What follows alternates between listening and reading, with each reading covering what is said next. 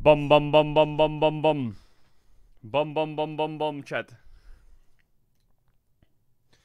How are we doing? How are we doing? Chat, I think I fixed the camera. Hopefully you don't say ew and the camera doesn't look too bad. Maybe this angle's the best. Is this the best angle? Is this better? I don't know. Is it a jump scare? Maybe it's a bit zoomed in. Ugh! I almost broke it. Oh my god, I almost broke it. I almost broke it. Chat, don't... The frame rate is weird. Yeah, the frame rate is weird. Something's wrong with the frame rate. I need to fix it. Still need to fix it. I don't know what the fuck it is. I don't know what the fuck it is. Maybe I should just zoom it out again. Okay, it's probably better like that. Probably better like that. What is it seeing? Is it this? No, it's this.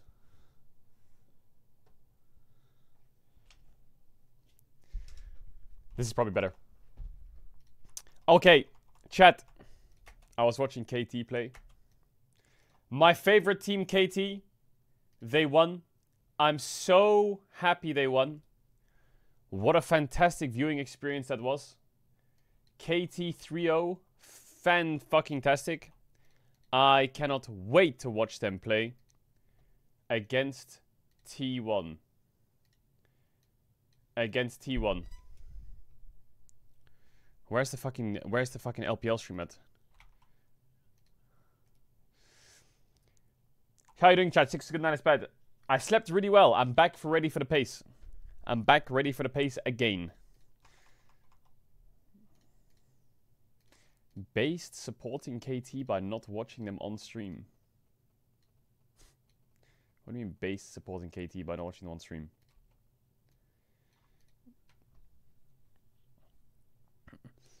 The fuck? Bro, I'm streaming the shit out of KT from this point onwards. KT versus T1 could slam. It could slam. I'm trying to find the fucking LPL link. It's Test versus WE and it's 1-1. This series could bang. This series could fucking bang. And I am here for it. What's happening in the world, chat? What's happening in the world? What is happening in the world? Talk to me. The telecom wars. The perfect clip.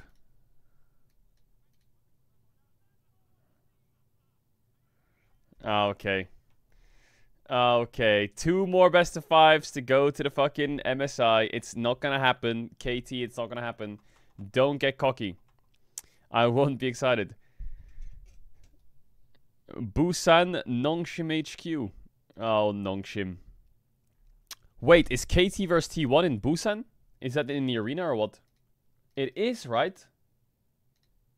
Wait, that's gonna go so fucking hard. Wait, LCK schedule 2025. When is it?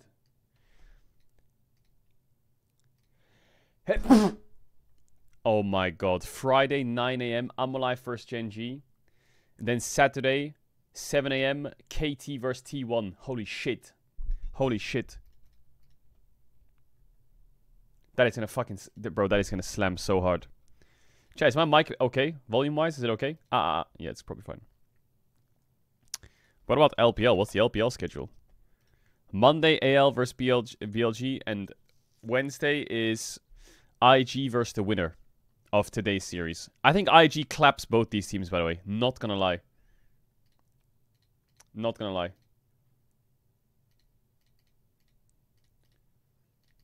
What is this? Someone says, watch this.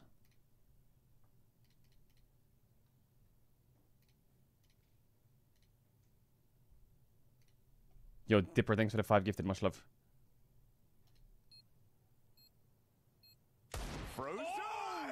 What? Oh God! It's frozen! What? Ice cold! What? Back on their bullshit in Austin. That is. Bro, they're shit talking. Who are they shit talking? Who is this enemy team? Are they good? Oh, he's got 1 kill to his name. Ooh, double headshot. Double headshot. No, they're not good. KT fandom when they haven't dropped a game in Gauntlet yet. Emily, your team is good. No. Telecom War. The funniest thing ever would be if they just rock up. And they lose 3-0. And they lose 3-0. Made KT go to the tiebreaker. They won 3-0 against DK. Wait, did Nongshim save KT? No, it wouldn't matter actually, right? It wouldn't matter. They would still play. It doesn't matter. They just don't have side section. Caedrel celebrating KT's win at Nongshim at LOL Park today. That's a lie. That's a fucking lie. Lehens and Pays. Bro, I feel like Lehens and Pays need to join forces.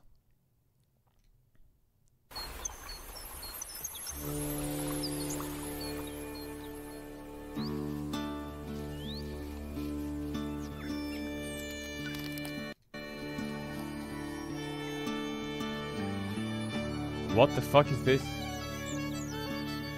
What is this?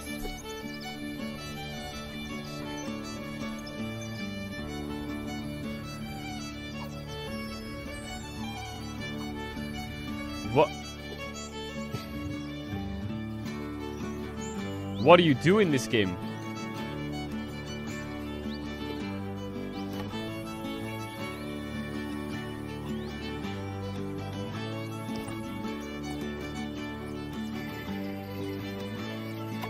Is it a puzzle game?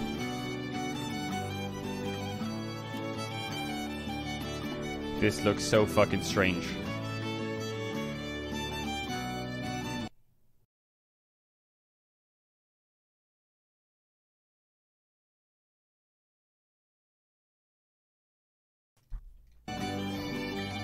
Chat, this game looks fucking strange.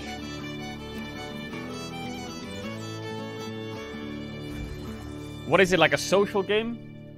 Ezreal, that it feels like you kind of win.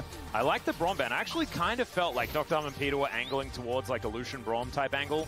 But the center is up. Oh god. Sometimes I'm thinking about her husband instead of her. But I mean, the center is... What the fuck? What the fuck? What is this? ¿Viste Supa el otro día al Barça contra los ratones? Por encima, no pilló en Tenéis stream, que pero... hacerle lo mismo que le hicieron a Nemesis. O sea, ese tío no juega, ya está. Compos Es que- anti-caps, a matarlo todo el rato y ya está. Y a jugar. Y el Barça venía a discriminar contra nosotros, ¿eh? Hostia. Ooh. ¿Qué? Basically, he said, did you see Los Ratones play against Barcelona? He said, you need to do that to Caps in the finals. Take away his champs and gank him a lot. And then Supa said, yeah, we scrimmed them the day before. So I think they scrimmed Barcelona the day before they played us. Oh, wait, are we in draft or what? 他们在比赛自信方面，就像赛前陈勇采访的说到一样，是非常充足的。而且因为本身没有 How did 太多的压力，所以他们 How did 在比 WE 赛 take a 中的 game? 操作真的 Has it been a good series so 非常的 far? 敢去操作。是的，就接下来每一场对 Team W 来说的话，都是赢一场就非常赚的一个情况了。不禁让我想到，有一年我跟马老师这个组队解说杯给我 Is 讲 that 过的 better 这 for 个 the 好玩 FPS? 的故事。马老师说那 No, 年他 it's 进 not. 6强。进之前大 Something 家 looks 看好 weird 他们，进了 on 6 this 强的 camera. 马输了。马老师说，其实觉得打得挺好的，但是又不好意思在台上笑出来，说就默默的跟队友先离开，然后去吃饭了。 Something looks weird on this 是 camera. 的， Maybe it is just me, 这 you're right. 把滔博跟 W 的第 It is 3 just 局 me. 滔博在蓝侧方依然是 This 选择 light 半 is 掉 so 尼克 blue. 加格温哦，而 W 这个系列赛位看起来是不准备放了。包括现在比较 Let me 有 try 影 and 响价 change 值的 the- 约里克也被按到了班位上。搬了安妮， Is that 可能 better? 是觉得中路现在 It's a bit like 能过 creamier. 来带节奏的英雄已经不多了，但这样岩雀，这把在外面潘森是的，岩雀要被1抢啊，这样。 A little bit creamier, 而且 chat. 你拿了岩雀，其实 W 就得考虑要不要拆潘森了。对潘森感觉必须得拿呀，卡纳这个潘森胜率是非常高的。 Talia first pick for Krispy 难道是 Kreme. 那一手？因为前 Where's 面有 Yone? 过 Oh, 非 it's already 常 out. 自信的选手会用塞拉斯打岩雀。然后最好让岩雀打也是个赵信这种，对，有个赵信 Ambessa 大招就非常舒服了 Pantheon 1-2. 潘森 Damn. 是肯定要抢的，但 W 这边选择先给 Q。 What are you gonna round that out with? 拿下来。 Doesn't Poppy... Oh, Poppy's out. 感觉没必要，真盘村吧。I was gonna say Poppy value goes through the roof if they do that. 看一下，如果还有后面2局， They take away the Pantheon, they take the Ambessa. 别担心 Renekton is out, Poppy is out. These two champs are very strong. 滔博这边就是你说那个问题 But they can go Xin Zhao, yeah. 大概率右边是一个塞拉斯。对，应该就是3楼塞拉斯了。是。 Surely they don't just pick Morphless, right? 但猴子啊，比赵信打潘森前面压力要大得多。 Aatrox for 369. I'm surprised Aatrox he's going Twistan's going Aatrox. Why doesn't he just pick like a Why don't you just pick like a I guess a tank is gonna get blasted, right? Okay, he's gonna go Aatrox. Ooh, what mid cooks here? Sylas? I don't know if I like Sylas this game. Do you like Sylas this game? Sylas into fucking Xin Zhao, Aatrox, Talia? I don't know, man. How good is Sylas with Aatrox ult? 是，然后包括还有卡莉斯塔嘛，这把。对。 Hi Caedrel, I'm a father of 3. I'm trying to impress my little one. I'm plat 3 at the moment. How do I reach diamond with Bard? I don't think there's anything I can say that'll suddenly make you hit diamond. I think you should just gank mid. Or watch Fevi Night streams. Dravenban makes me think of Kai'Sa, but Kai'Sa is out. Ezreal is out. What can he pick on 4 here? 是，因为 AD 飞机，我个人认为这个最近的比赛效果真的太差了。Zeri? Is it a Zeri angle? 就 AD 飞机效果非常不好啊。哦，自己把卢锡安给 ban 掉了。Could be a Kalista or a Zeri, but I don't know if I like Kalista into fucking Talia. 4楼拿布隆，5楼拿艾希，其实也还行。 Don't watch Bard net play. 怎么搬了？因为这个时候卡莉斯塔还在外面。对，把飞机也搬了。那要不要直接布隆艾希这样拿 Yeah, don't watch Bard net. This could be a Kalista or a Zeri, I guess. I feel like it doesn't make sense to ban Draven if you're gonna play Jhin. Oh, Jin's out. Oh, it does make sense if you're gonna play Smolder.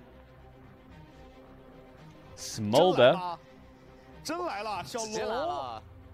高手后期能力。这小龙确实是能玩的。 Is this series good? I mean, both these teams are really good, and the winner of this plays against IG, so I'm doing some information checking. I'll text my boy the Shy about what they're picking. 点石有加强过斯莫德的一个对线能力。是的。Zaya no Rakan. 但这样的话 ，WE 把布隆给左边，其实打团的压力是还挺大的。对，但小火龙选下来的话，就增加自己的后期能力嘛，是也不怕拖了。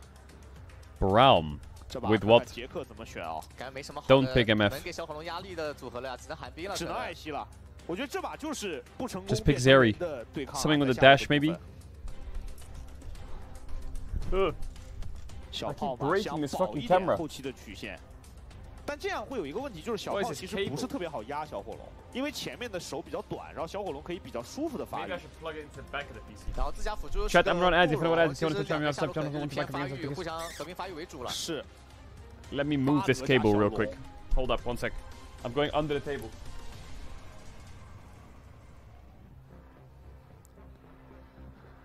主要看到对面布隆情况下，自己拿应付。 可能觉得有点难受，但考虑了再三，威神还是决定掏出自己的女坦。主要威神确实没玩过巴德，前面对，就这英雄也很难是那种我灵机一动搞一把就能效果不错的英雄。玩票的女坦倒是这赛季玩了非常多啊，11场，排在他的泰坦13场之后。OK。但这把这个两边阵容选完啊，其实我觉得 W 的阵容，尤其是在中野 AD 的部分吧。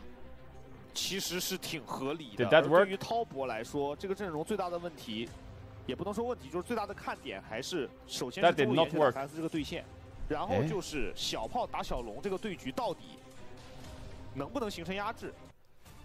然后也得看小团，就是塞拉斯偷到赵信大招之后，滔博能不能第一波成功的拉开？是，就有赵信情愿护卫的塞拉斯打团能力是上升一个档次的。 包括你说上路这个对线，现在这个版本怎么说？因为剑魔在1-1是有一些小小的改动的。对，把 W 变成物理伤害，然后剑锋的伤害加成也变高了。是，然后加上那个刺死剑气那一下不能被取消了。对，这个对局怎么说？第一剑 This fucking wrist rat emote is so stupid. 但是朗姆有星石之后打到焚炼剑魔换。I'm gonna put a suit on later for the LEC finals. I'm gonna suit up. 更好换一点。然后打团就是看 It's a bit 操 hot 作， though. 这两个英雄。主要来到淘汰赛阶段，其实你会发现，就是安倍萨的效果越来越好。原来可能大家会觉得你还要有一个锁配合他玩一下双锁，但是现在大家这个熟练度都上来了。然后安倍萨在淘汰赛胜率是非常高的，只输了一把，5-1的一个战绩。就昨天那把吧。你一说，我突然想到了，是吧 Who will win MSI? 来吧，来看看双方的第三次对决哦。Probably Rogue.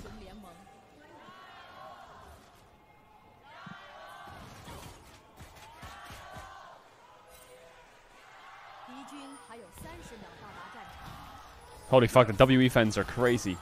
WE! 好，感谢现场的粉丝朋友们。Do you want Test versus IG or WE versus IG? 率先拿到赛点。 Well, I think that if WE wins this series and then IG plays against WE, people will say, this is such a fraudulent run. You guys got Weibo and WE. Oh my god, JDG knocked out, Top Esports knocked out. That's not fair. So I would rather just play against Top Esports. Because on paper, people won't think WE is a good team if they win this. They'll just see the name and be like, eh. But if Tess wins, and we play against Tess, we beat Tess, then people can shut the fuck up. Then people can shut the fuck up. Damn, chat, I keep looking at this Lugia card. It's got a lot of scratches on it, though, I will say.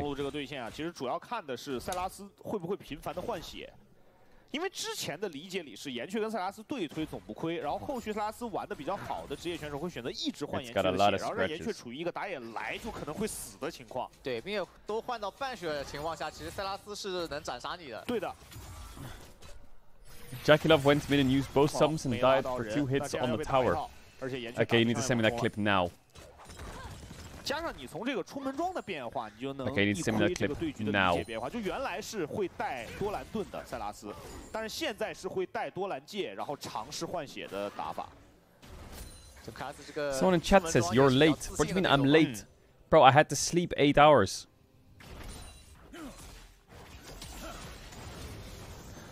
潘森这边3组往上走，但还是会被眼看到。I'm not late.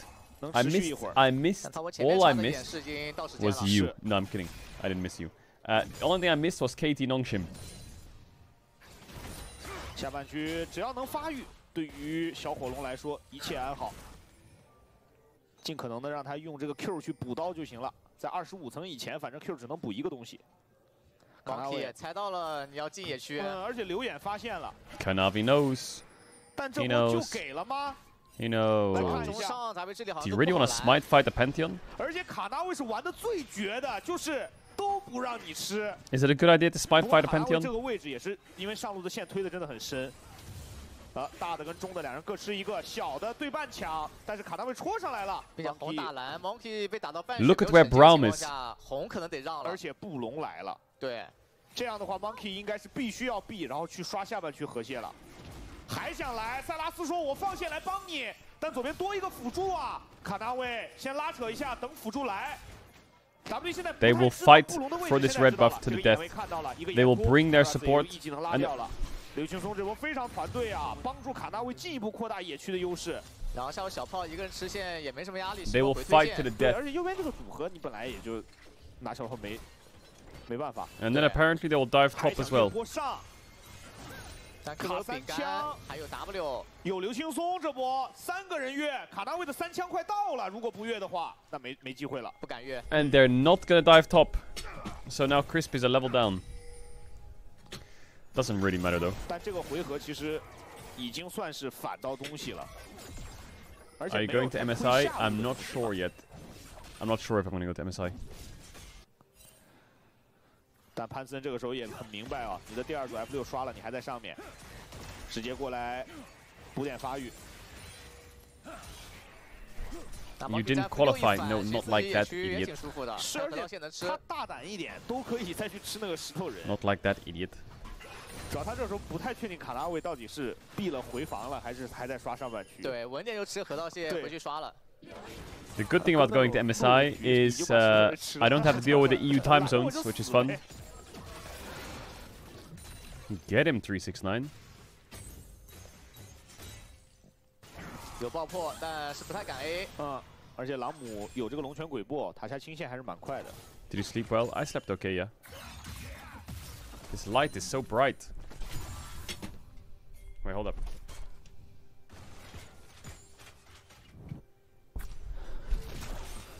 爆火数量好像空掉了，上半区两个人身上都有饼干，剑魔率先升到了6级。Yeah, I'll do the rebroadcast for EU times. I don't know how to do a rebroadcast, but hopefully it's easy. 应该是正好差一点。那这样塞拉斯也推波线，然后走。反正都有TP，都能踢出来，没什么影响。Who do you want to win? I kind of want WE to win. I feel like WE is kind of fun. Them beating JDG was really cool.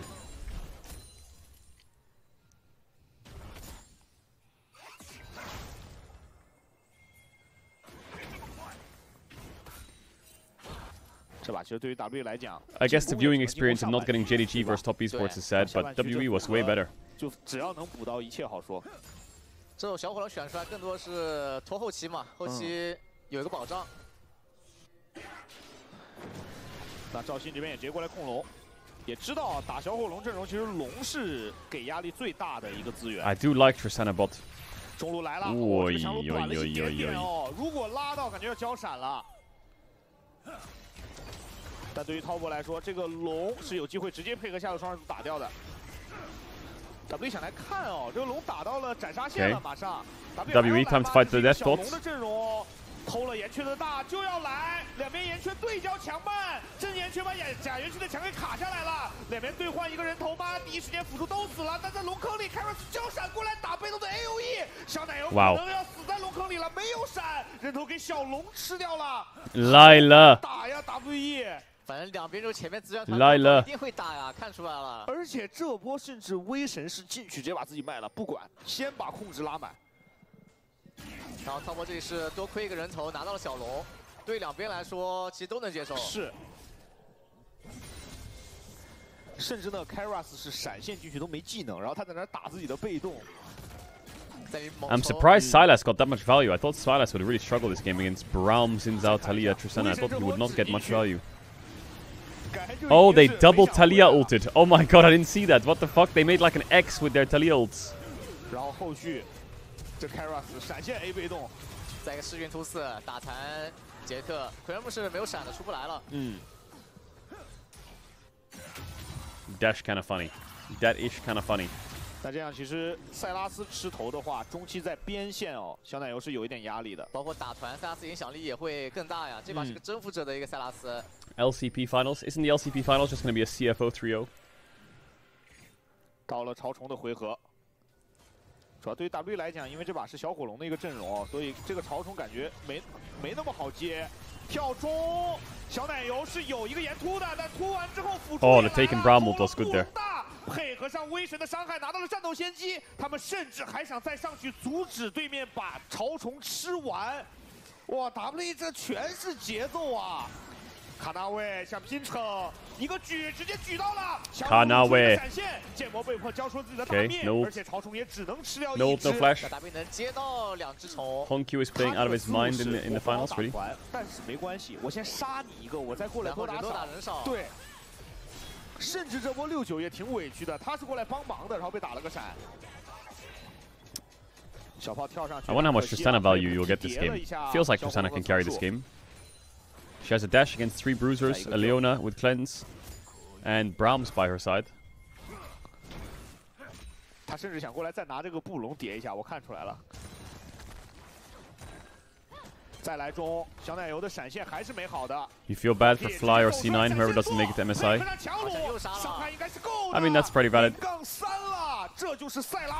That's pretty valid. 有打野的情况下，你只要掉闪来就有。I think it's just the format sucks. Wow, WE is actually gonna knock out Test. That is gonna be fucking 就有 cinema. 个问题是这样，你到边线你会被单杀，甚至对，不敢看这个塞拉斯。对，野区还想指赵信，凯塔瑞来劲儿了，现在见人就弄啊！哇 BLG AL tomorrow? Hell yeah, 就 brother. 所有的那个技能都是奔着对面人去的。但是对于滔博来说，我觉得这把现在要拖发育。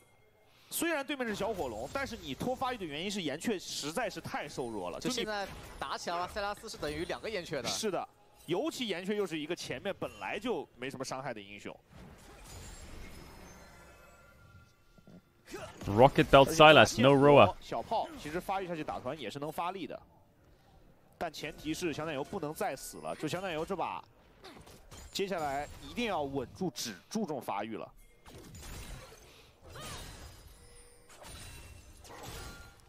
但小奶油现在就只能一直放。BLG AL should be really good. 塞拉斯有火箭腰带。 I hope BLG doesn't just stomp them. 上来打你一套。是，而且现在还有一个点就是尽可能的。 要在打团前阻止塞拉斯偷赵信大了，就这种发育的塞拉斯再偷个赵信大，打团太变态了。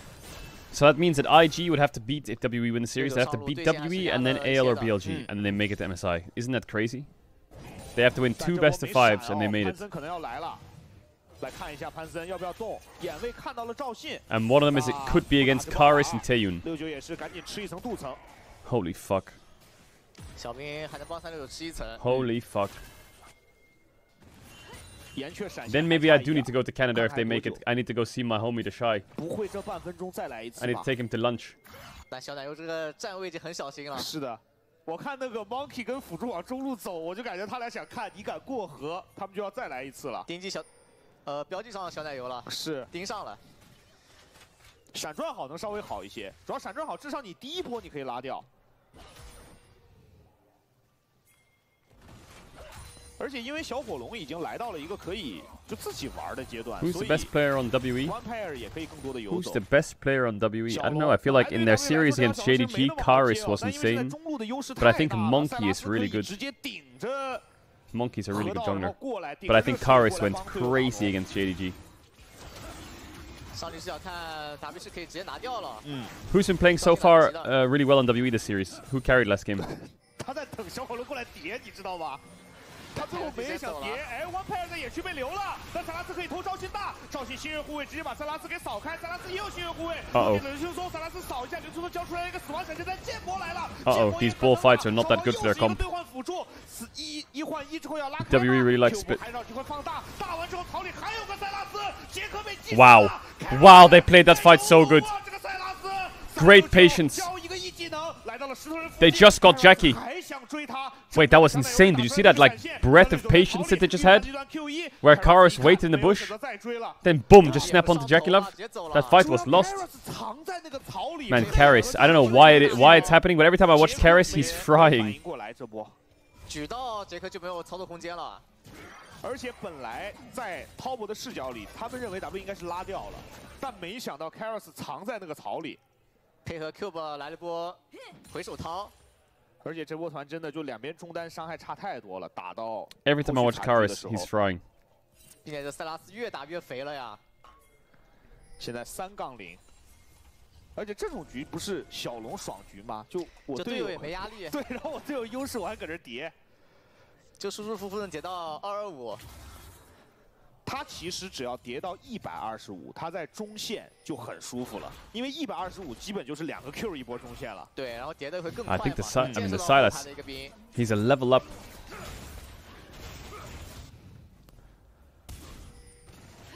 又来，指到了。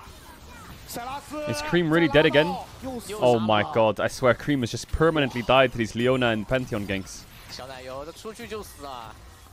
主要 W 这野辅就一直盯上了，没有闪现。 Cream has been struggling. This fight was fantastic from WE.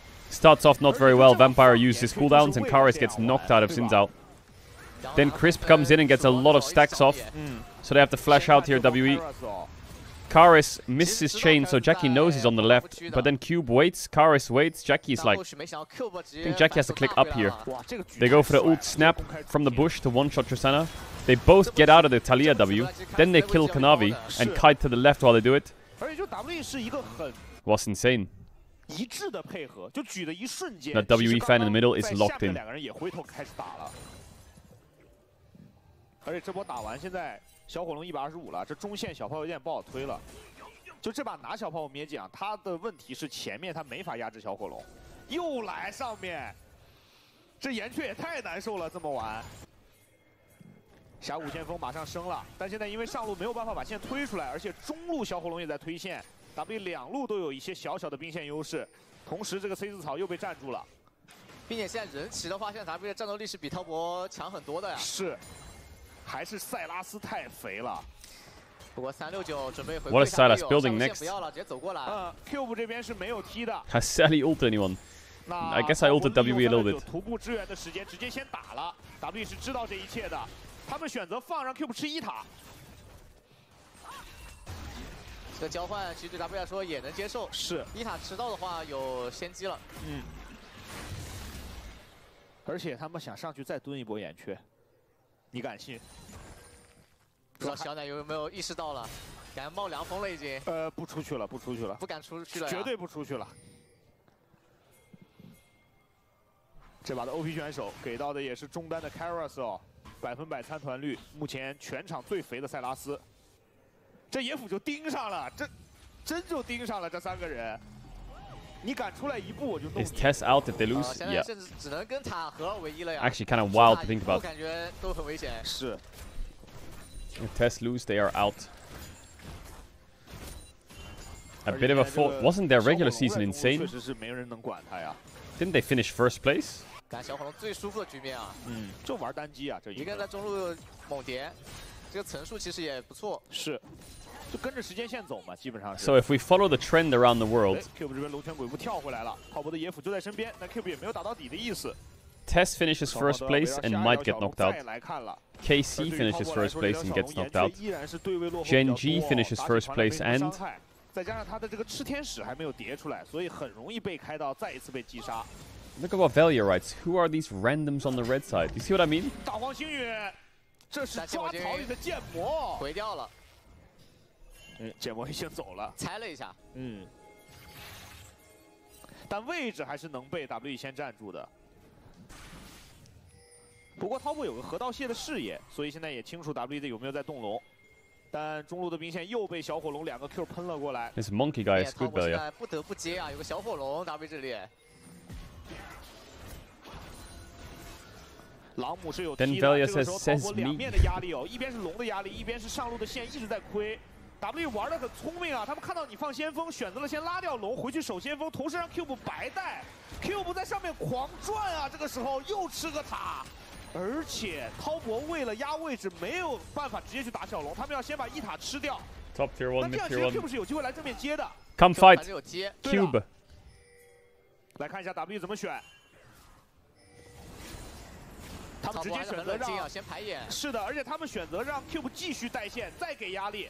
蓝色士兵往前探，涛博已经在打了，龙6000的血，龙坑里有针眼，看得到龙的血量。Cube 踢了一个指控制底下的沿突，下来偷到一个 stole it， 招型的大招，龙被抢 Cube 掉 dives 了 ，Cube 举进去，来了。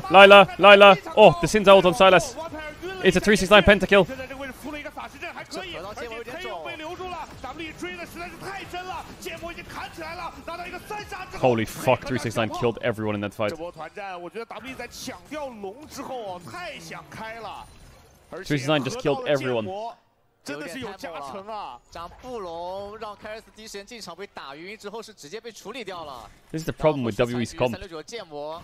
They're kind of walking into Aatrox, Braum, Xin Zhao, Taliyah. These are not champs you want to walk into. They will fuck you up. 秋晨把龙先给吃了，但是 Cube 举进去之后，没有人能够跟他，然后所有人 Oh, the Braum ult value was good. 在了这个水龙地形 And then Aatrox just eats them. 凯尔斯闪进来第一时间被布隆大给击飞了，又挂了个被动，很尴尬。然后忒用是用扑棱扑棱过墙，被剑魔的恶火束链直接拉了回去。 Holy fuck, Aatrox. 这波打完，涛博是把前面对线期的劣势全部打了回来，同时因为有一个很肥的剑魔，所以接下来的团战，涛博的前排是质量很高的。然后 W 这里就得等小火龙225之后再接团了。下一波小龙刷的时候应该差不多。其实现在 F6啊、3狼啊这种都可以给小火龙吃。Look at Aatrox damage dealt. 人哦，过分一点，反而中路一塔也掉了，石头有点远。嗯。但对 W 来讲，这条龙抢到，其实也给自己争取了继续往后等小火龙发育的资本哦。而对于滔博来说，小炮的发育也不错。The world end. 对位的经济也领先。 His items are pretty solid as well. 装备也拿到了。 I'm good, I'm good, I'm good. I'm slowly drinking my coffee. I've only been live for 40 minutes. I woke up like an hour ago. I woke up, looked at my phone. KT was 1-0 up, fell asleep again. Woke up, looked at my phone. It was game 2. They were winning. Fell asleep again. Then woke up. They were 3-0. Cuz was an inter or something. And then I fell asleep again. And I woke up and then game streamed.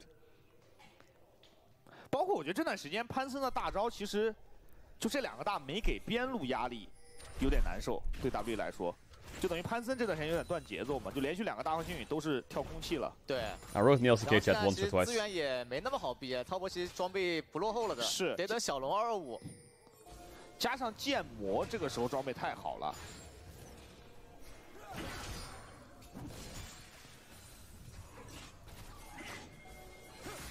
哎 ，Monkey 在草丛里，塞拉斯 TP 绕后了，看看这波 W 要不要打369开大面，先砍 Q 波，小炮也跳上来，弯拍尔在侧面留了一下卡纳位，塞拉斯绕后，第一时间滔博是1个4打5，塞拉斯直接进来 Oh, Jackie Love insta killed.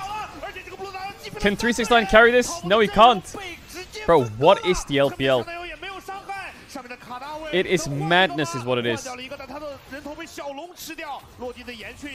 It is madness. Where was 369's ult?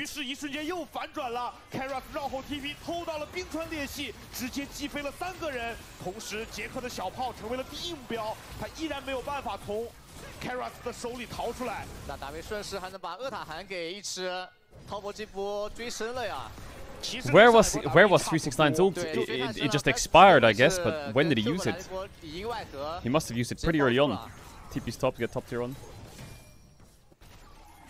再来看一下，第一目标还是一个有神佑枪阵的潘森，然后塞拉斯这个 TP。 Oh, he ulted now. But he doesn't really do anything with his ult. 小奶油就算踢下来也没用，这位置。然后公开处刑报道，非常开始偷的一个大招。 The way that WE is playing these fights is perfect. They need to flank. 然后这段时间岩雀就完全没战斗力啊。 They need to flank, and the flank is good. Is good. 站好位置的时候比较好发挥一点。嗯，包括至少得2件半左右的装备吧。 Still not out of the. This game's still gonna be pretty hard. Look at fucking Cream, man. He's 2k gold down, 1-6. 对吧？ 他还是选择的极战力的出发。 Karis was sandbagging in the LCK. I also can't believe that Gam is actually winning this game against CFO. It's fucking 35 minutes in. It's ridiculous what's going on right now in these games. 就这2件算是及时战力小火龙。对。 Coffee is such a blessing. 两边先抢中线，闪现 Q， 但是弯拍尔也有一个闪现，而且闪完之后岩雀的强慢也封掉了。那这样没有了岩雀的强慢，双方可能要通过打团来决定这条龙的归属了。闪现 Oh, Kanavi just everyone's trading flashes. 双方等于是兑换了2个闪现，但在这种情况下，没有人敢于拖到。现在可能一波团就要决胜负的。是。 滔博这边有人带中线，然后剩下的人还是挤住这个 C 字形的草丛。蓝色饰品看到了在草里的野辅，而另一边塞拉斯也埋在了对方的身后。Q 波先被白打一套，恶火熟练。 No pullback, no tele ult. 弯拍尔往前逼位置，塞拉斯还在绕。 Vampire, what the fuck? What the fuck did Vampire just do? What? What? What? What? Is he reported? What the fuck? Bro just said I'm going in. Is that serious? And they still somehow almost won that fight. What the fuck is Vampire smoking? He just walked at them in a straight line. 这波开的有点急啊，其实保着小火龙，现在其实正面感觉是优势的，但开太脱节了。而且 What the hell? Did you see that? 没什么输出环境。对他的那个技能，他要追着人放啊。 How's this game going? 再加上 Gams winning game 2 kinda. Drop the replay and show fucking Vampire. 第一时间其实还是有一些距离的，但这就是两队的风格嘛，自己觉得有机会了就一定会上。这小火龙也太远了，而且威神因为这个大空了，没有逼出杰克的一个进化。是 What? Monkey gets one shot because he gets baited. 后续虽然能够利用这个被动换掉一个人，换掉2个人哦，但从团战的角度来说，滔博还是大获全胜。I feel like Karis is really smurfing in fights. 但你从阵容的角度来说，还不好说，这把比赛就还能玩，都有的玩。而且接下来两边都是要一直打的呀。369过来留一下 Cube， 恶火熟练也甩到 Cube 脚闪了，这位置怕被恶火熟练蹬回来，卡纳位就到了。 右手装备有点豪华呀。Oh, these Aatrox items are crazy. Holy fuck. When the Bruiser has those items, GG.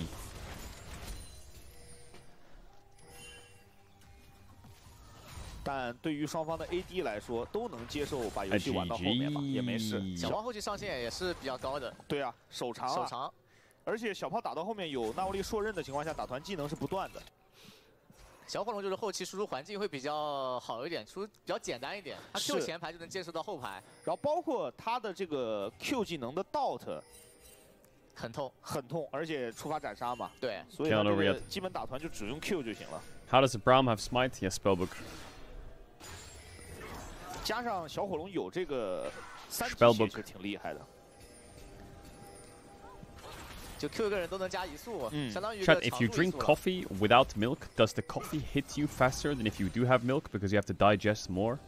滔博这边怎么说？看这意思想掏一下，现在。但剑魔回家那就不掏了。主要确实一直拖，对滔博来说是比较难受的。但对滔博来说其实也急不得啊。对啊。 Well, your body has to get rid of the milk and the coffee at the same time instead of just the coffee. And if it gets rid of the coffee, just only you get more coffee in your bloodstream faster than it has to get rid of the milk. 非常精彩的操作吧？对。 要来了，要来了！这个时候不能再等了，他们不想再让小火龙发育了。 Anyway, test on Baron. Monkey can steal it. He just had an ult in his vision. It's gone, I think it's gone. Or is it gone? 4K? Monkey. Oh, they have double smite. 布隆也换了一个城，双城把这个龙给 rua 下来，没问题。这波滔博打得非常主动哦。 但是回来守中塔的路线被卡住了，有一个强绊，小火龙就要扑棱扑棱 ，Q 被卡住了，有沿突的 ，Q 被突回来，但小火龙打了一波 AOE 很痛。Oh, Smolder's getting a lot of damage down here. 潘森一个做到了369身上，雷欧娜交一个闪还是要死，小火龙的输出距离还可以，小火龙一直在喷，但369在找他，小火龙能够融化一个招。Yeah, the comp diff is a bit tricky to play if it's a front to back. 小火龙虽然能够喷死2个，但随着小炮的3杀落袋 ，Enemy team got Baron. Let's hit their tower in 5v5.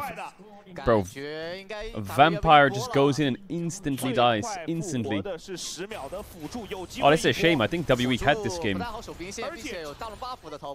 I think IG can beat Tess.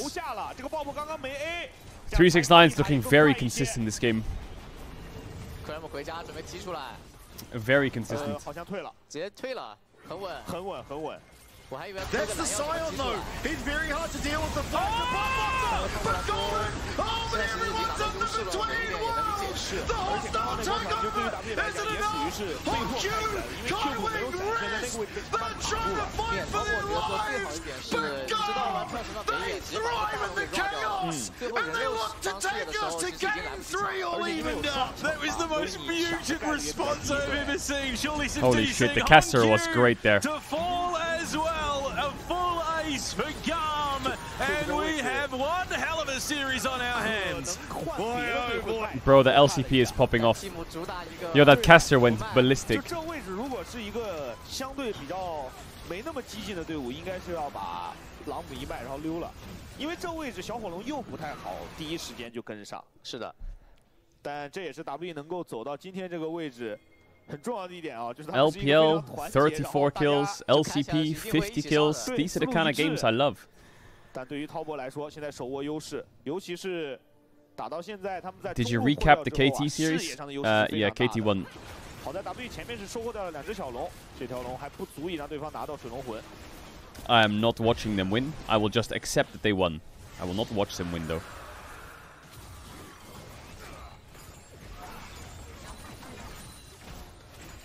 杰克也是补出来了自己的守护天使。I think over the course of this weekend, I'm gonna have co-streamed about 40 games. And DK 1-0. That is crazy. That is fucking crazy.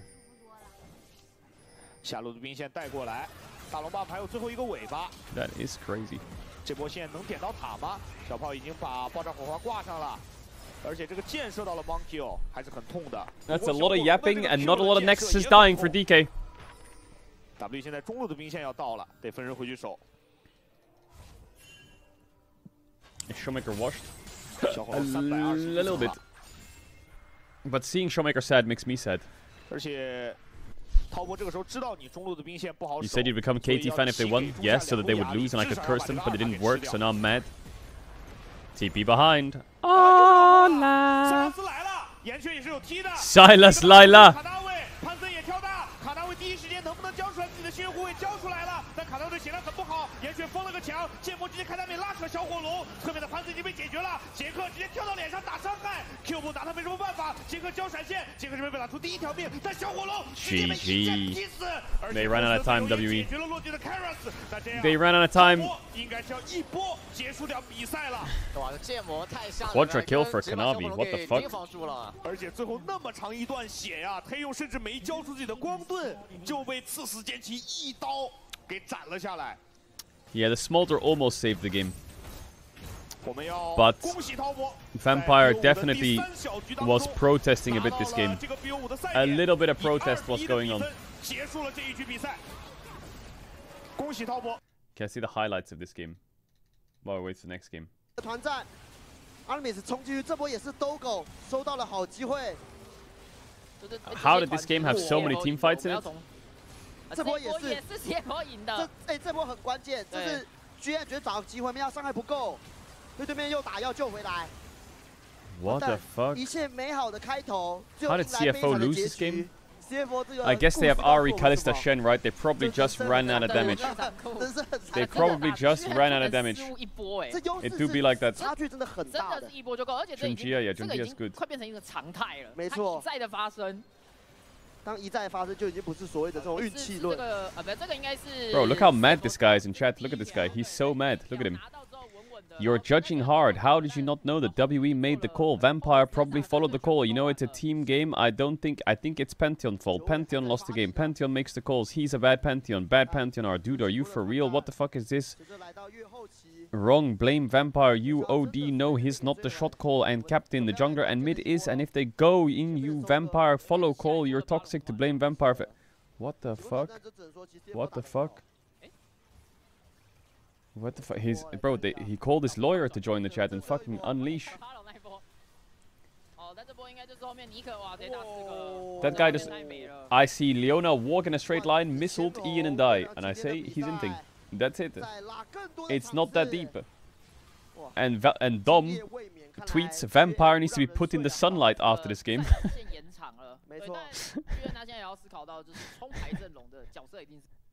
And you're in my chat! Why are you in my chat? Go be a lawyer in Dom's chat. Look what Dom tweeted. Oh my god, how dare he? Yo, fuck off. Chat, what is Splitgate 2? Is it a good game? Splitgate Battle Royale is launching. 拿下了这局比赛的胜利，也再次恭喜他们拿到了赛点。想问一下两位解说老师怎么看双方这一把的发挥呢？ 好，感谢洋洋，我觉得对。 Okay, let's see what LCP's up to. Is it in a break?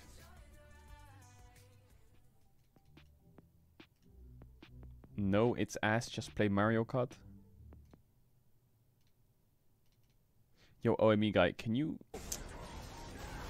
And they had a really couple of decent, scrappy fights here, if not for the fact that there was just so much damage threat on the backside of it. Artemis cuts in so deep, and somehow he's for Hongq. What was that last team fight? Was it crazy or what? Lands the knock up onto Hongq, and Hongq's going to have to use that spirit rush. Kaiwing is almost one shot, but they're looking for the turnaround. That's the Scion though. He's very hard to deal with the flash. But Golden! Oh, but everyone's on the between worlds! The hostile takeover! Is it enough? Hongq, Kaiwing, rest! They're trying to fight for their lives! But Gam! They thrive in the chaos! Where's the Gam owner? Your feet, and we a sweep. It's gonna Yo, Mandy, what up, my cuss? Bad news for Honkyu. What becomes his fourth champion? He said he only needed 3.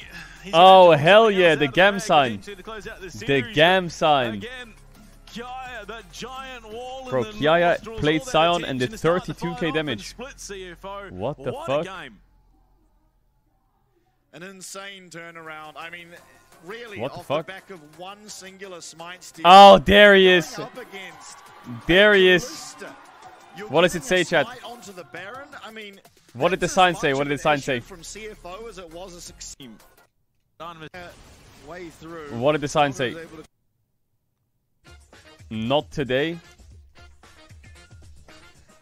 Lookalikes. Oh, they're doing the crowd thing. How big is the crowd? Wait, was there an opening ceremony? Did I miss the opening ceremony, chat? Someone in the opening ceremony now.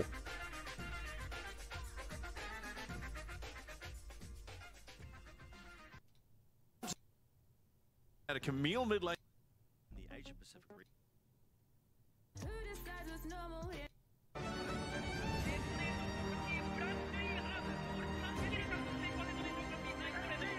Is that fucking Guon?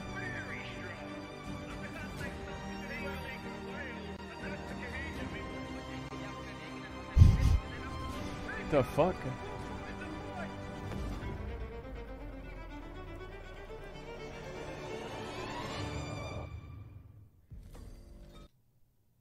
Where did the FM? Where did the FM finish?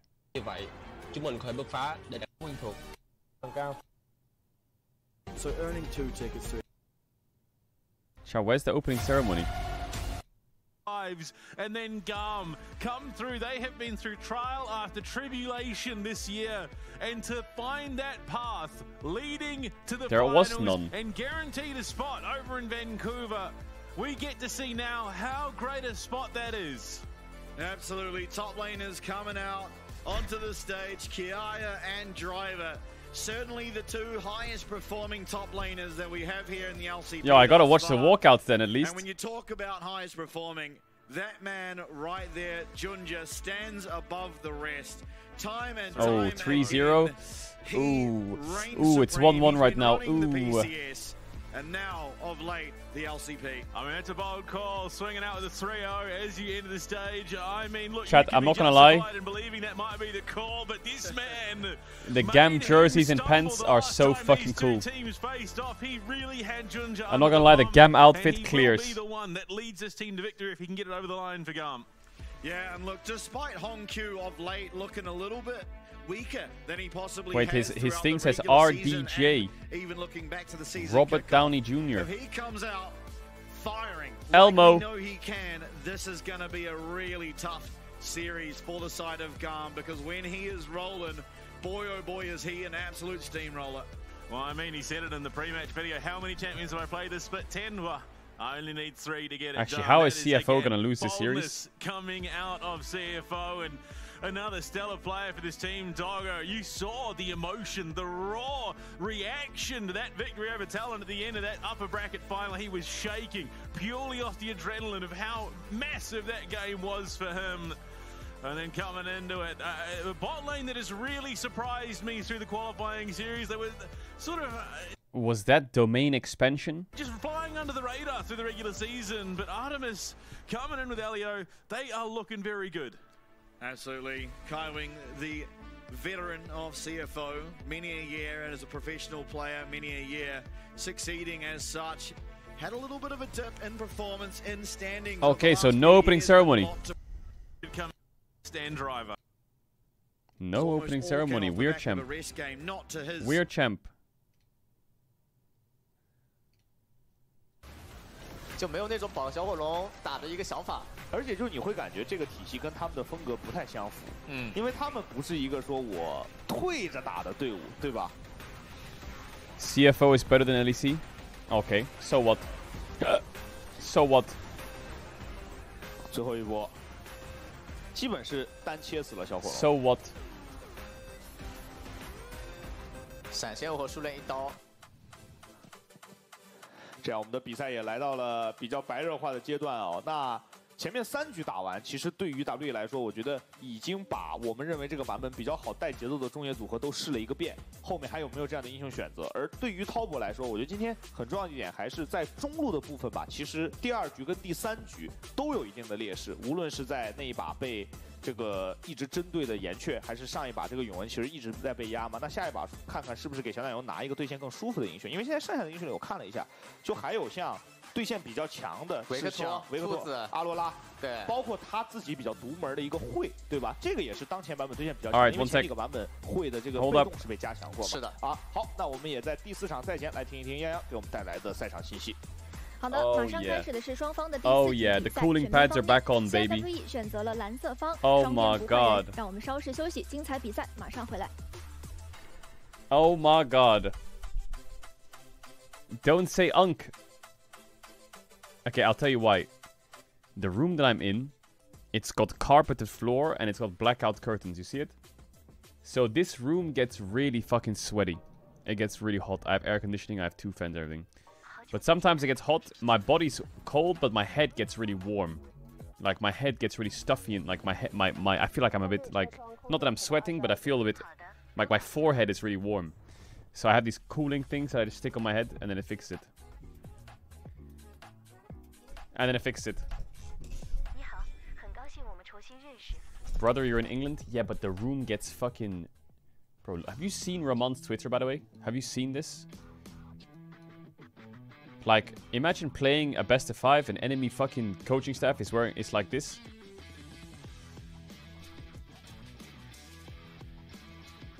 He's tweeting this on your timeline. What the fuck?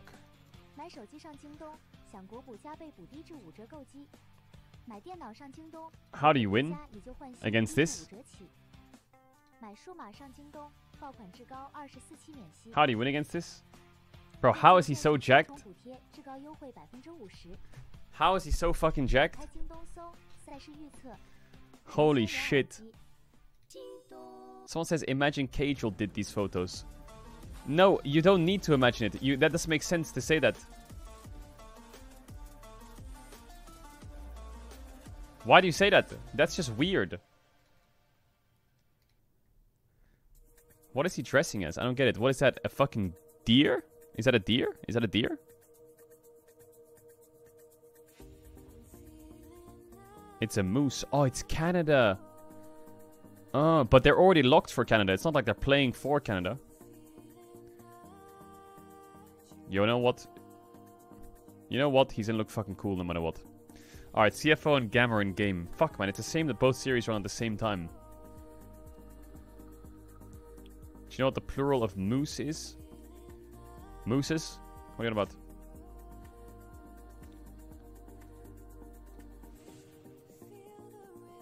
Meese?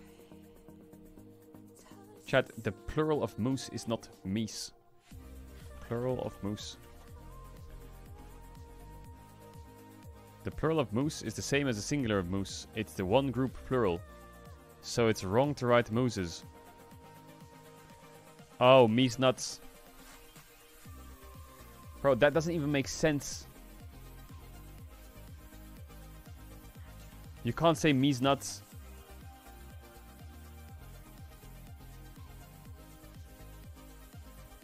You know what I see? I see stream chat. I see Discord, Caedrel Discord. I see the stream chat channel, and someone's writing, haha. Bro, shut up and horny. I fucking look at the Discord stream chat every now and then. I see it.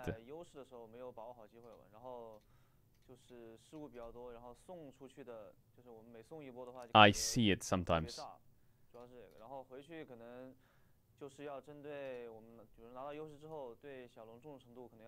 LR fluffy red PJs, please. LR fluffy red PJs.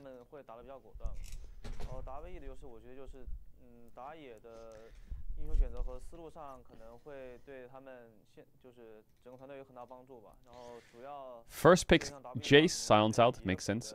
Anyway, let's get into the series.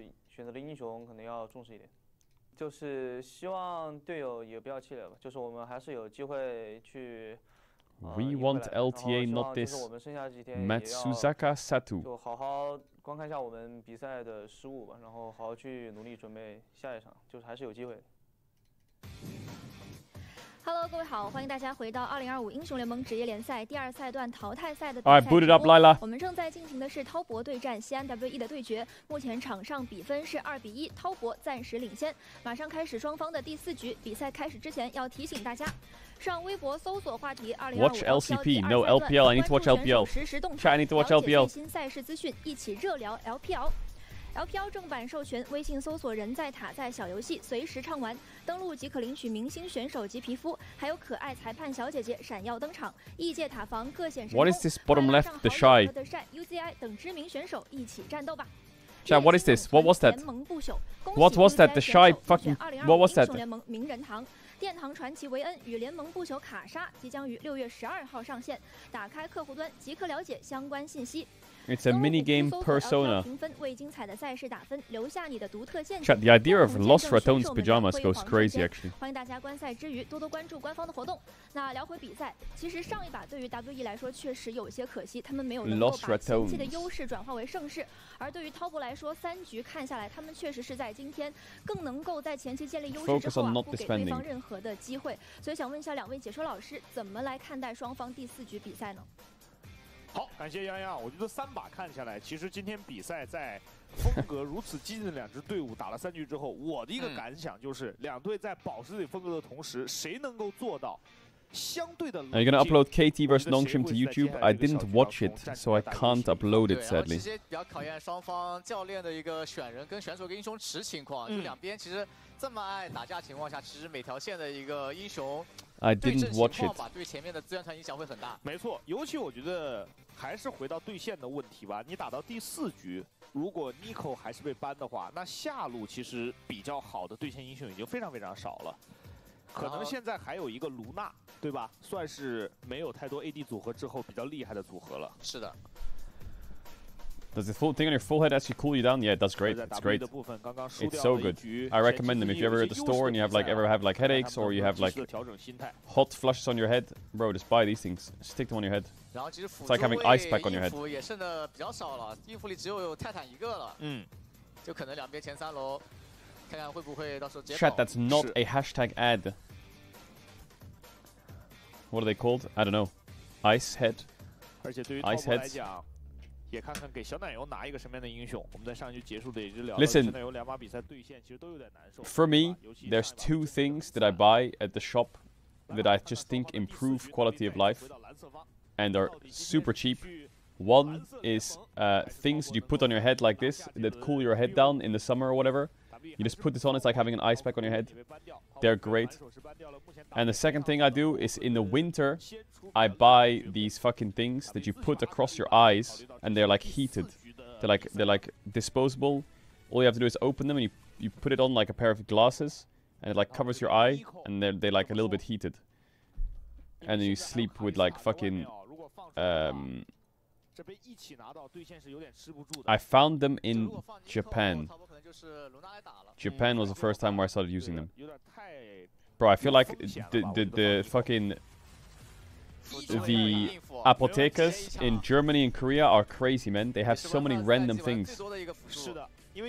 Chat, I'm not a fucking pensioner. What are you on about?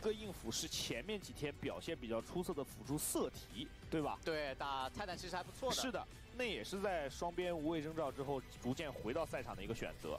捷克的塞纳。And then nice pajamas and good pairs of slippers, bro. Big W. 先来杰斯。It's the small things that really help, I'm telling you. 直接把球先给到69。并且上路打杰斯的，好像只能选肉来抗下压了。是。魁桑吉或者杨这种。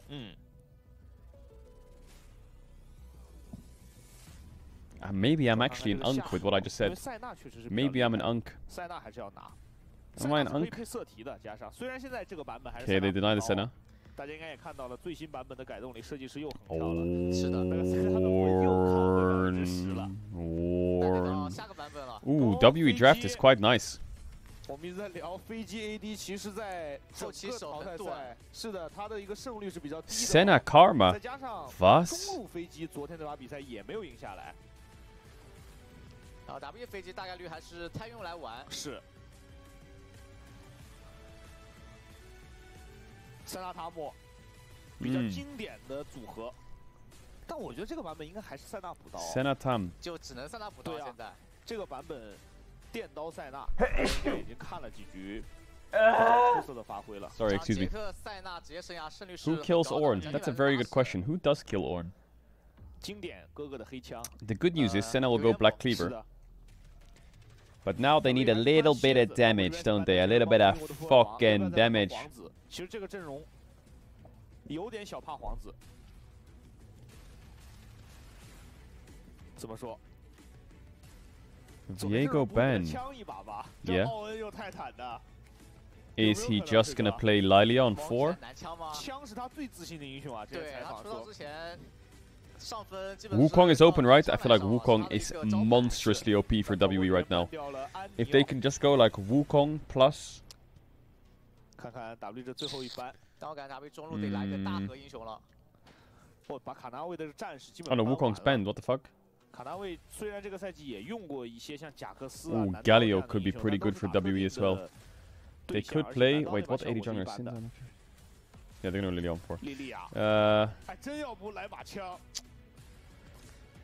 Don't play Jarvan, please don't play Jarvan. 想做事就只能皇子了，要不然就是来把枪，或者皇子发条这种，感觉中路得来个大核或者打。Nocturne is new Jarvan. I knew it. I don't know, man. I feel like damage might be a problem. 发条皇子。 Boriana. Okay, you're inviting Cream Akali, but it's banned. Good. 皇子容易被秀。来把枪。 其实我觉得皇子 I think Cream has to play a dash mid that's good into Ahri, but it's not Sylas or Akali or Ahri.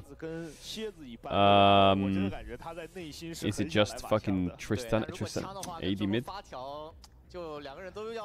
Aurora.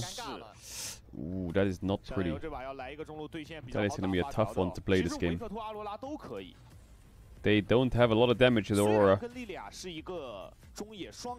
But he's a very good Aurora player. Chat, I'm on ads. If you don't want ads, you can want to back the games because Aurora, I get it. She has a dash, can counter Jarvan, can counter Ornn, but it's a burst mage against 3 tanks and loses lane to Orianna. But Cream Aurora is very good, so maybe he can get to the lane. Maybe he can get to the lane. 就什么老猪那种，直接搞个上来兔子，然后给中路兄弟完结四去了。然后兔子上路带个补面打羊，其实也挺舒服的。是，但毕竟对于滔博来说 ，Can you imagine walking down the street with those on？ 而且杰斯也是369玩的最多的上路英雄啊。对的。看看这把拉扯的怎么样 ？Like that's illness right there。拉扯圣经那把就是杰斯啊。60赛季杰斯还是玩了非常多的。是他第2赛段玩最多的一个英雄啊，10场。 也来看一看这一把野区的对位又会如何，因为前面3局比赛其实前期都是围绕着两边的打野。I love it how all the LPL fans are supporting WE. Why do people just hate top esports, or is there like a big WE fan base? 想办法进猪妹的野区。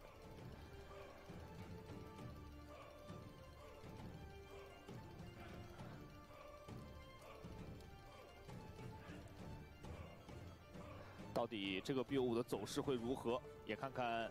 Tess is LPL Mad Lions.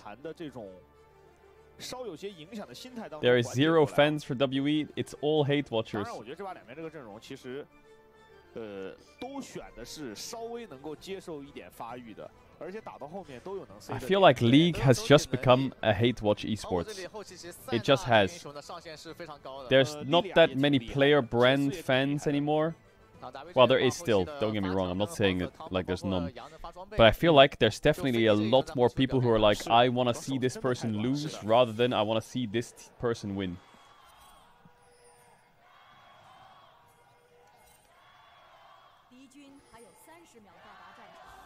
Sports is always like that. I guess football, everyone wants certain players or teams to lose as well, right? Maybe it's just how sports works. 好，感谢现场的观众朋友们。我刚刚突然有一个想法，怎么说？就现在这个版本，因为辅助位强制买辅助装，那后面如果我塞纳又不想补刀了，我就得。Don't you dare say that hate watching started with me. I never hate watched before. The only thing I ever hate watched was KT last year. That's it. That's the only hate watching I've ever done. You are the motherfuckers that hate watch. Because not only do you hate watch the teams that I watch, you also hate watch me.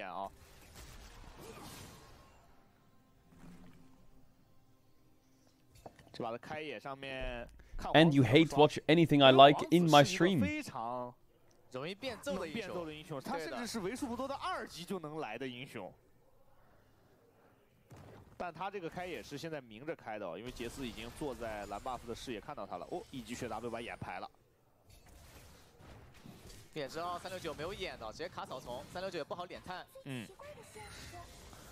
卡纳威这边 F6往下走，皇子绕眼位直接进野区，一勾到了塔姆，但是有守护者。 I'm not doing X. Did he just do Raptors into... He did it. Oh, fuck off! Monkey, what was that? Monkey, what was that? Monkey.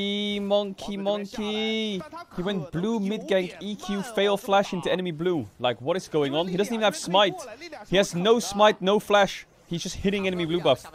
Like, this has to be illness.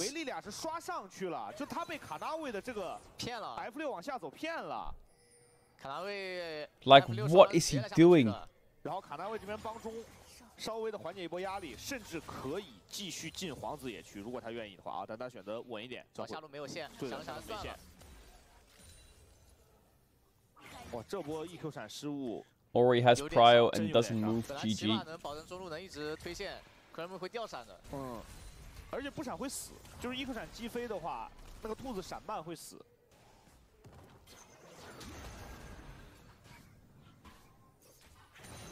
那这样卡纳威其实野区领先的也挺多的哦，主要他这样，皇子还只有2级，大家可以看一下。Good base Cancelo. His car is there. Hello? What's he doing? Changing fucking Spotify playlist. 已经都在逛商城了。是。 Hook. 再一勾，但是塔姆的位置卡得很好，他用 No barrier. 身体帮塞纳挡住了这个勾的角度。虽然被动 A 到了，但是塞纳用自己的光盾也顶了一波伤害。Cube is just up there suffering while Monkey runs around being a degenerate. 这波刷完河蟹 Help! 看看要不要直接进啊？主要这个时候上路兵线也。Do I trust 369 to win on Jace? What is his Jace win rate? 有点风险，算了。但这波。 皇子也有惩戒，力量应该打不完。 Most played 12 games. 稳一点就回去刷。 Actually played a lot of Jace this year. Can you listen to music on stage? Yeah, actually, the junglers are both just listening to Maroon 5 right now. They muted their teammates. No, you can't listen to music on stage. You can't. 从2017年至今。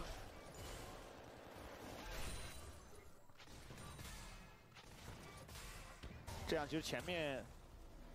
对线的角度来说，滔博的上野目前都有些领先。打野虽然你看刀数差不多，但是莉莉娅第2轮野怪刷新速度是比皇子快很多的。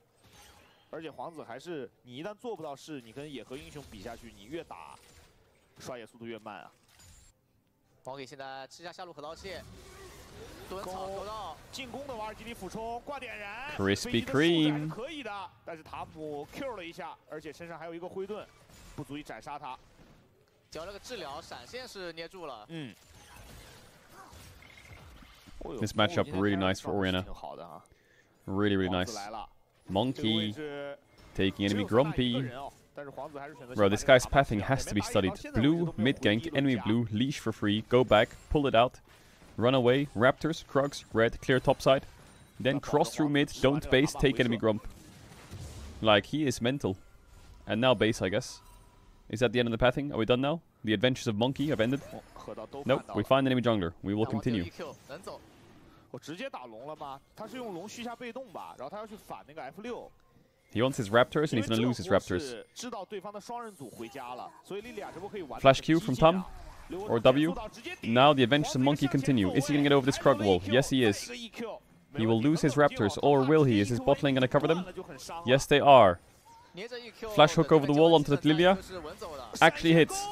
There's the Rumble ult from Corki. And Kanavi is the one who will die for Monkey's degeneracy. All of that fucking around looking like an Inter has netted WE 2 kills because it baited top esports to try and punish it.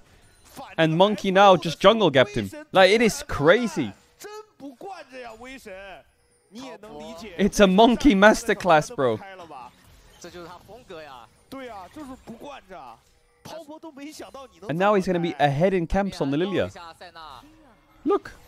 A 起手，穿梭闪，塞纳这边往左边交闪，但伤害不太够了。哇，太狠了。He's playing a different game, man. He is playing a different game. 有点贪了呀。是。打位下双组是先回家，肯定是先出来的。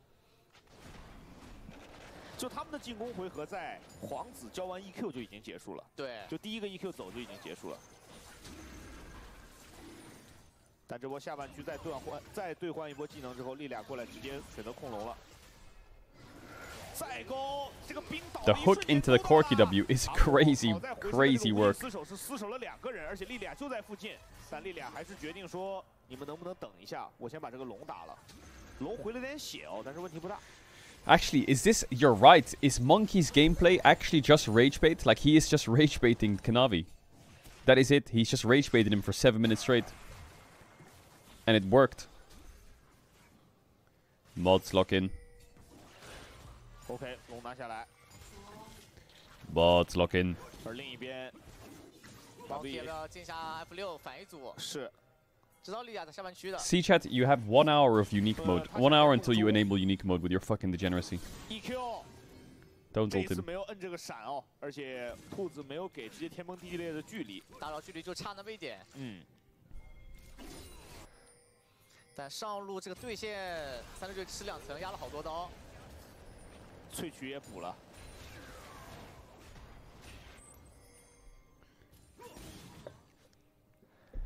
这样两边可能要围绕这个潮虫打波团了。但是从闪现的角度来说，这波因为塞纳没闪，所以对于皇子来讲是有一个。Okay, you can take unique mode off again now, mods. 滔波如果硬过来的话，比较吃亏哦。 Chat definitely won't do it again. 而且换线的。Whoa, 10 second slow mode is brutal. Maybe 5. Wait, hold up, chat. 1 sec. 先推了。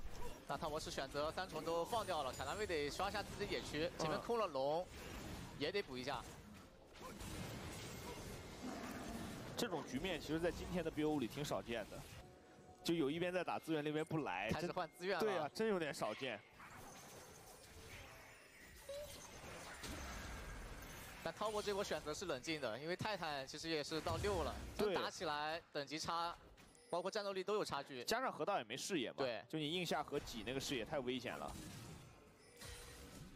大卫进野区反来F6跟红 buff，Monkey 是当着视野回来的。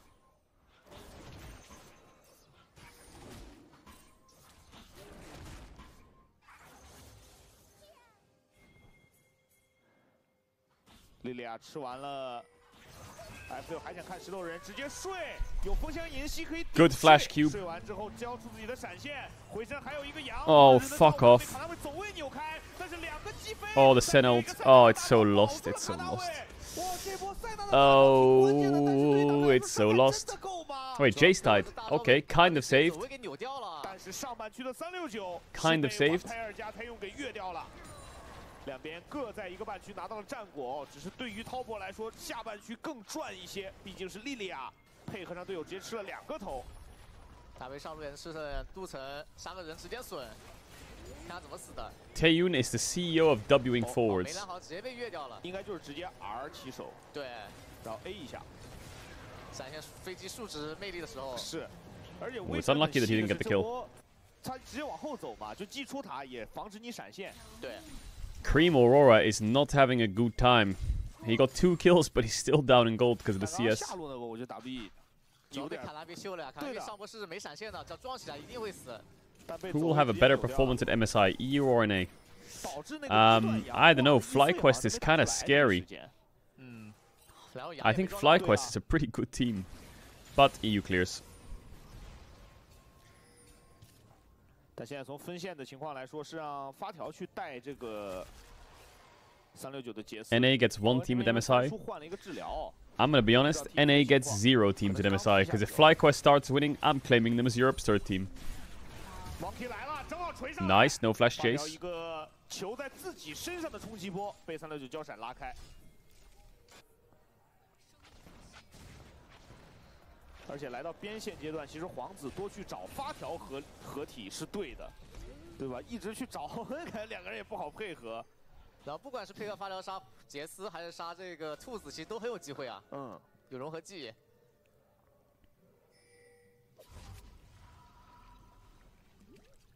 Who will win this game? That is 刚刚导播也是给我们看啊，奥恩 That is a very good question. 下面然后换着治疗，那这一轮奥恩又上去了。I don't know, man. 镀层啊，其实这一轮换。 I believe in WE, I really do. But if I say that, chat's gonna spam 07. I think they just need to punish this Jace flash being done. 也是考虑到可能别人配合皇子抓兔子伤害不够，就得发条来。对。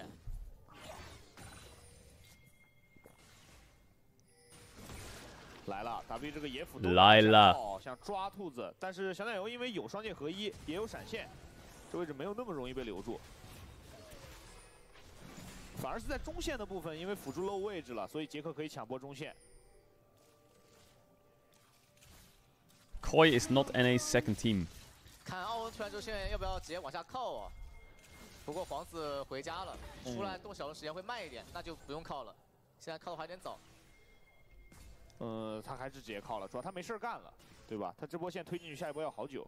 等皇子出来开龙，会多个人。是369没 TP 的。I wonder what would happen to the LEC if instead of having regional rules, you had like country-based rules. You know, where like Koi, for example, has 4 Spanish players. You have to have 3 of the same language players from the country your team is from in Europe. So like you need at least 3 German players if you're SK, or you need at least 3 Spanish players if you're MAD, or 3 French players if you're KC or whatever. And every team had its own region. It would definitely help the fan bases of the... Oh, what the fuck, Vampire? Wait, that was crazy. What the fuck? He's fucking Spider-Man on Nautilus.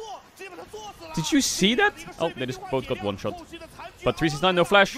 Monkey, monkey, monkey. So you're telling me in a fight where Tom Kench and Senna get insta one shot, they went even? 是的，杰斯这一波赶过来一炮是炮了好多人，并且锤形态砸了一波满的 OE， 让威神这么完美的开团，其实也是一波3万3。 哇，但威神这波有点帅吧？真有点帅，这个太。 That would ruin the competition. But isn't that what CS is like? Isn't CS all very like region based or something? 然后再配合发条冲一波杀掉塞纳。哇，调整角度击飞3人。 It's not. Why do I feel like I see a lot of CS teams with the same language? Like Astralis was all Danish. Vitality has a lot of French players, don't they? 没问题啊，很来劲。但后续369。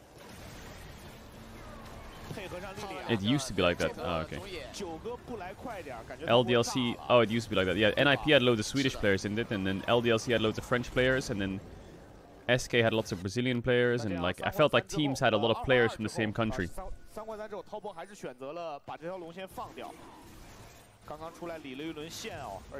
Whereas in League, the only thing that's comparable is what's it called? I guess Koi has 4 Spanish players, which is cool. 这把 WE 还是 C 位的装备比较好啊，尤其飞机，这个时候对位已经领先比较多了。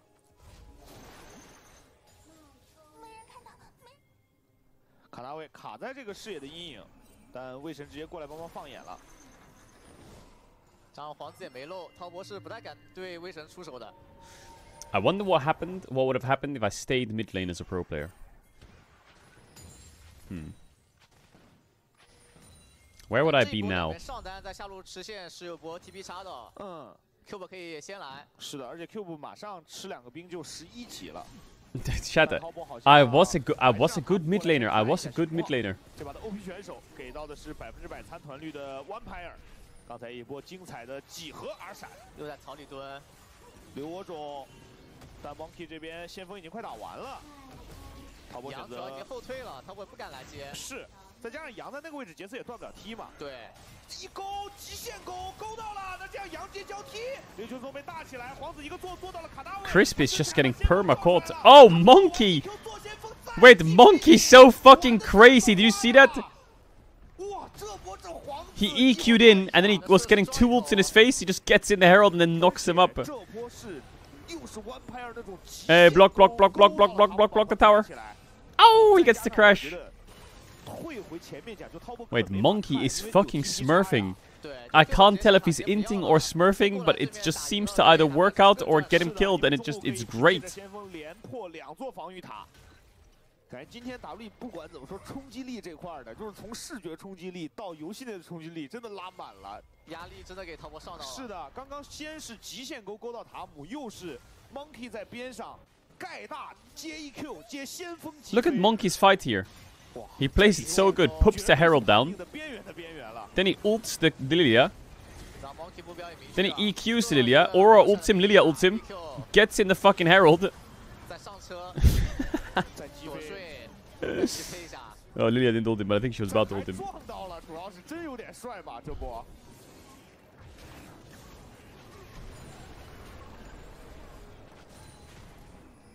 而且这两波打完，我们再说飞机胜率低，再怎么说，这飞机现在已经是这段时间是绝对强势期。对啊，这飞机现在已经是领先快3000块钱的飞机了。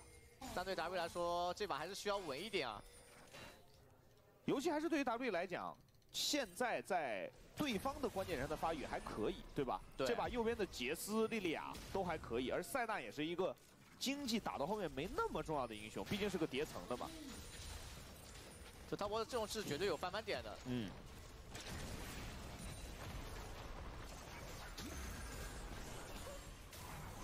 大卫现在压力给的很足，集结。Corky's fed.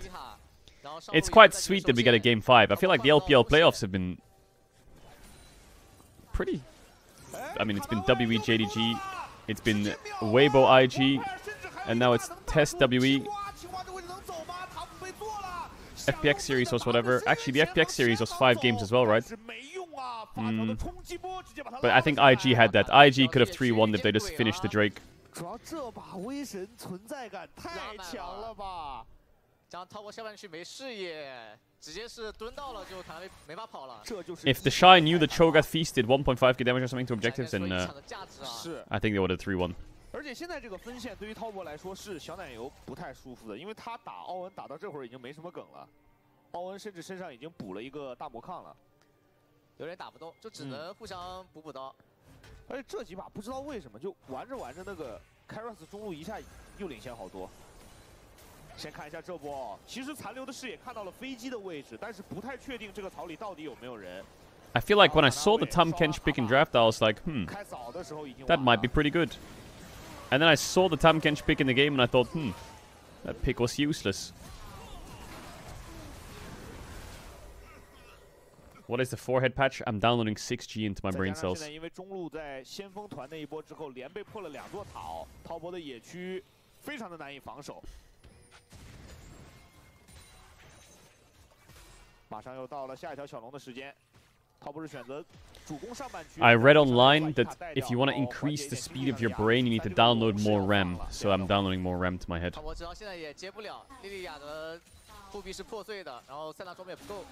加上已经没有来的意思了嘛。对。这波。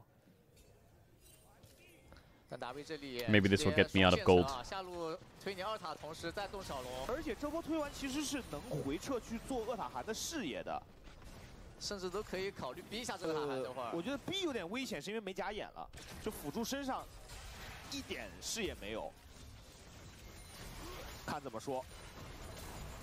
哇 ，W 的经济最大化的一个打法呀，收益最大化。奥恩踢中 ，Monkey gets the Drake。踢中压波线真要直接打呀！皇子已经开了，哇 ，W 这个压制力太足了。这让滔博有点窒息啊，现在。主要滔博过不来，完全过不来。对。Cube 这波踢中也比较巧妙，他踢中顺势推了一波中线，导致想换中路1塔也比较困难。主要滔博现在是完全过不来的一个状态。Chat, I could get to master in 2 days. I'm a bit washed because I haven't played because I'm rusty, but I'm not that washed.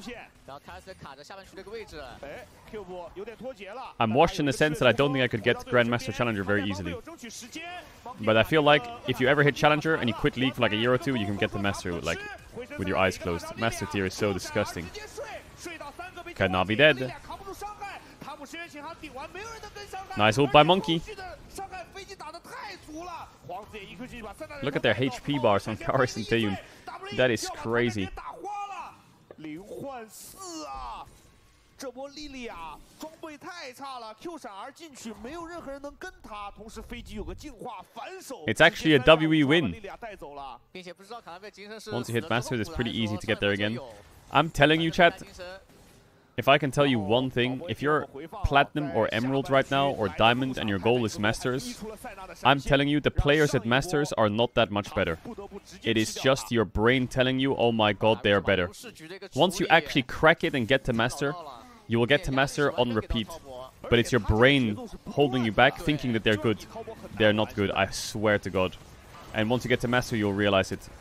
It's all in your head. It's either you've got solo queue anxiety from queuing up, or you're scared of getting higher and higher that you're gonna lose. I'm telling you, man, Master is a fucking pile of piss. The people there who play the game are disgustingly bad and will lose the game themselves. All you have to do is just be consistent. Accept that you're gonna lose every 10 games you're playing. You're probably gonna lose 4 or 5 of them, and you're gonna have a 55% win rate or some shit. You just accept it's gonna be a grind, and you just have to be consistent, and you'll be fine. And then when you play in Master for a few months and you get good at the game, when you repeat your climb, you'll smash everyone. 但现在塔位确实优势比较大了，而且奥恩已经14级了，直接给飞机敲了一个神话的盾弓。The only things that are good in Diamond to Master are the one tricks. 他是想守这个下路二塔。Oh, get him, Cube. Some of the one tricks are actually not bad at their mechanics, but they're actually brain rotted. It's a solo bolo. 没技能的，上半区也同时开花，杰克和流星松都倒了，小奶油双剑合一走，卡纳维怎么办？想进去一波。It's a solo bolo. 没线，没线。Yeah, some of the one tricks can be not bad. 没线。哇 ，WE 这把太狠了！哇，这优势局让滔博有点喘不过气啊。脉冲。 My Chung. What does that mean? 大龙没上班，不然塔位这波是可以拿大龙的。 There's been so many Game 5s recently. Bro, this weekend is full of Game 5s. It's mental. 没有太多挣扎的空间了，就滔博这边。这把总10连开了吧，腿哥？你这一说，我说实话，这把就来100次应该是。 Why do you say DK? Bro, why do you say DK when I say Game 5s? Why don't you say Nongshim? Or why don't you fucking say Fnatic or some shit? Why? That is fucked up. That is not cool. That is not right. 再加上这把有一个起风秘籍的奥恩可以换双城，对吧？也不太好被抢龙。对，可以来波配合，2前4就可以下手。发条过来直接 QR 拉2个。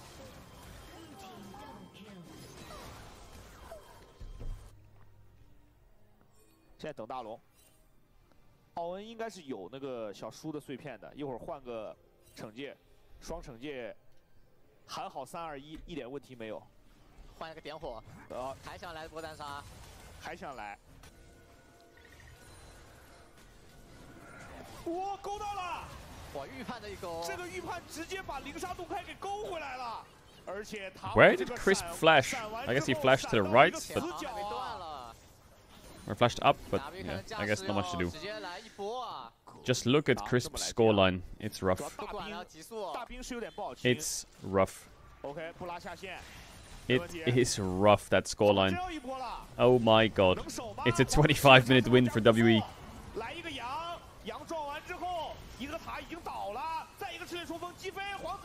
Monkey like popped off this game, but not in a way you'd expect him to pop off. In a way you didn't expect him to pop off, but he did.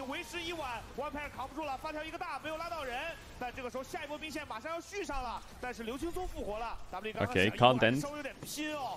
Okay, Monkey went back in, maybe can end. Nope, Monkey's just inting.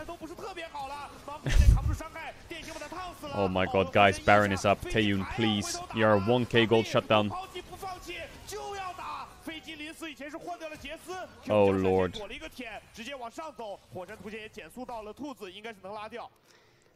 Well, Drake is gone to Tess. 就要站到最底，站到最后。发条这波残局其实也动不了大龙。是的，发条说我有书兄弟，我不行，我必须得保住我的层数。这个小龙有没有机会啊，滔博？感觉滔博有点出不来啊，现在。凯尔斯已经提前来落位了，没机会，而且确实我觉得 Okay, they can't get Baron or they can't get Drake. 就想尝试一下，没问题 Which sucks. At least Jace got 1k gold, but it's crazy, you know? Jace is 3.1k up. He was probably 2k up before that kill, but Ornn solo killed him like a minute ago, you know? A minute or two ago. 对吧？对，拼过来的优势，虽然有时候可能这优势会送回去，但是敢拼就是 W 的宗旨。 Why can't we watch LCP? We will watch LCP, Micah. 大龙的进攻了，尤其在中线已经有超级兵一直往里推的情况下，这个大龙的视野滔博是不太好做的。刚刚有人是把河蟹吃掉了，这样又扫了一圈滔博在自己上半区的视野，感觉可以直接打呀。野区刘青松是没有闪现的，塔姆。 会被勾吗？泰坦一勾勾到了，再 A 一下。Krispy Kreme. That is deep. That is deep, and Monkey's gonna get away with it. Is he gonna get away with it? He is gonna get away with it. What a rat! What a rat! 那这样皇子没有状态哦，其实 WE 要不要让皇子先刷个红什么的，回点血量？ Ooh, these hooks. 哇，现在这个草丛处处是危机啊！隔墙一个 QWR， 卡纳维反应挺快，中亚开出来，他们在一个直防跟他压起身的技能，但是红刷新皇子可以把这个红吃了，回点血。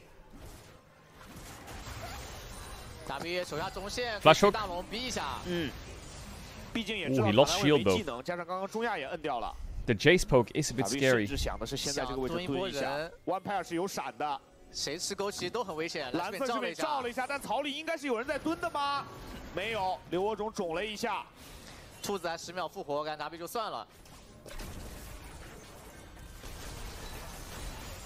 What is your name in Chinese? I have no idea. 趁这波机会点下中一，好算了，因为这波点的话，下一波可能 W 出来要逼这个大龙了，你回不去。而且我觉得对于 W 来说，现在应该要。 In China, they call me iGang. I don't know why. Well, I do know why.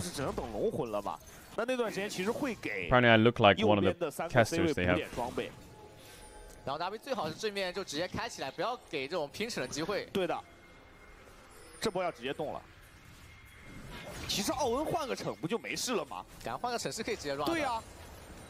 2400直接下这个贴直接 R 闪拉近距离以后有一勾，卡纳维帮忙打。Cannot be one shot. Bro, Nautilus carried this game so hard, didn't he? Vampire was insane. 塔姆赶紧交出自己的闪现 ，W 中路再往前逼位置，直接闪到脸上，把杰克的闪逼出来了。好，能直接一波啊！集结，有一个炮车，能一波吗？准备尝试一下。 Vampire went from having the most disgusting performance to having the most clutch performance.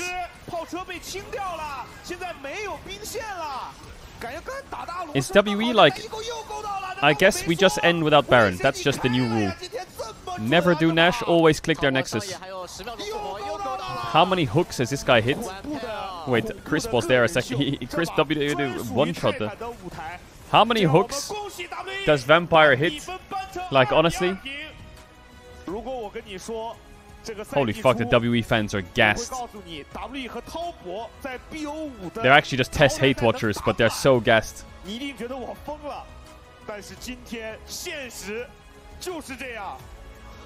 That is the averaged camera pan to a top esports hate watcher. 看到谁才是这个 BO5 真正走到最后的赢家。哇 ，W 这太燃了呀！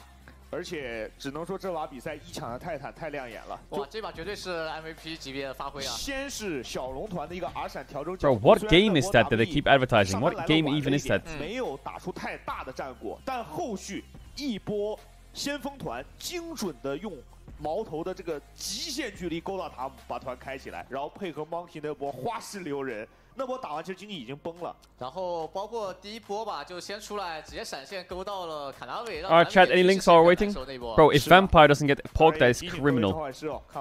Okay, Vampire is getting it good. Vampire was mental. 本场比赛 W， 您认为上野中下辅对应的5个位置，哪位选手对咱们比赛胜利的帮助最大？那也问问泱泱吧。2比2到决胜局了。Chat LCP's in a break screen. 这一把看下来 It's 2-1 to CFO。深海泰坦相较于他第一把的列娜塔，简直可以说是判若两人。这一把也像管哥说的，是他恐怖的个人秀，屡次帮助队伍建立优势。I'm not watching drain cleaning。发挥非常出色之外 ，WE 明显相较于前几把变得更加的从容和冷静。尤其我印象最深刻的是在厄塔汉那个回合的布局，他们奥恩先行 TP 到中路去推线，在下路众人推塔，然后去。Chat, what is Dan Dadan? Dan Dadan, what is that? What is that?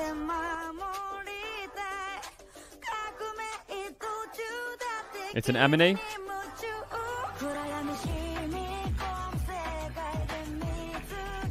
What's it about?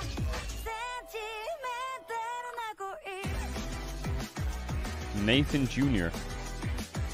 It's in Spanish.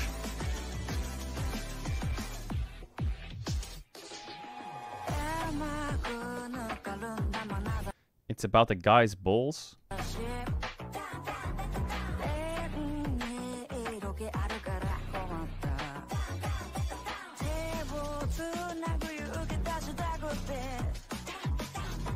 What do you mean it's about? He lost his balls.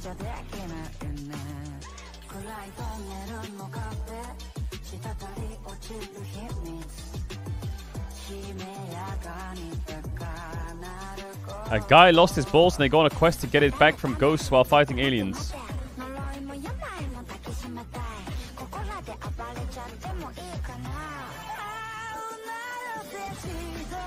What the fuck?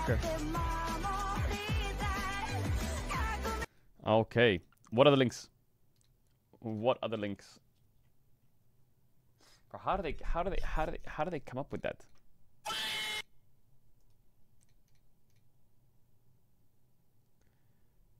这么强嘛，就有点这种感觉。真的就是一步一步感觉看他们比赛像 Top 100 most recognizable songs of all time. 慢慢的就一步步的就现在成长到就优势就运营也会让像滔博这样排名前几的一个队伍就特别难受了。而且对于滔博来说，我觉得他在接下来的第5把吧，可能真的得想明白一件事，就是今天的比赛4把看下来，滔博一定要选到那种能够。 至少有1到2个点主动去开团的阵容，对，因为这一把其实是滔博这阵容，大家想一想，是一个挺被动的阵容，它的主要开团。Chat, was this series good? I didn't see it still. 不能先进场。I feel like I've asked this question before. 是一个软开团，但是在劣势情况下，利甲也不能进场。然后 Maybe I should watch it. Is it on Netflix? 当然，我觉得真正的转折点还是那个峡谷先锋的挑战，滔博根本没有必要去看。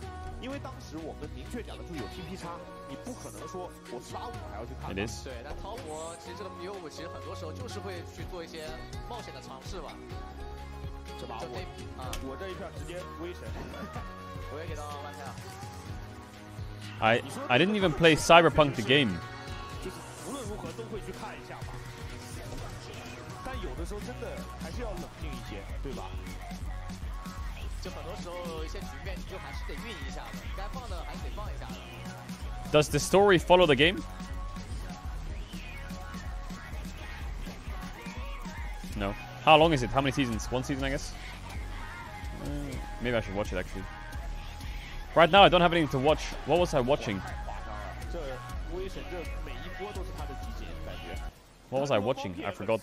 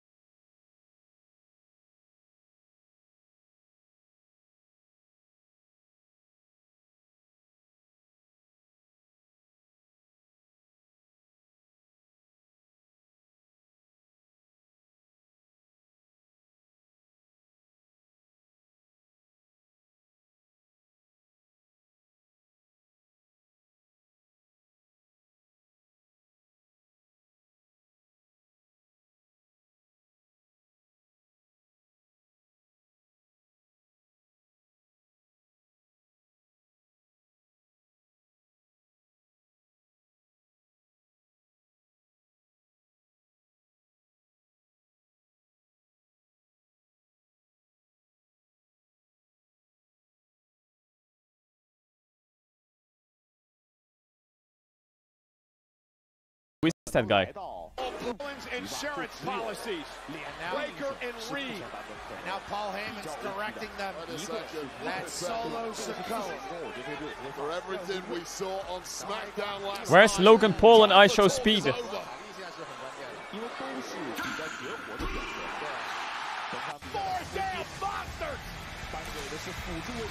Who's this now, bro? What is this? Are people just arriving late? Bro, that is so weird. That is so weird. 这样2比2，哇！今天这个比赛只能说有点精彩。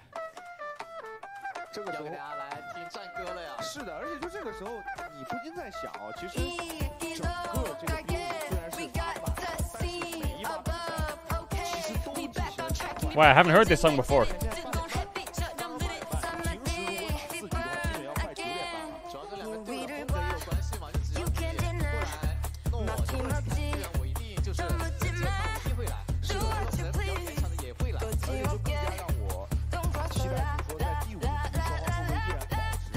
Let me hit a chorus. Let me hit a chorus.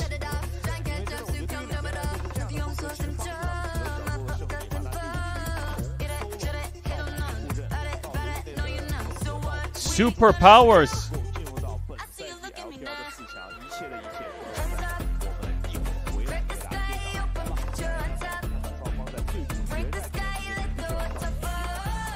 Not bad, bro. Always the K-pop videos are crazy. They are crazy. Like, what was the song I was listening to? It was fucking... This song, this video is crazy good. On the chorus? It's so wild. It's fucking everywhere, bro.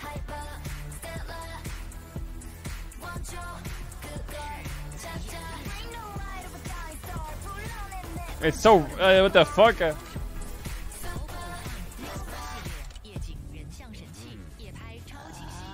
They do like they go like fucking crazy with the camera.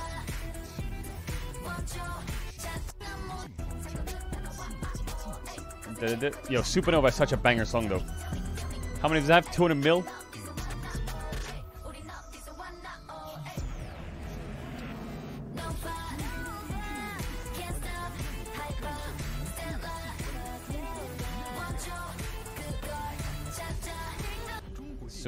Supernova. Alright, boot me up in this game, bro. How long's this break been? Well, yo, we got a game 5 to play. Boot up the Silver Scrapes. Get the fucking Renekton's locked in. Come on. Come on.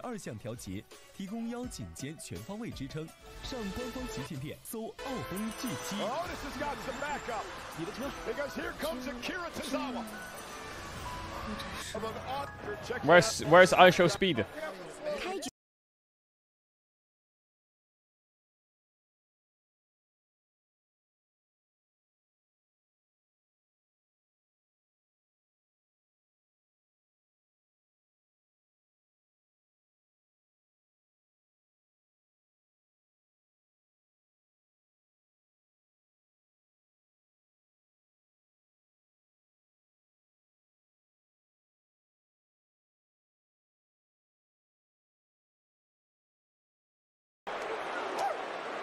Is that it?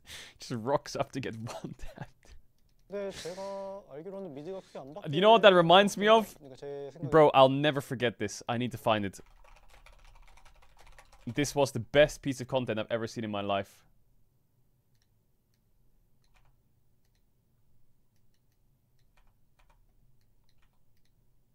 To be a competitor. Yeah. Oh! Immediate! Oh, you can see the pain in North America there. Those rib shots from Yone. That hurt, man. He got all 3 stacks. Like, Yone's fighting Mr. America. Now, and then fucking... The important thing, guy. Yasuo rocks up. It's a long thing, so I'm just going to show you. And then fucking... Look who rocks up.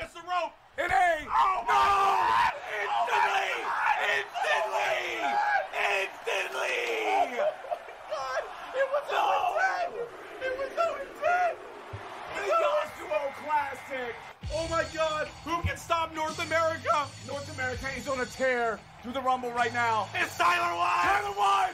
He's running straight to the damn arena! The 6'5" demon has made his way in! His head has deformed as every single player he's ever played against, and the fireworks are going off.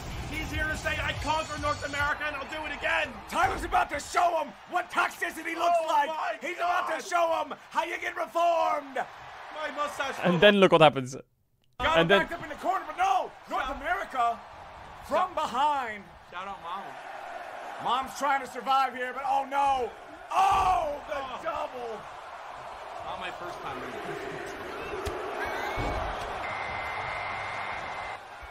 Who's the next competitor? Who do we Flowers? I don't know why Double is here. He's so excited to be here. He's ready.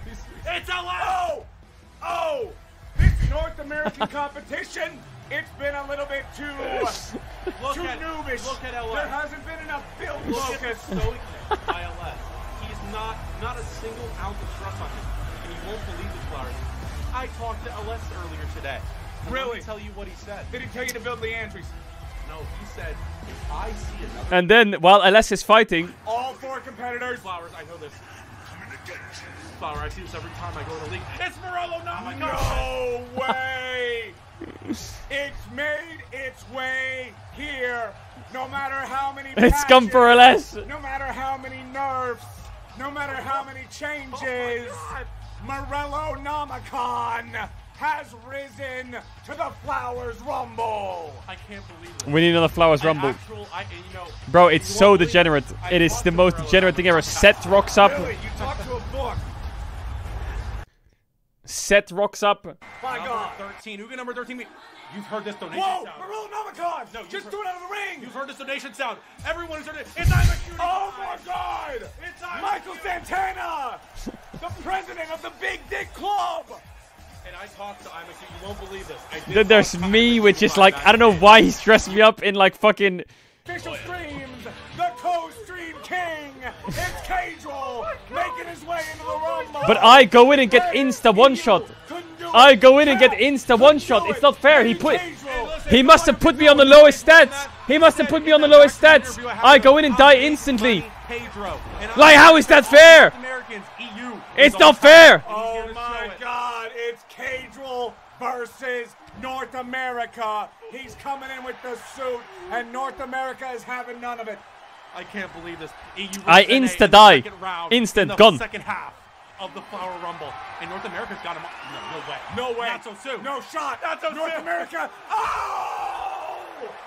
What? What? That's so not real. That is not real. Caedrel leaves the Rumble. Oh my God. Who can stand up to North America? What region could ever have a hope? No way! The president has shown up. Holy shit! The man who defined AD carry for a generation has made his way into the ring. Bro, Flowers could cast anything and I'd be so fucking invested. NA done against China. And then there's this part, which is epic. This part is so good. This is our number 16. Wait, Flowers, you gotta. It's you're going. Guys, Flowers is gonna be in the Rumble. Flowers is gonna be in the Rumble. I gotta go.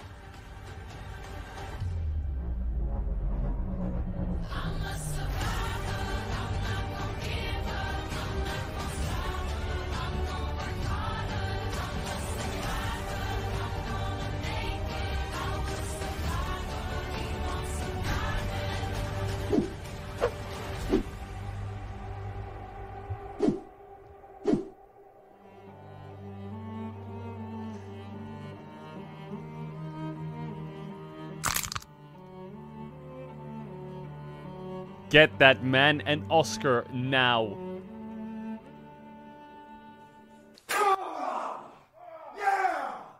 That's what you get! That's what you get, Cap! You forced me to do this! You fucked me over last night! You fucked me over! And my chance at the $500 Funari skin! Oh!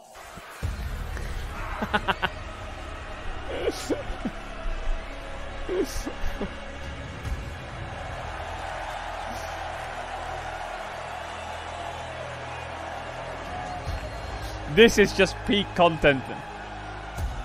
I'm a cutie pie versus Raz.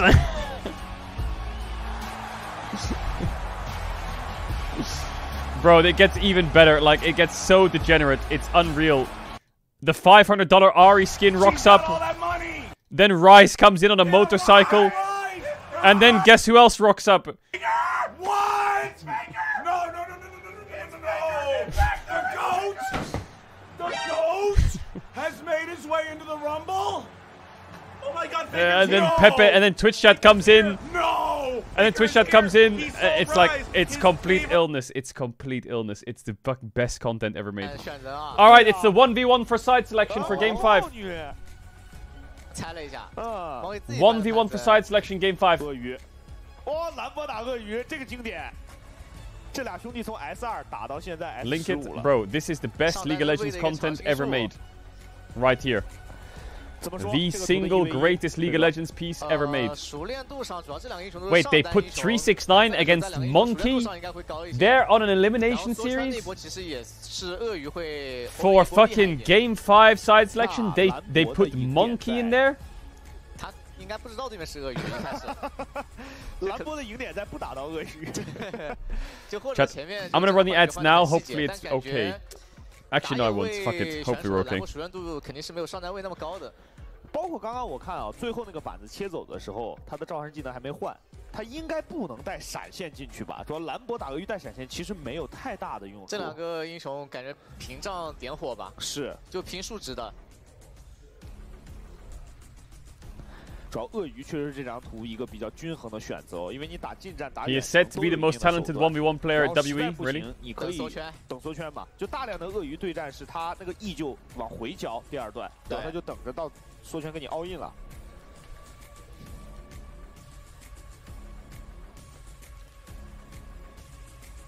来吧，我们看看今天的第5局赛前选编的 solo 环节。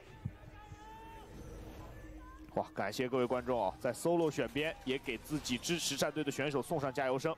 当然，可能有些观众许久没看 solo 了，也再给大家同步一下我们 solo 的规则。Alright, let's see it. 出门就有3级，你可以选择回城买 Who wins the 1v1? 两边在7分钟之前需要拿到2次击杀或者推掉对方的防御塔，而在7分钟开始缩圈之后，只需要拿到1次击杀就能够判定比赛胜利了。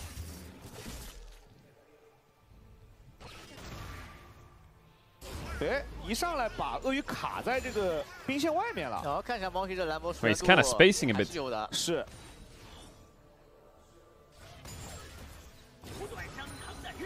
而且鳄鱼如果叠不到怒的话，前面就只能。 Is Monkey just that guy? Is he just that guy? 打兰博基本只能刚刚压到6级之后，前面看看 Monkey 能够拿到多少的一个优势吧。嗯。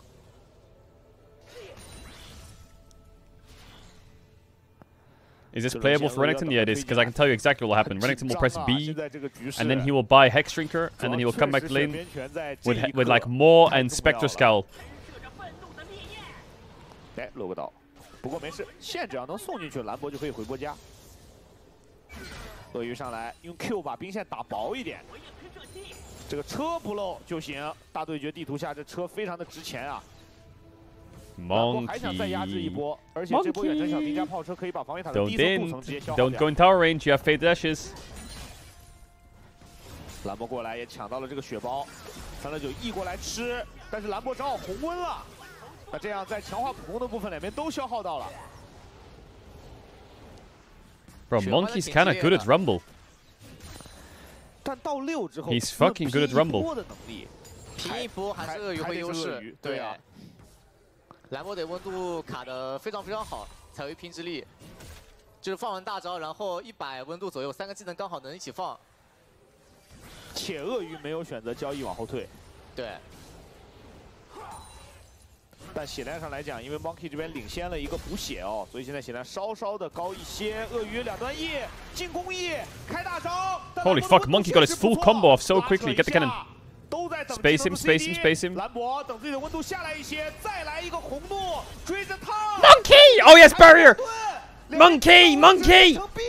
远程兵，差40血。极限两边。哇，今天这个比赛啊，从第一局到 solo 就是2个字。Oh, that was close. Oh, that was close. 全是说不好的一个对决。是的。Oh, he's chasing him. 挺满的了，这波两边。哎 ，Monkey 想看369交不交 E 技能。但369这位置其实慢慢血线回上来了。Monkey, did you base or not? Monkey 其实也 He must have based. 不好偷袭，对，回掉了。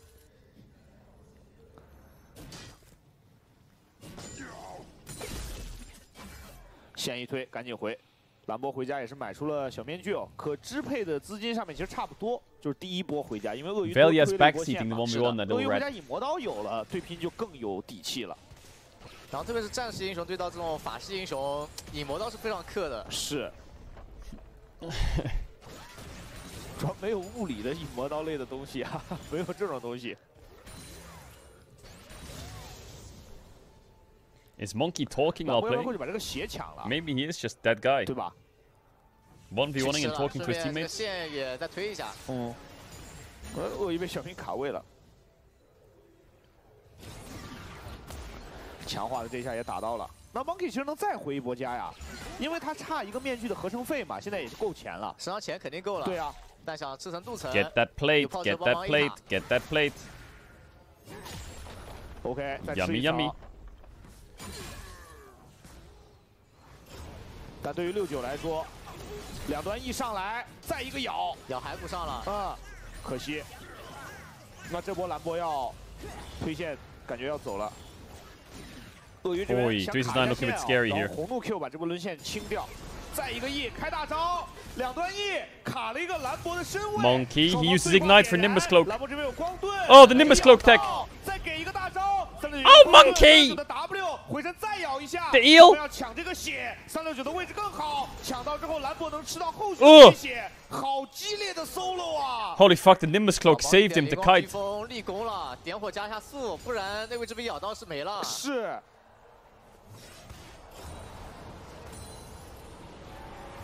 作为 push， 作为一个职业上单，怎么评价 Monkey 兰博的这个熟练度？这熟练度有点高啊，真还可以。这平时感觉没少跟 Cube 切磋啊。Didn't get the minion with Leandry with the dashes. 也回了。He has a small gold lead. 装备金额上面兰博会领先一些哦，兰博的800。是的，可支配的资金会高一些。要不要等一会儿买双鞋 ？Leandry is a big buy. What is he buying? What is he thinking?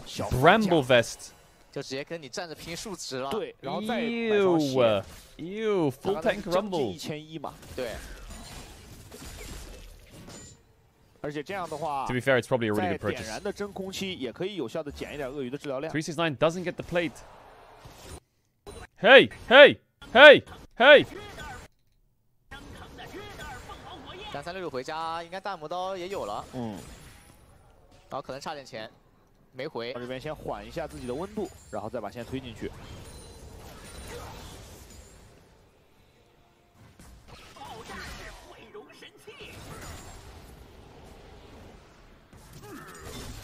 鳄鱼11级上来咬，但是兰博马上回身也回敬一套红温的技能加平 A。缩圈的预报也提醒了，两边应该都要找机会回波家。Monkey. Can Monkey take a base before the ring? Is it worth it? 领先比较多的。是，而且 Monkey 线也领先。对，就如果吃完这波镀层的话，感觉回家都有 As long as he doesn't ult the wave, he doesn't have ult, I guess, which is good. 好，但这个镀层有点难吃到。369被烤得有点受不了了。369 needs to base. He can't. The ring's coming in.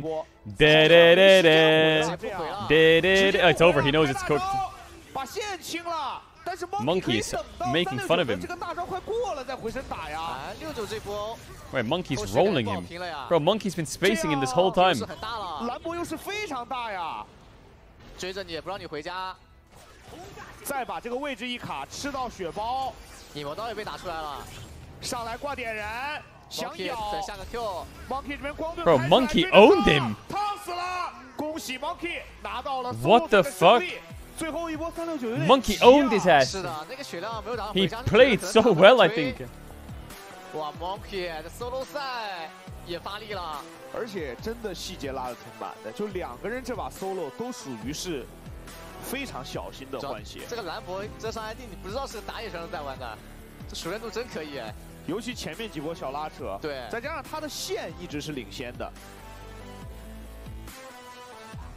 当然，在 solo 过后，对于双方来说，真正的挑战即将开始。WE 率先选择了蓝色方。 Maybe Rumble's just bullshit broken. Bro, if I'm a jungler of the team and I just fucking own the enemy top in 1v1, I look at my top laner, I say, bro, I've broken him for you. 我们也曾经一直在给大家讲，可能在一场 BO5 当中，能破红的那个队伍将会是最后的胜者哦。所以也看看最后一局究竟如何。当然，回到我们赛前 BB 讨论的这个话题，当来到 BO5 的第5局，依然有 Nico 和魏的情况下，红色方是比较吃亏的。 然后还有上路的一个掘墓啊，是掘墓到现在其实都是在的，还有格温，看两边教练那个博弈，怎样做一个交换。Now they get blue side, if they wanted, I guess. I don't know. Red side's also really good for Fearless. Da-da-da.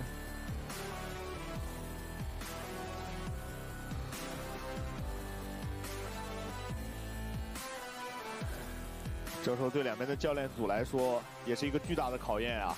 其实，在 solo 结束到开启游戏的短短几分钟里，他们要排列好剩下英雄的优先级，以及对方可能出现选择之后，自己要怎么去应对。Chat, who's winning, Gam or 今天这场淘汰赛败者组的对决 ？Oh, Gam's winning! 对上滔博，双方战至最后一局。 Give me a game 5. 在蓝色方率先 I would love a game 5 Gam. 魏加格温，而 Nico 可能要留给滔博去搬了。阿卡丽 W 这手要不要自己再一次按掉？搬了加里，哇，感觉像一抢阿卡丽啊！这样。Galio ban. They're saying Akali. I'm guessing Akali's gonna get first picked or what? 放出来做交换。Nico is open. Akali is open. 怎么说？其实滔博还有手卢娜可以打 Nico。Chase is not open. 如果知道这手的话，可以先抢阿卡丽。 They ban the Akali, so it's Nico first pick, right? Surely. Nico. 感觉没必要不抢，对吧？对。尤其是现在打 Nico。 And then what though? And then what? What's the best AD? Normally it's like the Jinxes of the world that win games at this point. 太拼了吧！但滔博前段的时候应该就是卢娜加一个打野。但左边可以拔毛的那个英雄啊。 卡莉斯塔对啊，打到第5把，其实卡莉斯塔是在的呀。Lucian Skarner, Nami on 3。我们必须要再跟大家说一下，忒用确实是 Yummy 相对比较少的 AD 哦，他也没有玩过卡莉斯塔。对，但这个局面没有办法了，必须得掏了。Test Lucian aware, true actually. 主要除了卡莉斯塔，没什么特别好的选择了。是啊，你总不能搞什么 Nico 炸弹人。Nocturne is open, right? 奇怪了。Oh, they're gonna go Caitlyn Nico into Lucian. 想要打极致的 Taeyun funny game, let's go Taeyun. What? 女警 Nico。而且这个对局其实，如果对线没优势，中期是比卡莉斯塔弱很多的。对。加上就这个对 Nico 的要求也很高。I don't think he's gonna play Ivern. Also, I don't really like Ivern with Nico. It's not the best. 前面一直在班位上哦 ，Karas 还是选择了在决胜局要选下来了。 Okay, Karas is thinking about an Annie. Okay. I think you do have to put Nami here and put the fries in the bag. 这时候一定是娜美。我在想，就是中路的部分啊，如果有维克托，香奈游这边应该是比较难拿的。 Nice, yeah, I think Dilution Nami could be a bit scary. 了 Set jungle. 先搬了一个 Monkey 的捷打野。这把打野还剩什么？破败王。破败王。破败王。不会真掏枪吧？破败王被搬的话。枪千珏这种。 安妮拿的话有点像野河。What does Cube play in top lane here? 这那一般有点像回装机了。 I think. Oh, Renekton's out. Oh, I don't know. Maybe you're playing like Annie Nocturne and some kind of fucking. 滔博这个破败王。Jax, Annie Nocturne, Jax. 有点想搬。I think Jax is pretty strong. 怎么说？如果有破败王，我还是觉得所谓破。Galio is really OP, I think as well. I think Galio is. 其实玩的挺多的。 I wonder if Tess would take. Nah, then they'd have to counter pick top really hard if they go Galio on 4. 而且现在确实没有那么多。 They go Hui Ben. 好打回桑体。 Oh, Galio banned 1 to 3. Yeah, never mind. Galio's quite strong in these game 5s. 前面聊到的给搬了。What is historically good into Annie with this many mids out? I'm not sure. Like Victor, I guess, is like really easy to just play on 4 here, but I feel like game 5s I want some flair. 但现在这个板子还有什么打的？铁男感觉也就还好吧。就或者自信的话，轻刚毅这种。Okay, they're just playing standard game. Yeah, I think WE should go like Nocturne Jax here or something. 魁加枪怎么样？真来把枪。魁得加个能做事的，最好带点伤害的。NOC 这个阵容很容易没伤害。I don't mind Cassante, sure. I think it does open Jax for test if they want it. Urgot, it's quite fun. 比 Bubble 来了，369也玩的，之前也玩的，有活。是的。要说 LPL 最爱玩战车的，那一定是369了。来吗？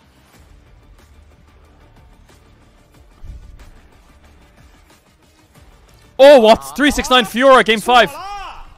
What? Chat, I want to run ads. If you want ads, you can see on the Twitch. You have sub channel if I want to back for 369 Fiora, game 5. Wow.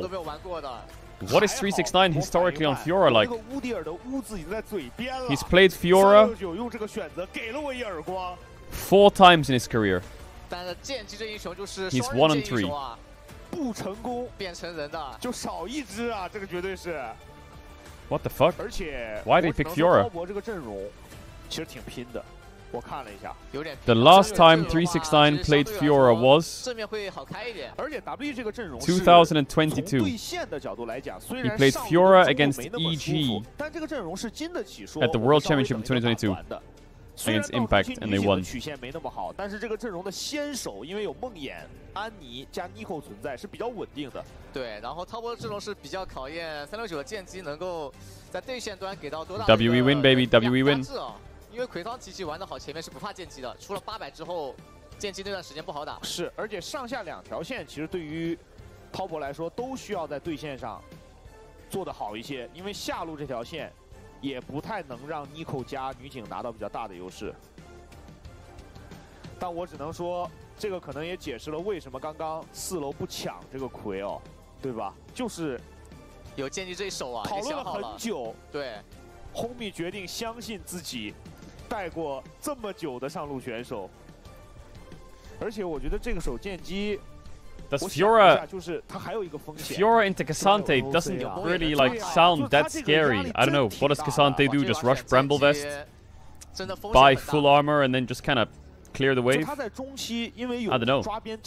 I guess you can like ult this W, but I don't really know if Cassante gives that much of a fuck. 因为他死个1、2次，其实这把就很容易没他了。然后并且对线端得拿到一定优势啊，不然可能会出现打不过魁熵奇的情况。He goes lethality in this matchup. Oh, does he really? 但我只能说这一手。 相信选手，对吧？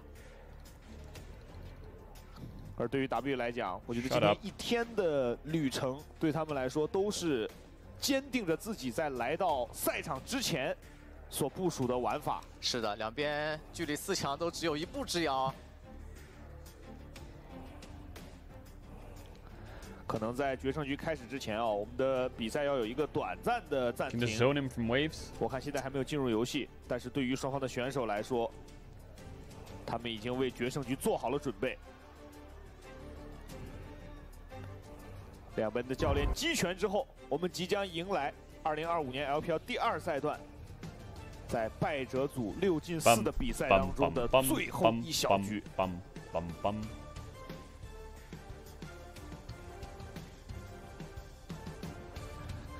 我们先来看一下究竟是什么原因哦，导致我们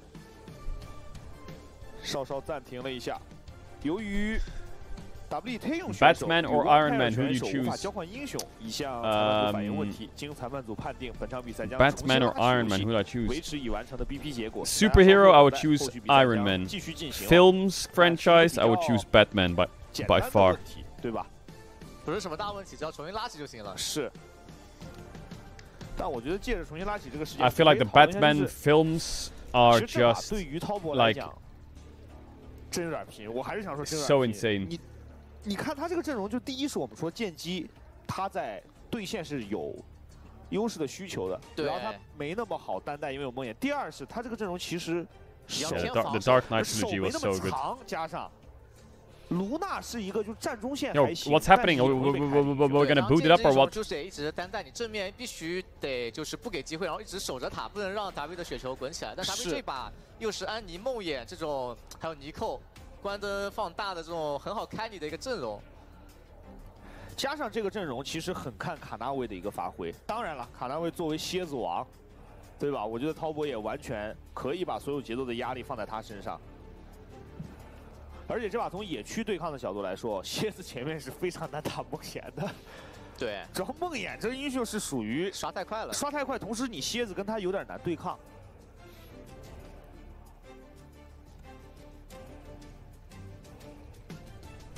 而且以 Monkey 的这种风格啊，我觉得他还是会在，比如说下路有优势的情况下，可能还是会3组进。讲下路女警尼克其实是有先权的，而且看看是不是那种最绝的玩法，就是有一个比较绝的玩法是开局打野一起去下路帮忙做野，就下路草里打野帮忙点一个眼，然后 Nico 自己再点一个眼，这样就是你至少2个草你都藏不了。 然后你娜美就很容易一直被消耗，就确保下路有100%有限。对。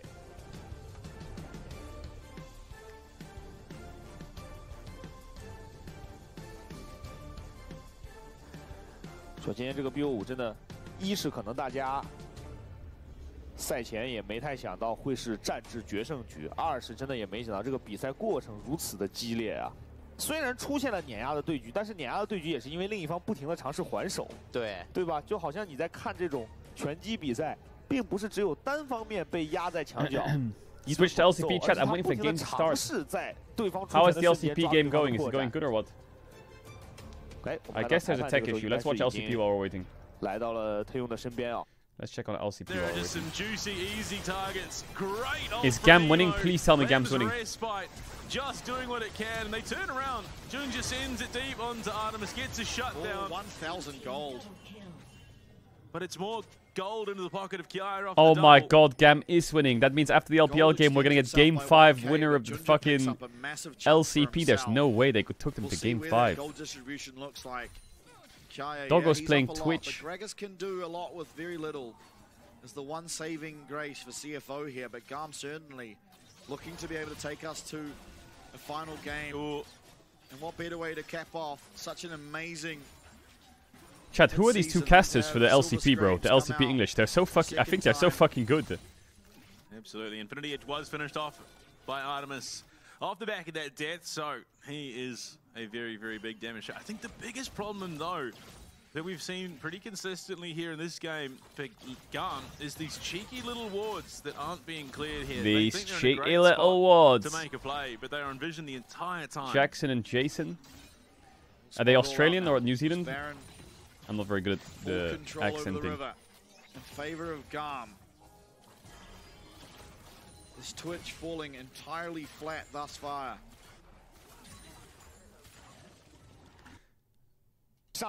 Alright, Game 5.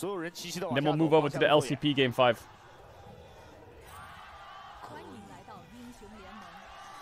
Come on, WE, please make it happen. Please don't lose to 369 Fiora.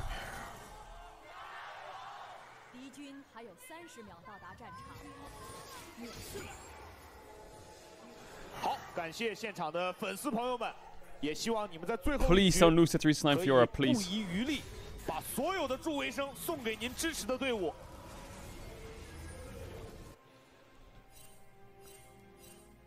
一上来 ，W 是投资了大量的视野帮助下路。I need to check the LPL schedule because AL plays BLG on Monday, IG plays the winner of this on Wednesday, but then who plays? When does the next thing happen? Because I need to watch Genji Hammer Life, and if it's over the same time, I'm gonna be fucking sad.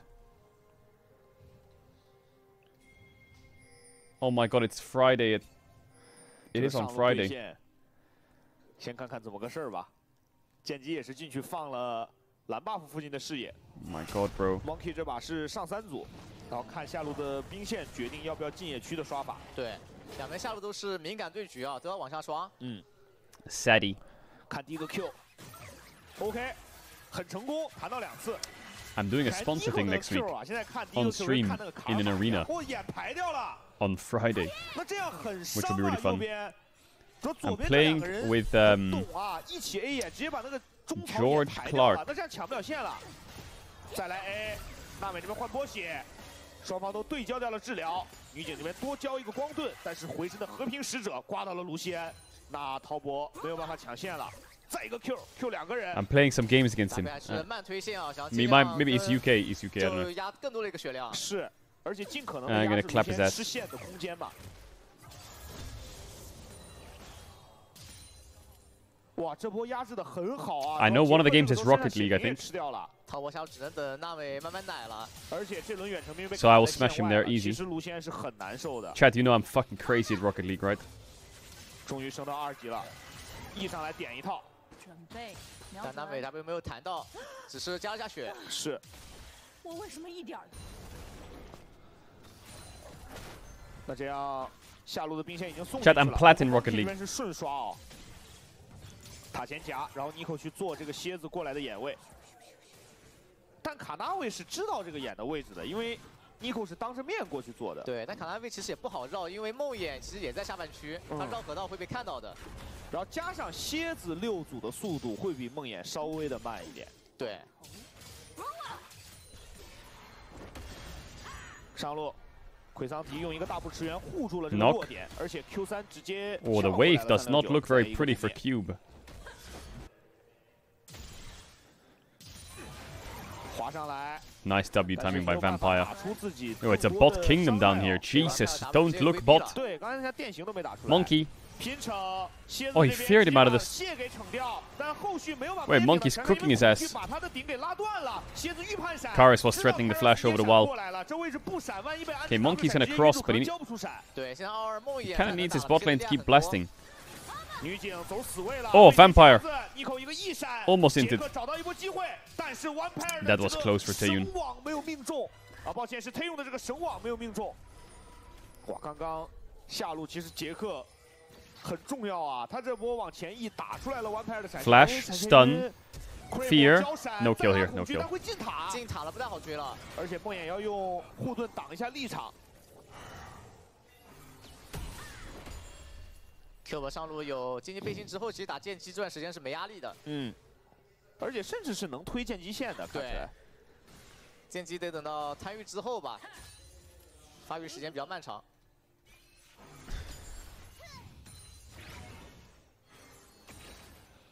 这样，其实梦魇选了一个还挺贪的刷野，就他这样是可以再刷一轮左右，然后回家直接买那个提亚马特的，看他是不是这么刷。他应该再刷2组，那个钱差不多回去是够一个提亚马特的。F6也刷了，看他要不要去刷。Okay, he W's the auto attack. Yeah, Bramble vs Cassante. I think he's chilling though in this lane. 下半局虽然能够打掉尼克一个闪，但是对于卢娜来说，这把吃的压力确实太大了。王梦魇回家直接买钻头，他要出钢臂。I guess the problem is you can't really take plates now. Because if you do, you should just get auto deck and then you get tower aggro. 钢臂作战能力确实。 Yeah, I wonder what the Fiora does this game. I mean, she will probably have to go like fucking full side lane Hullbreaker degenerate mode, while I think WE's comp might be okay at dealing with it. They have Nocturne Annie, which is really good engage to make sure you're fighting in the 4-man or collapsing on side. They have Cassante, who's great weak side to clear waves. I wonder if WE should swap. They're playing this Caitlyn Nami lane, Caitlyn Nico lane, and they're winning, but Nico lost flash and the enemy top is Fiora, so is it worth to just play into the Fiora with Caitlyn? 前面的打野又来到了下半区，蝎子知道梦魇在，这个线哦，卢娜很难受，因为左边的下路组合太强势了，穿到了一个长禁锢。Nice heal. Wow, Lucian did no damage. No flash, Krispy Kreme. Was Vampire's heal. 这样的话是 Nico 的一个缠结倒刺，穿冰之后的长禁锢打出了松松的。 It is just a bot RM. Vampire 的 E 很准啊，逼了个闪。因为不敢再去吃和平使者那下伤害了。 有 CK 鞋安杰就利用大招，好的时候就换你血。是。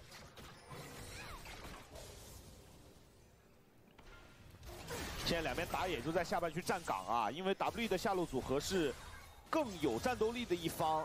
杰克这边先把先顶出来。Oh, last hitting his Lucian is kind of tricky here. Look at that fucking trap. Oh, Jackie Love! What the fuck? It's unplayable down here. 下路只能亏线回了。 W 下路压力已经完全给到了，主要他用这个夹子放的太好了，对，这个位置卡住那个唯一回塔下的位置了。上路给大招，无双挑战369 Fiora. 撕破，但是奎桑提有他的好兄弟墙壁。Looks to me like he just wants to push the wave out. I need to refresh again. 能不能撕破？但是奎桑提有他的好兄弟墙壁。我觉得对于 top 来说得早点换了，就这个双人组在下路已经吃不了线了，这么玩。但 W 是可以跟上来的，双人组一定会追着你的双人组。First rate W is great. Now they're gonna swap. 对，就换中卢娜是能发育的，你换任何一条边线，其实卢娜都有点难玩。现在。Game 1, it's going to Game 5. 在边线得小心一点。Chat, we're eating so good tonight. We got Game 5 Test WE. We got Game 5 Gem coming up in the LCP. Then we got LEC Finals. We're eating so good. I'm sure you guys are probably watching the Spain versus fucking Portugal football as well or whatever.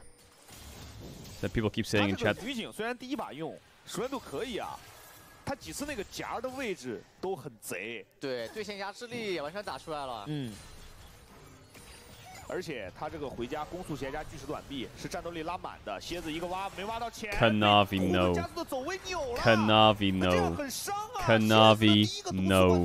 No no. 接不了了，草魔虫也没有看的资本了。好自信啊 ，Kairos 这都不闪。然后 Kairos 好像第一时间闪没好。 但他走位直接把这个大给扭了。对，因为那个 E 有个小加速，对，他直接把那个毒刺冠体给扭开了。还是卡纳维的这个以须塔尔冲锋没冲到，有点伤。Chat, the KT Nongshim series, were the games good? Like, was it like banger games? Oh my god, or was it just KT stomping them? 3重加1龙。然后剑姬这英雄对到对面的一个射手，其实很难受啊。而且剑姬在塔下会被。That's actually really interesting. 对。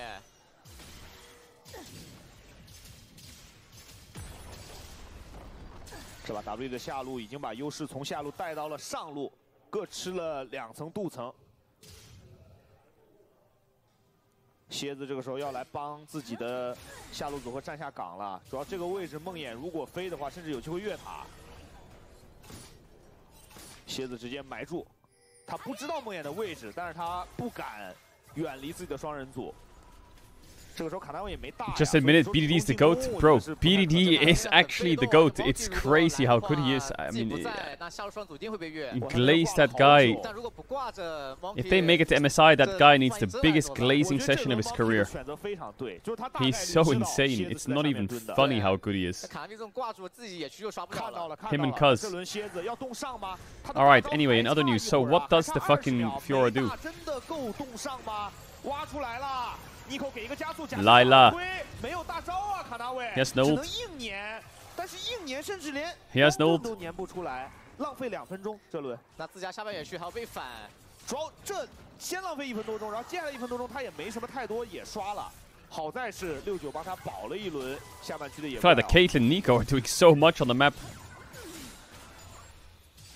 They're smashing them. Like Jackie can't lane. Nico 刚刚用这个2声花影的假神挡那个推也很精彩啊。 Oh my god, I get to watch the Shy versus Karis and Taeyun. What a blessing. 今天卡纳比开扫描的时候，其实3小草 W 的眼应该是知道了的，就觉得自己不会被抓。想了一想，卢娜还是对不了这个线，是吧？还是得往中路走。但这个时候女警已经对位领先1200了。 The game's not over yet. Yeah, but it's a 2k gold lead from lane phase. And Tess have a Fiora. Like, I just don't see it. I'm sorry.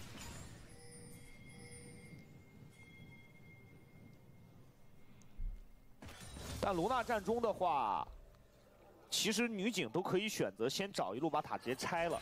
对，因为现在有3重啊，就这个拆塔速度是非常快的。然后剑姬这英雄。 对线其实没压到什么的话，他的一个发力期会比较晚。嗯，就前面的一些资源团，其实 top 都没那么好接。而且就是没容错了呀，就是你剑姬对线没优势，你在边线如果被梦魇抓的话，就完全没容错了，是吧？是的。反正现在这个局面对 top 来说很被动 ，top 只能拖啊。对，拖到3C 装备起来。3 grubs, Caitlyn, Nico. 而且蝎子打到这会儿也没什么节奏。梦魇这边海克斯助力钢臂已经做出来了。然后 W 这把其实有个比较 I 简 mean, 单的 WE is 公 just 式，就是 winning 控 the 小 game by having a winning bot matchup, 下条龙其实阵容上也是 playing very well in that bot matchup and covering very well. Monkey's been covering 有龙就来 B 团， most of the time. The one time he didn't cover was that top gank.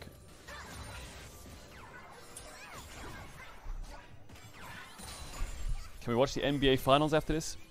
Who's playing in the NBA Finals? Is it Michael Jordan? Nico 在这个视野里回城了，但是龙还有15秒才刷新。来看一下这一轮滔博的选择，因为现在卢娜确实战斗力上面还可以，但是女警也回家补出了自己的收集者。主要卢现在有西兰刀了，是有一定打架的能力的。 上半局魁桑提有这个大反甲之后啊，真的是没办法，直接飞，闪现交的好急呀、And he can catch him. Tiba! Big kill for Karis. Big pick for WE. I feel like they're moving their bot lane around the map so well. Annie's bot, Caedren's bot, Caedren's top, Caedren's bot, Caedren's mid. 对，这是唯一你被飞交闪能走的方式，你先交，后交你都很难走。 他这种闪防就是觉得 W 可能没他视野，第一时间闪走，闪进阴影里，但其实已经飞过来了。切！而且刚刚在侧面又是用2声花影挡掉了伊绪塔尔冲击，蝎子想过来硬拼成。Oh, Vampire! Absolute Lila right there indeed. He's gonna die for it. Kanavi gets the dragon. No, he doesn't. Taeyun. Oh, onto the trap for Cream. Who's gonna get the dragon? Karis, get it! The dragon! Q it! Karis, you rat! What? He killed the Victor? What? I thought she just queue the dragon there and get it, but he just kills the Victor instead. Wow.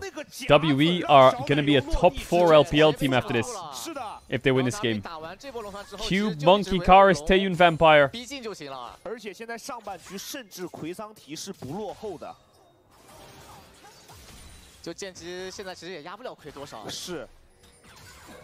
对于滔博来讲，还是那个问题，掉点了也不想放，对吧？就这个 BO5就是，全都是这样的，反正。就每一波不管好接不好接，都要来接。My headset running about you. 这个 Nico 的控制接夹子，让对面的辅助就没动过，然后后续这个夹子直接夹住了落地的。Wait, my headset running battery. Hold up. 太关键了，这个夹。然后 Monkey 的闪。 也留下来了，上一波直接闪上去了。哇，兽爷是老江湖啊！兽爷深知不要提前开香槟，是吧？兽爷这个一只手摁着一个教练，兄弟们冷静，还没赢。当然，我觉得对于滔博来说也还没有输。现在虽然有劣势，但是这个阵容等维克托和剑姬的发育，加上我觉得剑姬这条路还是要想办法帮他拿到优势。 但是现在资源团每一波呀，滔博有点太难接了。Okay, 3K gold lead.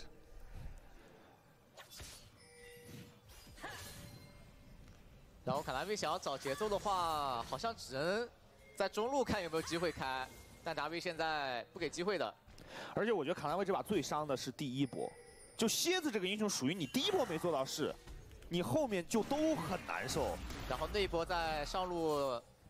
就怕梦魇月吧，其实蹲了也浪费很多时间，挂住了嘛，那波就是。对，今天其实落后快2级了，而且现在被刷爆了呀，就是你本来打那个梦魇就越往后越难刷。啊哇！枪，而且还有星界 Cunning's kind of wasted. Jackie Love is playing like super aggro, but they're losing objectives. They're not getting bot tier 1. They're losing Herald. They're catching top for free. 这把战略点都已经出来了。Karis will win the LPL, bro. If Karis wins the LPL,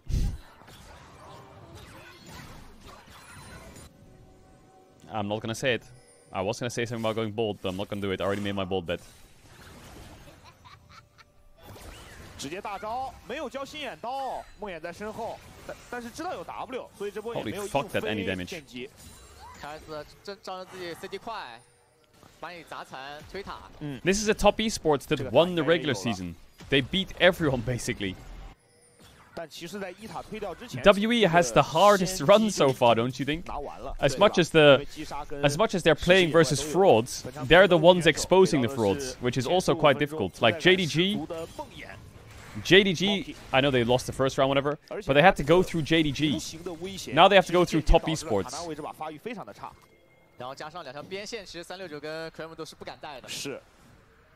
And they had to go through NIP, didn't they? 现在就在等下一条小龙刷新了。Did they have to go through NIP? Or was that FPX? That was FPX. 女警在接下来会有一个 Don't say IG next, buddy. 这个不到3件吧，这个时间段，这也是为数不多，我觉得滔博能利用卢娜抢抢中线的时间。 Crazy they had to go through JDG tests. Imagine I told you WE plays against JDG in tests in the playoffs and wins against both of them at the end of the regular season. I told you that you'd be like, what? Playoffs just go the way you never expect. 小龙还1分钟 ，W 下半区视野开始排，并且下一波打起来的话，其实也是 W 会更加主动一点，因为像奎桑提也很厉害，正面开团也很简单。是的，加上就是你根本过不来啊。对，就这个位置你过来，一旦槽里有人，你就会先掉点，毕竟有梦魇在，他怎么都能跟得上。加上女警这一手魅力就是。Gam CFO Game 5, yeah, we're gonna move over to it when this game ends. They haven't even started the draft yet, which is good. 小奶油还在下半区收线啊，确实有点不好挤。池天使已经出来了，但是视野太差了 ，W 整个。 河道全都是他们的眼，直接晕卡纳位，走得掉。Good kill on the face check. They didn't even have to use Nocturnal. 匣子直接控动不了。哇，这一轮甚至梦魇都不用开大，狙一枪。That's 3 dragons, bro. It's a fucking stomp by WE. Are you kidding? 中塔守不了，这中塔不可能守。Tess is joining JDG, Fnatic, and DK, and fucking fraud watch Cancun. 那这样小龙也没了。 维克托走过来之后也不敢往下看啊，因为梦魇还有大招。现在对滔博来说只能放啊，下一条小龙被迫只能决战了。但是决战的资本是什么呢？就没有办法了。龙魂如果给到 WE， So what does the Fiora do in this game? I'm excited to watch that part. Nico 风龙魂，对，集中性太快了。而奎桑提风龙魂。 369在上半区能吃一个带战略点的塔，但是对于目前团队的劣势来说啊，369这点优势是杯水车薪的，尤其是剑姬又不是一个以打团见长的英雄，而这把比赛其实压力最大的还是下一波的正面团。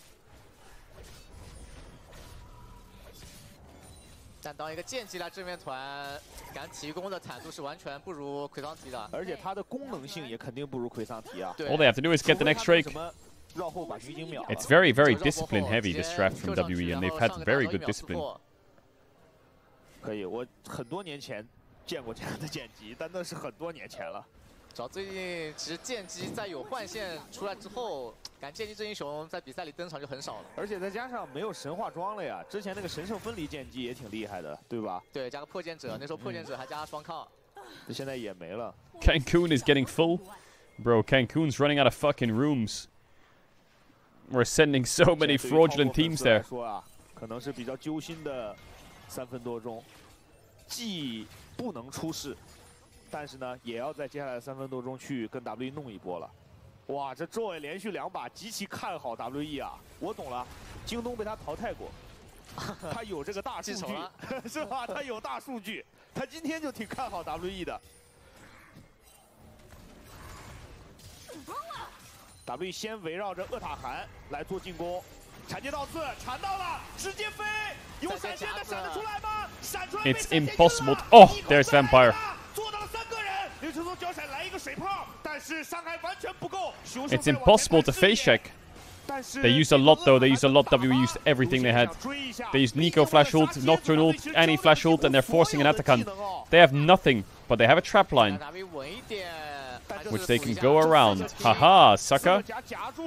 Take that, Science. 缠接到刺，被小奶油走位给扭开了，这是滔博为数不多的机会。但是安妮在侧面晕住了雷神松，雷神松也被打残，滔博也不敢接这个塔寒。但与此同时，369在上路猛猛的带。这波对于 W 来讲确实杀心。Yeah, W needs to be really careful not to throw the whole game. They need their ults.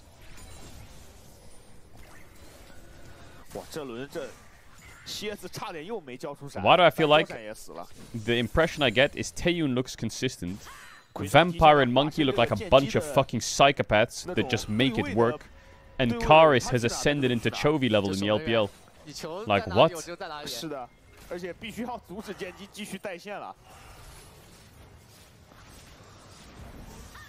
剑姬过来给大招，想1打2，但这个位置1打2有点太难了。急啊！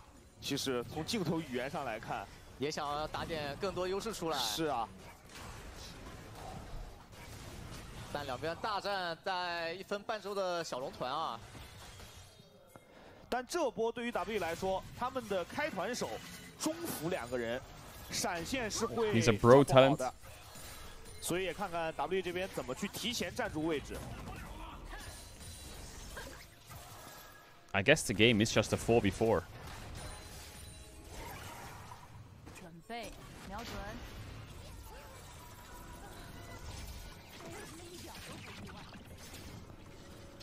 再抢一波中线，风龙魂还有1分钟就刷新了。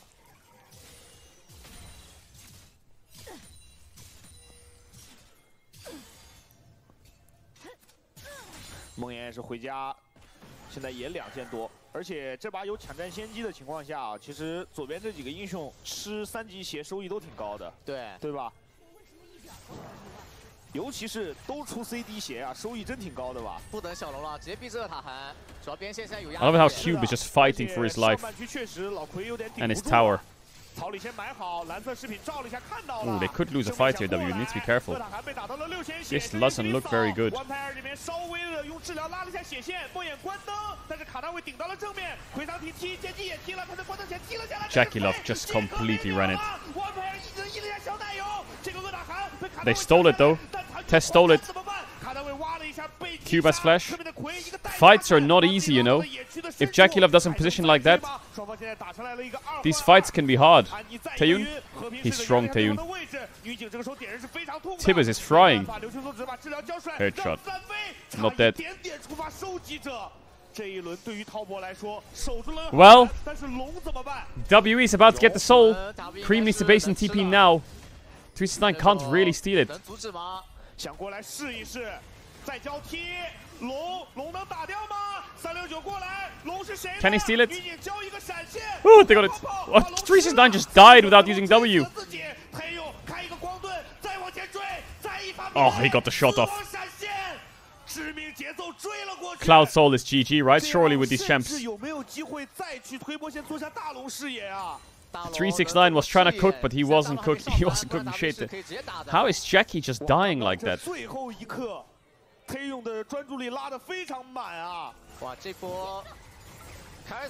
I felt like his positioning was okay, and then it was terrible. Like here, he's fine, he's fine, he's fine. Here, he just randomly splits and dashes to the right as well. Oh, he's caught again or what? Oh, big Skarner ult. Monkey! Monkey! He died to Tibbers while culling! Jackie! What's he doing?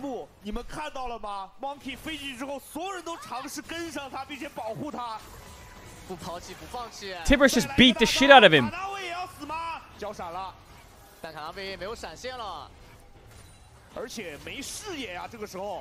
WE are so fast-paced. Look at this. They're just doing objectives on the spot, on the spawn.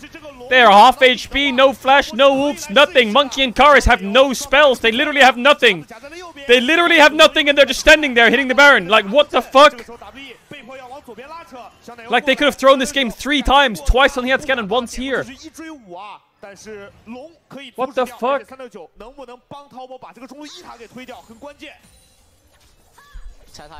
It's crazy. Your neighbors will kill you. He gets caught on mid-wave again by Nocturnal, I guess. How does he die to fucking Tiba? Tiba! The cleanse was good.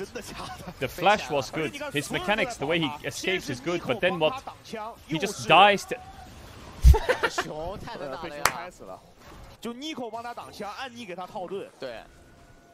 Oh my god! Bro, how do we unsee that?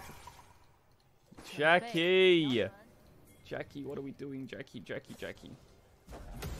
而且对于 W 来讲，现在女警跟安妮这个装备有点太豪华了。安妮这帽子马上出来了。对，得看这段时间能不能大龙比起。You know, I'm still. 就是滔博想要看到局面了。是的。I don't know. The scaling on Tess is pretty good, but the Cloud Soul really tipped me over the edge. I think it should be one, right? But. 打到现在边线。 这个守门员有点守不住了，有点吃力了。对的，剑姬等级现在太高了，而且高贵的 Like Caitlyn's up 2.1k gold. Look at the AD items. 2.1k gold. Looks the same, no? 梦魇想抓波单，有没有机会？直接飞，被掰了，心眼刀好像交掉了。This is really good. This is why Nocturne's quite nice against the champs like Fiora. 奎桑迪给斗出来了，刚才那一下。对。 Yeah, he's going Hullbreaker. 但是这个剑姬边线直接被梦魇飞死了。那这样要不要再逼大龙？因为剑姬复活时间其实很久啊。准备，瞄准。但问题就是 W 打野这里没有大招。我为什么一点都不？但这个时候的梦魇大招应该转得很快。对。他是终极猎人。And we're gonna click the Baron again. What is that trap line from Taeyun? 只能弯票去看，但弯票也没有闪。平审肯定是 W 不想看到的。 Oh, that culling did a lot there. Karis no flash, half HP. 看看怎么说。 Kanavi no flash though. T-bound Kanavi. What are they gonna do? Just finish it? Just fucking finish the Nash? Oh, Vampire, good engage. And he gets out as well because of Cloud Soul. Oh, and he roots Jackie with no cleanse. Oh my god, Jackie just walked up and got hit by... Is Vampire just that good? Monkey solo kill Scream. It's GG VP. Can they end mid? Karis buys Elixir of Sorcery. Bro, Vampire is so good. He is really... Vampire and Monkey are so good. 娜美现在也回去了，但是清不了线啊！最快复活的杰克要18秒，要做到了吗？关灯，直接飞娜美。Monkey。梦魇自己先死了，但他为队友争取了一波的时间。 3. Oh, he's flashed on a trap. Top Esports are out. WE have knocked out JDG and Top Esports. Taeyun and Karis have knocked out JDG and Top Esports. That is mental. Monkey and Vampire are legit. They really are legit. Karis is playing like fucking Chovy. What is going on? Is this real life? Hello? WE versus IG on Wednesday for top 3. Wow. That is insanity. That is actually insanity. 就是拿到优势之后，不停地尝试扩大优势，不给对面任何喘息的机会。也许对于滔博来说，他们统治了这个赛段大部分的时间，但是在最近的2个 BO5当中，他们没能够找到赢游戏的方式。在今天面对 W 的比赛中 ，Farewell Top Esports。 他们是硬实力更强的那一方。 Wow. 但是在抉择上，他们总是一次。 Okay, chat. I need to run the ads now because the game has ended, but we're gonna watch the LCP now. We're gonna watch the LCP. Taking damage. Game 5 LCP. Getting some revenge. Game 5 LCP banger. Yeah, absolutely. It is the nature of these range versus melee matchups. Oh, threading the needle. Yeah, absolutely. Well, the shuriken, I suppose. Although, why are you doing sewing with a shuriken is beyond me. Why does it look so... Junja back on an invade. Levy's already making work. I guess because the LPL stream was so good. But the colors look a bit weird. Gets the majority of it. Quick business meeting, and he's out before 4. That's upper management right there. Yeah, I bet he plays golf. Could you imagine? He's not hitting the ball, he's throwing it. And it's messaged Dom and said XD. This has been the strangest jungle pathing of all time. Junja's still yet to take his blue buff. That has just remained up this whole time. That's just gatekeeping mana. Rip Bozo Top Literally, Esports. his job is not to actually do anything. Incredible. Yeah. Rip fucking Bozo. This honestly feels like, you know, just Season 4 where you literally cleared jungle camps with two abilities at best, and then you just went and ganked stuff. Oh, back in the good old days, and I say that sarcastically, where it was Camille Zinzao jungle, you did red and ganked mid immediately. Yeah. Wait, someone did What a time to be alive. Rest getting some good damage onto this tower with the Demolish procs. Get some planks up. Okay, I'm just going to say something quickly. Apparently someone did an LPL 2025 power rankings, and they said this offseason was so exciting, I can remember since the start of following professional LoL. Here's my LPL opinion of all of the teams and then power ranking and who will win. I'll stop when we see WE. But they got solo killed by Kratos. And then after that point, it was just over. When you're losing the side lane as the Nidalee, the AD Nidalee, it's WE. kind of just game's done. 16th place. Coming through here, it is not matched. So Garm are going to keep their bot lane. Wait, here. where did Monkey come from? Possibly suggesting they're looking towards the dragon. Where did Monkey come from? They didn't have Monkey before. The Peacemaker. The Venn diagram of turrets. Yeah. Or from EDG. Shapes are hard. It's always been the biggest issue. Kaiwing. In general. Yeah, I mean, so this is now technically almost a mirror matchup 80. I'm just kidding, I'm just kidding. Oh, take it, do it, go, send it on you. It's just things that didn't age very well. To the bit. Why not? You're going to Vancouver anyway. I just think that Monkey... Monkey... Go for an extra ride. I don't know if Monkey just has like the biggest confidence ever or the most aura ever, but he is just different, man. To try and make it into that bracket stage. You are inevitably running into the LCK regardless of where you end up, so... From memory, we didn't in first hand. No, we didn't. No, we for some reason skipped that series. Yeah, it was a bizarre day. What does his head do? Yeah, exactly. Okay, we're going to leave that in the top left. No Alright, let's focus up. Rest is playing Nidalee top, Junji is playing Mundo, and they're playing against Caitlyn Heimerdinger bot in the Grand Finals, Game 5. I don't know, I feel like my read on... Wait, what the fuck's these lanes? My read on the APAC is that CFO is way better as a team, but GAM has aura, and they have like magic or some shit, and that's the only reason they're winning games. I feel like CFO fundamentally is just way better. Maybe I'm completely cooked, but that's all I see. I feel like GAM just wins from aura. I mean, again, yeah, this and is plot armor. The bane of Talon's existence. CFO utilized it to send them to the lower bracket, and then GAM utilized it to send them home. No Bard this time, though. You're somewhat thankful. I think both Bards left a bit to be desired. Oh, Elio is just clearly the better Bard. He's played it so many more times than Kaiwing has in this competition. Junja back into the jungle of Levy. Levy looking potentially for a dragon, actually. I mean, he's hovering around there. Doesn't look like it, though. Sorry, I'm trying to fix my scenes. Okay, there we go. I can't believe we're watching Junja play Rumen, thank you for 32 months. I can't believe we're watching Junja play PvE right now. Oh, get cancelled. Get cancelled. No way. Prank him, John. Just, I don't even know what he achieves from that. I mean, it's a tempo play, I guess, but Doggo's recalling. All about ego chelling, and that was the biggest ego chell from a support I think I've ever seen. Well, I feel like, I mean, Doggo's just pathing out back to the top side, I guess. I guess Caden just pushes the wave in bases, doesn't care. Has the pickaxe. Rest is falling behind. Something is really wrong with the colors. Is it me? Let me refresh. Come through for the bottom lane. No, it's not me. Garm. See where they head out. Looks like they're going top, so they're going to be matching Doggo. Kaiwing likely to do the same.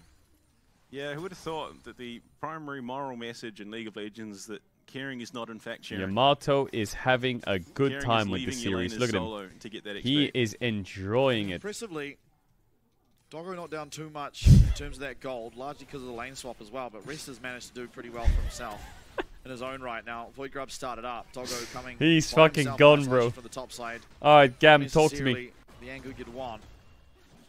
Yamato has better colors? Definitely not that strong of a champion at this point.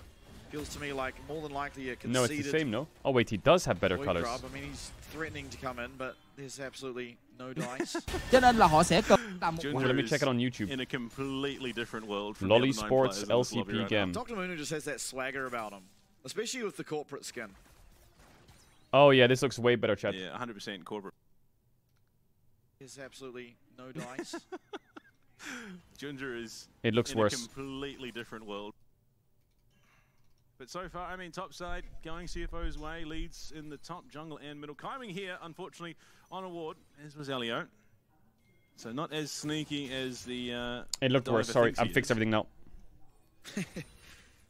Nautilus, not who I... Crit Archer Nautilus, who would have thought? I don't often compare him to, or think of him as a sneaky champ. Just watch the Japanese stream. I like the English cast though. Oh, boy, Doggo shit himself. Was actually going to miss, but Doggo not going to risk it. It's when you full screen it, it's when the problem happens. Oh yeah, it is when I full screen it. Doggo to have gone barrier this game, but what the fuck? Wait, the color just disappears. Under that misfortune, who even these just Heimerdinger bombs. Yeah, that's exactly it. With 6 online, Ginger as well. I mean, looking for that opportunity. CFO are going to get themselves this dragon, and Mundo, all he really needs to do is buy time to get that scaling online, because Hold on, again, nothing's eventually happening. it'll get to the point where he is... This one looks way better.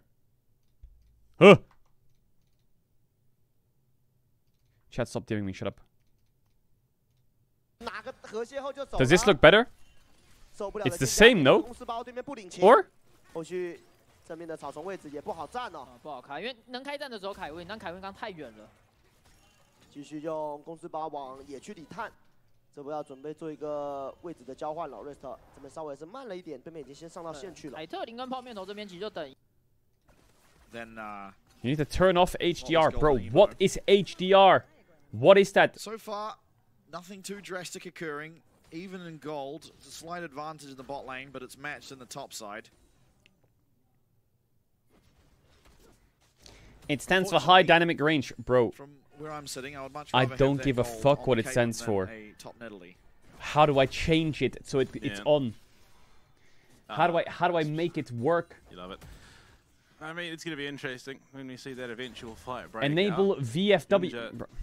I mean, having a phenomenal time, all things considered. Yep, gone entirely uncontested so far. Exactly what you want.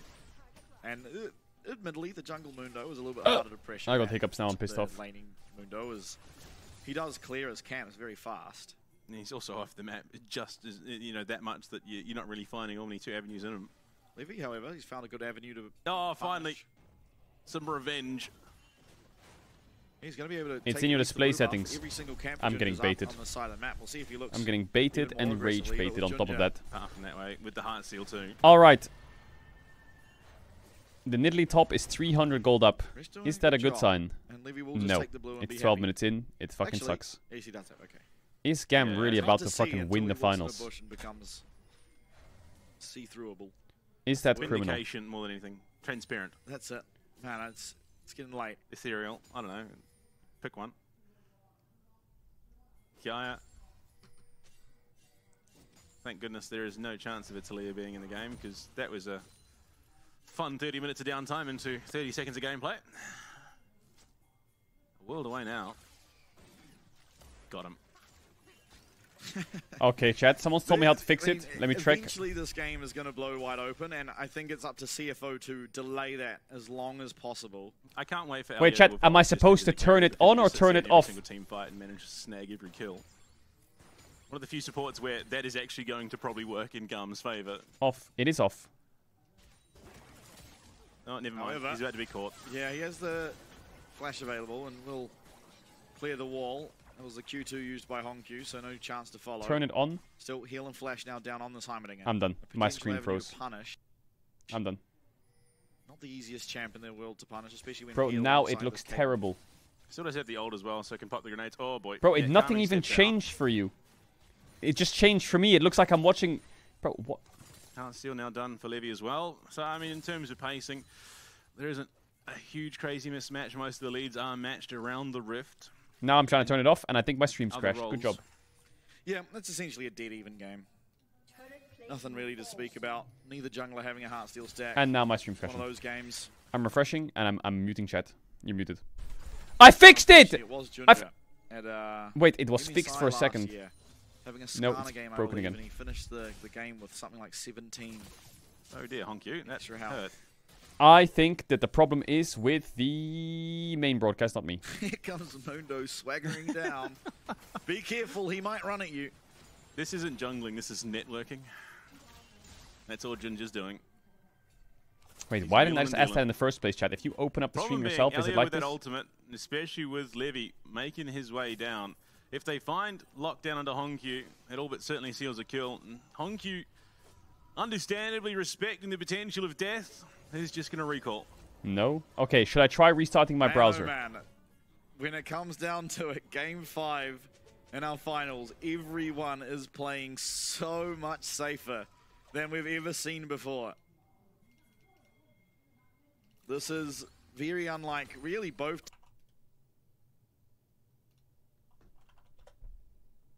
Being that they have just by far the best late game champion on their side of the rift.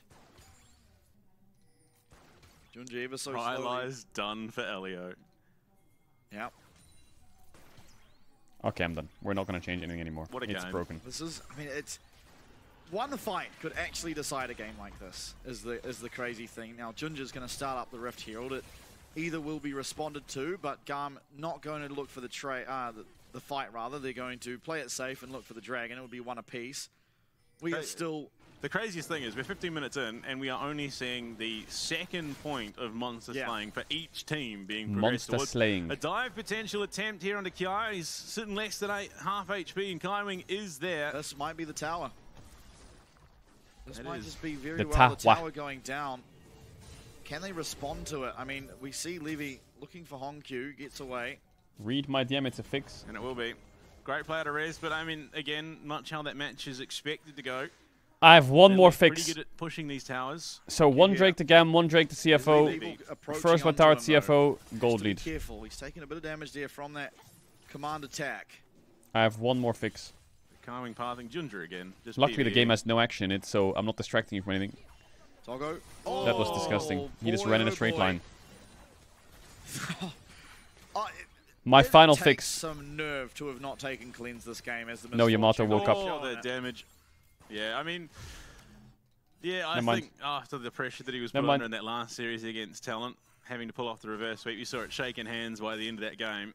No, I think that's done a lot to restore his confidence, at least in these matchups where things are looking a bit dire. Chat looks fine. You're just whining for no reason. It's just so Grow hard up. to tell Grow up. who's really going to come out on top. Elmo? Hongq looking aggressively here. A solo queue could bust open this game, but all it's going to need is the flash. Still an important cooldown nonetheless. However, with the lack of aggression coming through, you have to suspect that that's just going to come back off cooldown before anything else happens. Yeah, I mean, you could feel the, not necessarily desperation building, but the feeling of the need to do something. And the Rift Herald is going to go down mid lane, and it will likely be. Teleport's coming in. Okay, it will be defended. It's not going to crack this open. Oh, hold up. It will. As well. Okay, we'll see if Mid tier 1 dead. slowly TP bot by but surely Cassante. Catch the wave. getting themselves these Oriana slight run top. advantages. Both teleports also utilized. So now it's Kiai and Emo. Emo especially without any summoner. Kiai without that teleport. Everything up on the side of CFO. And just playing that macro game ever so slightly better. Yep. But you can't count out the Rylai summoning. No, I don't know how much effect Elio's going to find on this, given how passive this game has been. And like you said, it just continues to work in favor of CFO. Chat, it's the main broadcast. I've decided it. He's working well on his way towards that. This is exactly what happened with Gam yesterday, isn't it? Go fucking late game, pick Sion, wait for the game to get super late, and then fucking flip Elder Dragons and hope that your team carries, and your teammates steal the Elder with Tristana and Sion and shit. If he really feels like it, he can go for those plated steel caps, but I don't even think he needs those. I think he can sit on the Merc Treads and then just build the Unending Despair. And the Unending Despair will all but certainly mean that Artemis is never taking him out. And, you know, everyone else, Emo as well as Elio, even Livy being majoritively AP damages. Hold up, Emo does not have sums. No flash. First blood at minute 18. And comes down and secures. Wait, is Gam just gonna lose slowly? You're playing Caitlyn Heimerdinger against MF Naught. You're down in gold. Your Akali has first blood on side. Enemy jungler is an Alois NL fan. Push, push, push. No severance from either. Can you win? I mean, you look at how far Emo was up. Just not having that vision. And Junja. Oh my lord. Yeah.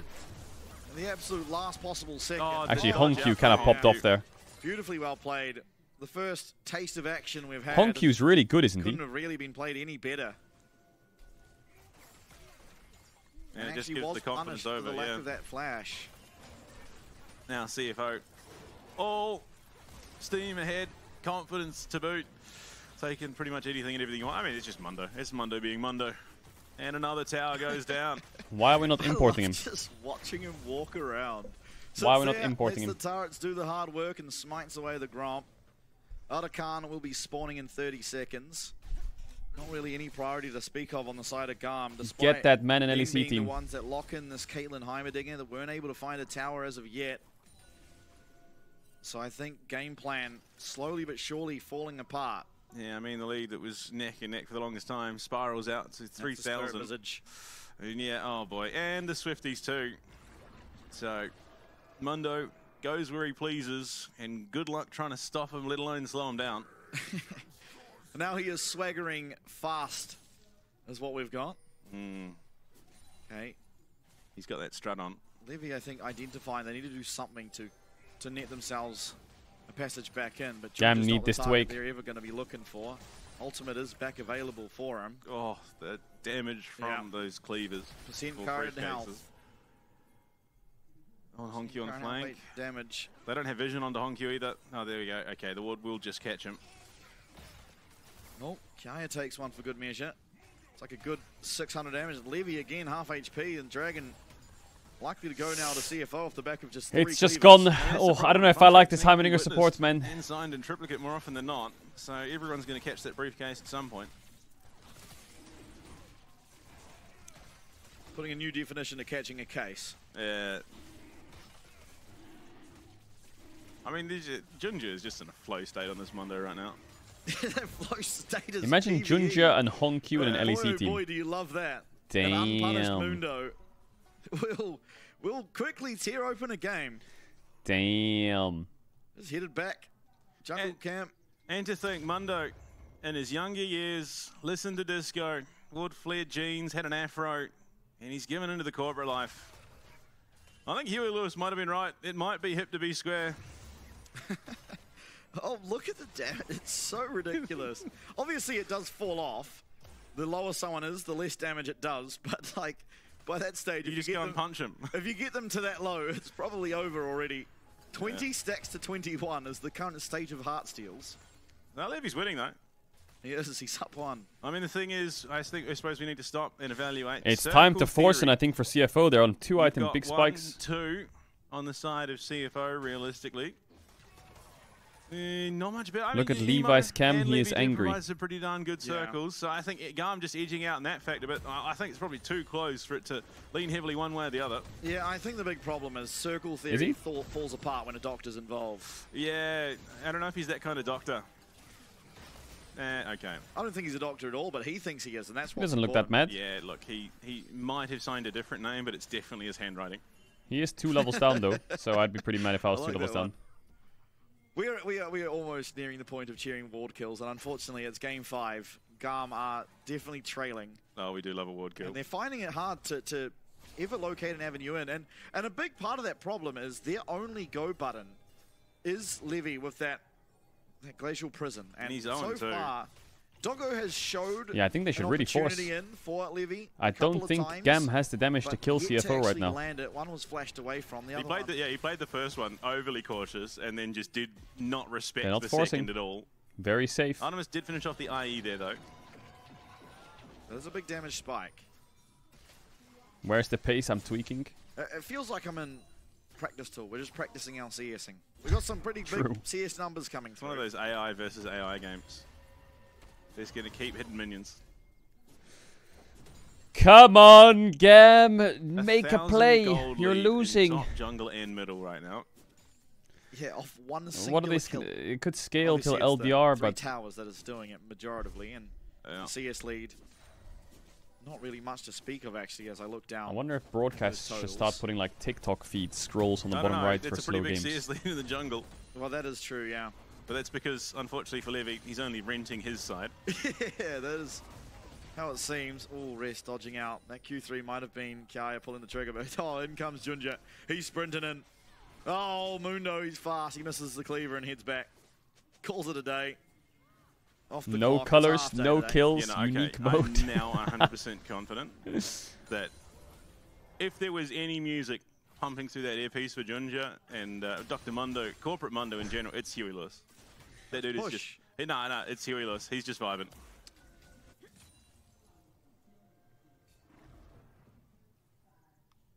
Man, I actually cannot believe how slow this is by far our slowest game of the LCP. Yeah, why? I don't know, we've still got another 21 and a bit minutes before we crack the longest game of Split 2. Yeah, but that was just bloody. That wasn't slow. Yeah, a kill a minute. Because Caedrel's watching the game slow down and became boring. It's his fault. Also, he's the reason for everything. Anything that goes wrong, he's the reason. Let's blame Caedrel. Both teams are just so hesitant to possibly make the play that loses. Let's blame the guy that just sits in his chair 18 hours a day watching games. It's his fault. A scary business. Who just sits there and yaps and eats and then leaves his chair. It's his fault. Let Junja get those items online. He's working now towards that unending despair. At which point you have to say he's becoming wholly unkillable. This is like one of those YouTube channels, you know, oh, we grind for 25 minutes and then we fight and see who wins. Barring Emo, who just gets caught out because he's on Rihanna. I really wish they'd bring up the damage dealt stat. Because it where's can't my be that Game high. 5 pace at? I don't know, Junja's going to have some disturbingly high numbers, purely because he's been drive-buying everyone. I think Resh will be topping the stats, though. Just wailing upon a Cassante. Oh, okay. That sounds like a League of Legends themed country song. Flash. I think that was the second flash of the game for CFO. Yeah. And it was Kaiwings, who has Hex Flash, so really not even getting to utilize Maybe the Heimer's broken now. He has Rylai's Oblivion Orb. Let him cook. Okay, can we just like halt play for like 30 seconds? I want to see how long Junja survives in the middle of all 5 members of GAM. Just let that happen. I'm pretty sure CFO still win off the back of the fight. Honkyu's found a pocket of vision here. We might just very potentially have our first real action. No. But GAM, realizing there is a weakness in their defense, do head the opposite Some direction. guy in chat says, bro, I'm about to switch to golf. Yeah. And, I mean, if this is how the game's going to play out, then Italy's going to be very happy. I mean, Rest will go down, but they're going to get a Dragon and a Tower for it. This is far and beyond worth it. Rest even making them work for it on the back end. Okay, killed Caedrel, not bad. Over to Artemis, so it's a nice pickup Getting for him, closer to Dragon LDR. Number 3 going the way of CFO. That's a trade you'll take 10 out of 10 times. And the kill, the award for kill with the least effort invested goes to Artemis. He was not even on Rest's screen for that one. Does mean that he's now very slightly Bro, ahead camera on Heimer when he and recalls, this is please. one dangerous thing for CFO. If they do take a fight that they lose, they are currently welding shutdowns across the board pretty much. So despite not having kills, the gradual gold lead they've found themselves is meaning they have the shutdowns. But again, it doesn't feel all that possible for the team comp of GAM to take down Junja, bar some massive misplay. Yeah, look, I'm all but convinced that Doggo's been playing on Why is LCP so bedged, bro? The other games in this series were fucking crazy 50-kill monster screamers. Now everyone's fucking... Maybe that's the avenue. Now everyone's and scaling. The other Khan will do a lot to help with taking out Amundo. Bro, if I read one more fucking when is LEC message, bro. Top Top left! And Garma very, very far away. This could just be a completely free dragon. I mean, Baron, rather. They are trying to approach and see if we get off. Yeah, I mean, it's only a 1-1 kill game. It's very close. Oh, okay. I mean, look, there's some close damage other coming. than it isn't. Yeah, They're up 4k gold. So while it's only close because no one's been fighting. Yeah. Well, it's only close in kills. Yeah. So 1 kill every 14 minutes now. This is the fucking slowest game I've seen all year. Only slightly. What the fuck? Oh, well. As you were, fellas. All right, smokers over, lads. Back to it. What happened? Something has to happen eventually. Did both teams just say, fuck this shit? Rest working towards a Titanic Hydra now on the Nidalee. Yeah. You know, when I think of Nidalee, I think Titanic Hydra. Now I understand why Yamato was asleep. Yeah, and unfortunately, back to the shift. You know, these books aren't. Yeah, these books aren't going to cook themselves. Apparently. Mundo, for all his positive attributes, that dude is 100% embezzling from the company. And it's all being spent on protein. And he also doesn't realize it. Yeah, no. He just keeps taking a briefcase full of money home. Looking aggressively. Plus cones there, though. I think Kaiwing lost his flash again. It might have been Hex Flash. He used the ult. Nothing expended on the side of GAM, however. It's like high school dance all over again. Both parties on opposite sides of the room, neither willing to approach the other. I feel like we need elevator music. No, again, Huey Lewis. That's what Mondo's vibing to. Okay, this is the potential soul for CFO. And if there were to be a fight... But it's still 2 minutes from the Drake. Realistically, CFO so what soul? So they Heartsteel. I mean, a massive amount of like, damage we're just going to stand there for 2 minutes? Yeah, I mean, look. Close your eyes and it'll start a fight? No, it won't. And once that ultimate's popped, you're probably not getting Watch, ready? Look, I'm closing my eyes. Still a minute 10, and a half until that 9, dragon, but 8, posturing around that side 7, of the river. 6, 5. Yeah, I mean, Rest is not making any such a headway rat. into the Cassante any longer. We've got 4 level Does 16 Rest have champions Titanic on the Hydra? side of CFO and 2 kills. Was? This is so bonkers. This is the literal opposite of what we have come to. What we've been building up for the entire year to this point. Especially out of the VCS. The most bloodthirsty sub-region in this competition. Chat, someone boot up Lord of the Rings Extended Edition. Boot it up. Boot it up. We'll watch the fucking Elder fight until then. We'll watch until the Elder fight. Seek retirement. Someone boot it up. Sit Lord of back, the Rings relax, Extended Edition. Enjoy the rift. Enjoy the sights. Yeah, let's it, buddy. 3 items now coming through. We are 31 minutes in. Hongq has a Rabadons, and there are 2 kills. Oh, this is so absurd. Oh, Junja winning out on that trade as he lands a singular briefcase. Oh, caught it with the turret. That's big brain plays. Oh, 2 briefcase not taking out the 1 turret. Told you, signed in triplicate. There's an LCP YouTube if you want to rewatch the plays. Trap. No, I'm good. I'm just waiting for a play Step first. on one of them. Does still take the headshot and it is a decent amount of damage, but the passive healing now at level 16 is pretty immense. It's going to be crazy because Gam's going to get instantly wiped on the Drake fight. Like, I can just see it. They're just going to get insta-wiped. Hongq going to pull the trigger. It might be the young rookie that gets it done. Artemis taken down! And just like that, nothing happening. Hongq gets impatient and just goes. Emo now looking to be taken out as well. This Rest on the Nidalee, taking so many tower shots and feeling completely okay. Hongq a GG. A GG. Wow, this game was fucking awful viewing experience. This was an awful viewing experience. I want my time back. It could be one singular team fight that ends the game. Gum have been aced. And CFO march to claim their Don't let this game distract you from the fact that the series had some crazy good games. There was some crazy good games. Oh dear, I mean Elio's likely to go down here, so we're probably going to see 8. Kaiwing taken low, they get a second. No, it's just going to be the base, they're going to ignore him.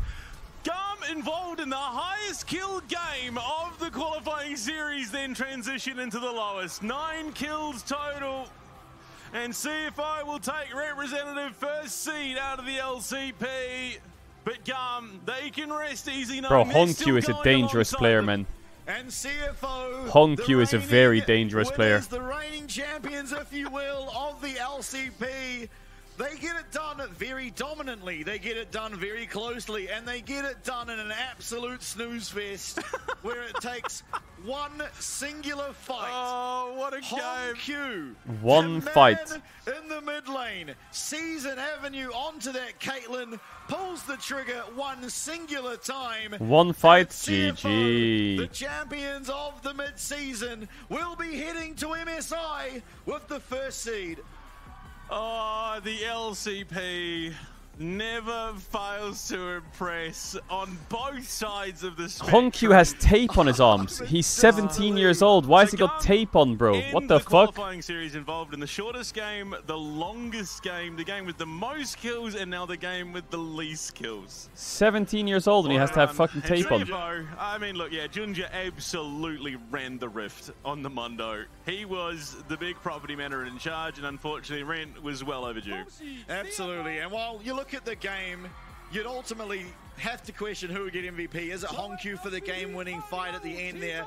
I have to say I think it's Junja. Again, Levy, while nothing was happening, was just down 50, 60 CS in the jungle. Ah, that's really wholesome. At least they won. The Zyra game, much the same. Junja, for my money, the best Chowi played in TSM, right? Now for 2 consecutive TSM. We'll be heading to first seed rather in the MVI. Chat. MSI, sorry, it's late. Yeah. And Carl on the other side. Unfortunate way to close out that series, but they're still going to Vancouver. They're still going to have their place to try and compete. They'll be in the play-ins, of course. It's still their best. That's nice to see. Absolutely. Look, it's all right, chat. Now we got the Gwen finals of the LEC. I think realistically, you'd be foolish. Now we got the Gwen finals of the LEC. The same way that everyone ranked CFO going into first, and you just cannot count out the LCP. And yeah, look, the LTA. I hope they have long. I really hope this finals is not a 3-0. I really hope this finals is not a 3-0. I really hope this finals is not a 3-0. Hope that this MSI, I don't see all these journalists on Twitter tweeting about how it was a massive upset that CFO won this game. They are one of the best teams worldwide. All right. IG next to Cancun, bro. Mod span him. All right. Monster banger inbound. I'm going to suit up for this one. Please be a 5 gamer. No Frio. Frio, please. No Frio. Chat, any links? I guess I'll miss you all the time. Chat, any links now?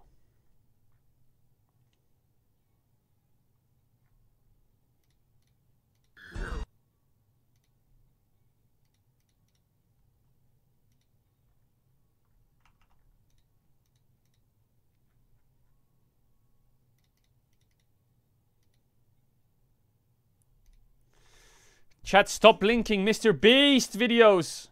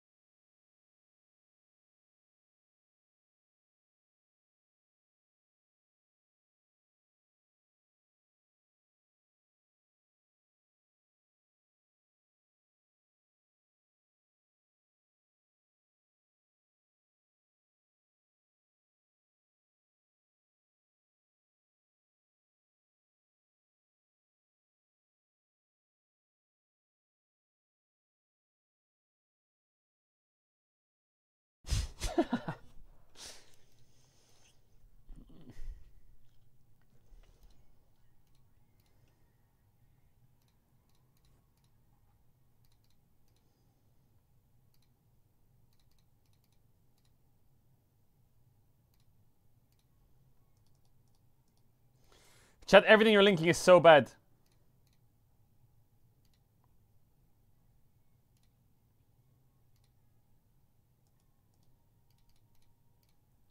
This is a classic, by the way. This is a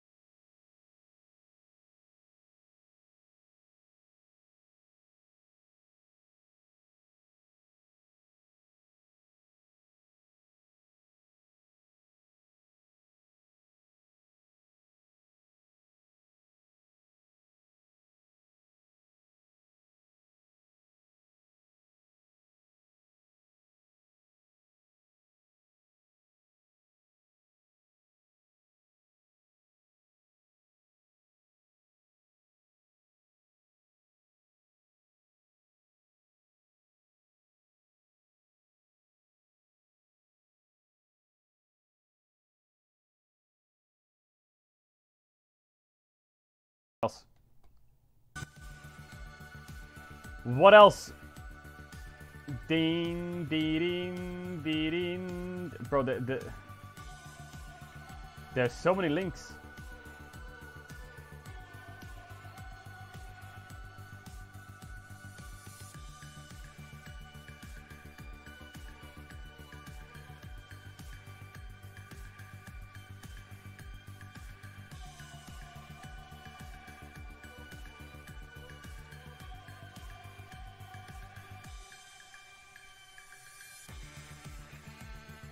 In 2017, Charles Leclerc lost his father, and in these final days, he told his father a white lie, that he'd made it to Formula One, that he'd signed the contract. It wasn't true then, but his driving has made it true now, and look what he's done with the opportunity. The grandstands he saw built as a kid growing up now rise for him, and for the first time in 93 years, this fabled race is won by one of their own.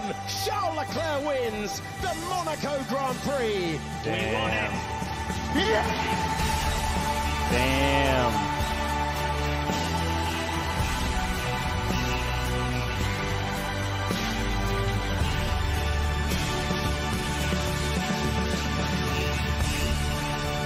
That was a good dive. That was a good dive.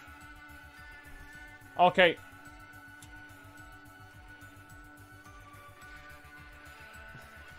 Chat, there's no good links. There's no good links. I don't know what to do for 20 minutes. I need to get changed, though. That's what I do need to do. I do need to get changed.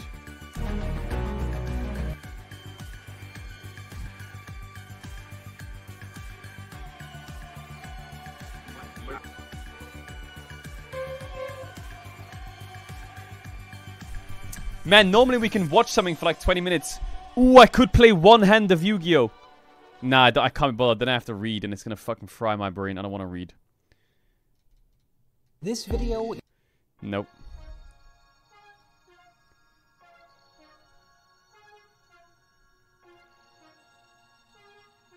Chat, the links you guys are... Race. Somebody well, this is once live. Again going to take everything from this race. Race 3, final lap. Norbert Kiss. Just one more corner to What go are they for racing? Him. 2 technically, if you look at the track map. Because this is... They're racing trucks? Oh, dearie me, there's a change. Stefan Fass under attack from Antonio Albacetti. There's contact between the two. What the Hopefully fuck? they both stayed on the circuit. This guy definitely did. Norbert Kish, come rain or shine, takes the win in the Goodyear FIA European Truck Racing Championship. 3 out of 3 so far this weekend for Norby.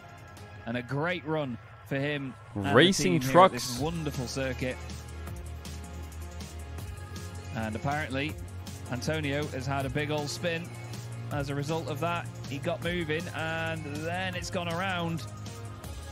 Yo, that's not fair. All sorts across the track. That's not fair. I think Stefan just ran wide into him, and that is going to drop Antonio down. Tim will be furious.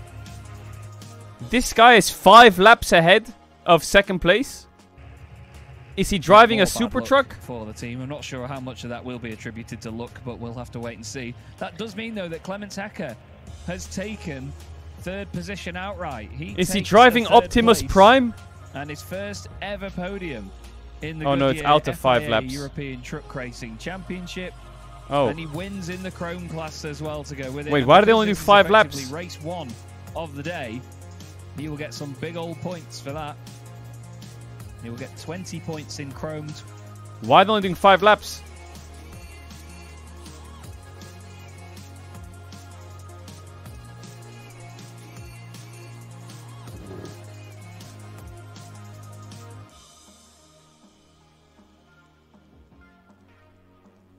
Everything you're clicking is just completely bait.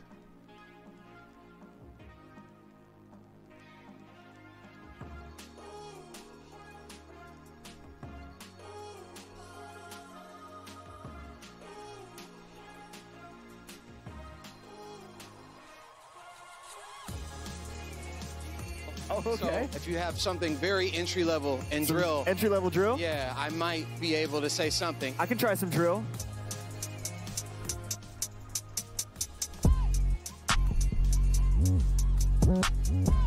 I left my house house the other day to go buy Pokemon packs. Yeah. Instead of sitting at home and sleeping like a Snorlax. Yeah. But when I got home, no packs were left. The scalpers bought them like intellectual theft. Why when I go to a store to get cards, none are there? Because there are people on the internet selling them like they're wares. All these scalpers making the hobby hard. I'm just trying to play Pokemon cards. Please. Fact. I just want to be in the hobby, but I can't because people keep selling them to make money. Everywhere I go, people are selling prices really high. I'm just trying to play Pokemon, and I can't, and I want to know why. Someone explain to me, when a card gets meant for kids, you go buy them so they can't play with them. Can someone please tell the Pokemon people that are in charge, when they get back to the office, send Tony Weaver Jr. some cards? What kind of music do you like? I have no musical ability at all. He is like Tyler. What the fuck?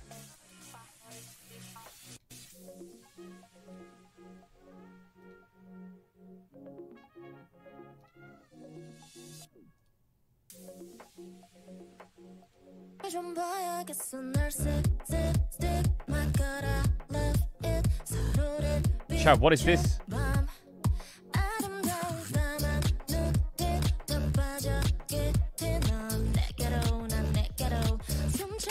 They're beatboxing that?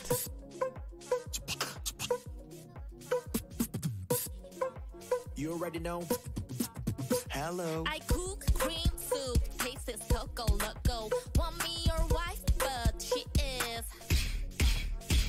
I clean your room, it's a twinkle twinkle. Want me your wife, but she is. What are these lyrics?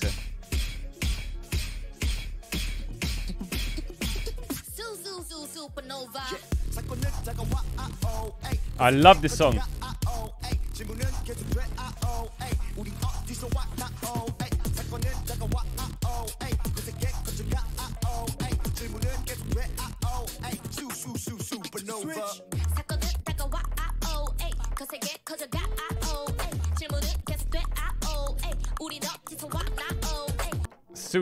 Supernova. Alright, chat, I'm gonna go get changed. BRB, do you want me to the sign-ups or something for you to watch while we're chilling?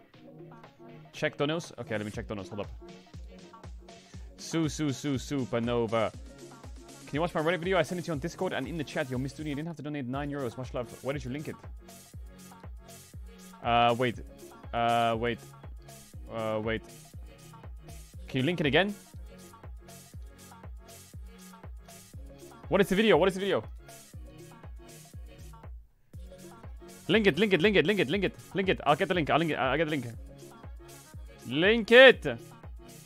No, Miss Dunia, link it. Link it. We'll watch it. What is this? I'm starting an esports team in League of Legends. The roster is the Valve top lane. Justice! Oh my god. Velia in the jungle. Bro, I hate looking at myself. I hate it. I can't do it. And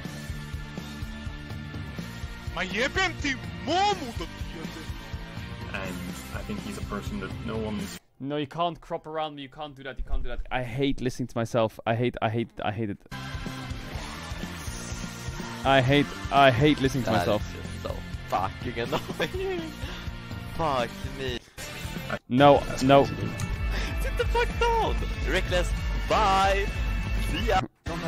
Reckless bite, yo, thank you for the video. I appreciate it. I actually I physically cannot watch myself. I can't do it.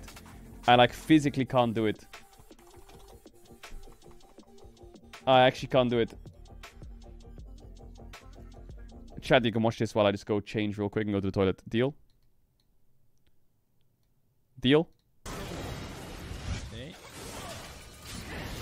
Okay, 1 sec.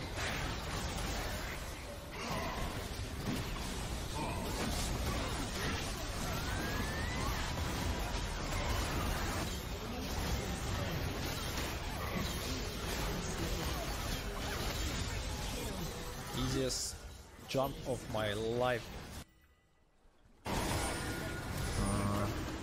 Should I jump here? What? On this hero, I can be like, you know, like climb the ladder, no problemo. Without a problem, I can climb this ladder to any place.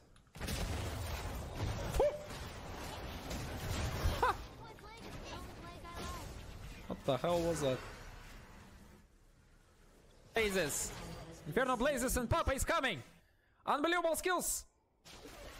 Oh yeah, but yeah, but Slain thrice born.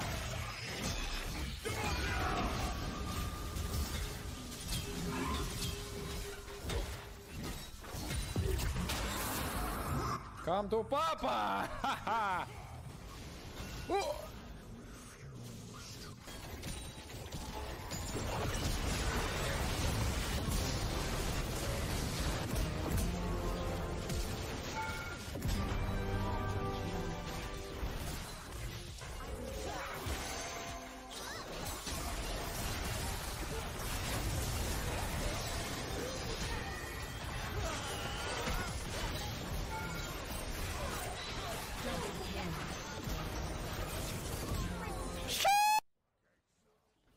They open mid, so we're chilling. Okay, they're engaging mid, I'm going.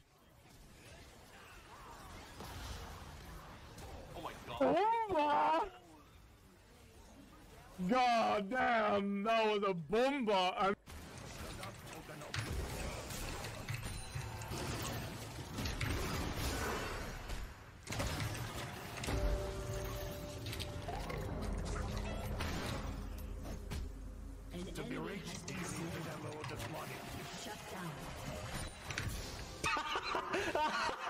Big Mundo coming in.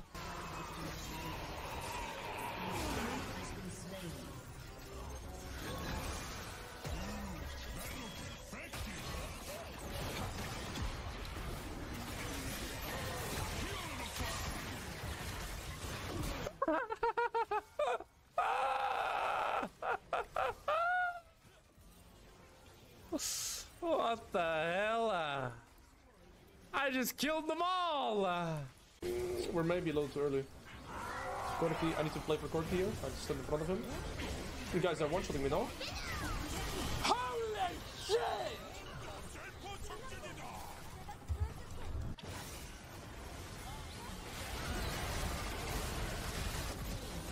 Fuck me lights. That's for you, bro. Thanks for the prime.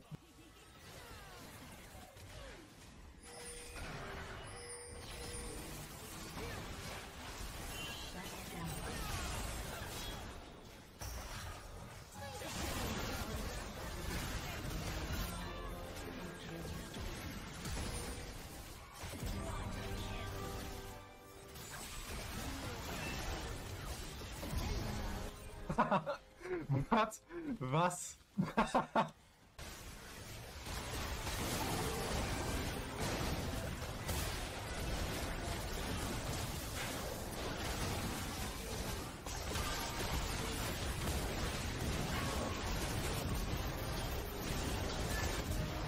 Holy shit, minor combo, baby! Lulu's gonna be here. Let go.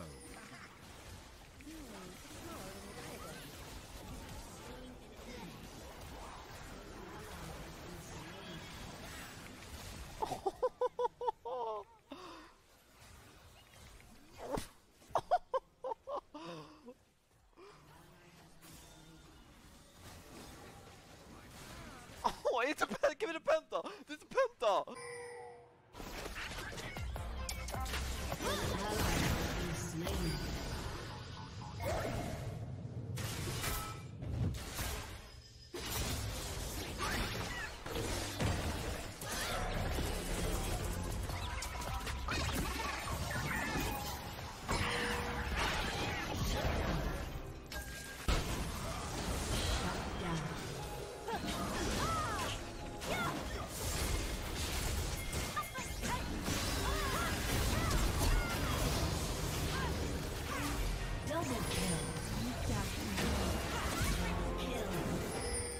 J'arrive.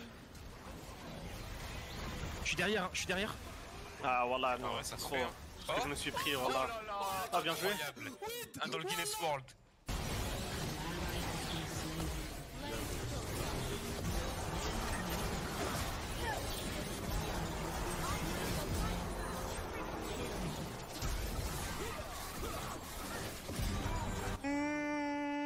25 seconds.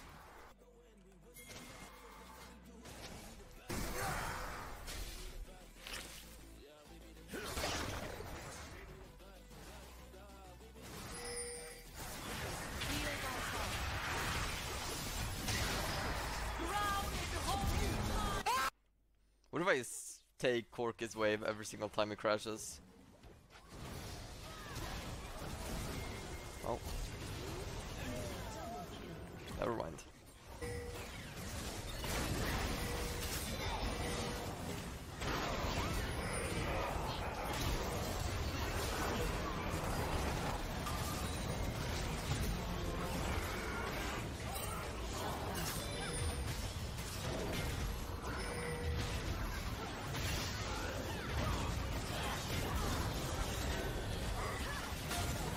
Pentakill! Hey! Wait, warum ist das kein Pentakill?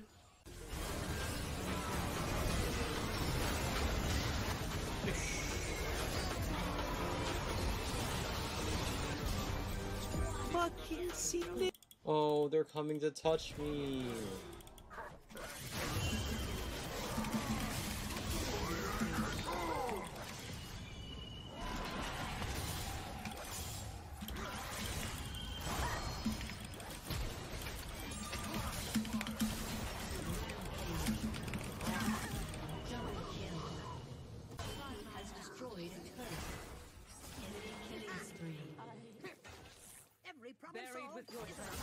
What the f- Are you kidding me? Could be free, maybe. I can eat here. Guys, they're fighting. They're looking to fight. I think we fight, no? Or you want to burst it to Caedrel, yeah? I can try to stop Rumble. Take Baron, take Baron. Or no charm. Rumble no flash. First solo. No flash.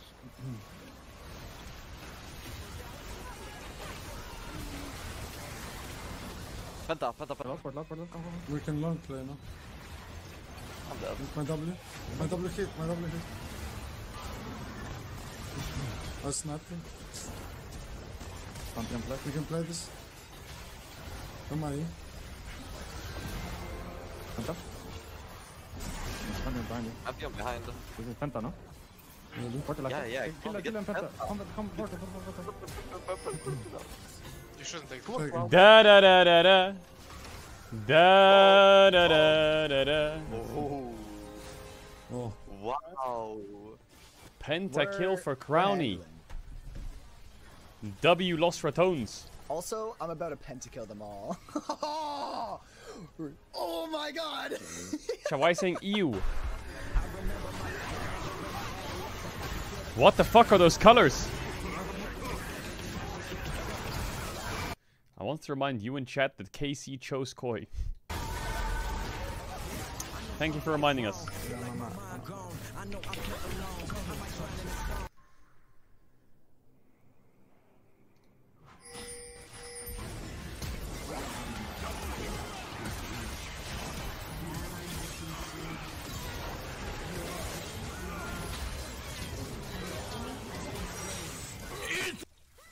Chat, I got a matcha latte. This guy annoyed me earlier. Bro, look how many health bars he has. Does he die? Oh shit. It's time for Penta. He stole it already. Shit, you can kill me. You can kill me, guys. He has 10,000 health. You can kill me. Yeah!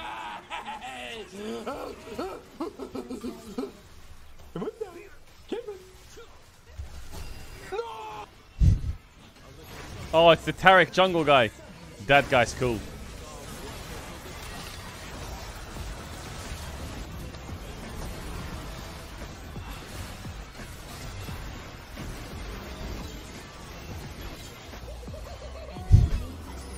That's fun. Navori Quickblades Fimbulwinter Taric jungle.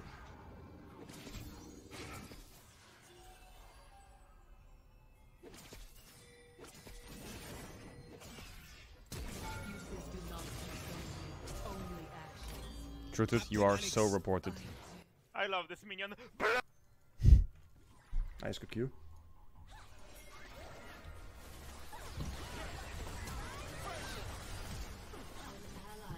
I'll run the ads now, chat, then in 20 minutes, then after draft and then chilling. Zephath. I remember that name.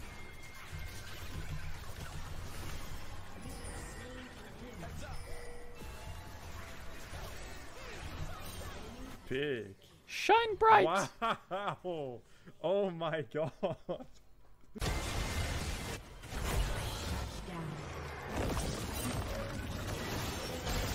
Laggy, laggy, laggy. Chat, do you want the LEC extension or not?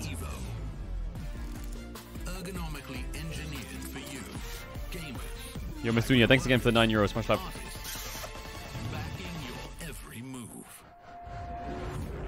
I appreciate it a ton. Oh, I love this song. If you had it all, would you look the fall in the eyes? Could you walk away this time? Will you realize, recognize it's never over? And the flame that once had died. Awaken. Will you rise above the days to come? Will you be enough? Will you walk away this time? Why is it so funny to me that IG is gonna play against fucking WE next week, and WE had to go through JDG Top Esports, and IG had to go through FPX and Weibo. Ba ba ba ba ba ba ba. Ba ba ba ba ba ba ba. Hey, don't hate the player, hate the game. Ba ba ba ba ba ba ba. Oh, we're coming for you, bum.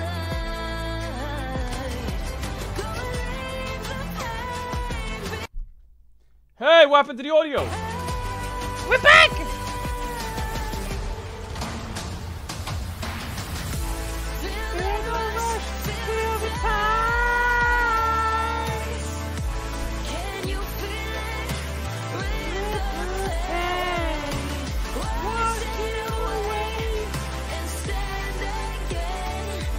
Are you on drugs? No, I'm just happy. I'm excited. I love a good finals.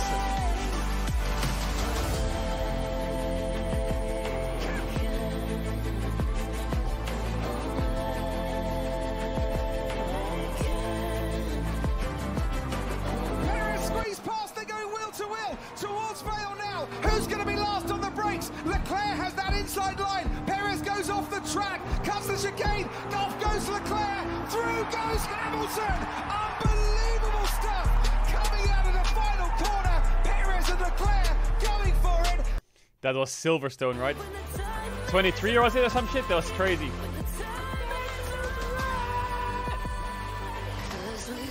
But that TikTok edit is so funny because he fell back to the same place like 30 seconds later. They both overtook him 20 seconds later because he like fucking had oversteer or some shit.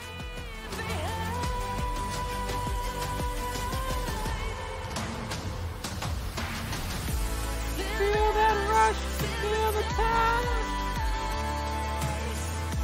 Can you feel it with the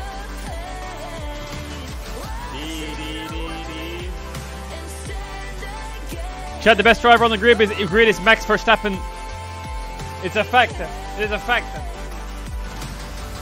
It's a fact. Absolute god tier ascension levels of driving. If you disagree, you're just a hate watcher.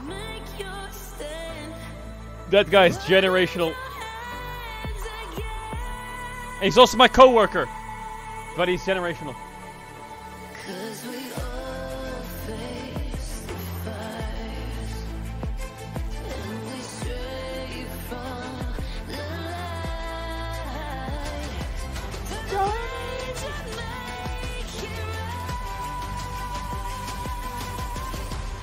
Bum bum bum bum bum bum bum bum.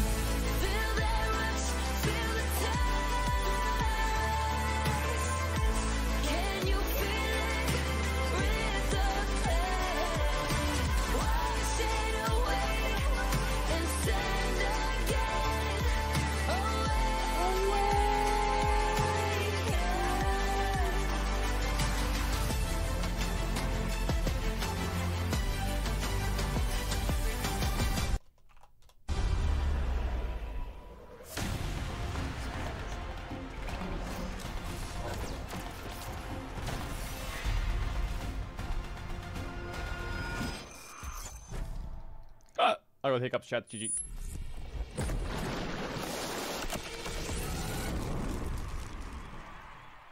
Put on Euphoria. Bro, Euphoria is reserved for international events. Not for Europe versus Europe. It doesn't work like that.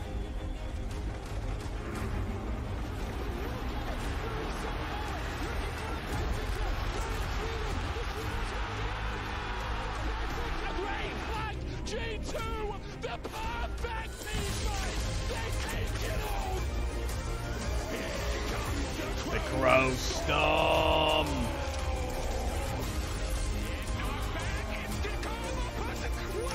Chad, when does Fnatic play in the Valorant?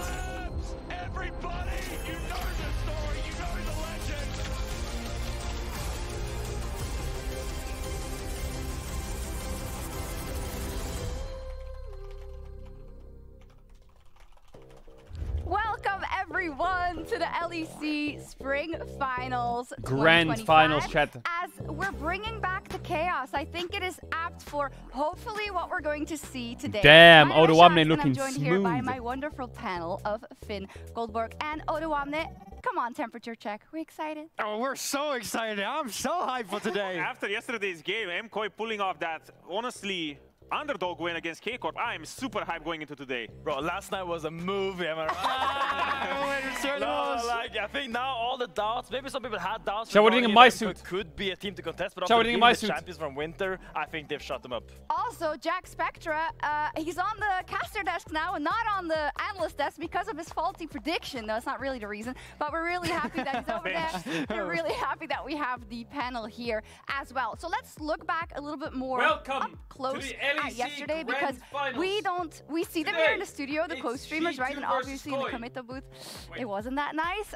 But on the other side, in the Spanish co-streamer booth, it was going off. I mean the coaches, everything. It was flashbacks to Madrid from all their reaction, from the momentum, and honestly the momentum they've had ever since that event. And I think yesterday, the fact that they could prove not only once, but 2 times in a best of 5, they could take down Casey and move on to MSI in the finals. Yeah, I mean, you see all the emotions because they know how hard they have worked. They weren't one of the best teams coming into spring, but now they are at the top, and it's just because of all those hours, all those extra hours they put in. It absolutely paid off, and we doubted them, and I know they talk about it a lot on their streams. It's like, oh, you guys give so much attention to KC and G2, right? Because you kind of do, because they were winning, but we always sold them as the underdogs, right? No, me and Finn yesterday said MKOI win, all right? The only one who didn't say anything was Jack. One of us said 3-2, one of us said 3-1, okay? Let's not put right, but we're in the same, but we're parking in the same spot here, that's all I'm saying. Okay, You're fair double enough. parked, for sure. Let's talk about some of the things we saw yesterday that might also be important today, because big task for MKOI.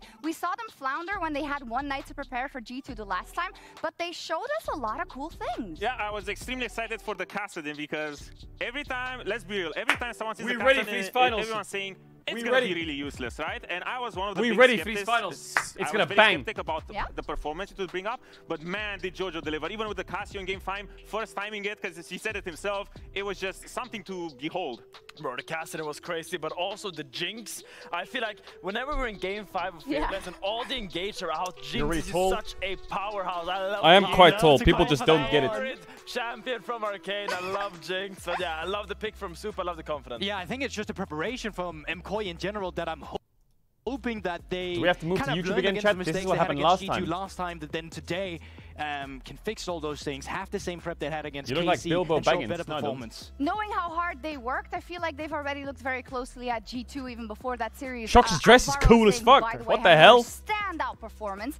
That they figured it out a little bit more, how they like to play in these high-octane clutch moments. And I think that's something that we're left to see, Odo, because MKOI, for me, they are very clutch, right? If you go Can you wear an game actual 5 suit? against the What do you mean? KC This in is a such an suit. important moment, Chat, back this to is- back, and you win it, oof. It says a lot, but at the same time, the question is the same as Alvaro. Did they figure That's out a enough? Hugo, Because you see that? it's a repeat of That- last week, where you have one That's a series real going jacket. up against G2. How do you manage your energy? How do you manage expectations? How do you manage your prep going into such a high-stakes game?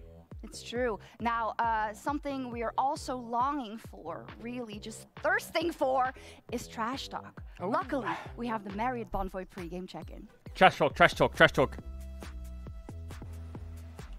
Welcome back, everyone. We're here in the player tunnel with Mervin and Las Carpas. Thank you so much for joining us. ahead of the last best of 5 of spring season. Mirvin, first, thank you so much and congrats on making it to finals. Thank you. First thing I want to talk about is what Broken Blade said, because he was like, I'm more scared of Kana than Mirvin, but then you're the one making it to finals, so... What is that noise? Anything you want to tell him, maybe? Yeah, I understand why he's scared. I think his weakest point is laning. The fuck is that music? The strongest Kana. So I can see why he would be a bit shaking into Kana, but I will make sure he regrets that choice. So your laning phase, Oh. a weakness. Yeah, I mean, I watched the games yesterday and it sure Oh my god, Ramon. His weakness playing against Kana. So lately he became a bit boring, you know, a bit washed. What can I say? Okay. Now, no more Warwick, no more fun picks. What can I say? I'm alone now in this boat. So now I'm a hater officially. Well, last time we played against them, the General of Noxus took a victory against them. So let's see what I have today in store in my pocket. You know, I have a lot of pocket picks, as you guys know. Let's see if he's ready for that. Bro, Ramon is looking fucking crazy.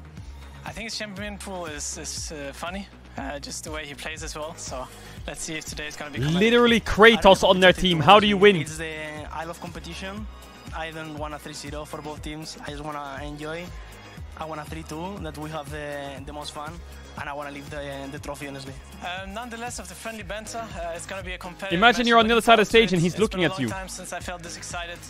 And that usually is a dangerous sign for the enemy. So I wish you guys best of luck. Dangerous sign indeed. Well, last time we felt that excited was before the winter finals. So take that as you may. Damn, low blow. But hey, the trash talk was pretty good, right? It was good, yeah. That was fire. I liked it. They don't hold any punches. But I think when it comes to G2, it's been interesting because it happens a lot with them that a lot of people write them off. I mean, us included a little bit coming into playoffs. Will they even Lore's make it gonna be really happy in interviews today, guys, because KT 3-0'd Nongshim. KT 3-0'd Nongshim, and they're one step close to MSI. But they're still gonna get knocked out. Lore, DK got knocked out yesterday. KT gets knocked out on fucking Wednesday or some shit. Okay, stop lagging. And I will say, I think there's some balance. Literally 5 days apart. It's not that big of a deal. 5 days apart. Not that big of a deal. I will say I'm very impressed at the way they've ramped up this season. I feel like coming into this final, they are actually looking like the strongest team in the league. Well, let's see how G2 likes to answer those haters. What is this photo? What the fuck?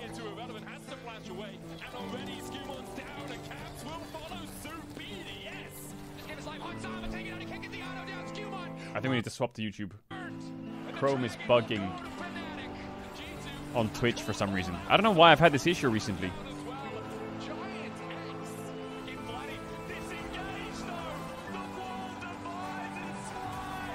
Here's my take, alright? Alright. G2, they won't qualify for playoffs this time around. Oh, I no. don't think G2 will make it to Worlds this year. I need to restart my browser. Is it a Twitch issue? Why is this happening? Maybe it's this.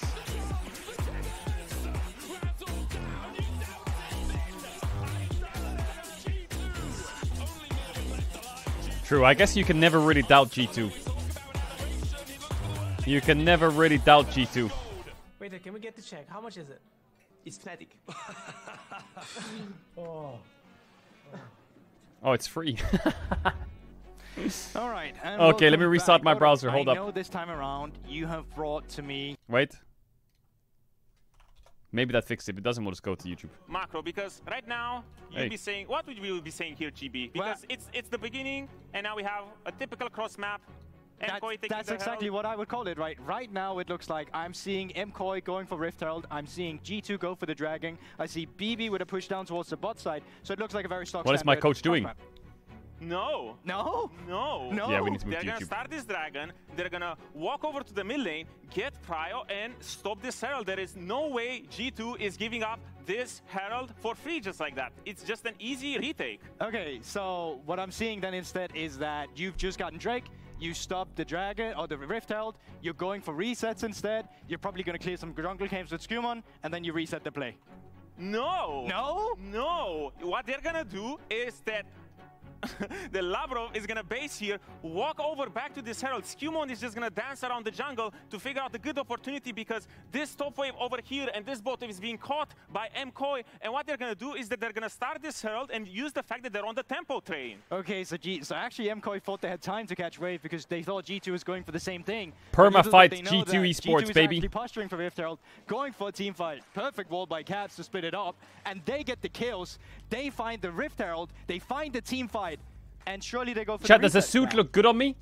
Did you learn nothing, GB? No! No? What Caps is gonna do is she's just gonna loop around this mid wave. They're not gonna use this Herald. By the time the next Drake is coming up, he's gonna get this Prio, walk over bot, because Merwin right over here is about to catch a wave, and since they're still on the tempo train, there's no reason to get off of it. Okay, so that's actually pretty sick. So they're gonna get the kill here, they're gonna drop the Rift Herald, they're gonna get tier 2, and then that's gonna be the play. No! No! No! Drive this Herald right back through the jungle. They're gonna go mid and crash it into the tower. Did you learn nothing, GB? Okay, so I've learned. That means once this play stops, there's another play coming. No, this time it's actually over. Yeah, There's just nothing. They're gonna reset and they're gonna play stock standard League of Legends. Okay, so but that was a pretty long play. That was a pretty long sequence. And it was fun, though. That's the kind of tempo that you have to keep up with. That was good. That's what you need to get if you want to win the LEC, ladies and gentlemen. Can you show us your suit? Now, You want me to show you? Noel is standing by with Broken Blade in our Marriott Bonway pre-game check-in once again. The two-timer. The two-timer. BB, thank you for joining me ahead of your series today. You guys always make it, whatever What do you happens, think? and I do feel like What do you think? over time people keep on praying for your downfall, either hoping that you're not gonna make worlds like Giroto, Chat, or you the can't say what are those pens you. How do You you sit react there to on a that? Google Meets Zoom for us, fucking it's, browser like, call quite with funny, your you know, like blazer we on take and you're this in your for- underwear. obviously we I win a know lot, so you people are. get bored of us Don't winning a talk lot, shit but to me online we camera take with it your as a fucking big blazer motivation pants on. when, like, when Giglioto was saying that we're not going to make it to Worlds, I mean, obviously... I'm we took just it not afraid to personal, hide right? it. We didn't win the finals, but we're always going to make sure we are there. And yeah, today is no different. And today we want to take it home with us this time around. So I'm excited for it. What is it about? Is it shutting up the haters? Is it your resilience? Is it like the systems that you guys have at G2? What makes you guys so good and actually show up when it matters? I think it's a story that we want to create in G2, you know, and I The think every single story. player that does join, they have to be willing to take this path with us together and create this story together. And I think that's the beautiful part of being in G2. And sometimes we Lord's hair don't looks have good. great Lord's hair weeks, looks or we great. don't have great splits, but we always come back stronger. And there was no split where I didn't give it my best. And I'm very happy with being in G2 and being with this group of people. It's something that Group of Caps fuel. mentioned when he renewed with the team, and we had this interview on stage actually about this, and he was telling me that G2 is the best Chat ads environment now and then to ads after compete, draft. Actually, no. to Ooh, find fuck, the success ads are and kind of basically cooked. to I'm be going the to try best. and Can you buffer tell them me as much as I more can. about I this, and apologize. Why do you think G2's environment may be the best? Because there's probably an opening ceremony for like 15 from minutes my as well. personal experience, because everyone is just not only inside of the game but also outside of the game, always challenging you to do better. And it's not just about what you are as a player, Chat, but make me also so as a happy. human Thanks for being we here. always challenge ourselves to be better every single day. I believe we are the hardest working team, and I'm very grateful. That's what we have Koi not said only great yesterday. players, but also a great That's staff what Koi behind said us yesterday. who gives us the resources to be able to learn that kind of things. So that is why I think we have the edge over other people and why we are so consistent. It's funny because like you've been with G2 for so long, since 2021, end of 2021, I believe, season 2022. You've seen everything. You tasted success, you tasted failures. What is your motivation and what is today about? Honestly, BB's looking kind of fresh. I'm very, very excited for today. It's been a long time since I've had this feeling of wanting to win a trophy again. And when I woke up today, I felt like a little bit of goosebumps. And usually when I feel this, I know it's going to be a good day. So I hope that I don't hope actually, I'll make sure this feeling is not in vain. And yeah, I really want to win with this group of people. It would mean a lot for me to win with a new roster. This would be the first time with this roster that we win. And I think this would be the starting line for us to like really make sure we get the show rolling, because there's going to be an international tournament, no matter if you lose or win today. But going there with a win in our backs would mean a lot. So, and it would be funny to send Jojopian home a bit earlier so he can enjoy vacation. So, That would be funny, but that is just a side note. We focus on winning in the first place. And I hope this day is going to be everything you want. BB, thank you so much for the interview. And back to you. Thank you so much. As we find ourselves here in the fan zone with the fans. In the fan zone. He's great. He gives PR answers, but also a little bit of spice. We love it. Now, we haven't maybe made it that clear, but we've got some allegiances. Finn is a Movistar Koi boy through and through. And Odo, he's taking the corner of G2 today. The usual. Biased. I'm always with the favorites, you know, because it's if they win, I get to claim the laurels very easily. That's true, but I want to parlay that into this jungle matchup because there's so much to say about these lads and their journey, as where Skewmon is just beginning his, Elyoya has been through a lot. Yeah, Elyoya, I think is one of the players that have impressed me the most this split, because I feel like everyone's this leaving. Is his team. Hey, why are they all He is leaving? the one that went his own way, and he kind of built this team from scratch. And now he's taking them to the second final, and I think this is the one with Georgiepun in the mid lane, where they can finally cross that hurdle and become champions. Yeah, but enough with this like narrative that he brought up his own team and he created it. Skewmon rocks up in a team like G2 established. You know, you have Caps and you have BB as your laners. Every time you're like, if you're a jungler coming in, you're like, oh, I'm just gonna play for them, I'm gonna make it about them. But no, this guy, he just plays for himself is fucking and crazy. the whole play style about Skewmon is fucking crazy. Like, look at these stats. Highest pretty much at every single thing, and even at the points where Elyoya might be better than him, he's still neck and neck with him. No, you're telling me this guy is the best solo laners in the league and he still plays for himself? What an arrogant jerk. Elyoya, he is playing for his team. I think he makes it a strategic decision to make sure what an arrogant jerk. Laners. He makes his laners shine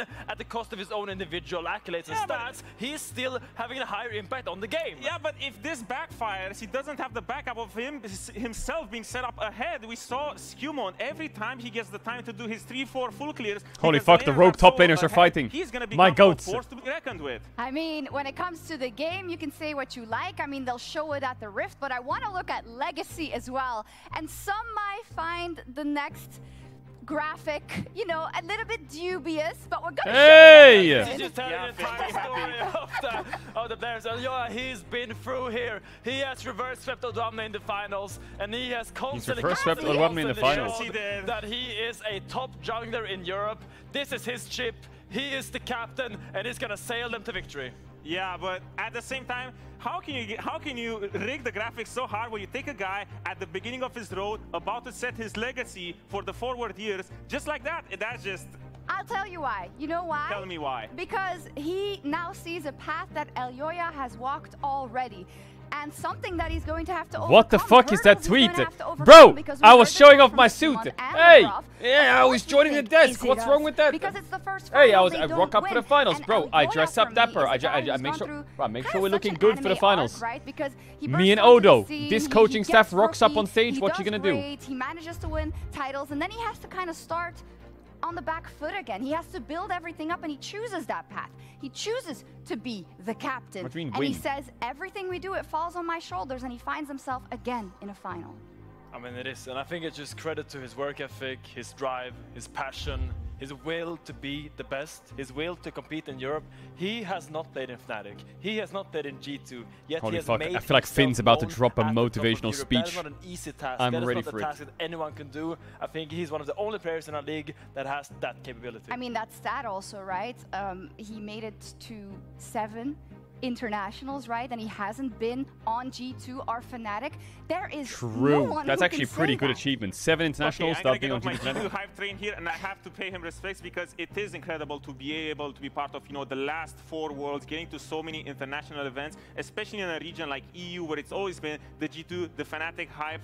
But even we had the stints of Matt Lyons, and he was at the core of it, and he has. I mean, the results at those internationals were rough, Let's but talk he about made it. adaptations then, Odwamne, because you're backing your boy Skewmon, then I get it because he's been leveling We did up, make but history it didn't work in out a bad in the way. finals. That wasn't his problem. That was a team problem. But what specifically has to change in how he approaches it? Well, I feel like the team has cemented itself. Oh my god, he just went and into has gelled fucking more together because even zombie if you look mode. at Elyoya when he won the split in 2021, the spring split was long. He had a lot of time to gel together with the team. Meanwhile, Skewmon only had pretty much a month and a half into that final, and he simply didn't have the time. Now, he works better with Labrov, he works better with Caps and with BB, and the team just understands each other so much more. And when you get to that state, the jungler finally has time to shine. I mean, to me, the beautiful thing about this final is that when we criticized G2 early, they were a team where the support and jungle were desynced, but the rest of the team were standing out. Meanwhile, Mad Lions was a team where the support jungle was the core and the powerhouse of the team, and sometimes the rest of the team was desynced. So now, these teams are fighting in the final, and the team that is going to fix that issue, the team is going to gel the best, and the team is going to come together as one unit, is probably the team that is going to come out on top. Yeah, I love that you say it comes together as one unit, because we saw yesterday how much MKOI, they have, I think, ironed out some of these mistakes that they sometimes take fights that they don't have to or engage when they shouldn't, when they're ahead in a game and they have a comp that's scaling. I think they've added a lot of flavor to this best of 5. Possibly, there's no desk. That we didn't expect. Chat, there is a last time. desk, you just can't see it. It was very, very fast, Odo. Yeah, I see Faker, Chad. You see Faker? The last time they faced, that's Faker. Like, oh, he disappeared. Just had their number from the beginning Odo's to the mic, end. fix it. Sure, they won the game 3, but with the drafts now, what I'm expecting the adaptation that's going to be happening. Why aren't you there? Because I'm here. From Merwin as well, from BB, because they talked about it earlier. I feel like it's going to be a lot more competitive, and I do feel like we're going to get the best version of both of these teams today. Let's see if we get the best version of both mids, as I think we're moving. Caps versus JoJo. I mean, the memes write themselves. Where are we now? But not just the memes, because a lot is on the line. But whenever someone left their beer on the table. Hey, he does remain very respectful, right? That background's kind of cool. Well, the guy's the GOAT, right? In Europe. So what am I gonna do? But I think he could surprise us today. He could absolutely surprise us because it's happened before. What happened the first time he played up against stop lagging or I'm gonna fucking blast your ass. Was washed. Vladdy's now the #1. Well, he went up against Vladdy, and he made fun of him not only once, but he did it twice. Sure, in that upper bracket, Caps was for sure having the number of JoJo, but it's that possibility that you're talking about. It's that possible ascension to a greater height than what he's achieved so far that you're rooting for as an MKOI fan. Absolutely, and for JoJo, if you just take a step back as well, right? We talk about ARC so much as these are. Was this the last time they played against each other? Last time they met. Let's mention them first. Yeah, don't doubt Caps in a finals. How many finals has Caps lost in domestic? He's lost like 1 or 2 and won like 15. Really good, especially in the it's not very balanced throughout these whole playoffs. But today he's facing the complete psychopath Caps, because Caps seems to have leveled up, especially against JoJo, because I don't feel like Caps has honestly, I think you look good, Caedrel. Thank you. But man, that series against MKOI, he did pretty much trash JoJo around. I mean, there's just something with Caps. When he plays against a good player, he just levels up another level, and he kind of matches them and goes beyond. And that is why we always put so much faith in Caps in these long brackets, in these clutch moments in these playoffs. But I really want to say, I believe in JoJo. He said in an interview that they have not prepared. Chat, do we believe in JoJo? They felt like they can beat K-Corp because it did before. Yesterday was not bad, actually. He was playing good. They're not going to come in with one night of preparation. They have a whole week of preparation. Does JoJo have a mental block against Caps? Odo's giggling, but we'll check in with him later. There's just a couple of There's so much hope in what Finn is I feel like saying. if you all chat Caps, he's like a fucking robot. He doesn't give a shit. You're telling me that Caps just absolutely bodied JoJo last time just because of one night of prep? No, we had historical head-to-head. We even had the infamous tweet from G2. He put him on a leash last time they met. How can you just say it's just one night of prep? Come on. This guy won 14 finals. I think JoJo has definitely leveled up, but I want to highlight the fact that he's that's my boy right there. Has now chosen to become kind of like Caps. He prints out these really clutch factors. He picks champions. He has not even practiced in scrims one single time. Yesterday he played Cassiopeia. Caps does own JoJo historically. In practice, he played one game. The head-to-head is not good in favor of JoJo. Completely. He is willing to go the distance, and he's willing to take the fight into G2's court. And Odo, I mean, Finn, you should have brought this up as well. You came from a team that was going on a down from a lower bracket run, who was knocked down 3-0 in the upper bracket, had to beat Fnatic, played against G2, won the rematch against a guy that was BB at the time, which I'm just saying, if we're looking at those stats, you know, miracles happen. Hey, you know what was the difference at that time? Yeah, what was it? We lost 3-0. Oh, They lost 3-1, so it's not going to be the same. It's not going to be the same. Yeah, we're going to move to YouTube, but chat, I've got it ready on the right. I'm just seeing if it fixed itself. Because there's a pretty crazy stat line surrounding Caps in finals, both domestically as internationally. Caps only loses finals 0-3 or he wins. If he wins at least one game in the final, he will win the series. If he loses, he's going to lose 0-3. And we saw that, you know, in Paris and in China. So worldwide, he played 4 finals. 2 of them were in the LEC where he lost 3-0, but every single time he wins one game, he wins. He had 8 finals where he went 3-0 and 14 finals won in the LEC. Yeah. So Eyes on Caps. If he wins one game, he's taking the whole pie home. It's very interesting. It wasn't Korea, Taking by the way, whole but pie they played home. China, and it wasn't pretty. In either case, that's ancient history. They're not thinking about that, and we aren't either. But when it comes to JoJo, I think when you look at kind of a big journey as well, his history in NA and the way he had to leave that team in Cloud9, you have to pull yourself I had something open. up by Let's the see. bootstraps and to go to EU, to take that risk, to get in that group of Spanish-speaking players, right, and try to make something of yourself. I think it's incredible. Yeah, and I also want to highlight Damn. how warm the welcome Good has old been inspired. from McCoy. They really Vulcan, embraced Danny. him and made him a part of this Spanish core, and I feel like they give to him and he gives back twofolds. He has really just become one with his team, and I think especially in this spring season, the way he's integrated himself here inspired. We're going on YouTube, sorry.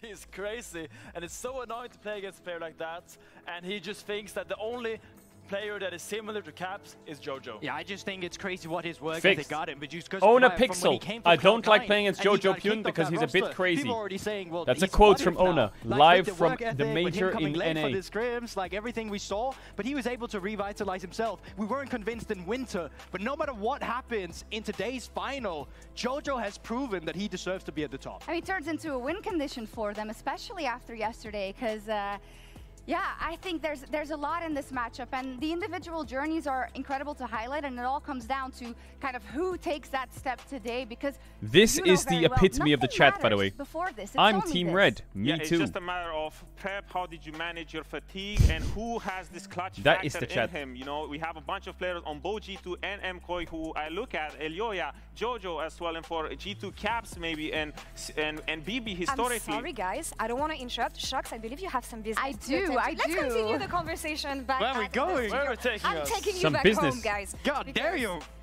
Ooh, we're going on a trip, Mr. We're Worldwide going over on a here. trip. We're going on a trip because we're minutes away from the opening ceremony, and I want to have your gut feeling on this series. I want to know some predictions. I want to know who you think is going to be the hero on each team and who's going to be the saver. Although you were, before I interrupted you, you were actually making a really interesting point. Hey, we got an opening ceremony coming! Opening ceremony coming! Point, but my very interesting point right now is that I do think that Lila G2 is going to trio today. All right, 3-0. What do we have? I mean, I agree with him. I think it's a 3-0 for me as Gift well. Freddy a Last time sub? the Caps was No. playing, he was running them, and Never. it's not just about running the mid Never. lane. It's about running the entire map. It's about running the region. That's what Cap's been doing recently, and I Is don't Freddy think he's asking going for to stop subs? today either. Come on, Finn, join I the see club. Finn gearing up for In the something club. wild You're here. dirty G2 supporting hands off me. I think MKOI is going to take the series 3-0. I have What? some history, and I know if Caps is losing in the finals, it's going to be 3-0. MKOI came in prepared. They come in with hunger, and they're 3-0 to fearful MKOI? and voracious. And I think they're going to take the series 3-0. Okay, to Finn's point as well, I will say, last winter when we came into that finals, we thought it was going to be a 3-0 Bro, for Ramon G2 looks as well. crazy. Look at They him. were heavy favorites coming into that series. They are heavy Jesus. favorites coming into today's series, and they still faltered. So it's not like it can't happen. Yeah, well, it can happen, but at the same time, last time, how many times can you look at G2 and say, hey, bros, come on, stop griefing that rap, because what happened in winter was a crime, and I don't see it happening today, not against MKOI, not against Merwin, because I do feel like BB figured them out, and Merwin is just not spicy anymore. I feel like draft is something Merwin's players not hide spicy behind to anymore. mask the fact that sometimes Ooh. it comes down to player. Which player is it going to come down to from each team?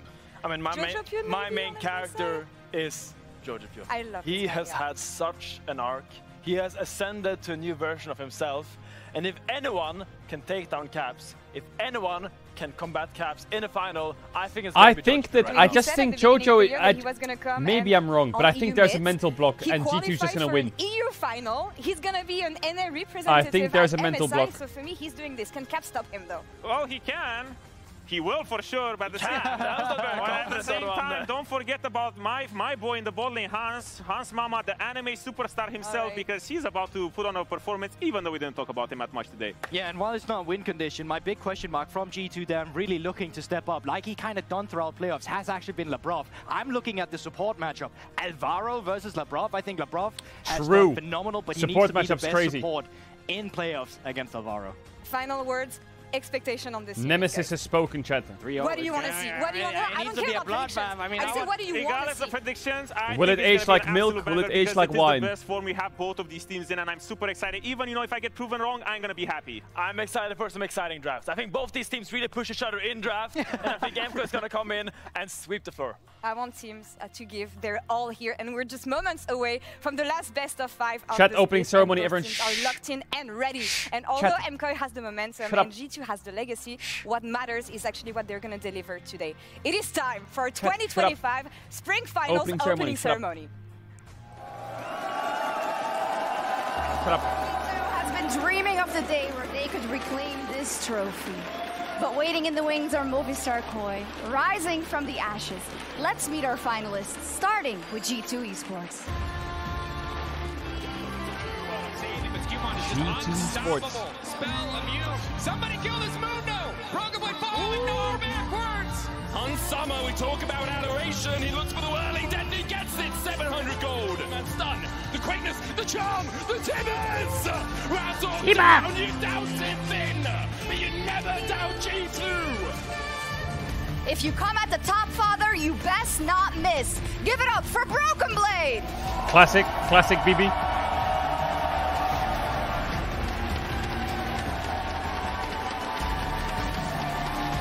It's a lot of trees. Here to shut all the haters down. Scuba!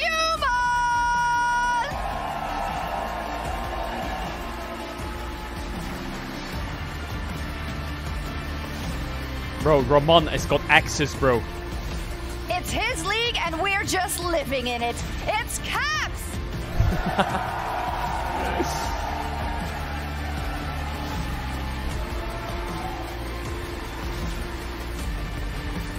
Hansama does the thing. The protagonist in his own anime, Hansama! Classic.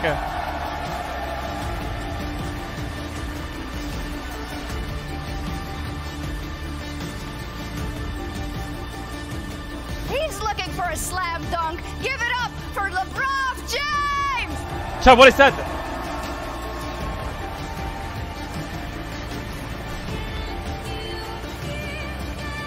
Across from them in battle is Movistar Koi. LeBron James. Super flashes forward and Dagda. I think that's it. Fear them, G2. The return of the Spanish side. Humanoid. He beat the best in the LEC. He's not settling for second. Miran!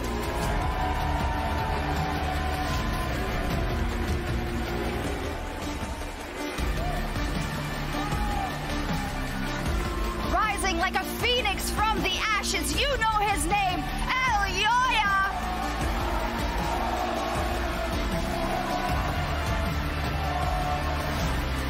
Mods locking. Is he from Canada? Is he from EU? Or is he Caps' father? Jojo Bjorn! Hey, whoa, Caps is standing right there. What the fuck?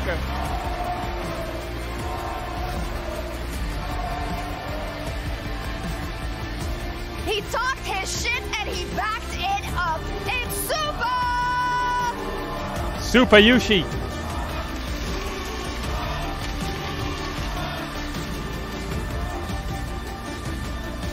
Sweet on the outside, but a menace on the rift. Alvarito. And give it up for the coaches, Dylan and Melvin.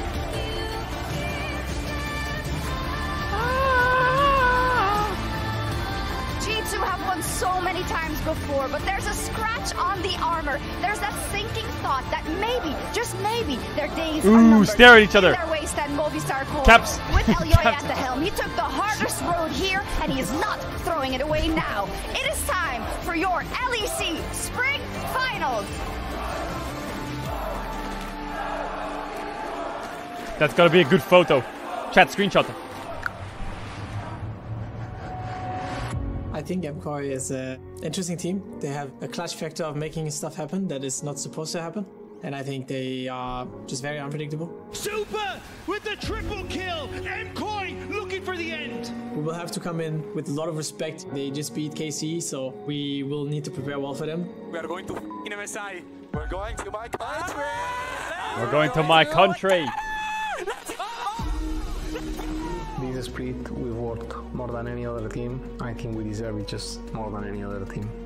They come in with a lot of motivation, a lot of desire to win, because I'm pretty sure they want to beat us this time. G2 wipe away MKOI in Game 5. I think it's really good that we got the chance last week, because we could see what is G2 good into us, what we need to learn. Mirwin is going to grab him for the kill. The sidestep backwards was so clean. Whoever is able to adapt better is going to take the win. Alvaro flash! He does it again! Alvaro was completely smurfing yesterday. It was so good. If he gaps Labrov, that could define the series. Feels pretty amazing. Super brought back by the Canadian mid laner. It's 16. It's scaling time. It's Monka time. The first time you win in a year is a big achievement, because you will have to earn this trophy again. And for me personally, that is my first big challenge of the year, to win a trophy in my region. Super's going to be caught. Rocket punch, rocket grab. Hansama, we talk about adoration. Hansama Draven. He gets it, 700 gold. We are going to prove that we are not throwing more opportunities. This is our time. We need to do it now, and we need to prove that we are here to win.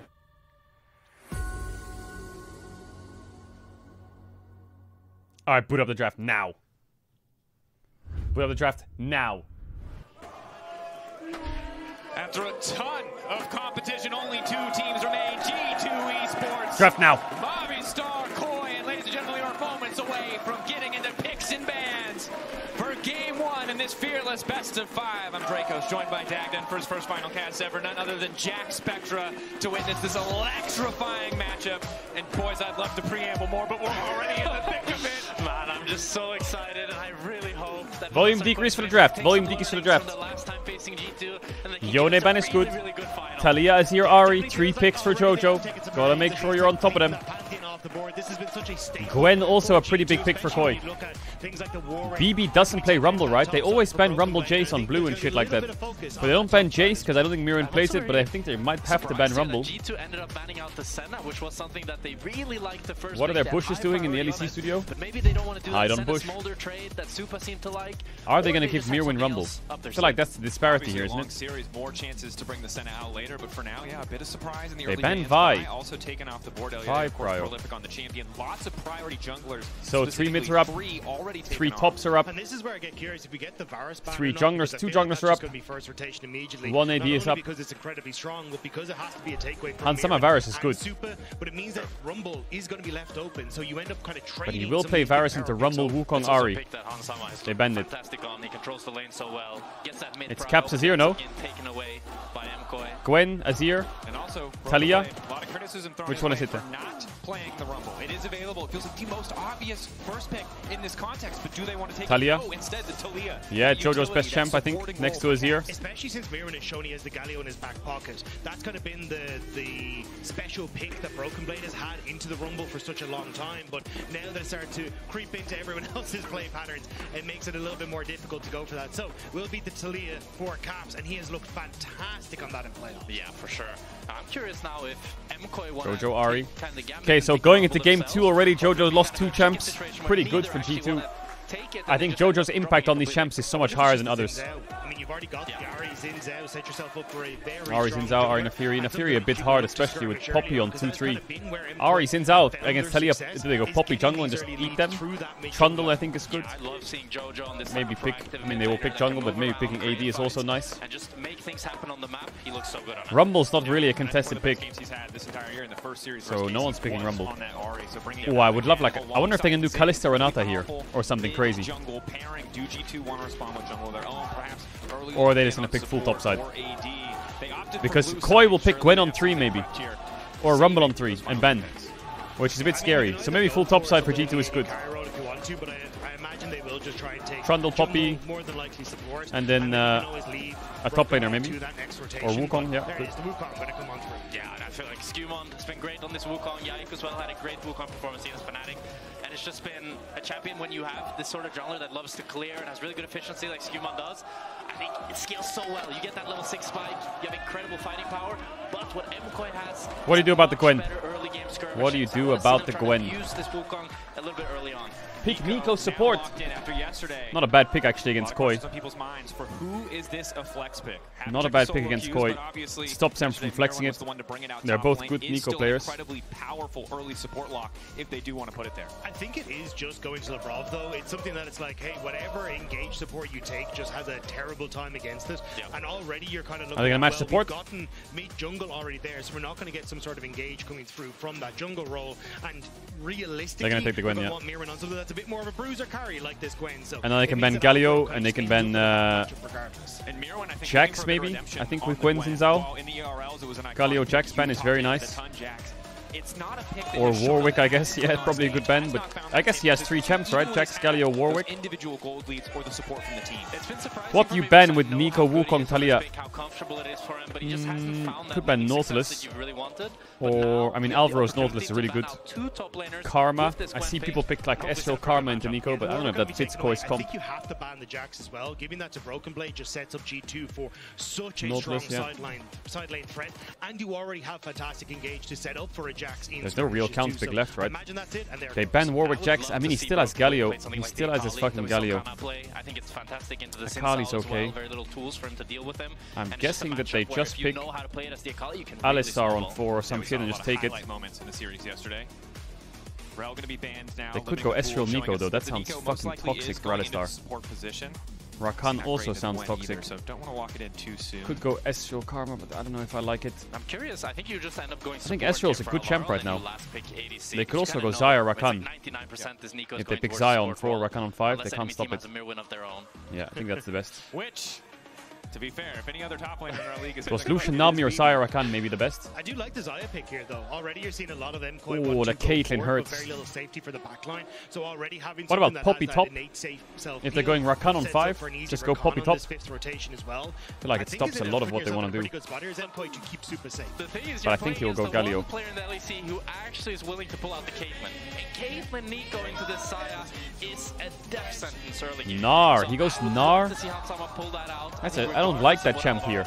I prefer Poppy top blind or fucking Galio top or something actually that gets in there. Composition overall just feels very stable, especially if this Kalista is brought out as well. You've got the Wukong scales well into the later game. Gnar for the solid side. Yeah, Xayah Rakan, I guess. Chat, I'm gonna add. If you want to add, you can just say one more Twitch Prime, subscribe to the channel, you have to sub channel if you want to back for the Game Pass because I know you got some ads before. I was buffering all the ads to make sure you're all good. The ads should be sorted now. Apologies. I appreciate the support if you do sub. And yes, you won't miss a thing. I love MKoy's comp if you get to that 20-minute stage where you can just have I mean, both comps are solid. Whoever starts a fight and everybody just follows up. But the problem is you're looking at mid lane who's going to lose prio, bot lane that's going to be struggling. And sure, it's a Wukong who can't punish that much, but we've seen Hans-Sama on these lane bullies before, and he dominates. Yeah, I think this is where, for G2, playing around that bottom side is going to be incredibly important. The only issue is Skewmon being so significantly weaker than the Xin Zhao in the early stages. It might give you that opportunity to try and play into the 3v3, but even then, I think Koi's comp is Nico and Kalista, so I think it's going to be work put out on both sides. Xin Zhao Gwen are very good in fights because it's impossible to do damage to them, right? With Gwen W, Xin Zhao ult, Ahri's mobile, Xayah has ult, Rakan's dashing around. But G2 has some pretty... Something we have to track. Some pretty good lockdown. I think Nico Wukong is really disruptive. Already 2 taken off the board, 2 pretty powerful ones as well. The Nico and Rakan for Alvaro, 2 of his best picks. Need to see how his impact shifts, changes over the course of the series. First drafts, some early game power on both sides. Strong lanes though from G2 might mitigate that Xin Zhao Ahri pairing. I really would have liked Galio in their draft though, G2. Even though it's another melee into Gwen, I feel like against Xin Zhao Gwen you can really peel. You have like Galio taunt, Nico ult, Wukong ult, it's so disruptive. Bum, bum, bum, bum, bum. I wonder if they didn't pick Rumble, pick Galio because they're saving it as an answer to Rumble. If they use it now, then they don't really have an answer to Rumble for the rest of the series. I wonder if that's their logic.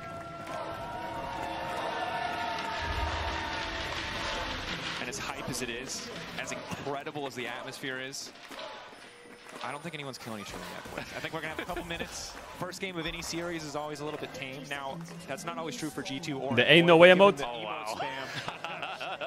So there's what Mirren learned. He immediately took the haunted Galio face from the last time so he could spam it game 1 instead of game 2. Mind game strategies. You guys think League is a game about champions. No, it's about knowing your opponent. Opposition. Well, for me, this game, 2 lanes that I really want to focus and track is top lane and bot lane. Bot lane in the context of if Super and Alvaro can survive, it spells I mean, great bot for lane the is going to be series. super unplayable, I think. Against Hansama on his Kalista, one of his favorite picks. The good news is, though, that I'm enemy really team has confident Wukong, in which Super and Alvaro's obviously is not ability that strong to early. withstand G2's bot lane throughout the I series. think And Xin then Zhao Mirren can on the definitely have a Gwen. bit more threat. Right? We criticized his laning phase. Now Broken Blade has the counter pick. We'll see if this Gwen blind pick was a good decision or a mistake. Yeah, it's a damn good question, right? Hans Sama's Kalista, a terrifying prospect. Whenever he has these lane bullets, Oh my God, just keep the camera camera bot and pray for Koi. Our attention to, we'll wait for a little bit of level 1 trading, is jungle, right? You talk about Elyoya, he's known for a couple of champions. I think the Xin most certainly has to be one that we track. 5-1 on it overall. Incredible KDA. This is a champion where if anyone can make an early game I think impact, Koi has some really good champs on top side, especially. Like, these top side champs are really good for Koi. Mirwin's a Gwen main. Jojo's Ahri is one of his best. Yoya's Xin Zhao is strong. And then you follow up with that DPS and being able to find those early skirmishes. A lot towards Jojo and kind of in and around it, like including that trio in the scrap, but I don't know if this time around it's going to be as easy to try and get Alvaro into those, because a lot of the time you are just going to have push for G2 on that bottom side. So I want to see how does Elyoya. He doesn't go Grasp on Gwen in this matchup, he goes Conquer. I guess he's good against our champs. He went Grasp into Akali, I guess Conquer into Gnar. To do with playing through mid. You ideally, as the Xin Zhao here, want to try to put pressure on Caps. Caps as well, a player. Super has 1 CS on the first like a completely 2 waves. When he's not unlocked. So oh my God, bot is gonna. I think G2 might just win the game through bot. GG. And then everything just kind of solves itself. Yeah, Caps, of course, has the moniker of being the GOAT for a reason, right? This Yoya skipping camps to gank them. This is such a good play by Yoya. But it's also such a strange play that it's gonna work. Like, how is this working? Isn't it criminal? This Xin Zhao just did 3 camps and clicked bot like a solo queue game and got a kill. Like, that is reportable. How is that even legal? Yeah, great job. Immediately clears his top side, ignores everything on bot, just runs into that bottom. If I was Wukong, I'd be so mad. Before they can crash the wave, and that's exactly what we needed to see out of Elyoya. It's like the most obvious, easiest gank ever for a jungler. And get Nkoi into a good position. And if Super can out, if they can crash this bot wave and get a good base off, this is so damn good for this Syra Khan. Although Alvaro, as long as he gets this recall off. Oh, beautiful. Just out of there. Any other champion, he's going to get taken down. Nicely done though by Nkoi on the bottom side. So now in a position where Elyoya is going to transfer that up towards the top side, get his Scuttle Crab. And they can swap now as well. Well, Syra Khan is out of the lane. There's nowhere really on the map that he can have that input. So Caps, you can see, going to place a ward just to try and spot out exactly what Elyoya is up to. I think the good news for G2 bottom lane is they still have Flash, and overall I think they're still probably the stronger 2v2. Killed it. They're swapping. Big charm. There, Elyoya on the way and waiting for the Unravelers as long as he can. Flick back comes in from Caps. Elyoya once again taking his time when becoming lightning. Naga going through. Caps flashes. Big kills to Koi, man. The pace is good. The pace is good. That's a volume increase.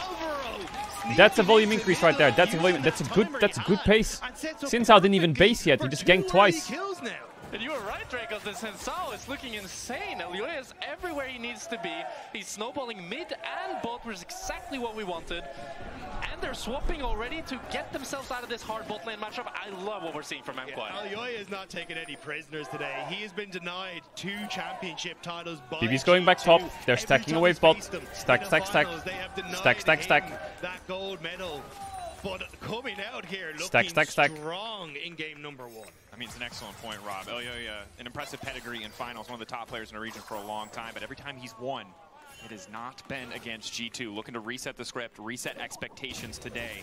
Just a couple kills, so we won't get ahead of ourselves, but this is the early game you expect when you lock in a champion like Xin, and it should have been Wukong's done 57 damage. But I think it's just great because not only do you get the kills, you also get to rotate Super and Alvaro out of what was a He needs to catch this wave or his game is lost. So they just get to move up towards his top side, keep themselves in good shape, and now Alvaro already roaming towards mid as well, but G2 want to look at a dive. But Elyoya is here, he's in the right place, he's covering. He's waiting for them to dive. Wait out the shroud. But they're not gonna do it. Caps is around as well. Oh, Labrov tried to take the cannon there, I think, to take the form, but he didn't get it. It died. Or what? Gojo on the way down. Not a lot lost. BB not gonna lose any pressure on the top side of the map. There's no counter. Good cover. They left Sai alone top. They cover bot. Happy days. On both sides. So you have G2 going for the dive. Elyoya doesn't show until the dive is actually started, and you can kind of see G2 get cold feet. Then Alvaro spotted on mid wave as he's making his way down. Jojo would also start to roam towards that bottom side. So G2 call off the dive and works out perfectly for Mirren now as he's able to get all the CS, or at least that experience from the CS in this bottom side. Yeah, Supa's also getting a lot of XP. He's at the right place at the right time with such intelligence, as you said, not to show, but still G2 don't die to level 6 Gnar. But that way Elyoya doesn't waste any time. But now, Broken Blade. Broken Blade, good damage. Maybe not enough to go for the solo kill, but barrier is used. Another rock thrown, but will not connect. Super in a tough spot. Luckily for him, no one else from G2 is in the area. Mini Gnar gonna come through, and nice bit of pressure from BB is at least able to crash that wave. Yeah, but I think Tier 2 boost for Saya, run around the map. Right? As you look at Jojo, Alvarito top, Gwen's covered. Does he have to base and cover Gwen again soon? Really put threat on towards Zupa, and may actually be under a little bit of threat himself as they step forward, but I think it's going to make it a bit difficult. Mirwin, staying for a bit of time. Using the ulti for a bit of extra sustain. Ooh, yes, W? Yeah, it does. Oh, Jojo missed Charm. Jojo could have solo killed there if he hit Charm. If he hit Charm. Make it harder trying to find a kill. Cooldown's not there. Does force Caps out of lane. TP not quite up yet, so likely that Jojo can't crash the Mirwin base and TP back bot. Chilling. For the grubs here, I mean. Losing Drake.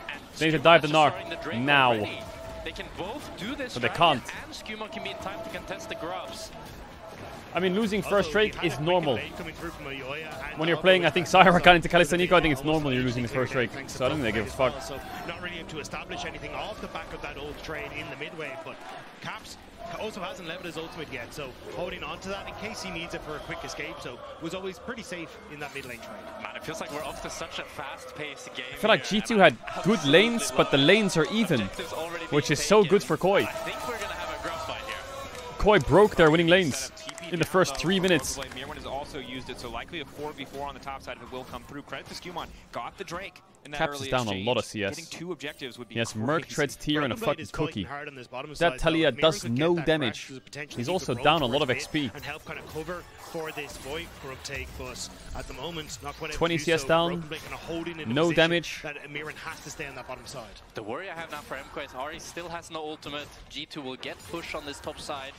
I think it's hard for them to really try to re-enter here. Rakan still no level 6, which will be so pivotal for this fight. I think they have to drop it, but maybe they want to contest the last 2. Yeah, well, the power of the G2 bottom lane was somewhat muted by the early exchange. This Kalista Nico, still so oppressive, getting that prio, setting up for easy objective access. G2, it seems like the logic is, one and out. Got one, that is enough. They don't want to overcommit to the play, potentially put themselves face first into the Xin that's looking pretty powerful. But Jojo's ultimate's about to come off cooldown. That's all that MKOI are really playing for here, just trying to buy that time, and I think G2 kind of realized a little bit of a bluff on the timing, but still don't want to tango with Jojo when he has it available, so they're going to back away. Exactly, but it's actually Skewmon, while they're having Alvaro this standoff, that's able to clear his topside camps, while Elyoya has his bot-side camps up, so I think he's the grubs are left in super gone as well. Yoya's crossing where he just needs to wait, counter jungle a bit. I think Koi is kind of undiveable top, which is good. 3 grubs for G2. Excellent position to be in, especially with the side lane threat that the Gnar can provide. We can keep any advantage going. Right now it's just 100 gold lead. We'll see what it looks like. We need game 5. Hey, I want game 5. Sadly, it's not up to the 3 of us or any co-streamer or anybody else. We've got to see if both teams have it in them. What if we ask really nicely? Well, I tried. We need more signs like that, and then they'll do it. Yeah. Everyone puts a game 5 sign. I think they're contractually obligated. Since I'll get so much from this. But at this point in the game, MKOI off to a decent start with kills. We didn't really surprised Wukong didn't go here. Did he go here? I didn't see it. Losing out pretty hard on the objectives. Is this Gnar mega dove? Caps is covering. Stuck in mini. No rage stacked. If they go fast here, it's so tough for him to do anything. Caps is hovering. Miss coming out. Caps oh, he on the just way. ults him. Oh, he played that really well, Elyoya. What? I think most people, I mean, even I thought he would stack his Q, but no, he just runs, ults him when he jumps, and then it goes full burst. Immediately cuts him down where he stands. I think it could have kind of worked with a Q stack as well, because he's not going to get that much uptime. In this early stage, the fact you also get the ultimate from Caps to try and protect his top lane is just fucking smurfing. A lot of the pressure he can have on the map as well. Yeah, and Elyoya is just playing so wonderfully at the right place at the right time consistently here. The bright side for G2 is that Scumon's been able to take both the first Drake and the first 3 grubs, and he's still keeping up in CS while clearing a little bit slower. And we know the Wukong is going to be terrifying. Labrov closer to level 6. A lot of engagement. Wukong still 57 damage. Fight for the side of G2. Haven't really been able to bring it to bear quite Man, yet. this game kind of sucks for G2. The only thing they got is the objectives. But it does mean he's probably likely to hit his first completed item ahead of schedule. Could lead to a fight for G2 that's pretty favorable. Oh, Yoya is a monster right now, though. With that Sundered Sky, I don't see that G2 can win any sort of skirmishes if Yoya is involved. Yeah, especially when Alvaro can play off mid-lane here, hit level 6, and I wouldn't be surprised if they just immediately try and play off of Mirren on the bottom side. I think he's aware that something might be happening, but you kind of need Alvaro 6, there it is, and now they're going to be able to link up. Yoya spotted. Probably couldn't clear out the Spectre as well, but they have cleared the last little bit of vision in the center of the river. Nico Clone luckily dancing its way up. We'll spot them. Now my crucial question is if Skewmon can get this Trinity Force before the Drake spawns, but it doesn't look like it. And if I'm G2, I think I need but to they drop do need to fight this Drake. I think G2 might just need to send it on this Drake. Those 2v2 are just going to be so it's all good. They're going to have to fight. Ulting. He immediately backs off the second BB has to push in base or what? He doesn't have kill pressure. Oh, wait, Jojo's a free kill, no? What? Is this how Jojo's going to die? Caps is going to kill him, no? Wanted to chase it, Jojo. Wait, Caps? Caps is here. Oh, he doesn't have ult. Caps doesn't have ult. He doesn't have ult. Walking away, doesn't, again, want to overcommit here, doesn't have ulti, so likely would just be a flash for flash trade, desperately wants to hold on to his. Still though, getting that ultimate out from Jojo, pretty nice. Caps is quite weak. Caps is also quite dead, maybe. This guy is fighting, he's trying to proxy the wave. They think they can get Caps. Caps in trouble, he needs to ulti out. He's just dead. Just go for the charm, take his time. Oh, he's maybe not just dead. Over the wall. Supa, does he want to flash follow? Doesn't seem like a great angle. Is he just dead? If you get the root, he's dead. Yeah, oh, what? He missed. Caps. Wait, he's out. What? He got Xin Zhao and Rakan flash. How? What? They must have misplayed that. They must have misplayed that. Rakan could have R flash EW, no? Or some shit. R E flash W? I don't know. You just couldn't follow up. Caps just about got that Unraveled Earth down as Alvaro got onto him with the charm, so no follow-up from the Xin Zhao, but level 10. Actually, this is such a oh my god, he flashed into the wall as well. Oh, Jojo, what are we doing? Jojo, what are we doing? Everyone's misplaying. So many misplays, people are nervous. You do it 50,000 times at home, you go onto a stage. Sometimes it's hard to do it. Funneled into Hansama, gonna get the wave, doesn't get the plates as G2 don't overextend, but still nicely done by G2. I love this tempo play from G2 here. Just immediately recall, gonna send Hansama now probably down towards this dragon and play for that. I think if they can stack Drakes in this game, it's a wonderful, easy to execute win con. 100% with the Kalista behind them makes a lot of sense. G2 spending a decent amount of resources to attack Jojopyun. They tried once with Mirwin, they didn't like Wukong has Triforce soon, and then Wukong is insanely OP when he has that item. It's so tough for Jojopyun. He was fortunate enough that when he used the ult previously, he already had the Malignance, but not level 11. G2 can keep chipping away these cooldowns, it'll look good, but it's Alvaro. Oh, he got him on W for Be careful. Luckily, the second stack of Battle Dance does take him back to Supa. I still think Koi's fine. It's whatever. Jojo flashed into a wall, didn't kill Caps, but I think that Koi are still fine in this game. Saya's down 100 gold on Kalista, 200 gold, doesn't matter. Xin Zhao is still pretty OP, and it's gonna force Drake, it's free. Are G2 gonna try and contest? I think G2 isn't in time, and due to the Cap still doesn't have his first item. They're just gonna decide to trade tower for the Drake here, which is gonna give them not the feats of strength, just the feats of the tower. The feat of destroying a tower, the achievement. Foundation. But of course, for G2, not too concerned. Happy to make this trade, happy to cross-map because of the dragon that was picked up earlier by Skewmon. When you fall behind a Drakes, we know how tricky it can be to play out macro in the mid-game. G2 not too concerned at if you're playing for the feats, is every feat a foot? Might be a bit more concerned about securing those Drakes in the future. Yeah, that's for sure. But I do also want to talk about one of the things we mentioned earlier, right? Was that Mirwin on the Gwen has struggled. Yeah. But in this game, we are now at 15 minutes. He's dead even. I think so. Doing pretty well. I'm pretty happy. Played the dive pretty well. The question is, how is he going to play the fights? How is he going to play the skirmishes? Something we'll have to track. We know he has it in him, but still needs to execute at that high level. The thing I'm seeing, though, is again, like, I kind of just trust G2 more when it comes to the side lanes and the push. I think when you look towards how they beat MKOI last time, G2 getting Herald. Hey, we're going to use this Talia and try and find picks on side lanes. We're constantly going to attack Mirren and co when they're in that position.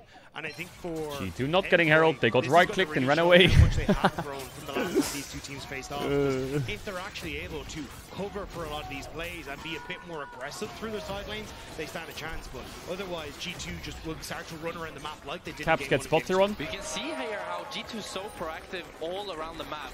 Lebrov and Caps are pushing in bot while Skewmon and BB are doing Herald. So they force MKOI to come to Herald. I think Koi's in a great spot. Of course, MKOI actually end up getting the Herald, but in return, Caps trying to get this bot tower. They're constantly trying to look for plays everywhere, and that's why it's so much pressure when you play against a team like G2. Great spot. MKOI at their best, finding leads, grouping up, forcing skirmishes and fights, but when it comes to playing the whole map, G2 is a tough team to match. So many veteran players, so much experience in these tense side lane situations, and they don't ultimately break the tower there.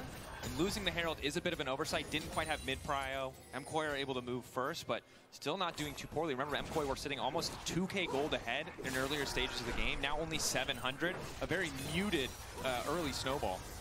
Well, the Hansama here. It's going to be fine. I don't think MKOI can really go for this. Look at It's Koi just scaling, I guess. Just chilling, scaling, Gwen items, Xayah items. A little bit longer of the Reaver's wall to get towards mid if anything kicks off. Now that you have pushed Wait for Drake, use Herald on Drake. Cap's going to try and match. I think they are. Find the picks.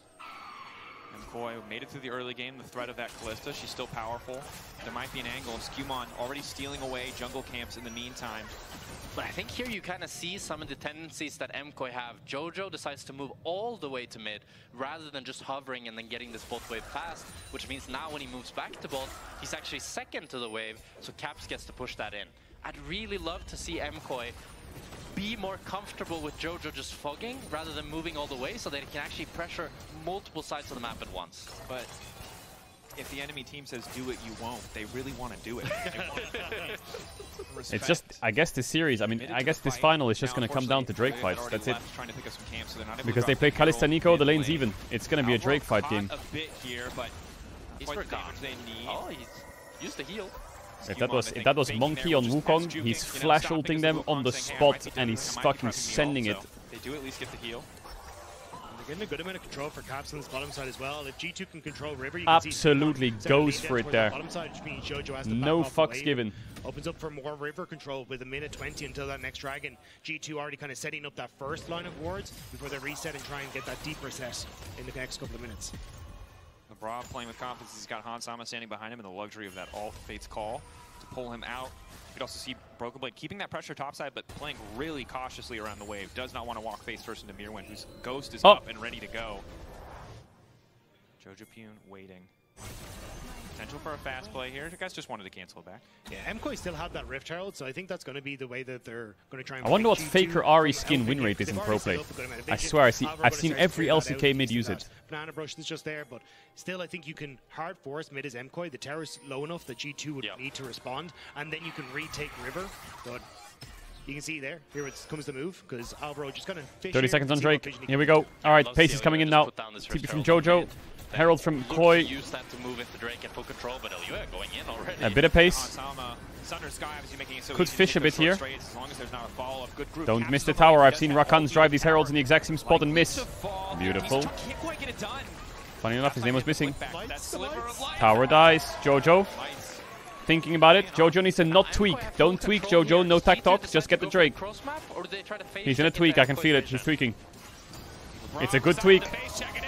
That's Kalista ult, maybe. That's Kalista ult. So, 2 Drakes to Koi. Game is good for them. They can't cross map top either, G2. Maybe was thinking about the Kalista ult, so wanted to hold it. Was just happy with the chunk, but overall, they can go to bot tier 1. Jojo stays mid. Game is good for Koi.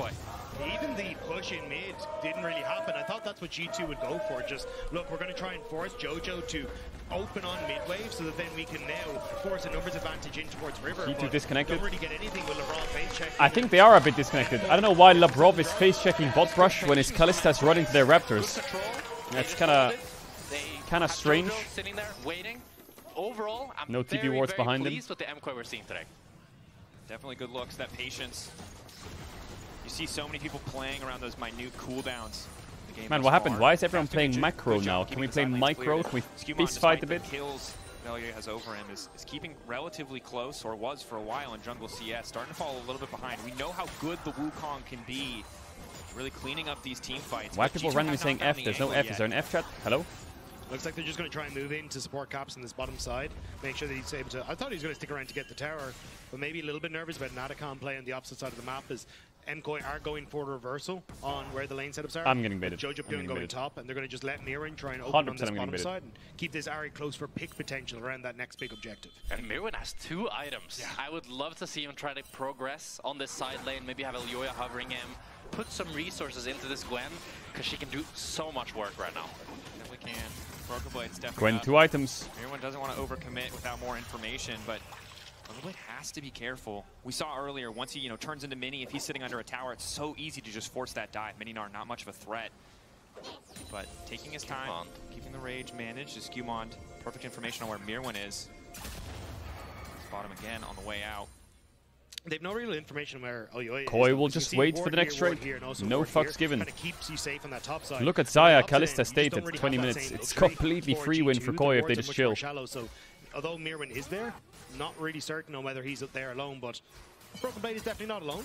No. So Mirwin going to have to play it safe. And good patience from Mirwin to walk up there. Might have lost a few creeps, but waiting until he saw Broken Blade, waiting until the Meganar Hansama Rage Blade. No real threat of a dive. I think G2 might need to force an Atakan. G2 keeping any Atakan forces into the river here. Sweeper coming out from the Brav. The great thing that G2 did now is that they're kind of not letting Mirwin progress at all on side, as he has to play really safe, while BB is the one who can look to group up towards mid now, and maybe G2 Gwen will just push bot and then GG. Also, just splitting up the mid jungle in that situation. Oh my god, Gwen just pushes bot. Protecting Mirwin in case Elyoya shows up, but with LeBron being able to protect Caps, he's able to collect the wave. Wow, this is... putting that pressure. Bro, I hope next game is a little faster pace. And it kind of denies MKOI both attacks, and G2 able to sustain the defense and now get themselves onto a nice reset. And I think if you're G2 right now, you look at the item completions, right? It's only Hans who has a second item fully completed. They're a bit behind if it comes to fighting. Jojo P and Horizon focus, double items for the Xin already. Mirwin's looking terrifying. Hansama's team's in base, he's hugging his tower a bit. Denying the opportunity to group, denying MKOI the advantage to, or opportunity to push their lead, as you mentioned, is pretty big for them. I think this is kind of a mistake from MKOI. I really want to see them try to progress the game, because now they actually do have 2 items on Skewmon. I think Broken Blade probably needs 1 more wave. He's about to get a second item too. Caps has had 2 items. They had this 1.5 minute window where they could have tried to force the fight while they were all on 2 items, but now it's even playing field. And I think a way you can do that is playing off of the mid wave, right? You've already got that tower down, hard force it, and then move into this top side, but they're going I think Koi just needs to not force. Top tier 1 is good. I don't think they should start that gun. Just push top base, go to Drake, and relax. Relax. Not much more pressure. Continuing to push in, extending the gold lead a little bit, but I think G2 feeling comfortable scaling. Don't want to give up any more towers, but slowing the game down definitely does not hurt. Mirwin's grouping on mid here again, so I think that's why G2 kind of playing a little bit more defensive and just looking for the poke angle. They'll wait for Mirwin to show back on bot side before they really start to move in towards his top side and establish vision. G2 has a lot of flowers. It's a bit of a ping-pong situation here where you either wait for Gwen to push bot. One team pushes in bot, and then has a move, and the other team does the same, but Super here getting a bit Ow! This what the fuck? Could be a trigger for G2 to want to start the Atakan, but most likely Broken Blade is just going to go bot, and then the same thing happens again where Mirwin is now the one moving to mid. Zaya's quite low. Quite posturing a bit aggressively. Skewmon maybe hoping to find an angle on his Supa, get a few more cooldowns so they can feel confident starting, whether it's the Baron in a minute or the Otacon. Drake also is G2 just really scared, or is there really nothing they can do this game? I mean, Koi, I don't blame them for chilling, but is there nothing G2 can do? I feel like they're hovering Gnar, Gnar pushes bot, Gnar groups mid, Super runs away. And then Gwen pushes bot, and then repeat. That's the last 5 minutes of gameplay. And Super squad, Caps maybe just won the game. Barrier goes out, really trying to hold on to any other spells. Well, he's going to be forced to ult. That's a free dragon. And again, this level of patience from both teams in this final, quite impressive. I mean, it's a nice move from Caps. He doesn't reset on top side, instead just moves mid and catches Supa, who thinks he's entirely safe. Now you're down on AD carries MKOI, rise the dragon spawns, and that's a free dragon. Play for Atakan, kind of trade dragon and do a lot of posturing around this mid wave, but that goes out the window with Caps just choking Supa. But it's a puzzling mistake from Supa. I'm not sure why he was going towards top side. They have full control of the Drake. I think it was a red buff, no? Just being a free Drake for G2 now. G2 playing for those chunks, really paying off. And we've seen this from Caps before. Goldberg and Odoamne highlighted. I think you picked the clips out, Jack, where it's just Caps could recall, he could reset, or he could just keep making plays as long as humanly possible. Now, they're not as far ahead as they were in the example game, but certainly making back-to-back plays. I think Koi is still chilling. It's a shame that Koi couldn't fight that Drake because it's their sole point, but I think it's just another 5 minutes of farming for Koi. No fucks given. Infinity Edge Xayah, play the game. But Caps is one of those few players that just has this hidden instinct that he can find plays that other people wouldn't see. Yeah. And Mirwin not wanting to walk up here. BB has kind of closed the gap between them, although Mirwin does now have a needlessly large rod. Hasn't completed boots 2 yet.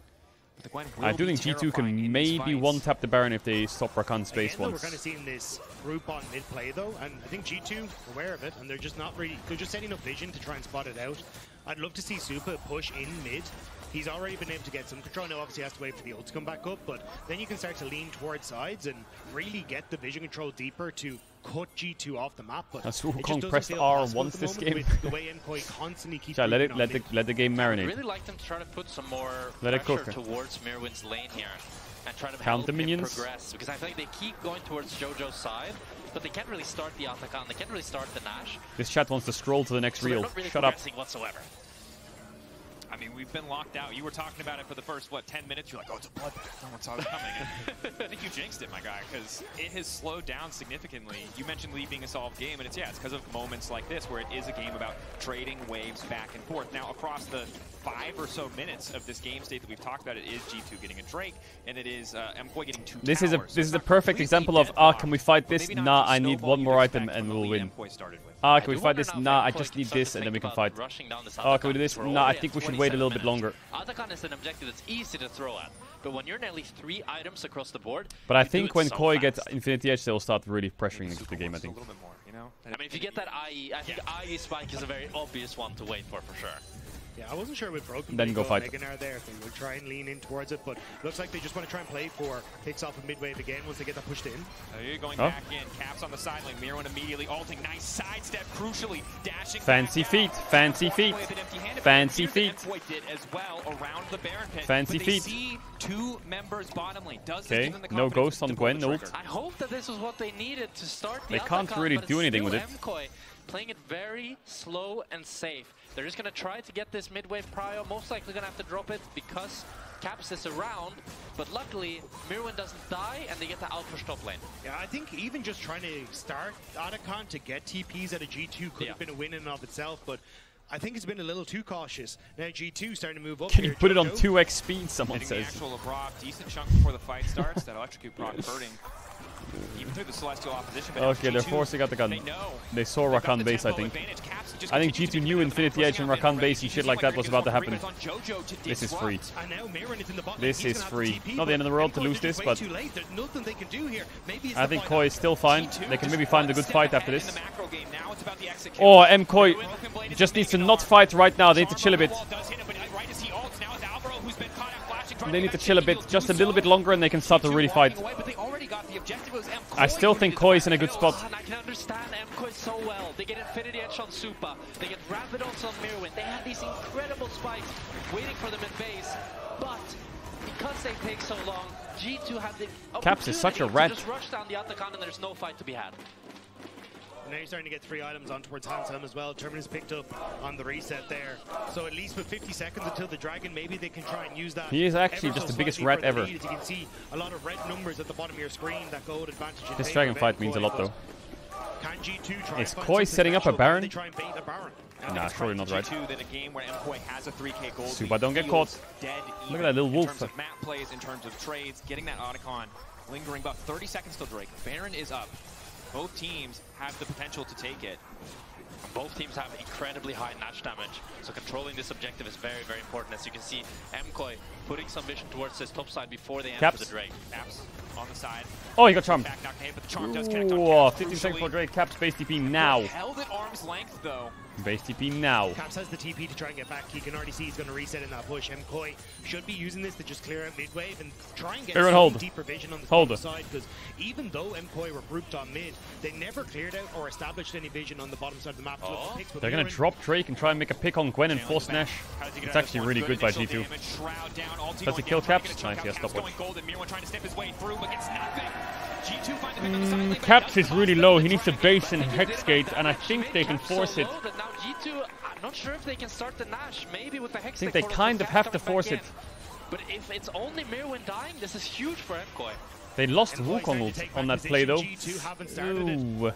It's just Caps walking up. I think he wants to get a good angle for the Weaver's wall, but here comes Jojo. Jojo on the way in, trying to get mid push. It's already in their favor. They have Kalista. They have Kalista.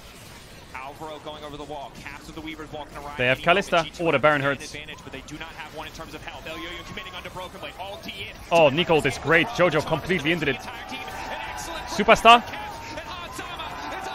Super's kind of cooking.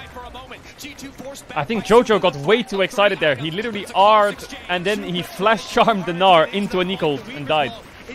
Jojo needs to chill.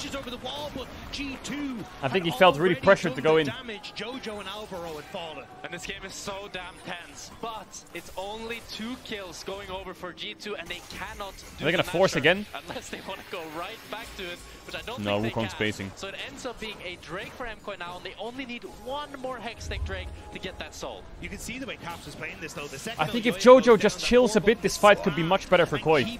Look at Jojo.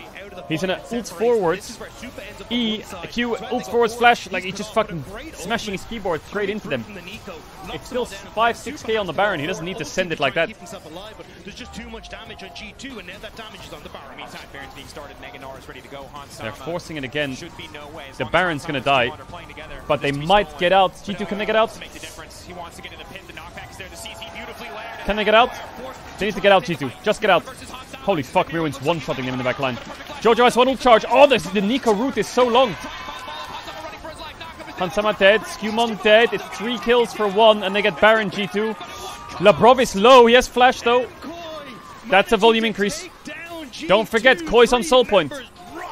But the Baron still in the hands of Caps. Koi's still in a great spot. Red Bull Baron player play in the top left corner. The negative numbers teetering on the edge there. And G2, they make Caps. the classic decision where they try to finish the Nash. Hey, this Rakan still has ult. He has heal as well soon. After MKOI able to take down Yo, yeah, it's just running at him. Oh, he got stunned. And rooted. And Caps, what you got for me? Slow? Anything? Nothing. R flash from Labrov, maybe? No. Sinza's ult. Jojo pushing top. Jojo has ult in 5-10 seconds. Caps ulting on his ass. Charm. Didn't get charm. Jojo's still wants to fight quick dash out. Just got his ult up. Just got his ult up. But it's just a retreat from Jojo. Oh, a determined advance from Labrov, however. Jojo finds the charm, finds decent damage. Solo bolo by Labrov James. Solo bolo by Labrov James. Fucking dunked his ass. Hunts him down. But it's going to be probably not much coming out of it. Caps does still have the Nash, but I think he just has to recall. But it's the Drake in 2 minutes that's really the highlight. But let's look back at this fight.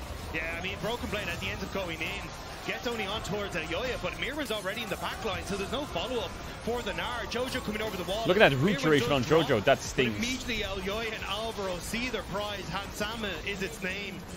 And Super finishing off the Wukong in the back. Great teamfight execution from MKOI. And you can see how strong Mirwin is. He just buys so much time, he does so much damage, and crucially, he forces Hansama's flash, which will now not be up for this Drake fight. It's going to be big, especially as armor penetration also is starting to come through for Supa. We've seen it was Hansama who was playing the Xayah into the Kalista. As you get later in the game, no matter how much you dance around, oh, Caps is strong. No Wukong GA. Gnar's quite tanky. Flashes are coming up. It's going to be a close fight. I think still Koi favored, but Caps is level 18. I think the Talia can definitely change the whole fight with one combo. Hansama has Jack Show. Actually, is it Koi favorite? Look at those items. Holy shit. For now, you mentioned it earlier, but no objective up quite yet. 45 seconds. Soul point for MKOI.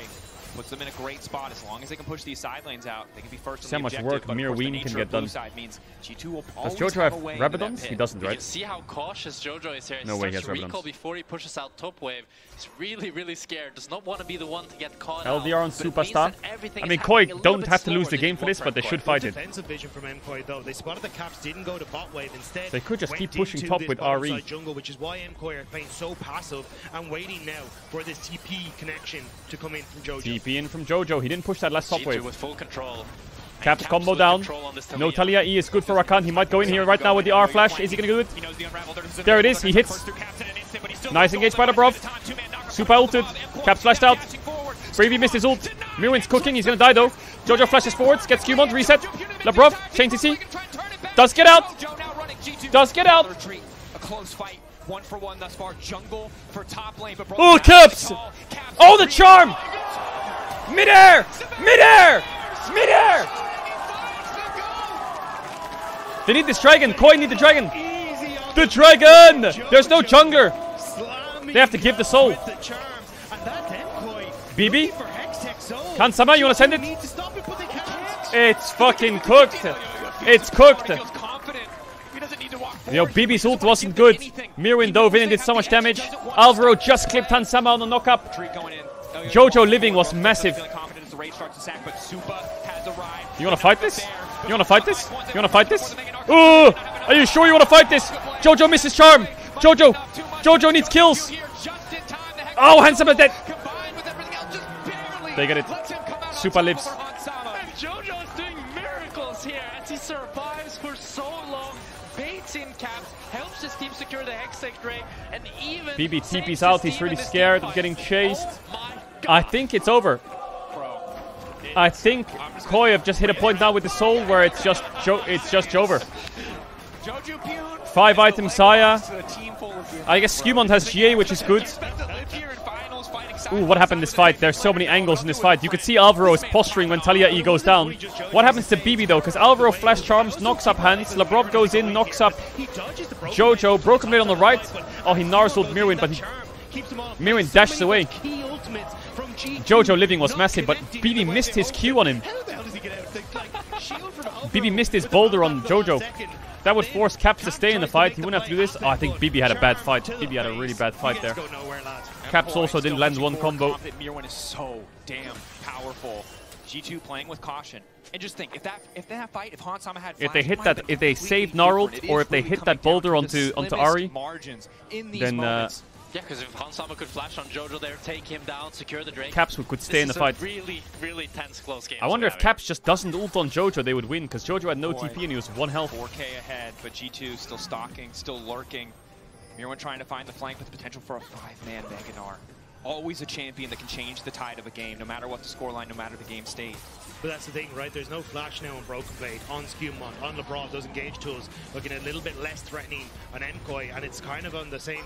Super doesn't have that flash to try and escape, but Caps went fishing, going in over the Caps is fine. I think he has stopwatch, doesn't he? No, he doesn't have stopwatch actually. A lot of damage from Mirwin. Broken Blade's cook. Reset for Jojo. Flash from BB. No, doesn't have it.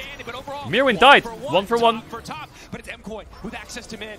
Mkoi with more power and the dragon. Yeah, Caps does have stopwatch. But there's no wave on mid-wave to actually play off of. There's no wave on mid-wave. Unfazed. They should be able to retreat. Fact. Baron's up though. Do G2 want to go for no? Double clones? There's clones get out. There's no wave died up, but there is a Baron Nashor and Mkoi wanted. Caps is in base here, but Qmont could just Hexgate, play the steal. Why doesn't he Hexgate? Qmont backstep the W. Caps fighting Jojo. Caps fighting Jojo. Caps fighting Jojo. Bottom right, bottom right, bottom right. Jojo wins that. Jojo didn't win that. I don't know how the fuck Jojo didn't win that. How did Jojo not win that? Huh? Huh? How? Jojo must have fucked up. They turn back towards the Baron. But Caps has DP. Caps has DP. We left the bottom right when Ari ulted and had 2 charges on a 1 HP Talia. Caps must have Zonias and then what? The soul gone. 2.5 minutes till the Elder. I mean, that was an absolutely crazy. Drop the replay of the 1v1 now. 1v1 replay now. Let's see it. I mean, it starts off with some brilliant footwork here from Qmont to dodge the. Put the camera down. Put the camera down. There it is. Charm. Q2. Here, ults now. He's an ult. How does he not kill him? Oh, he wasted his last charge. And he didn't have mana for E or what? It wasn't up. Never been hit in the face with a rock, but I imagine it does not feel very good. But Caps is here. I mean, I think he used his last charge to dodge the Q or some shit. Mirwin, Mirwin, Mirwin. Oh, sidestep. Oh, he just one-shot his ass. He just one-shot his ass. This is it. The ERL Gwen we finally see on the LEC He's scaling though, he's scaling. They see their moment. They're pushing down mid. G2 needs to try and defend, but the base starting to crumble. And now you lose that pivotal wave clear from Caps. They have Natch, they have Soul. I think they can try to go for the end. They should go for the end. 1 minute or 20 on the Elder though, you don't want to throw the game. Double inhib is easy, double in is easy. Wait for the top wave. 30 seconds away. This could be G2's final hold in game 1. And keep your eyes on Jojo. They have GA on the Wukong. He's going to be the difference maker here. Miss. LeBron James, dead. Where was the Kalista ult? Rakan is down as well. Skumon, you gotta go in, my guy. Oh, Jojo's gonna die. 1 HP, pops the stopwatch. Hansama kiting for his life. Caption 10. GG. Koi wins game 1. Koi wins game 1. I don't think anyone expected Koi to win game 1. That is crazy. They had really good champs.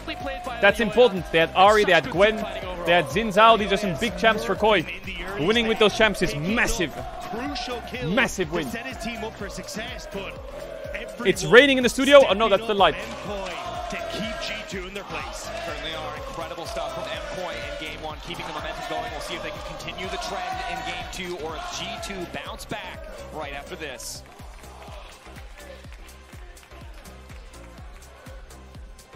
Good game. That was a good game. That was a good game. I enjoyed that. EU is cooked if MKoi wins the series. I mean, Elyoya. I mean, if I'm G2, I'm just reporting bot lane a little bit. They can't die to a level 3 Xin Zhao gank. You can't do that. Skumon was also quite scared this game, I think. But it makes sense because his bot lane died when the gank and Xin Zhao got really OP and accelerated.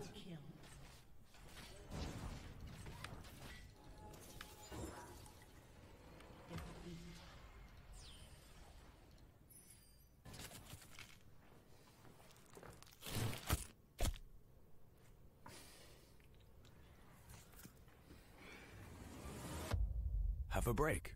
Have a Kit Kat. Have a break, have a Kit Kat. Jack it off in between games, too hot.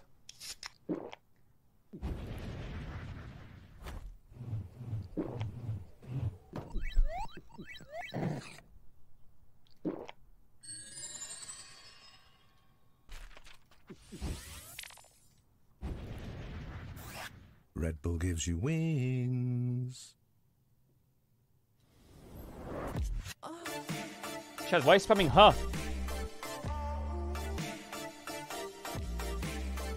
What? How is that even remotely like?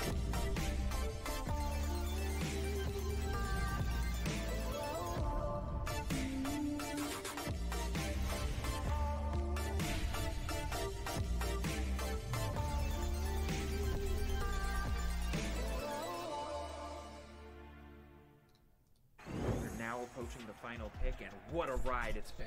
What a ride. Hesitation, but we're getting closer to the game changer. What a legendary journey we've been on. I mean, there's so many excellent options, but one of them has to be a perfect They're fit. about to lock in.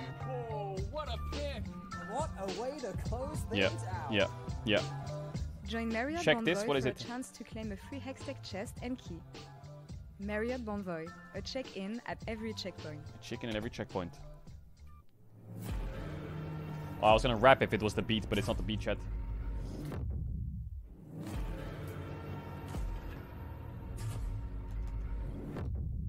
You walk along the edge of danger, and it will change you.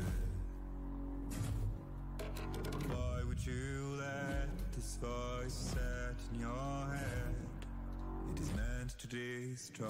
I think I fit in pretty seamlessly there, not gonna lie.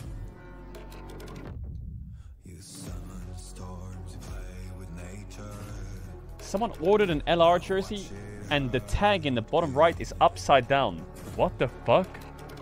That's gotta be like the only one in the world with the tag upside down. The fuck? How the fuck did that happen? What? What the fuck? Rare. Rare.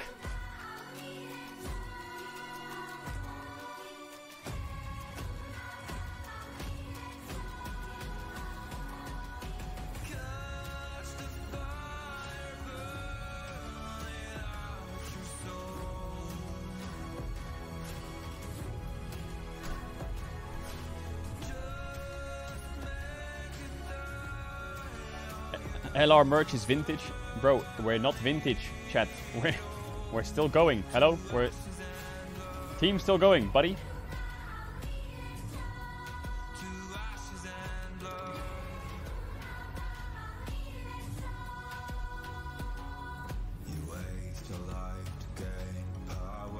Your Yone is vintage. My Yone is iconic. Wrong word.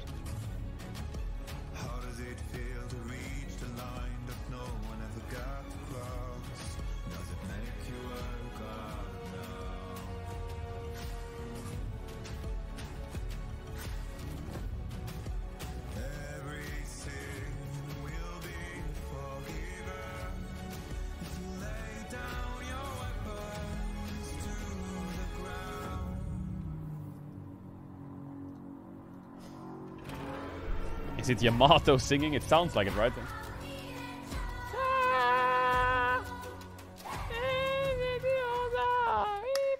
it. Oh.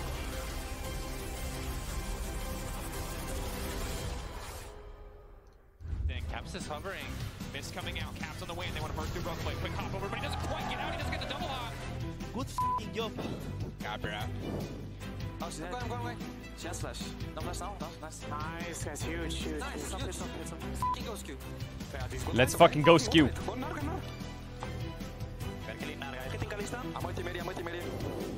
We win. Cluster, no flash. Nice. Push me, Tanto. Let's get it, Finn. This time for real, just like Movistar Koi. The 3-0 predictions are dead. Let me just repeat. I think what could be the most important stat line. Unless of the they're day, for perhaps. Koi. In all of the finals that Caps has played, he has either lost, and then he's lost 0-3, or he's won, and he's won at least one game. Both scenarios, well, no, actually, one of them is not on the table anymore. Well, it is. Both scenarios are still on the table, Odo. Does that make you scared for your G2 team that you back so much? Yeah. If I'm a G2 fan, I'm a bit spooked after that game because it wasn't pretty. I feel like Elia just dismantled everything, but we do have the stat line, right? All Caps needs to do is win one game, and for sure, surely he's not going to lose finals again, right? It puts huge pressure on the second game, and I think this is how we parlay this into, But honestly, so much praise for Movistar Koi, Finn, because we were watching the game, we were saying, are you going a little bit too slow and then a little bit too deep every single time? But was their approach correct in the end? I mean, I think Movistar Koi came in the early game just so well prepared. The tracking of the wards of G2, gaining that early advantage here, Elioy coming in behind, dodging the wards perfectly. Did KC win game one? And I really No. enjoy how this snowball Koi is won the game first, one, right? Let's say 17 No, minutes. KC won game one, yeah. Exactly, KC won because game one. this is so pivotal for the whole game because what MKOI has is a scaling comp. They have the Gwen to counter the Kalista, the Zarakan scales incredibly well, but Elioya being so damn active in the early game to stop the early game powerhouse that G2 was looking for with this comp, just put the nail in the coffin for G2 at least for this game. He's a man on a mission. We've said it, we've introduced it. You were singing his praises, so do you want to do it a little more for this game one? Oh, look my at glasses look are so at these stats. Observe the man that is Elioya. And I said that he plays for his lanes and he makes them shine, and shine they did this game. I think Jojo, okay, he had a little few assists. He has a little but in NA general, flash. I mean, okay, but actually it was mostly Super and Alvaro, I think, that shined this game, because that Syra Khan, the partner duo, was on fleek, on sync, something like that. On fleek, On fleek. LCK. Whatever you want. Yeah. Not anymore. Oh, yeah, when it comes to when I look at his smug face, it's just it's an old meme, but it checks out. When it comes to Alvaro and Supa, and Alvaro specifically, I think we've said it before, and I definitely do all the time. If I see him on a Nico or on a Rakan, we're in for a very good game for Movistar Koi. It's just he wants to engage and he'll do it correctly. He did go a little. I want to see Alvaro Nautilus as well, so it evens out. Yeah, just more and more praises to Alvaro because I do feel like he's incredibly versatile. But now, if I'm G2, I'm a little bit happy because the Nico's out, the Rakan is out, and now we're in Labrov's court. The cope doesn't stop. In LeBron You're James' happy. I'm going for it all the way today. I'm full coping all the way. Are you mega coping because you really needed to be in LeBron's court? Because we remember what happened in winter. Nah, it's fine. I do believe in him. It's just I really don't feel fuck like this is finals a up, G2. G2 Make they it close. do Don't need to get take 3-0'd. this series more serious because I feel like Holy Elioya shit, they came have a in with a restaurant plan, back Mkoy there. Came in with a plan, and they've been so Jesus. versatile this game and so damn impressive that I feel like from this point on, it's where the series really starts. Yeah, and it really has to be, as you say, wake-up call, because I fully agree. I think this game, G2 just looked kinda desynced, and they are realizing now that this is not the same Koi they Super played in the screen, upper look at it. bracket. This What is the a Koi fuck? that's been through a lot in the lower bracket. They beat Casey yesterday, and they come in with this newfound hunger, and they are here to show that they don't want just another second place. I mean, they're jealous? got Yeah. further already than I they eat that did whole last table. time when Fact. they had to face G2 the day after. Let's take a look at some of those fights, particularly around the Baron, because it got very dicey. I mean, we sit here with a Movistar Koi win, rightfully so, but it was close at times, specifically here. Yeah, exactly. They do find Merwin here, and they feel like they're on a clock here because this is pretty much the only opportunity that G2 can find in this game is this Nashor fight. So right now, it does feel like Mkoy will pressure up and they have to start the fight. Now is the time where we do feel like Mkoy has been going a little bit more deep than they should, but at the same time, it's just that their comp is scaling so well that all they had to do was stop this Nash and get back in control. All right, get me the draft Such now. a good play by Super there. He Sorry, I don't like flashes talking over the forward endless stats, guys. Tally Let it to play. get that kill, and then perfectly times the Gnar ult with the Saya ult. I think if he doesn't make that micro play, You want to that eat clutch licorice. step up that he Bro, just did, I licorice think that is might disgusting. be a better fight for G2, and It that just might hit the Baron tastes for fucking G2. horrible. That's the micro-analysis we hire you for, Finn. I didn't get it out of Odo. I mean, he said G2 is just going to stomp 3-0. His prediction is already dead. Let's take a look at one of my favorite bromances, and it's JoJo versus Caps, because they really wanted to kill each other Suit up. in that game, and sometimes it worked out for Caps, sometimes Yo, it didn't. the Well, it was P3, the same thanks for for the fucking both 10 teams. gifted. It's I just appreciate that. unnecessary. From Thanks this for the 10 time, gifted. Caps is so unnecessary making this play because they did have the advantage in this Dragon setup, but as we Chat, see don't now, tell me you like it's licorice. the same from JoJo.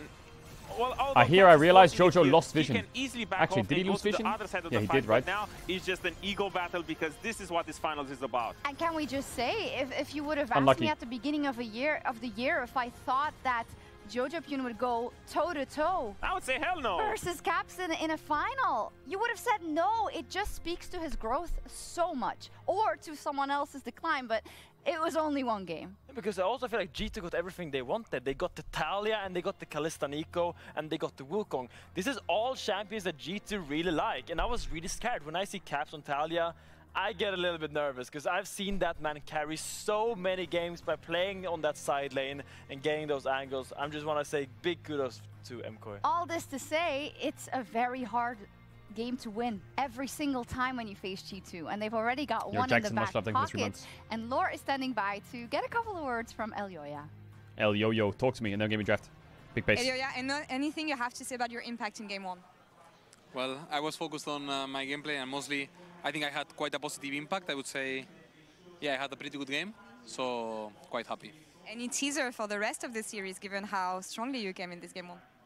You guys still haven't seen anything. Ooh. We ain't seen nothing yet. Fantastic, because we are going into draft 2 right here with my gentleman at the desk. Koi is gonna I don't know flex if you've some heard shit, man. Side selection already, producers? If you could probably G2 spoil Blue, I me, guess. perhaps, and that will kick off our game. But Regardless probably, of that, probably blue for G2. Yeah. I'm sweating. Elioya, I kind of believe him. We didn't see much from him because in these clutch moments, I feel like this is the time when he rises. And if I'm G2, I am looking at maybe adjusting a little bit coming to this draft so that we, because I'm G2, Don't right? give so Koi G2 Varus. puts a lot more There's the Azir ban. I think emphasis good adaptation on from getting a Koi better, because now and Ari more Talia are out, practice Azir like out. for few months, so that Vi he can ban. I shut think down G2 will ban Varus last again, probably. Rumble will be open.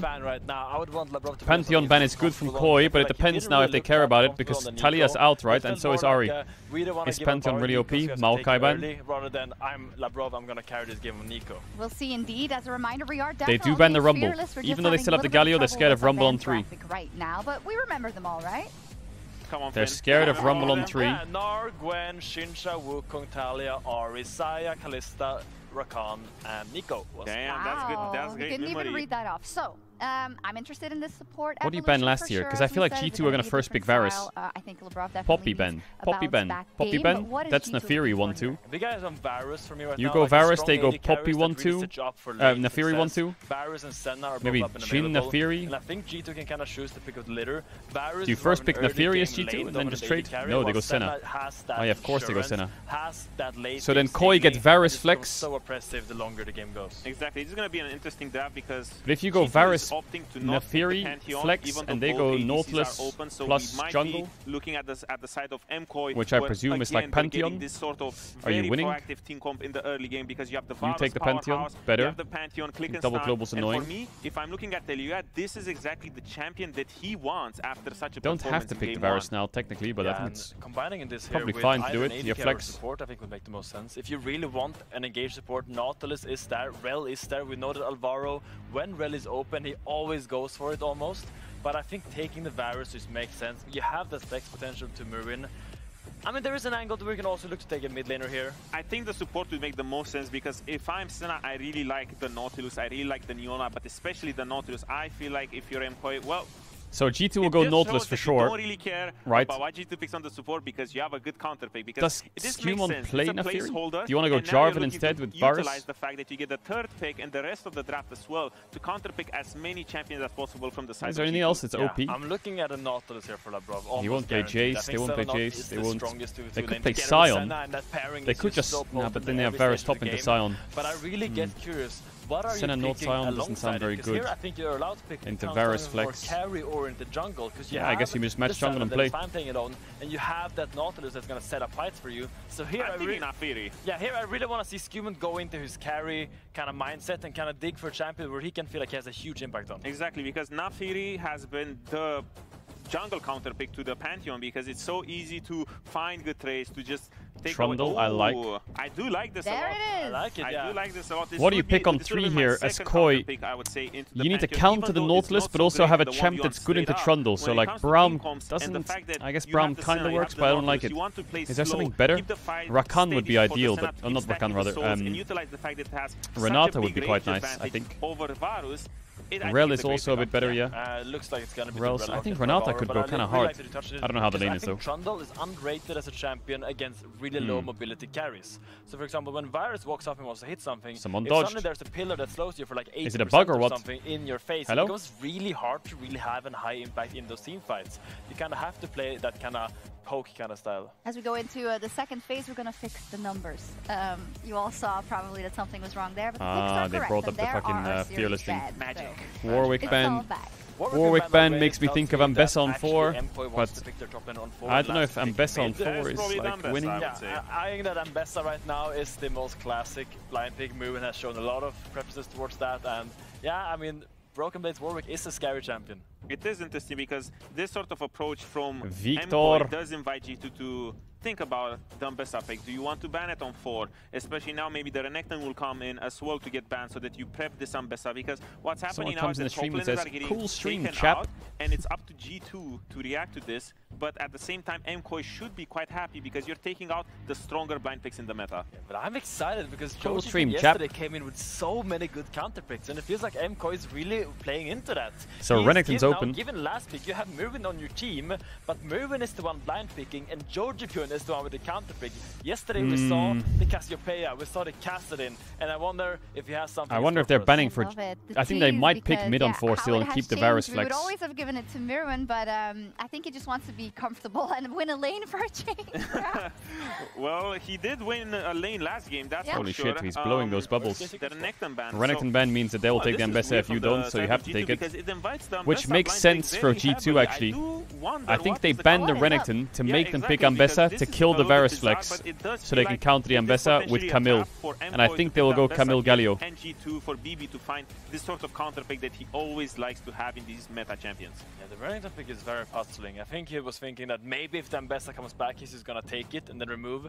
But I think yeah, Camille Galio goes kind of hard. Getting pretty angled by with the Jax and the Warwick band, so I really wonder what Broken Blade has prepared into it. I really want to see him dig deep and show us why in the past Broken Blade has been Rice. I like Rice as well. To look at. I guess they might not do Camille then. Oh, they are doing Camille. Okay. Rice. It is something that they use. What do you do with Jojo now? Cassio? I don't know if I like Cassio. On the Camille lane, maybe 2019 vibes. Gives me 2019 maybe vibes, it's an Nivea game. Thoughts? Was it Caps and Wonder together? Where they Is would it a just Nivea game? open up on the side lane together, the Camille Take the back Galio up by the yourself. Rice behind, and it Chat, just everyone feels ads. If you like want ads, you can it's see one such watch a- Prime. You don't have sub channel if you want to back to the game. It's Subs such a tickets. ram After in the the ads, you're side gonna lane get where ads you take during down the every single game. tower and it just And if you becomes sub now, you won't get ads for harder and one harder whole and harder month. But Jojo Pyun is not leaving Mirren Jojo out to Pyun dry. Galio. If Caps ult stop, he will be there to match it. Anytime Camille is gonna ult someone, there's gonna be a Galio ult on that person to come and bolster their defenses. Fantastic. Interesting drafts. I'm glad that they've spiced it up from the side of G2. They need to.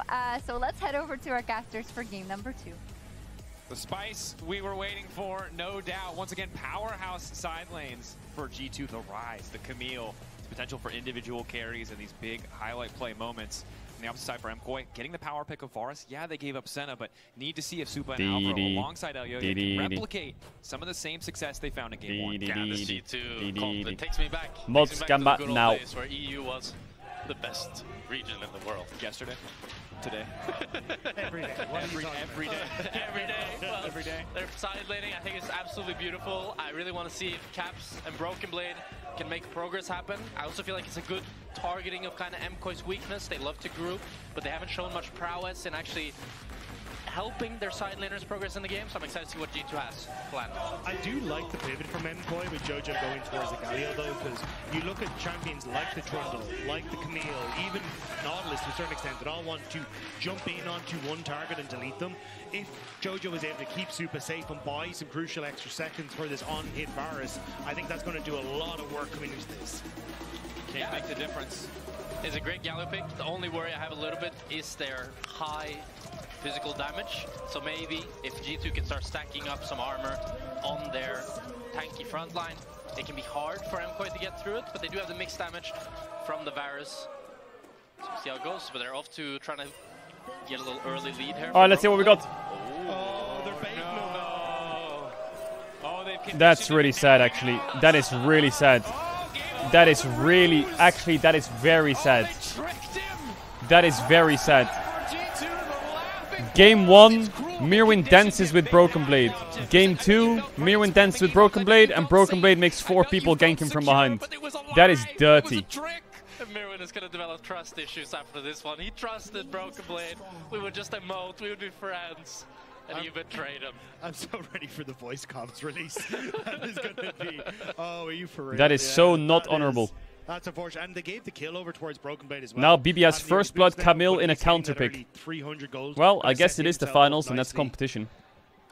But I did hear them all chatting, so someone probably flamed them. Yeah, Boots in this matchup is really good for the Camille to try to space this Ambessa and get good Oh, I think that I have this really strange feeling that G2 is going to destroy Koi this game.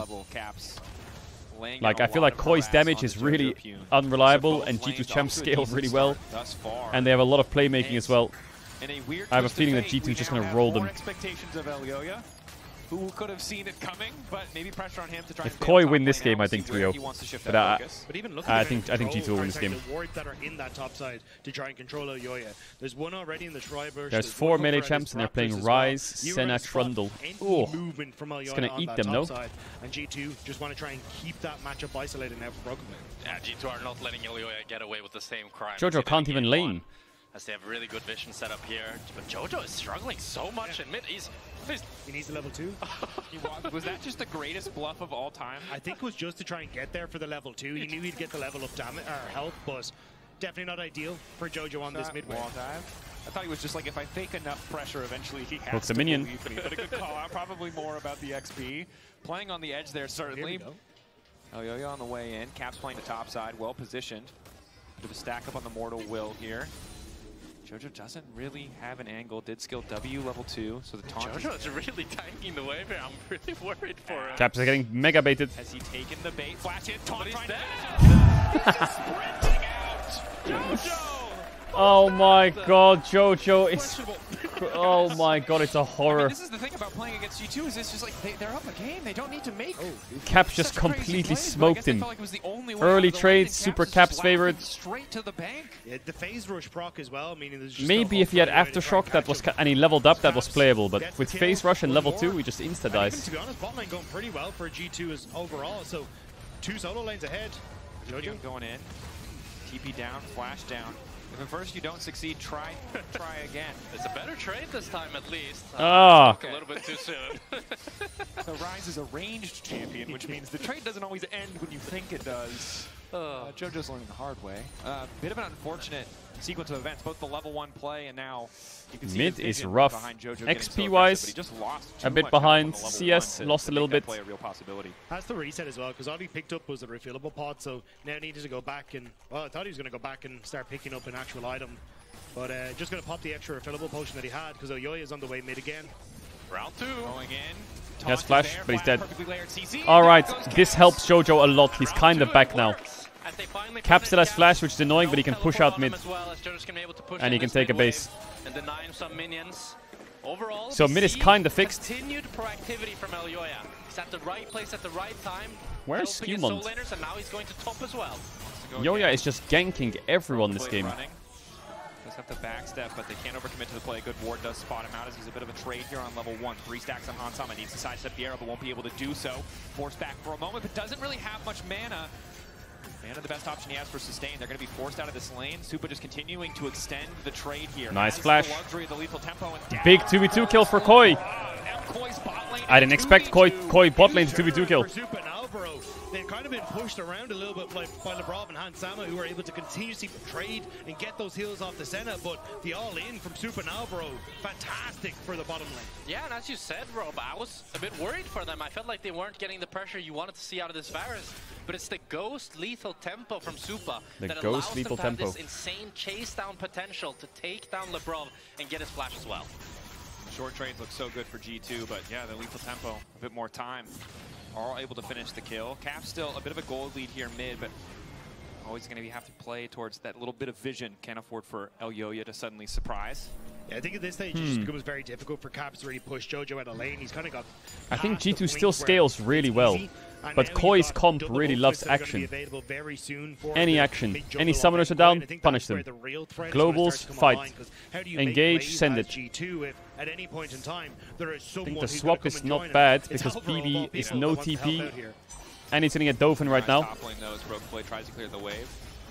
Is he allowed to base? Catching the next wave. In the meantime, Skewmont taking the objective. Yeah, he's out, I think. He has to flash maybe, but... Zoning Broken Blade completely away from the next wave, yeah. So it will be a trade of the Drake. Camille loses a lot here, and Ambessa's pushing bot. Very good swap, very good chase, stops him. Now Pantheon's done his job, he can base, use Drake and get some bot camps. No, he can't. They need to base and go back bot and match the Camille again. Keep up that tempo, baby. What the fuck? It's... Skewmont misclicked flash.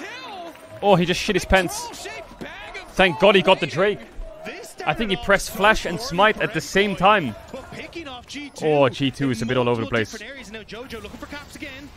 Caps has flash. Going in, Justice Punch, they will just back away. Cap's a bit too tanky at this point. Jojo doesn't really have the damage, but you're completely right. This felt doomed. I was ready to call it. Go game 3 after those first few levels, but MKoi. Yeah, I thought the game was fucked. Camille first blood and then Ryze gets a kill on the mid gank. Yeah, Koi's fine. Keeps it stable, keep the plays going. The kill there, but paying attention there pays off as Broken knows Mir1 is ultless, but still has a pretty decent Skewmont, that's unlucky. Well, is the word unlucky? Unfortunate. Flashes and smites on the same spot. This is the point where you do have to get that would have been an absolute nightmare if he lost to Drake as well. Constantly hovering towards that top side.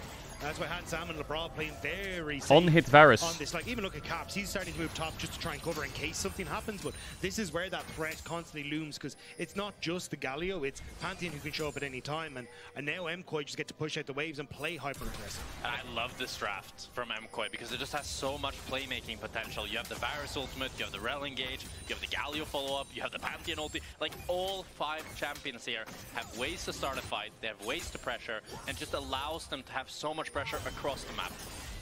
And this is the kind of game where you absolutely, or the composition, you do not want them to have a lead. You mentioned it, right? talk about the side lanes for G2. We know what Broken Blade and Caps can do when they're able Is to Super push usually side. going to glide with all these fucking melee champs in the game? But if you don't have a lead in those lanes, if your lanes aren't winning, 1-3-1 is just not a strategy that works. But the fact that you went from 300 gold ahead on Grubs the are really good 300 gold behind, this thanks game. to with some of these smart lane swaps, and then the kill coming across. I feel like Elyoya is Just completely says how MKoi smurfing this managed to turn finals. early game around, and He you're almost saved a full Jojo Pyun level so ahead, big. actually more than a full level ahead on Mirwin on this Ambessa. So trying to bully out in that matchup is just going to become even more difficult. MKoi doing a fantastic job of controlling the map. And I think we can throw some critique towards G2 leaving this Ambessa open and banning the Renekton instead. Ambessa has been Mirwin's best champion. He's performed so damn well on this champion, and he's showing why in this game. Despite getting first blooded, he's doing fantastically. He is. Pantheon ults full send.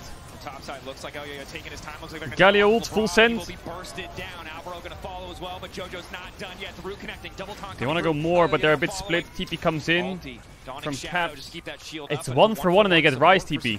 Not bad. Caps' TP out as well. Not bad at all. Try and join in on the top side of the map. He's just gone for the reset. Varus lost his flash, which sucks, I think, for Koi. As they try and go for the play, but TV will TP back bot, or he'll cancel. And Caps' TP, you have to see if MKoi can now punish the fact that that teleport is down.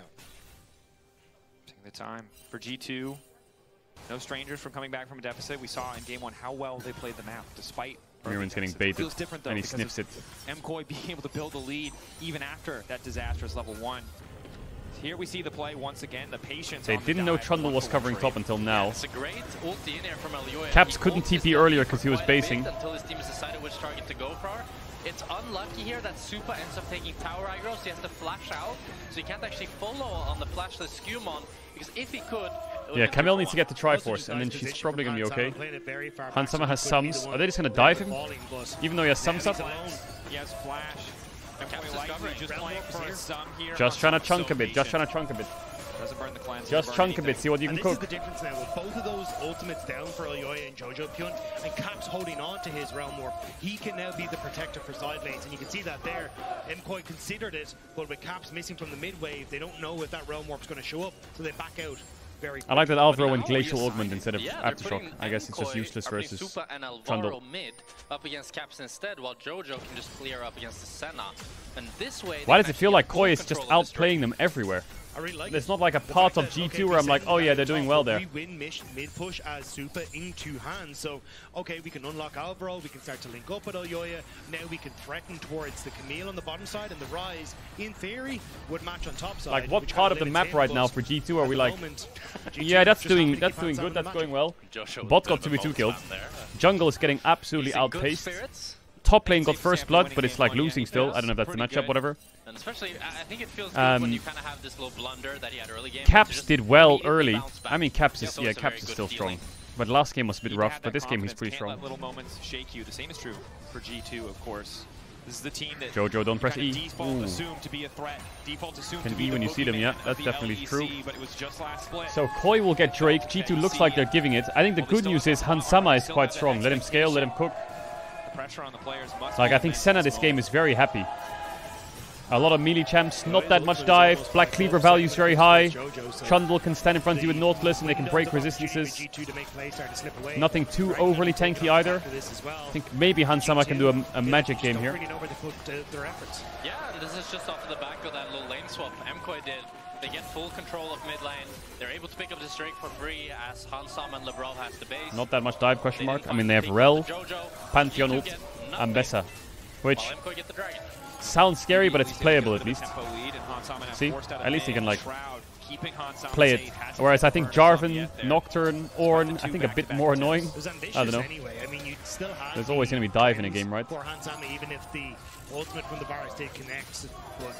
One ultimate down for G2, going to be a bit of a silent relief for them. And crucial that Hansama continues to stay alive here. This was the first pick. This was the priority. He has a lot of champs around him that can help him too. Up for success. Senna not the flashiest champion in the early stages, but they need him to be able to hold on to the side laners to do their work. On the opposite side for Supa, he's the last. Galio's going to do less magic damage than the Varus this game. I think it's safe to say. He is the man who has to bring all the damage to bear as we get later. And so far, things are going pretty damn well. I do want to say, though, I think Hansama's held on admirably, because, you know, it was a tough early laning phase. He's gotten dove a few times. Labrov and Skewman are struggling in this series a bit. Down around 500 gold. His soul count Need to lock in. Quite nicely at 34 so far, closing in on that 40. Oh, he's gonna die here, by the way. He's gonna die. So overall, Varus has no ult, luckily. Maybe he just loses flash. Finding Skewman. Skewman, no tricks to get out of that one. And Super grabs another Wow. kill. Just goes for a bot crab, dies. Hansama got completely baited by it as well, and now he lost his sums. So long, gone in the blink of an eye. Good read from Elyoya on the crab. He actually hides in the dragon pit, so then the Trundle thinks he's safe to go for the quick take on the crab and gets caught as a result. And it's uncharacteristic mistakes from Skewman here, back to back. He's getting caught out when I feel like he's been a player that's played tempo so well. He's had Jojo trading with Caps. Ongoing. Caps giving as good as he gets, just retreating with the phase rush. I mean, for me, Skewman has been a player that's just been the closest to jungle kind of perfection. He just clears incredibly well, doesn't really make any, like his... I think Skewman just needs more confidence. He's so good in like other playoff series and regular season, but this series he just looks so unconfident, you know? He looks like he thinks of a play and then he just never goes for it. But it was G2 collapsing last finals. Yeah. They made it there, no doubt, right? But it was the same. It was KC coming up to the lower. He needs a lot more confidence. This time, I feel like Elyoya has so much confidence. He doesn't give a fuck. And it felt like in He's just sending it with ults. He's just ganking level 3. Like he's just running around. We're used to them seeing, and in this game as well, it's Skewman and Labrov that I'm having the most criticism for. Potential plays looking onto the bottom side of the map, but don't know if we're going to get it. Alvaro wants to try and force it. You've got Elyoya with the ult. I do think there's sometimes definitely fake confidence, you know, where you make plays and you know you're inting, but you're doing it to make it look like you're not inting, but you're inting and you get called out. There's definitely plays where you look too cocky, you know, but I feel like Elyoya's just fucking bro. Semi-global threat is just so hard to deal with. In this case, it is Elyoya. I'm waiting for a Pantheon ult on this Rise. Like, I'm waiting for that fucking Pantheon ult to land on his head. From game number 1. It's Elyoya picking up a few kills, MKOI getting an early lead, and as we approach the mid-game, the game slows down. Becomes about Drake's subjective control. I play? Well, I just ran to grab it for this is Elyoya, Camille versus Ambessa. And he's getting double global on. That play looks so greedy. Did they know Rel was around there? To look for this solo kill, but his team is not with him. Well, MKOI what the frick? And now MKOI crossed to stop Herald. And Hansama has no sums. Oh my god. Is he dead? He's actually fine. Is he dead? Yeah, he's fine. What the fuck? Bro, Koi is playing well, but what in the fuck is G2 doing this series? Are all of them just completely dizzy? Apart from Caps. And maybe Hans as well. I guess not much he can do, right? He's just a passenger. Being able to keep Labrov away from his team, sets up the kill, sets up the tower bot, sets up for the objective. MKOI starting to run away with this game. And it is starting to feel like it's deja vu, but from last season's finals here, with G2 just falling apart. MKOI get the Herald, they get the bot tower, they get absolutely everything. And this is the thing. If Caps wins losing 0-3 only in finals. 2018 IG, 2019 FPX, 2022 Road, 2025 KC. Would be such a burden on these players, a momentous potential for a turn. But this is the kind of pedigree that Caps had. When he loses, it's a fall from grace. Any other situation he wins, even if Skewman now might be in trouble. But Drake is gone. That's some aura points from Super there. It looks bad, and I want to defend Caps a bit, because it looks like every finals he just gets stomped if he loses. But he did win like 14 of them. So if he went like 6 wins in finals and 0-2 every time, 4, you could be like, is Caps, you know, this is Caps stats, but, you know. The last time these two teams faced off, it was about that jungle support being able to contest Alvaro and Elyoya, but that just hasn't been the case so far this series. And MKOI, they have Caps is lawyer. They get the Drake. I think Elyoya is just running. Elyoya, Alvaro are just running this series. They're just in the driver's seat. G2 though now stepping up, trying to catch out Alvaro. Look, Alvaro's going in. Is he mental or what? Why is he going in? Why does he just go out there? Probably. If they had Pantheon Galli ult, he would be fine. Managing to catch MKOI as they do overextend. Thought they could follow up on the fight in the mid lane with Mirwin. Did I ult him or what? Is that me? But the flash from Labrov prevents him from stepping in. That intervention not there. Was that me? But still, a little bit of objectives going the way of MKOI. A little bit over-eager there by Alvaro as he tries to go in kind of 2v4. But that kind kind of goes to show just the confidence that MKOI have in this game. Even when they're outnumbered, Can Caps carry? they're willing to take fights because they know Can they're Caps that much carry? stronger. Yeah, and while it is a small lead for Mirwin and a small deficit for Jojo Pune, it's Supa and Elyoya who are doing so well, who are so far ahead. Supa who has to bring the damage. Elyoya who has the potential to influence the entire map. It's such a comfortable spot for MKOI, even if they give up a single kill here, as Hansama is once again forced away. Hansama didn't die yet, and he has sums up. I thought he would be dead at least once when he lost his sums to that river fight. That's just a free tower, and Supa is reaping the benefits of this Ghost, because now as we enter the mid to late game team fights, he can actually position so much more aggressively, because he's not just an immobile ADC. He has so much movement speed from the summer spell that he How many can souls does actually Hans do have? things in 51? team fights. As Alvaro goes for deep vision, he doesn't care. He's not scared of anything. And this is the most terrifying form of MKOI, when they can just group up, try to force these fights. Of course, while they're taking mid lane, Brokenblade is taking a side lane. Oh, they're so good actually, Koi. This is such a good play. Forward charm, the cleanse not enough. There's just too much damn CC. They get mid tier 2. You saw what they did? They lean top as top waves crashing. G2 all goes to defend top, and they just come back mid and Pantheon ult on mid tower. With Galio ready with flash, take the tower, and back. Yes, you get the bot lane turn well played, I think. for G2, but mid lane tier 2 now gone makes this top tier 1 for G2 indefensible. And MKOI know that. They're starting to move up. G2 have moved several members to try and defend this, but I don't know if they can. Koi's fighting, and the way they use vision and the picks they're looking for are really good. So G2 isn't... G2 is sending it right now. I mean, Rel will die. Maybe. Oh, big Galio ult. Big Galio taunt. Oh my god, it's cooked. The game is actually just cooked. The game is completely lost. That's a complete game-losing play. It's over. GG. That Galio ult value was nuts. G2 from the skies, Jojo descends, and it's G2. Holy shit. Is Jojo about to win? I know it's only 2 games and they need 3, but Jojo's on the brink of winning an EU title. What the fuck? The Galio ult descending, everything lines up for them as they pick up 3 kills and nobody ends up falling on their side. Holy shit, that's gotta be a volume increase, right? The back even walks in to Jojo Pune's ultimate, hoping he can get something back, but this was the combo that we were talking about. This is a short-range comp from G2. When you look at the amount of melees that are there, and Jojo's getting so much value from the big circle. I mean, 4-0-4 for Elyoya, a monster in this game. 2K lead for Supa. Things just keep looking better and better for MKOI. And that the G2 that has been undoubtable for so many years, they're starting to see cracks in the armor. And it's only game 2, right, in a series, but again, we immediately remember the This Atakan is free. Split. No TP on Camille. Set their sights. It's free. Otacon, easily, uncontested. No one from G2 wants to take the risk. They're simply too far behind. And it's G2 that denied Elyoya in so many of those finals. It's G2 that Must feel good for Koi to win when G2 level 1 like disrespect cheese them. And then they got fucked in mid as well just over a year from a play, and they still turn it around. Easy. They look fantastic. And it's so beautiful because it feels like Elyoya at the helm. He's the one leading these early games, getting these huge That's leads karma, for baby. everybody on the map. With him and Alvaro just gapping their opposition. It's not over yet, though. This is still only game 2, and there Has is still G2 ever reverse swept ever? Dragon going to be up in about They reverse swept 50 seconds, Fnatic, so I it's going think. to be the next protocol for MKOI. Once. I think for G2, it's just try and sit back and scale. Find those moments where you can get those items on. And they reverse swept Brokenblade, BDS. get some stacks on towards Hansama, some items much needed on his end as well. And Looks Koi like that's what or G2 Mad will do. reverse swept For Gold Rogue. Dragon setup, maybe look for a push on the top side. But Jojo is piecing out of there. He wants nothing to do with this. The problem that G2 has is MKOI has really good wave clear on this Galio, and it's very hard to dive. So it's really difficult to try to get any sort of cross map done, despite the fact that they have this Camille and Rise.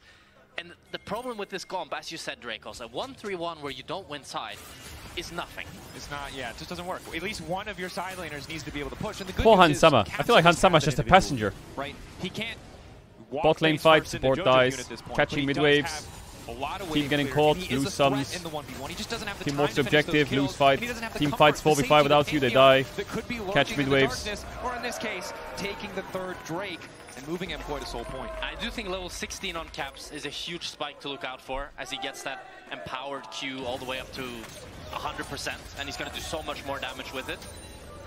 But other than that, there's not that many bright spots that I'm like looking at for G2. I mean, the soul count is slowly stacking up.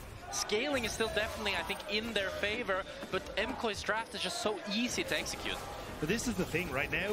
What has worked for G2 previously against MKOI is not working this time around. Last time the two teams faced up, it was, we have the Talia, we have the Ahri, we're going to start making plays towards side lanes in Game 1 and Game 2. G2 picked very similar compositions to try and make plays around side lanes, but it's MKOI who are coming out on top, and a lot of that is thanks to Ayoya controlling the early stages, but also they are playing relatively cautious and safe around their side lanes. They have Soul in 4 minutes. G2 those windows to attack. And Mountain Soul is so beautiful with their champs. champs. Back up their interview quotes, back up their talk, right? We heard they weren't ready last time they played. 2 series back-to-back, they weren't prepared. This time around, they said, hey, they split their prep. They're ready for 2 series. Rise ulting onto Galio. Believe them, but they're making a damn good argument here. Jojo might be caught out, but it's a TP on the way. Galio's still alive, trying to ult to safety. They'll burn through him, okay. but ready with the fall. TP in from okay. Finally arrived. Caps might be in trouble. Okay, is it a Caps Masterclass? What the fuck? Is it a Caps Masterclass? Double root. Caps is really driving the fucking bus here, isn't he? He's saying go, go, go, but that's a big red ult. And that's a big kill for Supa.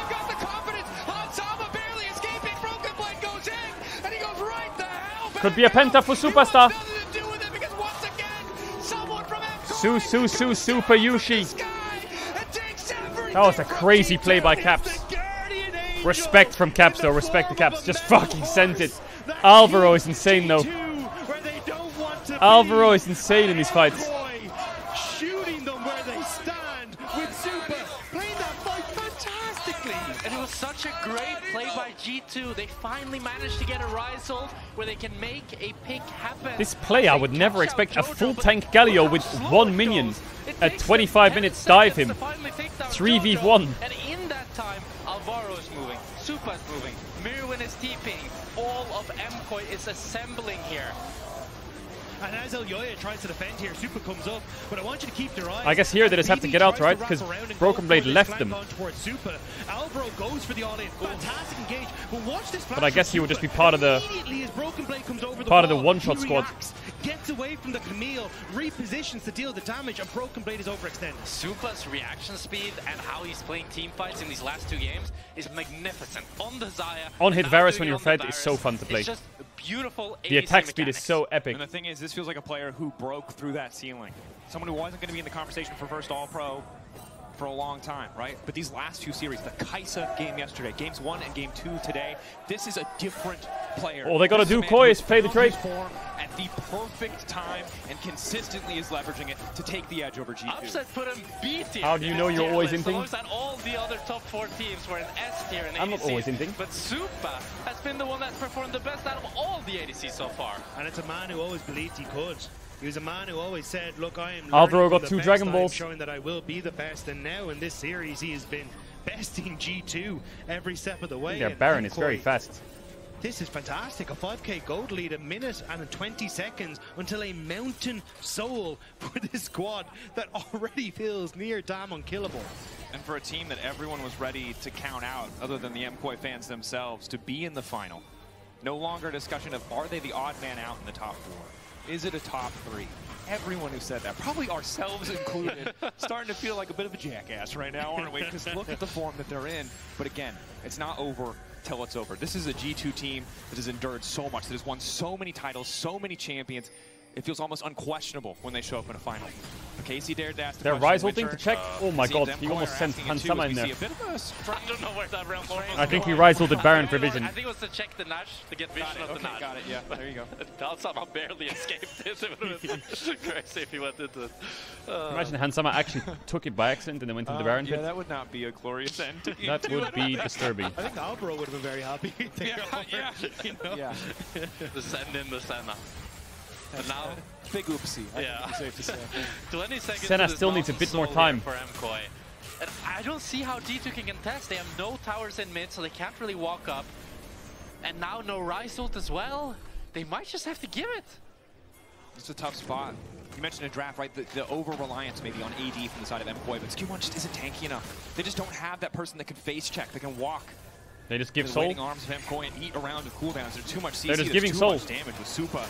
So far ahead of the clock, 3k individual lead. Mountain Heart and soul, uncontested. And you have to wonder, you're a G2 player right now. Are you starting to get some flashbacks from the last final? As everything just seems to be falling apart around them. 1 and 9 on Skumon and Lebrov. It's not what you want to see from them. Definitely not. And we know the heights they can reach, right? Yeah. We've seen it against MKOI. We've seen it a week ago. We know how good they can be. But I think it has been this. Chat, I found the G2 fan in chat. Increase over time for MKOI. Boring game. The learnings are there, right? They have.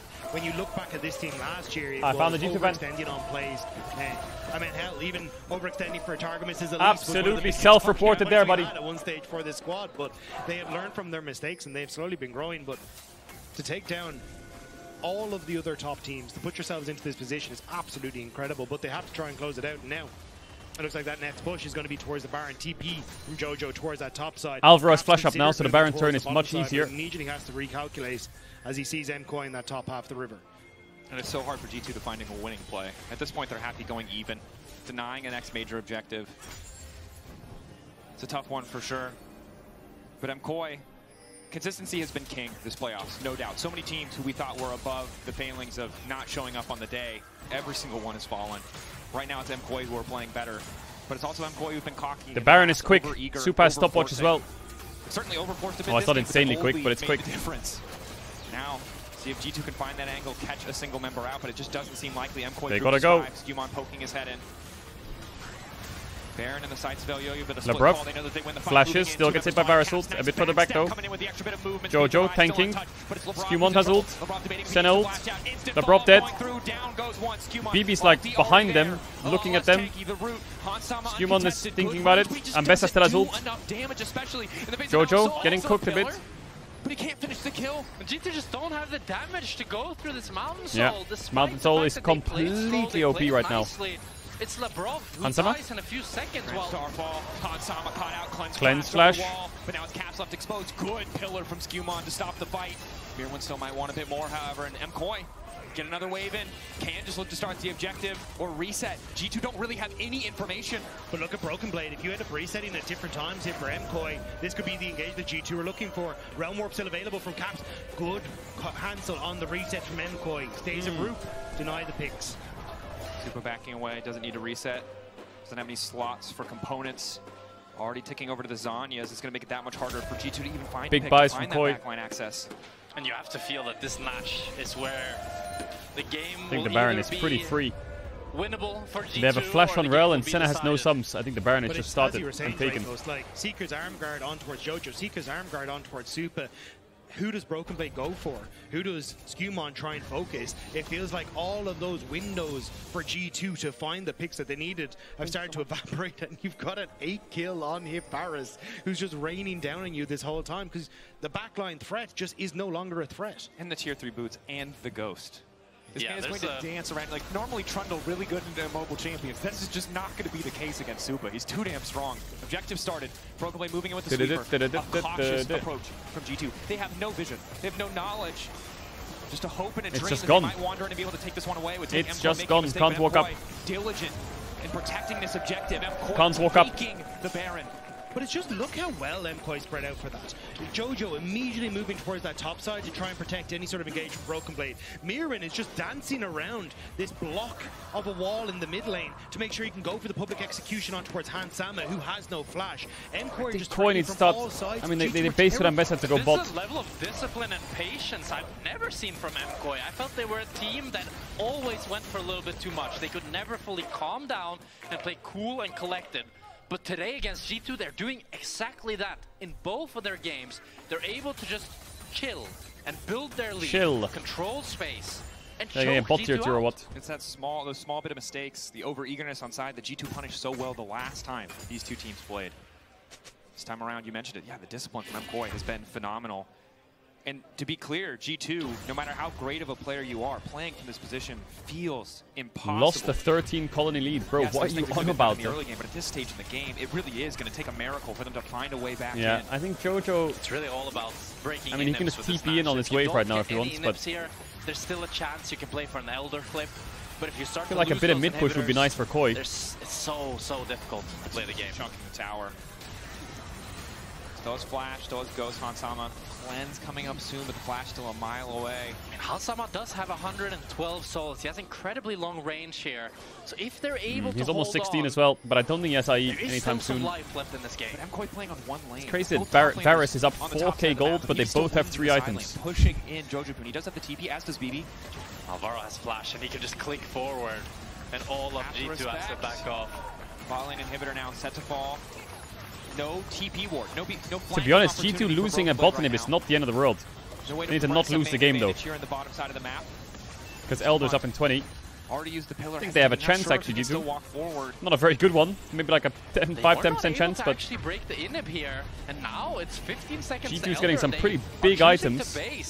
G2 might be able to get control of the BT Elder on here. Varus is nasty. He just bought a full BT. By Super, though, on that reset. Serpent's Fang. That's a scary Varus.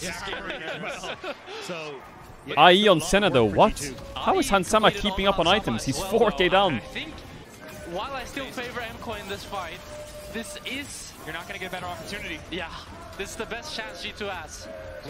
Labrov, don't get caught. Going to be useful here as they try and go in for those go through bot.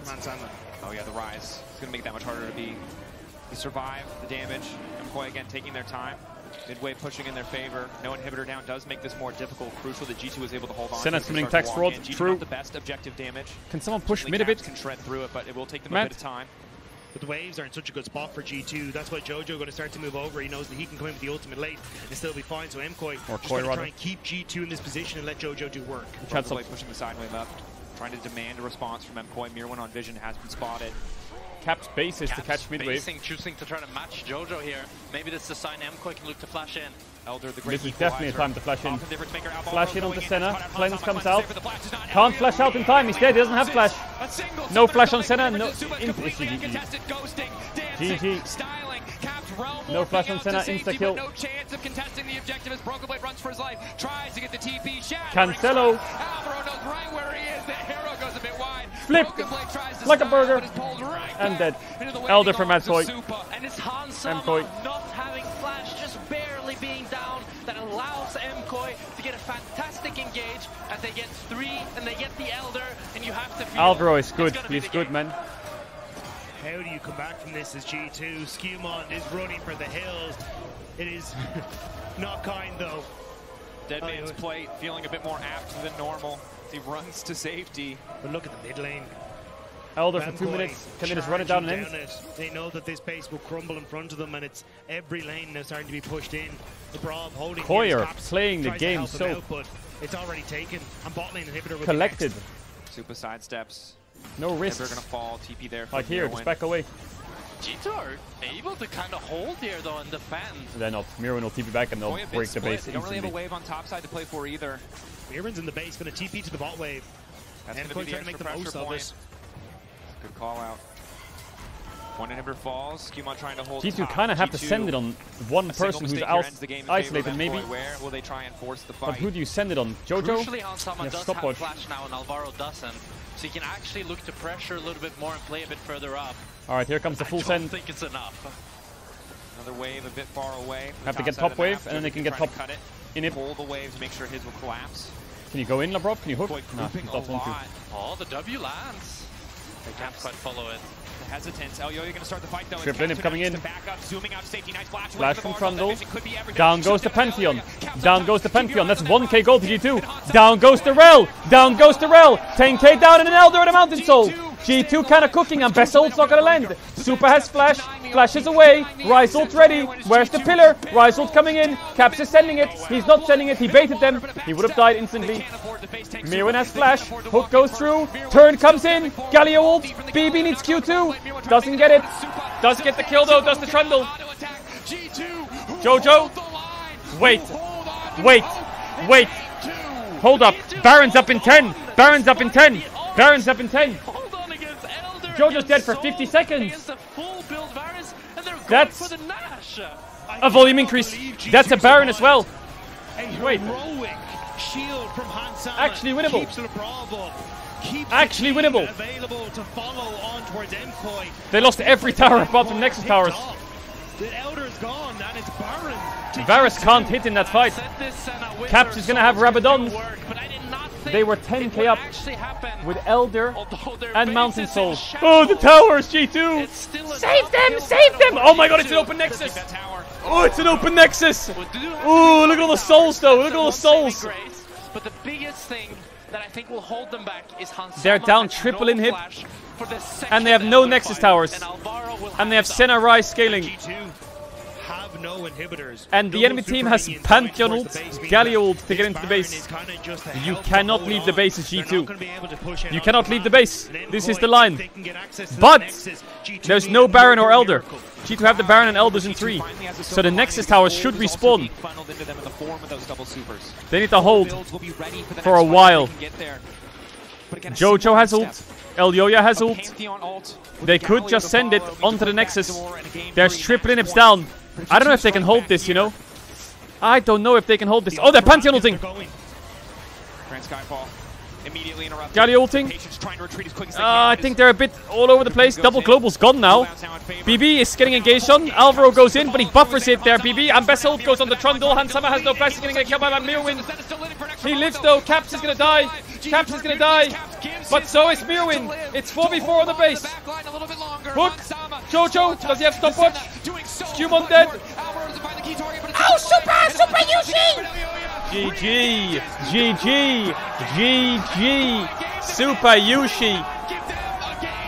They break it. Leading the engage, finding Hansama that secures Mkoi game 2 after a hard-fought game here. Mkoi 2-0 up. Jojo Punis 2-0 up. 2-0 against Jojo Punis 2-0 up. What? G2 need to find something. Jojo always stares at them. Bro, he always stares at them. He always he's such a rat. He always stares at them when he walks off the stage. He fucking looks at the enemy team. If they still have a voice here, given the atmosphere in the MKOI booth. Look at this man's face. Skane, how are you doing? I don't know what to say. Like last year we were in this position, but 1-0 against G2. Now it's 2-0. We are one Nexus away.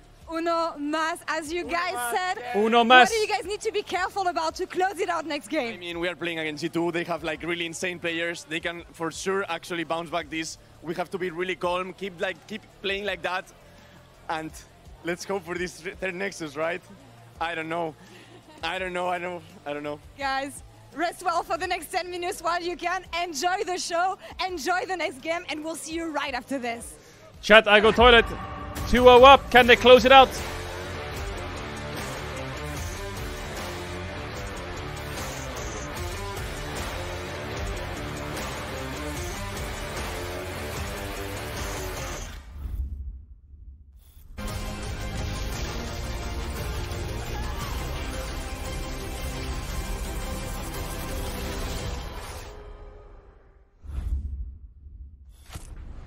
Who needs a map?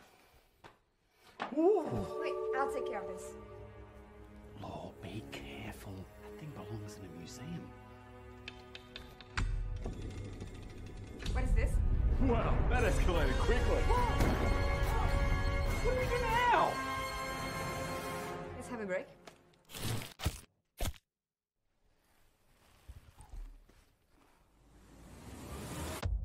Have a break. Have a Kit Kat. How do we get out? Like this. What about me?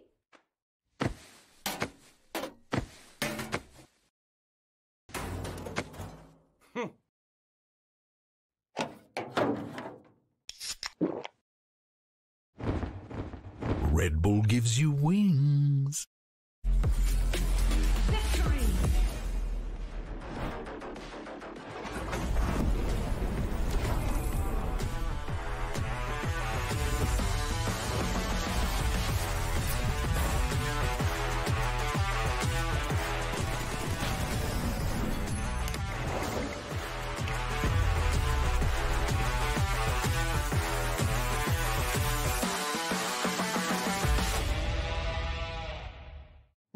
Well, I guess that's a wrap for today.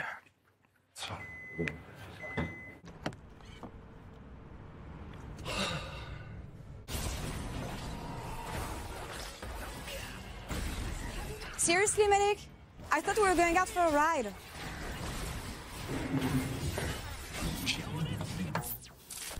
Okay, but I'm driving.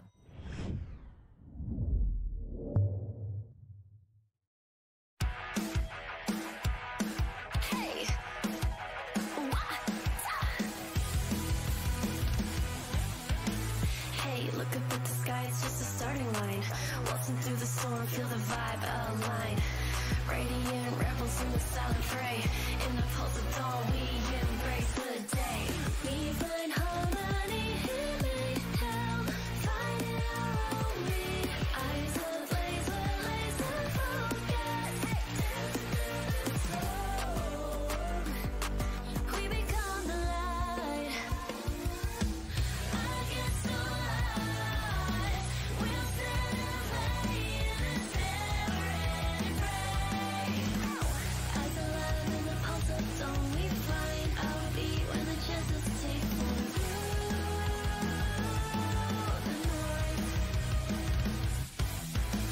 Hey, look down at the tide, it's a warning sign. It's time to rock the wave or get swept aside. Crash through barriers, our destinies untied.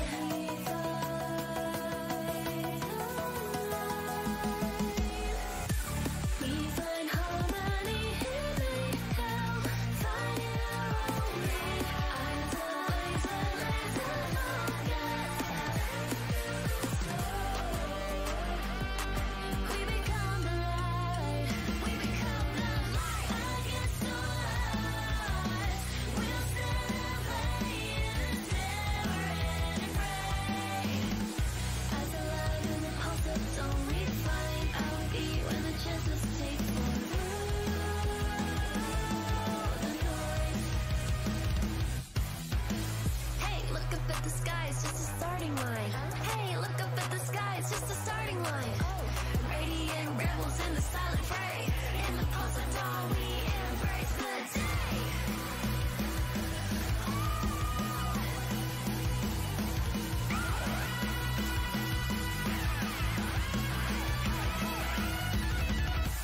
We find harmony, healing, hell, finding our own beat. Eyes ablaze, we're laser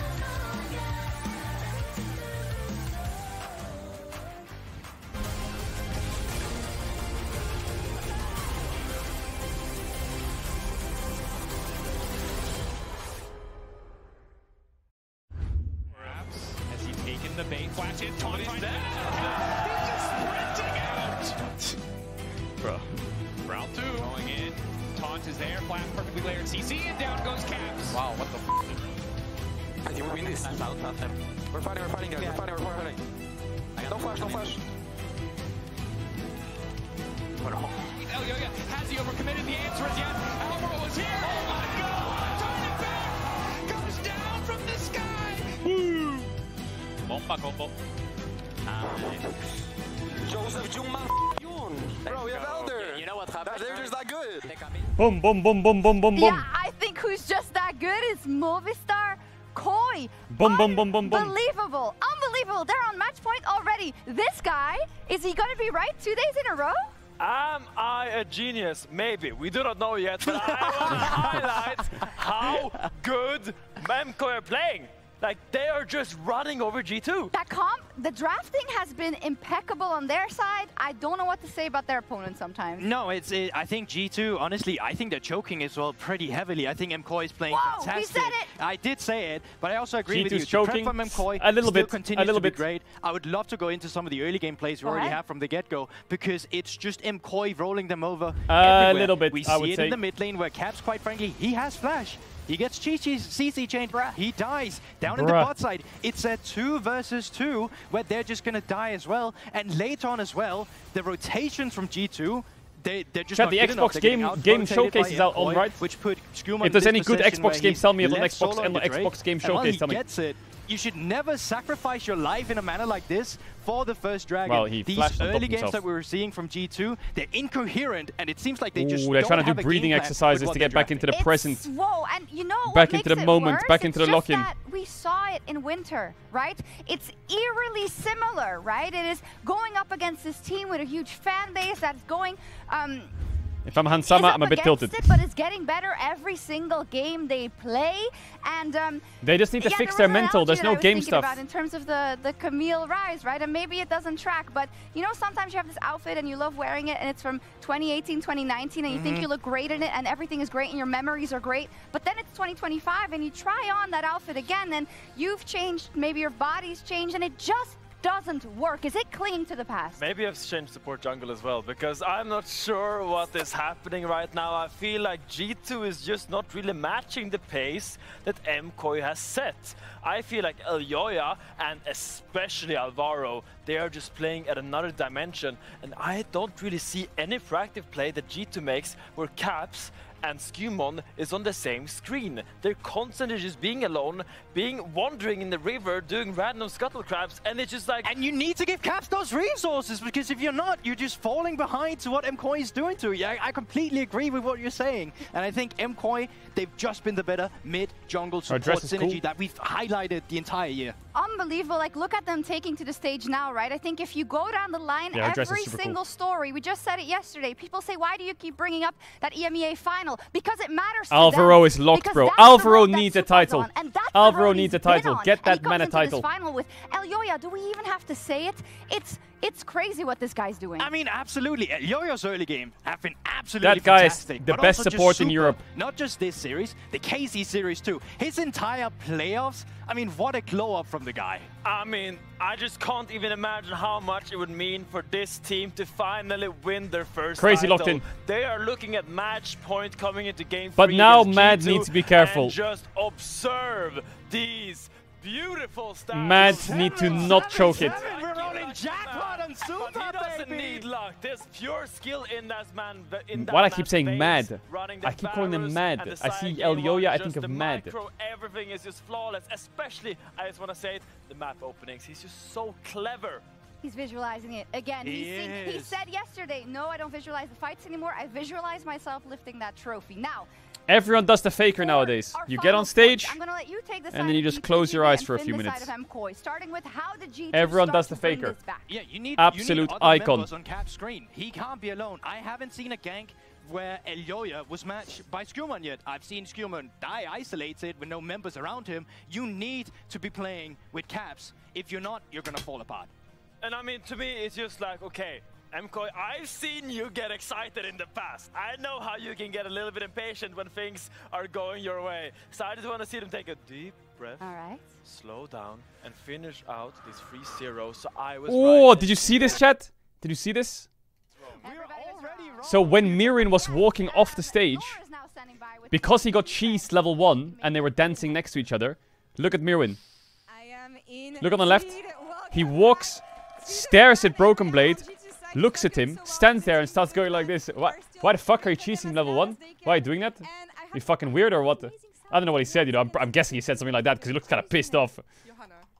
Nice to meet you. Look at it, he looks kind of pissed off. I don't know if they're friends or not, but he's fucking staring at him going like this, so he's probably like, why the fuck are you cheesing me? One at the back here, if we can show it. Thank you, Mirwin. Lovely. I think you have my favorite sign, so I want to give you a gift. A gift, a jersey, of course, signed from the A signed jersey team. from G2W. Okay, so as I said, we're gonna give one to. We're gonna give one to a Koi fan next game, but it's gonna be a 3-0. Encouragement for the team. Well, I think I believe in them, so they do everything for the plot. 3-2 G2. For the plot, for content. Do you guys believe in G2 here? Let's go. Let's see if they can turn this series around. Casters, over to you. Lock in so much now. More, of course, incredible signs across the board. We'll see if Hans picks Jhin. The champion pool is getting smaller. Yeah. Very, very rapidly. And maybe some utility, some CC from bot lane could be what they need. I mean, that was one of the things MKOI had in last game draft, right? They had everybody that could make things happen. While G2, it feels like they're over-reliance on support jungle when they're not stepping up to the pie. I mean, I'd like to see Hansama with more agency for sure. But I think that's the surprising part, right? I think the the biggest standout to me last time these two teams faced off was that jungle support for G2 working so well together. It felt like Scuman and LeBron were always on the same screen. We're always trying to find plays for Caps. We're always finding that success in side lanes. Azir ban is good. Nefiri ban from G2. Ooh, I would be very scared of running into Poppy. I feel like an Elyoya Poppy with the confidence he has right now, I think he would run the map. Bit of confidence here. He would run the map. Needed as we head into game 3 again. Rinse and repeat on the blue side as you highlighted. Lucian ban. Away. What's the first pick? What's the aim? Vi first pick. Oh my god. I think Yoya Poppy might run the whole map. I would slam him. I feel like with the games, with the way the games are going, I think Yoya Poppy can fuck them. I feel like he hasn't really had a chance to really strut his stuff as G2 has been struggling to kind of defend him. Oh my god, I think G2 have fucked it, man. I'm convinced the way this game's going. Giving Skumon the agency and being countered and giving Elyoya early game dominance, I'm scared.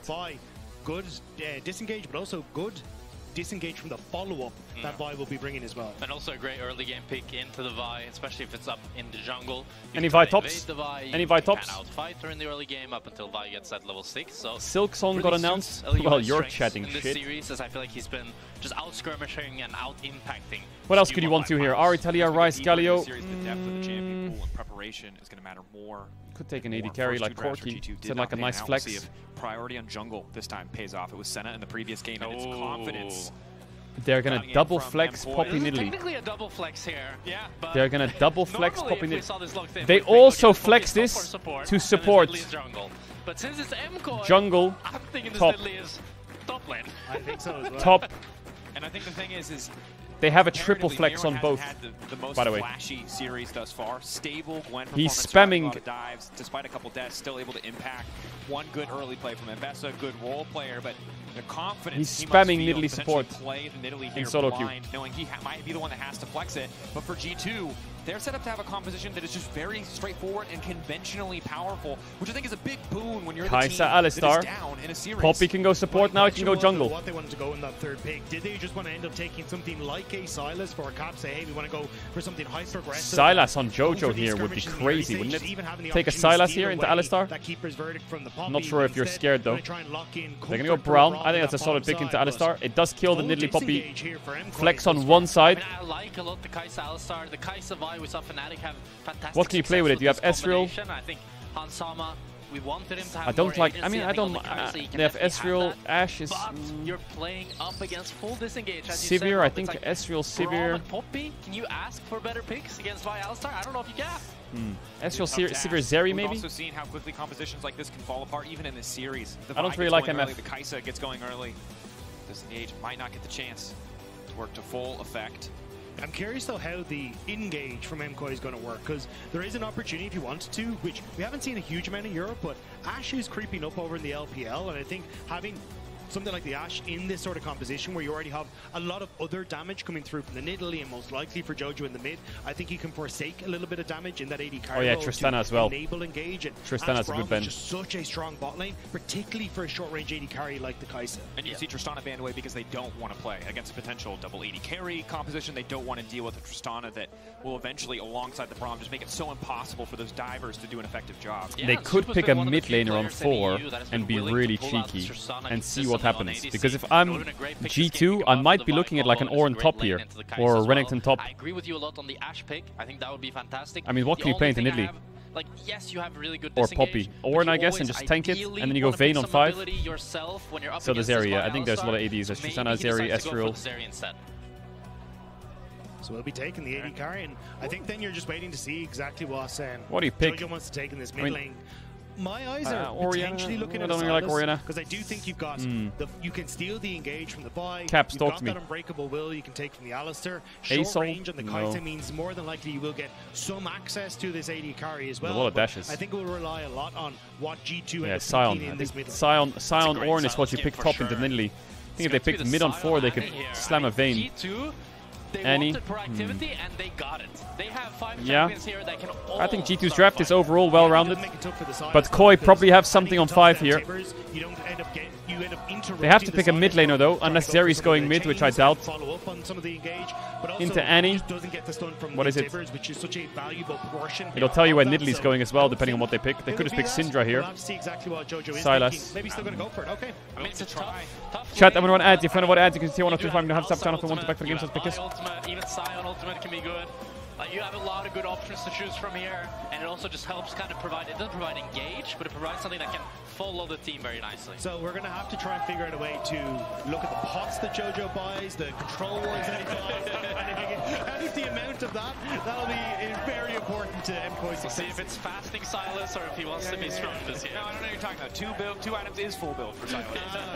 The chains weigh him down. He's only got enough for 2 things. Can't afford anymore. Someone will keep track of, most certainly. Both fan bases roaring, ready to go. MKOI hungry for a 3-0. G2 fans, you're going to need to give it everything you have to your boys on stage. They need to hear you now.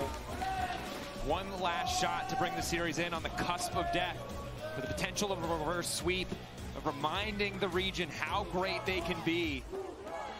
And watching this draft, I'm struck with a weird feeling, because I look at the G2 comp and I think to myself, oh, finally, this comp Who do you looks think quite will win? nice from G2. I mean, But then G2's comp is I remember solid. the last 2 games, and their drafts were good. They were just getting outplayed. And I think when MKOI are in that zone, Ooh, the Koi fans are chanting in Spanish, one more. Just one more. Oh, is it gonna age like milk? But I do think G2 can win this game. And now it's a different situation, because it's not just that they started off with a buff to how well coordinated they could be. They might just be one step ahead of everybody, because they're just better. The last time it was G2 who stopped them. This time G2 haven't found a way to control MKOI, and they were locked in coming onto this stage. There were no smiles. They were all business. And if they can try and hold You said on to DK that, can win as well. slow G2 once more. Yeah, DK control will win the next pace of this split. game. That seems to be the way forward. Mirwin. Mirwin is not gonna put up with no more top fucking side to make BB sure that dancing. he He's gets a gonna little hit bit him and of get heads some up if grasp someone, stacks. starts No more poking their head in for disrespect. G2, but it seems a little bit once bitten, twice shy. Yeah, fool me once, shame on you, etc.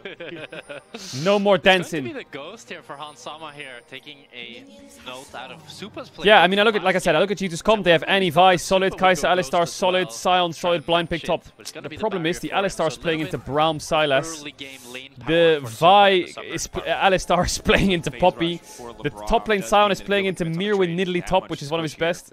And they're late invading bot, so those engaged supports. Oh, I don't know. You know, like contextually, Again, if you look maybe at the their game draft is in more about isolation, it's getting fine. LeBron out of lane, trying to get him more active on the map. But if you look at it The Vi in the against jungle, their though, I champs imagine now, we may it's be in a not situation where so we fine. don't see a lot of early action from G2. Yeah, I feel like it's kind of Hey, audio. AD carries will be left to their own devices in the bottom side Koi's of the got map. really good It'll be answers on to what they want to MKOI do. see if they can get kind of vision down on that top half to just let Mirren play aggressive. Oh, he took E level 2 on Silas. Level 1 rather. Minion caps flashing out, but the early flash devastating for any potential repeat ganks. And G2 are caught unaware as Jojo's spamming. Jojo is Nah, bro. That's crazy. I mean, Elyoya is just everywhere this game. G2 were not prepared for the Raptor late invade. He's such a rat, that guy. It's crazy. Already off to a shaky start. And this is the advantage of being 2-0 up in a series, is you can bet a level 2, you can put yourself a little bit behind. When you're on match point, you can take risks like this, and if they pay off. Nice combo. Nice trade by G2 bot lane. Nice trade. Losing out on the bottom side of the map. Unbreakable coming in a little bit late, and maybe this is the strong point that G2 can play around. Yeah, I think they need to find What is that somewhere. noise? I think this will also be I hear a demolish. bit of a question mark for me onto Alvaro. The audio guys in top lane while the observer guys in mid lane. The fuck is this? Been the strongest of picks for him. He's been the one that has been that engage tool and There kind we of go. needed We're to locked in. step up to be that engage tool for MKOI, and they have struggled in the past when he's been on this Braum pick. It's not a diss at his ability to play the Braum, it's just his role in the team. We'll have to see if MKOI are able to play a different style of game now that Alvaro isn't that engaged tool. Yeah. Of course, the win record, I think, impressive. But when you look at the team identity, something you always have to contrast is, can someone else on MKOI step up? As Sound you is a bit mentioned, fucked maybe it's this game. Elyoya, has had a series pretty excellent so far. Jojo Pune as well. We talked about it. So many great ultimates to steal away. Set up for success in the early laning phase, courtesy of the early gank. But of course, Chat, the sound's not delayed. The range sound's in advantage top still lane. makes this a pretty tough one to play out. Yeah, still a tough matchup for this Silas early on. Gets easier once you get a few items and you can start to actually just clear waves. But Skewmont here. Someone says nice region. Bro, shut up. The Raptors. He's going to be able to pick up the bot crab. Okay, Skewmont full clear. Lovely. He'll get double crab. If he wants it. Early kill for the Annie could be big for G2 to start. Which will essentially mean now it is just mid-pressure. that he didn't really lose his Raptors in the first place. They're going to be even in camps. Go for a gank as well. Mirwan has one ward to cover, but he's pretty deep. You can see basically pushed up to tower, trying to hold that push as long as possible. God, this audio is going to be I think at this stage it's going to be kind of peaceful on the rift for a little bit for MKOI. They just want to try and BB's farming well. Reset in for Jojo Pyun. That's why you look at Elyoya popping into mid lane to make sure that he's able to pick up the CS. Then he can TP back in towards mid. And when you get to level 6 for G2, just throw that ultimate down on the Annie on top of Jojo Pyun, burn through his health bar, and open that up for them. Bot winning is really impressive. Zeri Braum losing against Kai'Sa Alistar this hard. Look at bot. He ends up being able to pick up both crabs and deny the Raptor re-invade from Elyoya. So when you do that late invade on Raptors, you really want to get the Raptor respawn as well, as that's the real jackpot. But Elyoya wasn't able to get it, so Skewmont now in a comfortable Someone in chat says position, huge even death though angle he's here. down a little bit of tempo and needs to reset to get back on the map. See what he can do with the Vi, right? Game 2 was a little bit rough. Certainly outmatched by the audio thus far, but we know him to be that incredibly consistent player, that consistency that we just really haven't seen No today. hiding. Every other series he's felt Capped Mr. Cannon. always where he needs to be, always a little bit ahead. Chat, this is not on my end, right? It can't be. And we look No, at the it's not. draft, I think so much pressure is on Hansama, right? Broken Blade taking a losing matchup, Caps on Oh, a they fixed utility it. champion No, once they didn't again. fix it. It's Hansama who needs to be the carry in this game. And for me, the only person that's been even more consistent than Skewmont has been Hansama. And even in this series, when every other lane has faltered, he's still played very well. Well, at least the crowd is vibing. He's off to a great start here, up around 15, 16 CS. Against a counter-pick Braum. No flash. Forward. Oh yeah, sprinting in with steadfast presence, but Cap still has TP, which is so good. Walk that one out. Now LeBron and Skewmont here as well. Q forward. Skewmont just threatening with the Q flash, just in case, maybe hoping that Jojo Pyun in a moment of uncertainty would flash out, but Jojo, you mentioned it when we saw him coming on the stage, stone cold in this game 3. But it's a good play towards mid because it lets Caps go for the reset. He didn't teleport back in. So now as he TPs back in, he's going to have the mana bar, he's going to have that item advantage. You can look for this early dragon. And so often when I see the Annie's mid, it is just a, I hit level 6, I ult the enemy laner, and that just Chat, gets I us can't dragon. fix the audio. Because the enemy laner isn't able to succeed and has to concede What? so much space How did he because see the him? health bar goes so low. But we'll have to see. Hansama cancelled his auto. He had a cancel there for free. The moving around on the map with G2 having their bot lane in the top side, I don't think they'd be looking. Now for we're it in too early. top lane. And Alvaro ready to cover, but what is happening to the audio? Has to be careful here. You saw a little bit late from Mirwan on the reset. BB ults out. Going bot lane, but Broken just going to ult right out to safety. Was able to get first push. Not confident enough to step up and try to end, but here we go. Potentially a Pokemon battle here in the mid lane. 2 bears. Yeah, but this is the thing I was talking about, right? All you do is ult to burn the health bar, and then you guarantee yourself position on mid and the objective. It's still a minute and a half until those void grubs are up, so I imagine Okay, audio's G2 are fixed gonna now. look to Dragon, but it's Elyoya who's already on us. Finally, have we're the good. support tools that he needs. Yeah, with Jojo being forced to They base, can't get the Elyoya Drake. has to get off this Drake.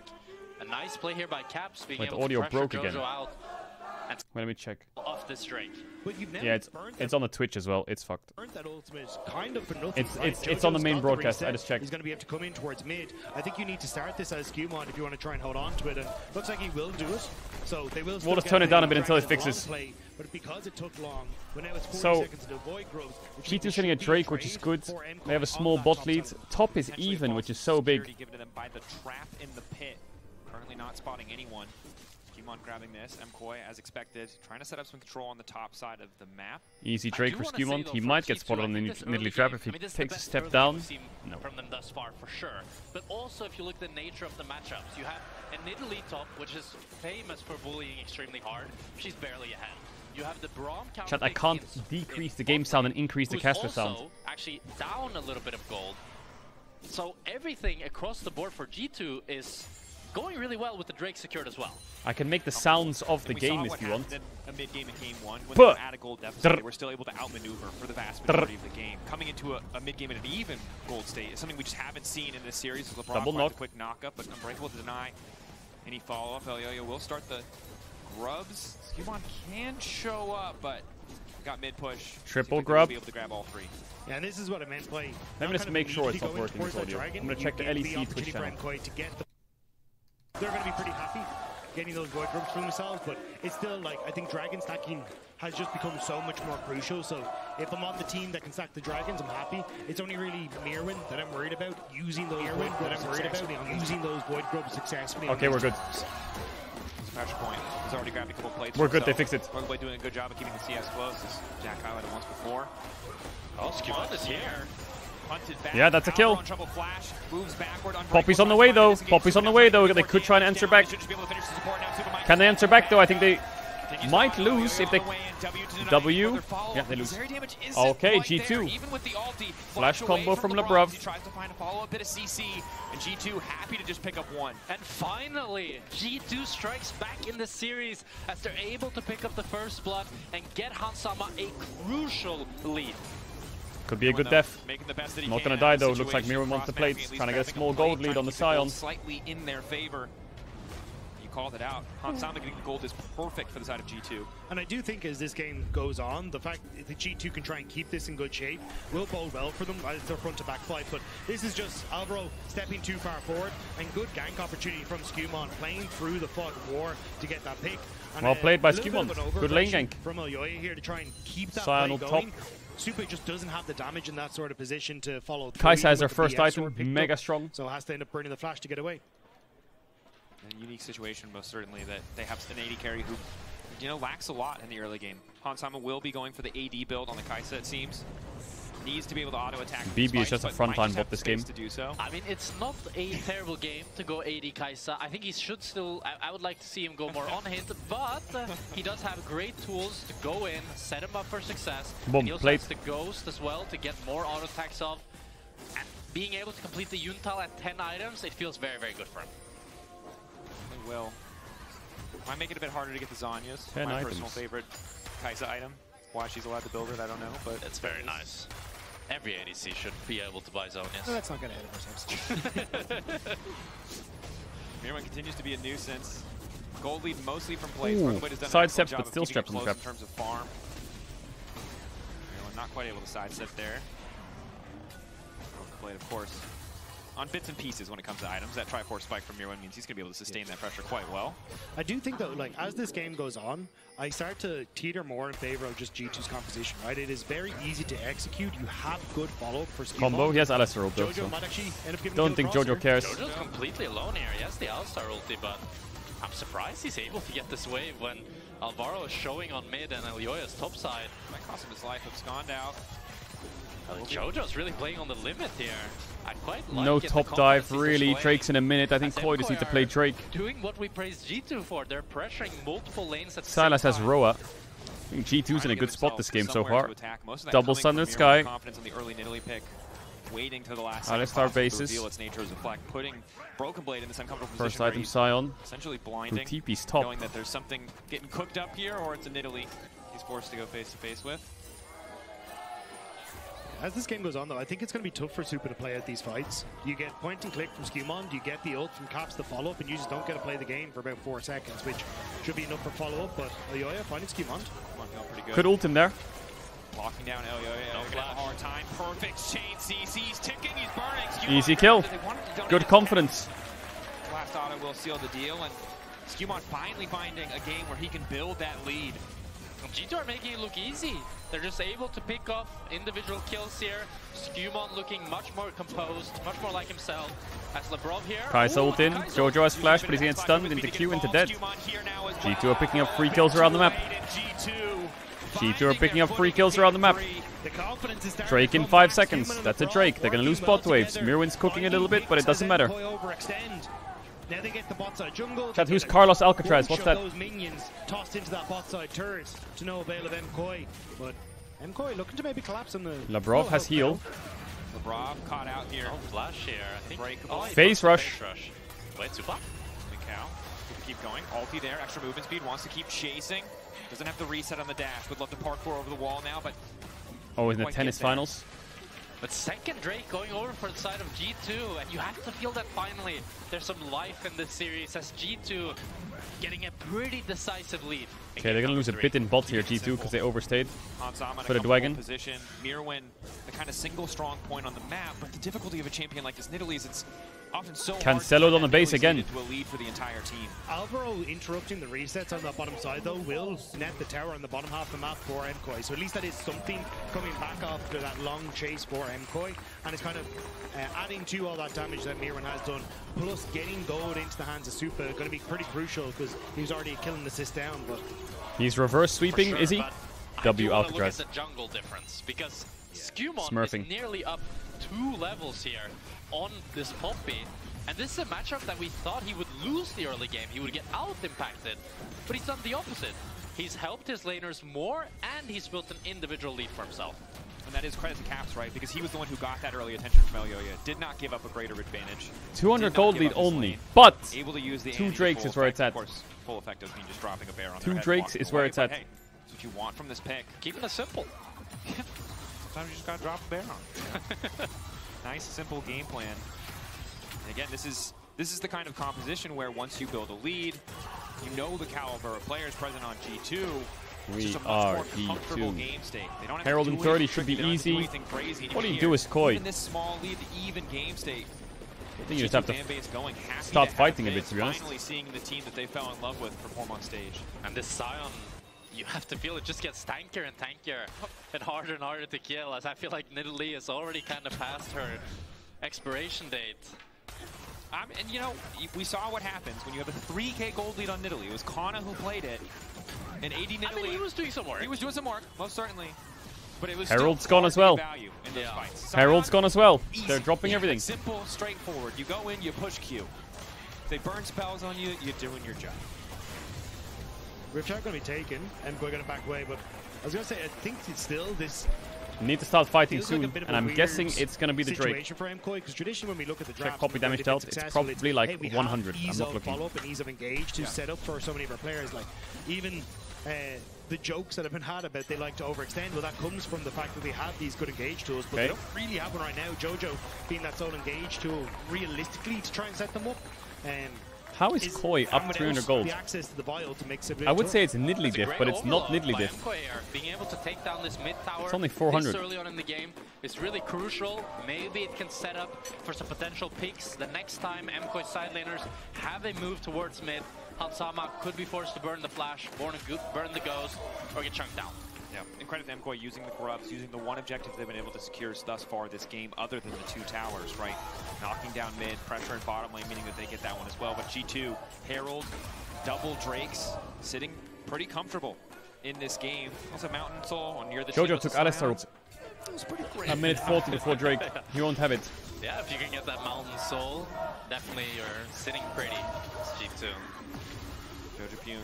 He's doing no damage because he has Roa. 1v1, extended trades, getting the healing coming from the W there as Broken Blade. He still has to be careful about going toe-to-toe with Mirun, but just seems pretty unconcerned. It feels like some God, Nidalee is such an annoying champ. Mid, here.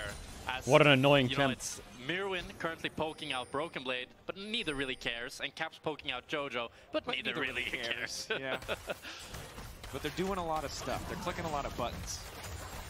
Keeping it high, keeping it interesting is Skewmon threatening, giving Hansama just a little bit of space to Q one-shot the wave, a Kathy and Rain upgrade.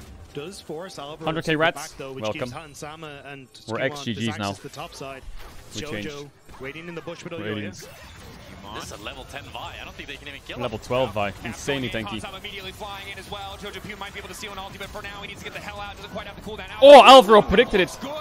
But there was no follow-up. That looked fucking cool, though. That looked fucking cool from Alvaro. Punted Super out of the engagement, so he couldn't actually be a part of it. So even though Alvaro Sion's ulting away, drifting away. 20 seconds on Drake. No Q flash. No ult flash on Alvaro. Ultimate that they'd be able to follow it up, but it's nothing for MKOI, as it ends up being Alvaro's flash. It's a nothing burger. The redive. It's a half away. Kai'Sa doesn't have ult. They assume, hey, hands off. Time for a bit of a parlay, but instead G2 full aggression on the top side of the map. They're hungry for Can they blood. chase want this? to find He has Jojo. flash. Smite to slow him down. Flash. Are they losing Drake for this play? Not quite in range. Q4 I feel like they're losing Drake for this play. Crucial that he's able to survive, because in the meantime, mid lane already being pushed out by Supa. Yeah, they just wanted to try and push out because they want to move over towards that dragon, deny that third dragon, but Rift Herald is there for G2 as MKOI overload the bottom side of the map. It's going to be Tier a cross 2. map for Tier 2 for Drake. Not here. bad. I'd say as MKOI, you're pretty happy about this. Fighting this Drake, when you press tab and you see the 2 items on this Vi, I feel like soul points would be massive for G2. But don't really have the follow-up. At least delaying the resets means they can get more prio. But it's never a bad play if you're up 2 Drakes already. Tempo here is really, really delaying. That Skewmon is still trying to get these Raptors. Skewmon looking like a bit more confident now for sure. He is so damn that strong. man is committed to getting his chicken. That reset between the game worked. Nidalee top is now officially useless, I think. Sion is just make him think you got 5 people behind you. sitting on red buff, health regen. And he's too I tanky. see a 2-item buy and I'm not dashing over that wall, Area, I think. That's the position that they find themselves, right? Supa needs a bit more time to scale up. Hansama getting closer to second item here. Kaisa, the potential to just force these plays around any of those pieces typing, of yeah, he's probably timing summoners. Every other member He's probably timing summoners. Does again simplify the game plan, and now finally G2 able to get some structures of their own, actually take the lead in terms of towers. And remember, it was neck and neck in terms of gold. It was objectives where G2 were finding the edge, but now it's a very different story as they pull ahead. I think it's just wherever Skewmon goes, MKoi can't really match. He goes both lanes. It's crazy to me that Broken Blade is up in gold, up in XP. That means Caps can push out. Maybe even in gold after this wave. Situation up in to CS be score. when you're playing this sort of disengage comp that's great at receiving engage, but then if you're not even stronger, it's just GG, isn't it? The Sion is just 10 times more useful. Picks, so you're just on that receiving end, but losing. And it's so crucial for the series and the confidence, especially of Skewmon and LeBron, that they are able to impact this game. That ward is not spotted by the pink. That is disgusting. Alistair so far, an excellent buy performance from Skewmon. We're running out of priority picks in Fearless. When you get by 2-item Sion. You have to make it work. And Skewmon, time for G2 to force a bit, like it. Despite the odds feeling stacked against him, he has been making it work as G2 determined to start this Otacon. MKoi in the area. They're very scared. Wow. But I think both these teams have made enough mistakes around that. Broken Blade's here. Too eager to throw anything away. But G2 got what they wanted, the TP from Mirwin. That's all they were really looking for, because now they can back away. Broken Blade can continue to push in bot. They can restart it with that advantage with Supa. Ulti from the Sion, flash from Supa. Again. Crucial summoner. Yeah, we've seen in Game 1 and Game 2 how important AD carry flash can be. Both teams in Game 1 played as so long many as they don't fights, lose so top tower for that, that's not just bad. For a little cooldown. And that's big for Good G2. drifting by the Sion. Really needs a lot of space and time at 2 items to be able to make it work. Exactly, and now they can do just as Rob said. If Broken Blade pushes out bot, Mirwin matches, but instead they're actually going to put Jojo towards bot so that they can keep someone with that teleport. But I don't see a world where this Sylas can do anything against this Sion. So that means full map control for G2. And the thing about Broken Blade staying even is he's able to get MR items and armor items. So neither Jojo or Mirwin can fully just bully him out of lane. He doesn't really care about the lane assignments. And you've got no control over mid-wave, so at this 2-item Hansama gets to do what he wants. Caps has the range that can match Mirwin. I want to see so G2 force a bit. He just does it faster. And it feels like they're so OP right now. I think an Otacon fight is good. Until you end up in a position where, okay, Dragon is up and Otacon is up, and we have the teleport advantage. The good news for MKoi is, despite the deficit, despite being a bit behind in terms of overall objectives, is they broke mid lane tier 1. Super crucial, super important objectives. Something G2 have yet to do. So it does give them a bit more access to mid wave. A bit more control on that part of map. Even now, as Mirwin breaks another tower on the top fight side. is good. For G2, committed to finding a fight here. LeBron headbutts him away. Actually a bit over eager. Never hurts to chunk the Braum out early. I think they have to turn here, G2. Braum ult was bad. bad. Poppy ult was not bad. But Vi ulted to cancel it. Jojo can kill Caps up there. Zeri ult. Flash. Nidalee down. Sion ult. Drifting. Caps will die, probably. Miss. Jojo. It feels like an inevitability. Jojo Pune chasing. Gets him. Taken down. Massive for the Sylas. Skewmon now tries to taste. No flash though. Takes Alistair ult. He doesn't use it, I think. And G2 strike back in this Supa gets mid tier 2. I think he didn't use it on purpose, maybe, so he can use it for Drake. I don't know, actually. Alvaro tries to predict this flash, but Caps doesn't flash. He's got ice in his veins, and he plays it so nicely to set up this team fight. G2 they need to base and go to Drake now. It's a quick reset away from a Dragon on the bottom side.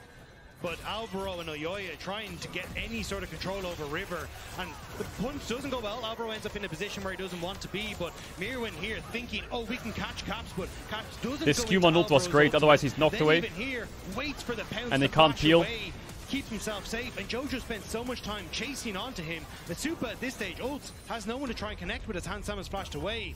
Well, G2 then access upriver as they pushed MKOI back. Okay, give me out the replay now. Give me to the dragon. Quicker to connect to Jojo. Are you supporting Spain or Portugal? I have no idea. When is it start? It's a wonderful play. Probably from Spain. G2 here, but Caps, no flash on it. Marked crucially, concussive blows there. Flash forward from Alvaro. Caps is dead. Kill. The rest of G2 descending on the side. Supa is already ulted. He's Super no flash. He's gliding away. Alvaro's dead, but that Sion is too tanky. Oh, Jojo. Sion too tanky. But MKOI don't want to get overeager. It's a support for mid lane trade. They're happy with what they got. No one can kill Broken Blade. Look at this health bar. He just keeps going. Even with Alistar ult, they can just disengage, wait for it. G2 instantly back away. They're waiting it out. They know they don't want to throw any more skills in, and they're taking their sweet time. You have to feel that. They need LDR on Zeri if they're going to play any fights. This Drake is gone. They need LDR. Taking any sort of damage. You desperately need more items on this Zeri because this Sylas will never be able to deal with this Sion. But maybe if the Zeri is able to get that Infinity Edge, be able to get that LDR, they can finally start to win some of these fights. There's a lot of maybes for the side of MKOI. They're at least keeping their waves pushed. They lose another objective soul point for G2 on a Sion that's already pretty damn unkillable. Almost 1,200 bonus health. Credit to Broken Blade. Ahead in CS. And you can see how hard it was in that previous fight there for Mirwin to get anything done. Is the game just cooked for Koi? Miss a single cooldown. You're so damn squishy. I feel like it is. Sundered Sky not enough to keep this Nidalee alive in the fights. But you can also see how much MKOI have to invest to try and find these picks. Ayoya flashing on to Caps after Alvaro had landed the Winter's Bite. Then Alvaro had to flash just to keep the bloody stacks going. MKOI have to invest so much to keep these fights happening for them. And G2 now just get to walk forward and press or if it works for them. And that's the problem when you play this sort of disengaged comp. Yeah, you're great at disengaging, but enemy team has all the agency. I want to see Nidalee hitting Sion. I need to see the damage dealt because because it's 0. Making power that you lack. Certainly do. And it's a different oh, he went if you're IE. the one ahead in gold. If you're the I mean, one it makes sense, but objective, it makes it so easy. The Sion is full armor. To come to you, but you're down in Drakes. You're behind in the game, and Elyoya is going to be in trouble now. Punted back nice pick by Labrov. Good confidence. That guy's dead. Game's over. Down, that's the Baron force. Sion TPing in. Doesn't give a fuck. For G2. And so beautifully played by Labrov. So patient, waiting out the Puppy W. But they're onto the Nasher, and Labrov has a crazy flank here. This is the confidence G2 fans were waiting to see. MKOI, they've outplayed at a man disadvantage before. We've seen it in the series. They have no spell book. And they make it happen again. Labrov behind. Supa looking for the angle. Punts Mirwin back. There's no immediate follow-up. Now Broken Blade going in. Alvaro knocked to the side. Hansama dives. Onto Supa. Hansama dies. They're trying to follow the Skewbot. He's just too far ahead. He finds the kill. Hansama dies. Taking down another. Mirwin and Jojo Pune want to make the difference, but it's a 2v4, and they've got nowhere left to run. I feel like G2 had a free Baron. They'll probably still win this game easily. But they had a free Nash. G2 finding the kills. And it was such a beautiful silence Mirwin from Jojo Pune to take down Hansama, but it's too little too late. As Mirwin looks like he will fall as well. Will he? Or maybe not. How much time can he buy? I mean, getting good damage. The thing is, in the extended fight, he's still. Oh, he's playing it. They want to go in again. The CCC's here. Fair enough. Kind of cool. But G2, maybe not kind of cool. Enough respect. Might have wanted to throw a few more members forward. But they weren't able to get one back. But it's a little. Messy. Why didn't G2 just finish Nash? I feel like they had a free Baron. Jojo can't really contest. They can just let Sion walk up. Giving his life as Labrov is able to get him back into the enemy team. And perhaps at least they all turn together, you know. It's good they turn if they want to turn. Here, I feel like Broken Blade can just block them. Betting on the coin flip, coming up tails. Actually, maybe turning is good. Caps is a bit zoned away. By Skewmont, and Hansama tries to follow up, but Jojo holding on to that bio. Caps was a little bit zoned away. To take down Hansama instantly, and normally this would be a great fight for MKOI. They took down enemy ADC, but Skewmont Zeri no summon, Zeri dead. Able to take down Supa Mid-tier 1 dead. And G2 with the advantage. Yoya, what the fuck? Okay, Yoya's Poppy is disgustingly bad. He's griefing. He is fucking inting. He is fucking sprinting it. It looks like he's crumbling under the pressure. Even Caedrel Poppy would never. Desperation. Yeah, and game 1, game 2, he was stone cold, right? This is the captain of the team. This is the man this team was built around. But here, not able to find the angles. The first play of the game was solid, but now just so woefully far behind Skewmont for G2. Going to grab this Baron, uncontested. Starting to feel like the first victory for this team in the series. Is Mirwin now caught out as well. Pulverize, one auto, taking their time. Mirwin, powerful in lane, but has 07, not buddy. been able to 4, transition that Brown, lead. save. Along the way, maybe they can get it done. Doesn't have quite enough time for the heal. No Flash save. out from Caps at the very least. TP is there. The Baron's already down. G2 happy to just grab that kill and grab the TP. The TP is the big one for me. They thought maybe they could turn it around. Potentially Albro. G2 get Mountain Soul, they just bought Sterax, they just bought the Rabadons, they just bought the biggest items in the game. This was a very one-sided game. Elioya looks dizzy on Poppy. Broken Blade went even against Nidalee top.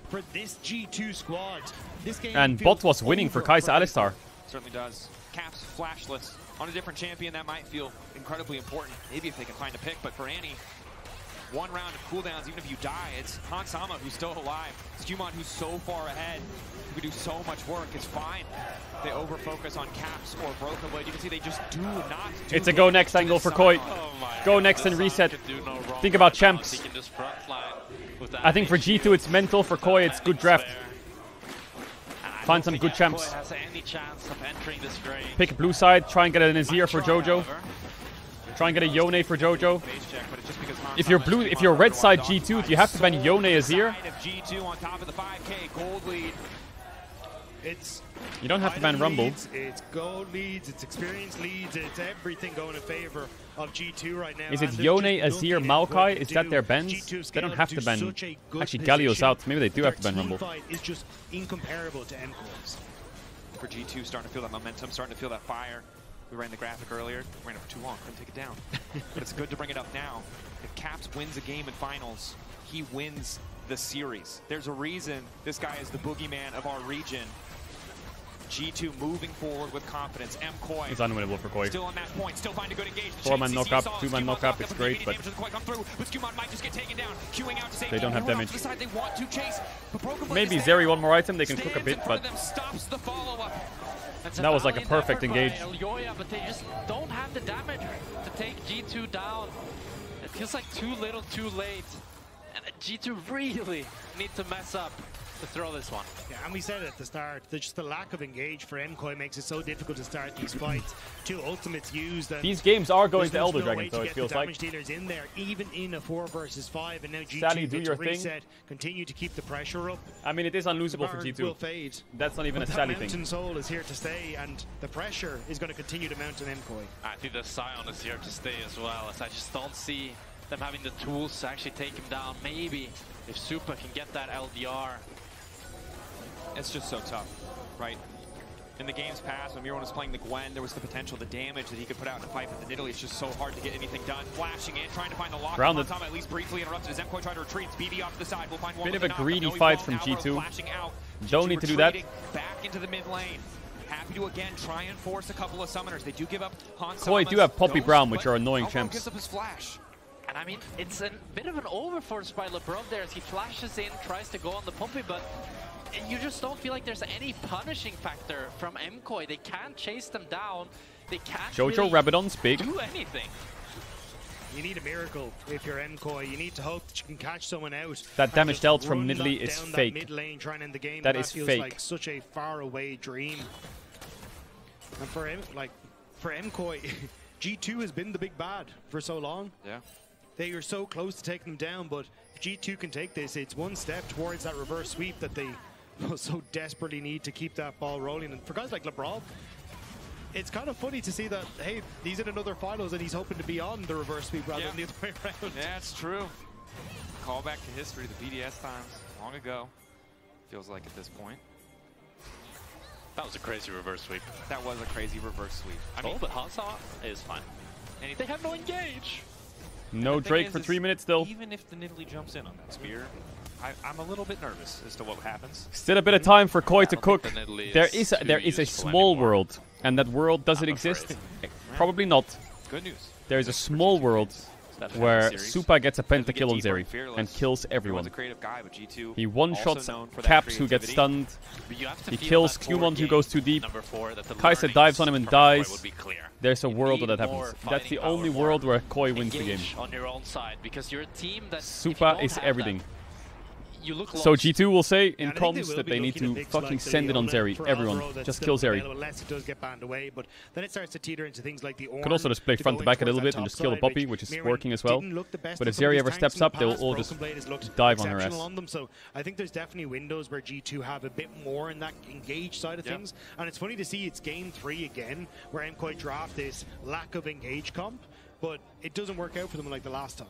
No, and I think it's big when Broken Blade can take a losing matchup like the Sion, outscale, come further into the game. You've taken another engaged champion out of the pool. You survived a difficult Level matchup 16 Zeri. to keep the hopes Not alive. bad. He's only 30 gold down. Stopwatch also Basically there now for even. Caps. Guaranteed to get that combo down. Short of a perfect His engage champ from is MKOI, good. which, again, they really just don't have great options. Has Braum next to him, has a locket. G2. Can he carry? Super EP Yushi? Mid lane, ready to just force a fight, ready to brute force here. They get full control of this Nash here. Damage. Look at Broken Blade. The shield isn't even broken. I mean, Supa does have the LDR, but... And in defense of his, their damage, he did have the Boots shield come on first, so. Yes, like the boot shield, the Mountain Soul, the W, the Annie shield. Yep. Knock up. Knock back. Super can't get past the Sion right now. He needs... Oh, that's how you get past the Sion, I guess. But now you have to get past the Alistar ult. And Sion's back. Hola! Super's checking up his ult a bit. They need to wait out Zeri ult. They just need Zeri ult to come off and then they can play. Zeri ult is off now, they can turn now, G2 will turn.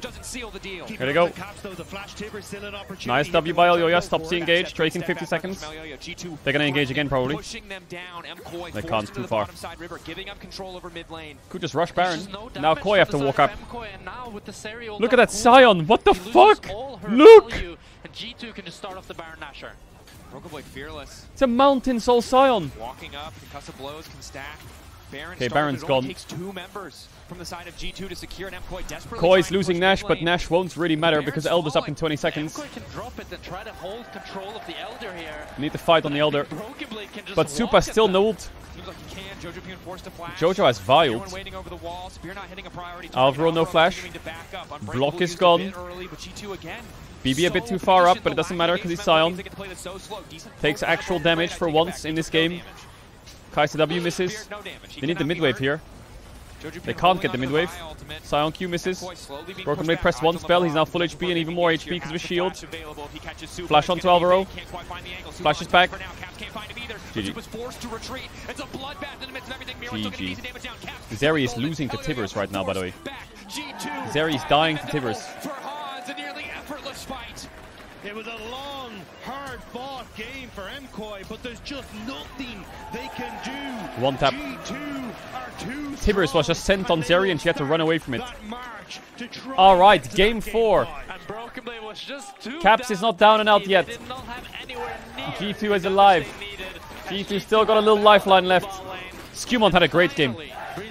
Much better game from Skewmont. I don't know if the mental is fixed, but it's certainly better. How dare the Sion not have 1 death? Go in the Nexus now. BB, go in the Nexus now.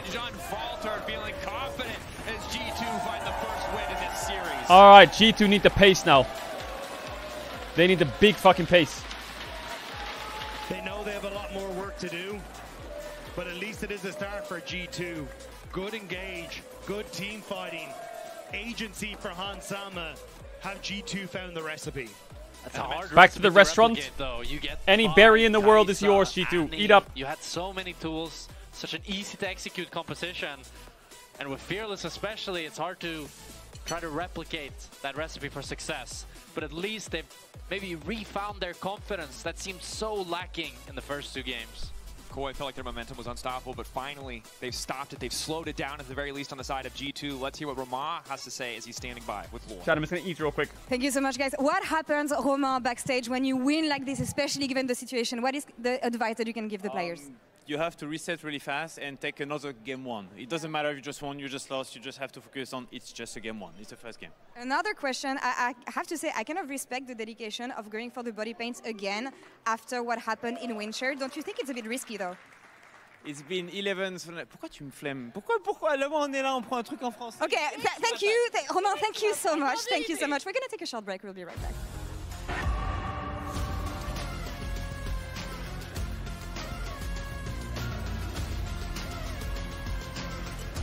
Chat meeting quick.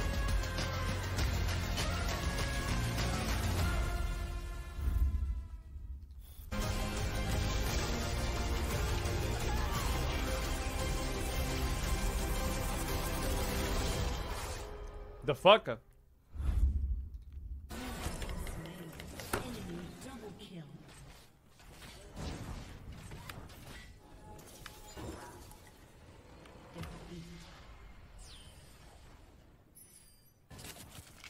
Chat, has there been any good games at the Xbox Fest?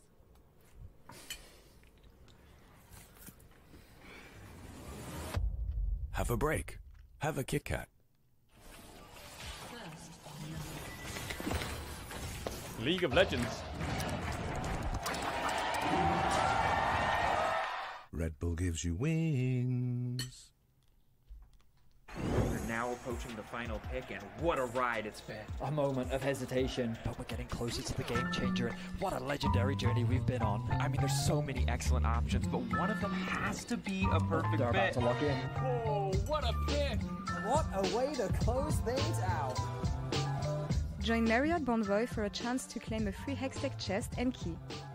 Marriott Bonvoy, a check-in at every checkpoint.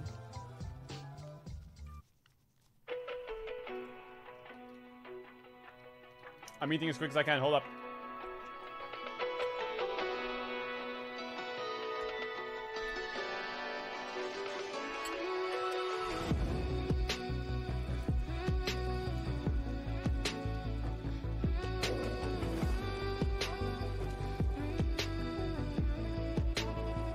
When darkness falls, you are my light.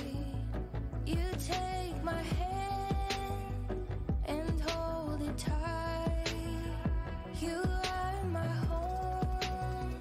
I know it now. You're alive? I know I'm eating. Hold up. Go get your waters and do your thing. I eat them in lock in big time. I see your beauty shine. You radiate with light. Our hearts dancing twine. You're one of a kind. Shine on and seal my heart.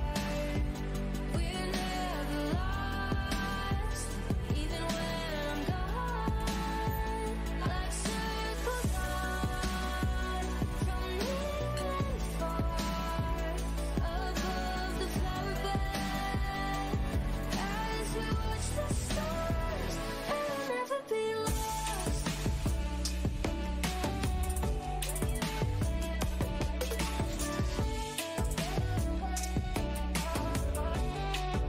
You're a great streamer. Am I?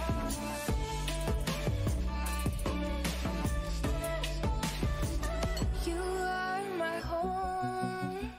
You feel my pain. My soul is yours. No. Two souls the same. With you, I'm everything.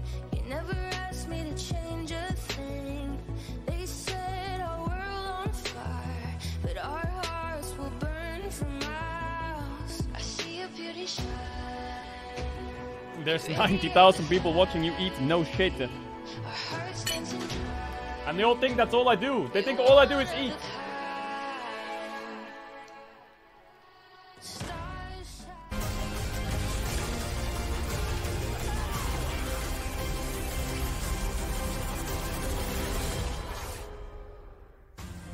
Boba tea. What the fuck? No sound! Party in the Hollywood Hills. Oh! Oh, we're no, we're not live. There's no way. Kill bro. Slowly, guys, slowly. What the fuck? Copy. Slowly, Zeri zone, Boba tea. We win this. Guys, I'll chase Zeri. Kill Zeri first. Nice. Good job, guys. Keep it up. It was gnarly for Movistar Koi. Their draft also was a little. We'll talk about that later. But Skumon and Lebrov, they were living the same nightmare. They were in winter, and they said, I'm going to wake up.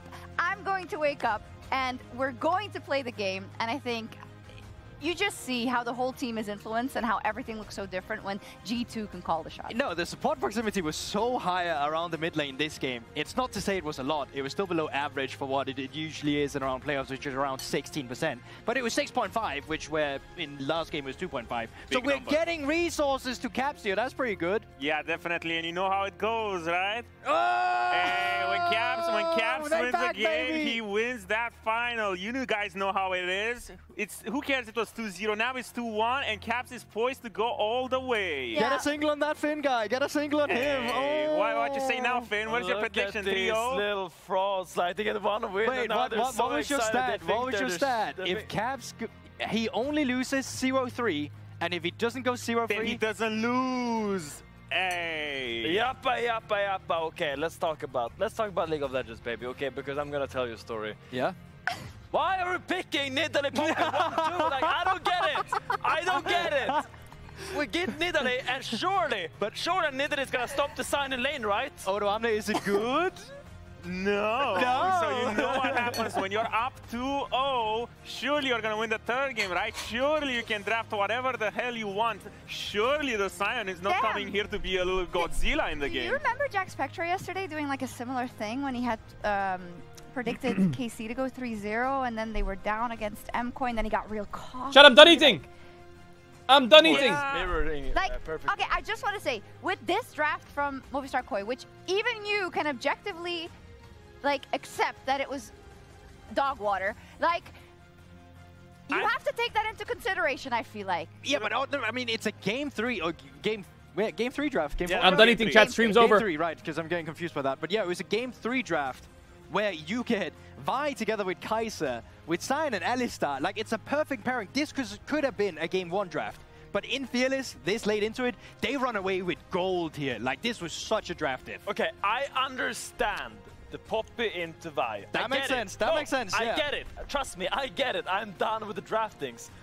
But the Nidalee 1-2, it is just flabbergasting me in a way I've never been flabbergasted before, because I do not see how this Nidalee is winning the game. Okay, so usually what happens, I feel like when you get into these sort of high pressure moments, you kind of that Nidalee pissed him off. That Nidalee pissed him off big time. When you look at game 1 and 2, if I'm MCoy, maybe there's this little thought in my head that I'm getting ahead with early game, and that's the only thing that matters, because that's what it was. So you can draft anything. You can just go all in on getting, early game leads, especially with the Nidalee. But what happened here is that they just didn't have enough proactivity. When you look on the side of G2, they had the Vi, the Alistar, the Kai'Sa, the Sion. Everything screams, you have power to just go in. Yeah, and I kind of want to go through the Odo clips looks here clean. just to demonstrate Odo looks your very point, clean. Odoamne, because that's what we saw. We saw signs of G2 this game that we haven't seen them all. They were the one making the early plays in the early game. They were the one who was playing through Skewman. Draft for game 4.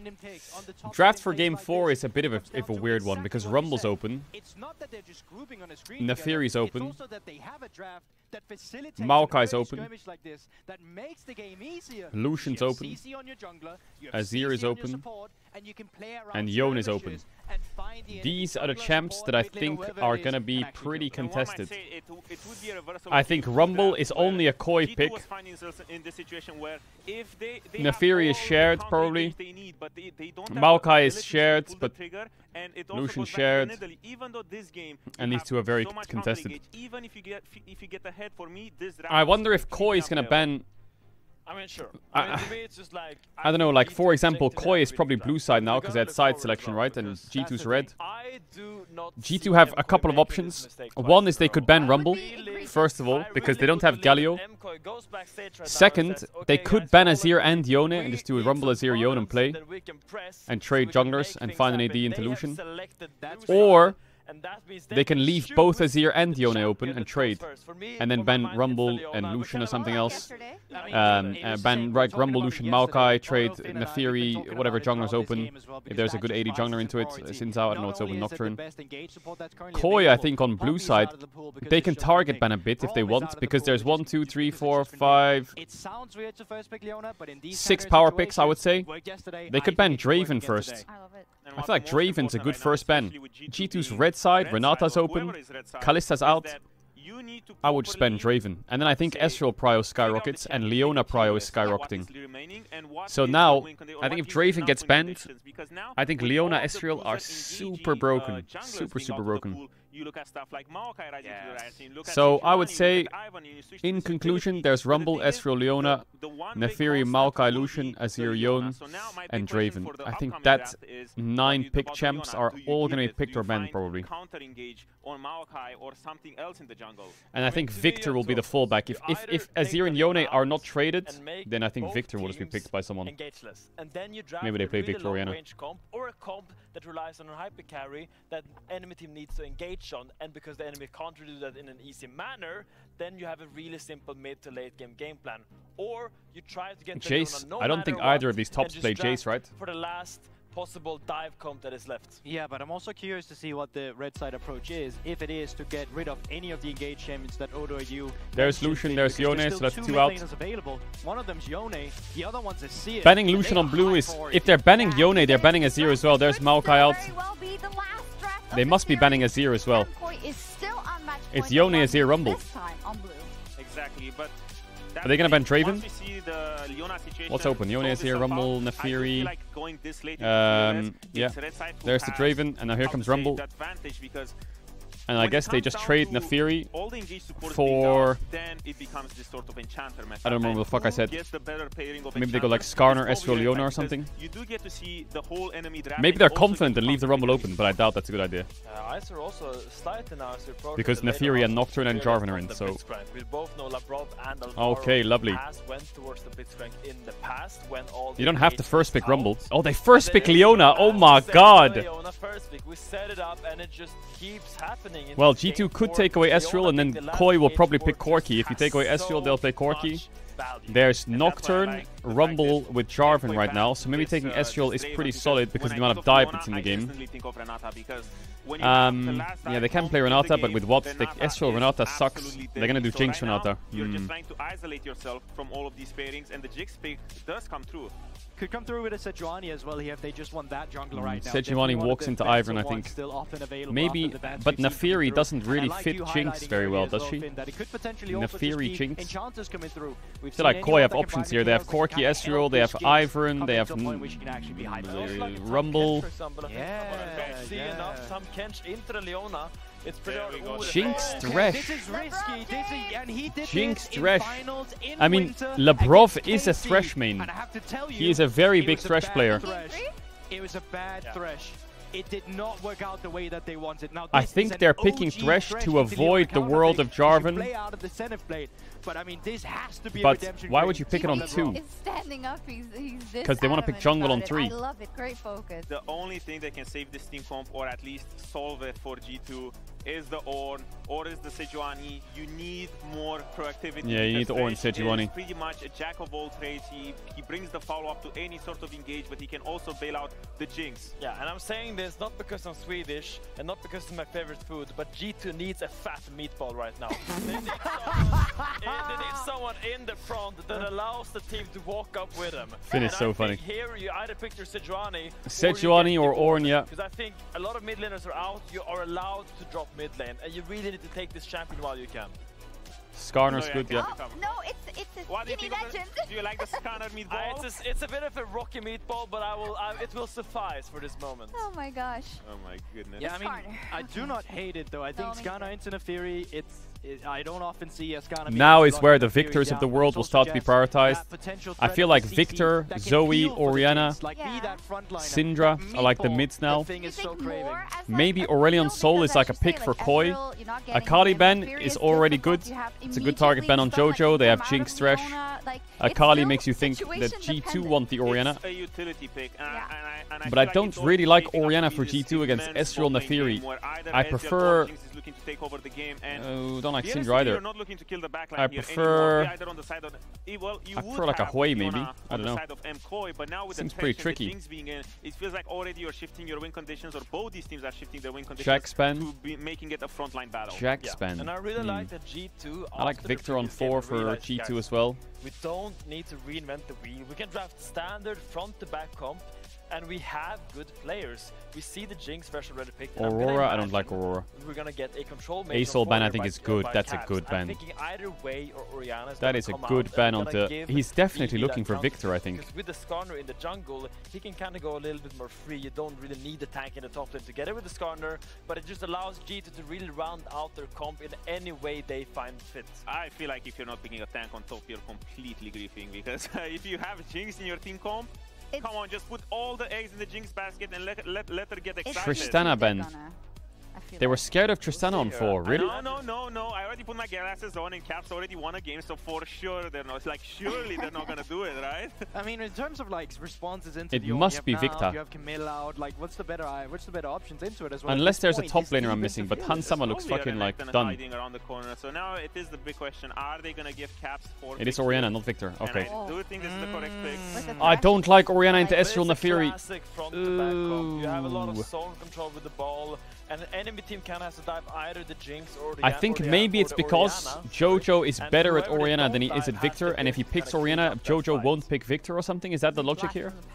Is it a denial pick? Composition from G2 does feel very old school, doesn't it? You see a Jinx, you see a Thresh, you're getting that Orianna in Casante's good, full tank. Right now here. We saw this yesterday. I don't want to talk about hovers, but what do you think? It was quite frankly really good yesterday. It was great. Yeah, I'm getting deja vu from this. I don't really feel like Orianna has anything to play off, and she's not playing against very nice champs. We were pretty anti-blind, and Broken just sent out his iconic Swain, and had a really good game on the Swain. What have you got for me, Jojo? Anything cooking? You wanna go LeBlanc? I think LeBlanc is actually pretty fun here. Frontline in that demonic ascension form. I feel like there's just too much mobility on the side of MKOI for him to end up going for that Swain. But at the same time, I do feel like. Oh my God, he's gone Kassadin again. Now there's mobility as well. Now there's a lot of drive, and now all of a sudden I like MKOI's team. Oh my God, he just picked Kassadin into Orianna. Mundo top, push. Chat, I'm gonna run ads. If you know about ads, you can tier 1 or Twitch Prime, you have to sub to channel if you want to. Back to the game, I'll see you in a sec. That is tough. The Dr. Mundo comes in, but at the same time, the Dr. Mundo top. It is a big beefy boy. It would win and make a lot of. It is a meatball, like Finn likes his meatball. Holy push. He's even throwing meatballs, but at the same time, it's not the kind of meatball we like here. We like a meatball that has a lot of CC, because I feel like you just don't have enough peel. Does Koi have enough damage to kill G2? Ezreal Kassadin into Mundo Skarner. Back in his boys, Casters. He's not back in it, boys. What do you think? Game 5 or no? This Kassadin pick is so mental. What a draft for game 4, Push. So mental. It's a pretty hype Kassadin angle. It might even be a more hype Mundo angle. I don't know who kills this pick. I'm definitely more hyped about the Mundo, because if my characters are Ezreal Kassadin, it's so damn difficult to kill this Dr. Mundo, and I love that we're seeing it brought out. What a blessing Fearless is. So many cool picks being brought out today. Yeah, and really balancing out the rest of this draft, giving them that strong counter pick. It is a very man, Kassadin into like LeBlanc, old school, into Zoe, carries, all very fair.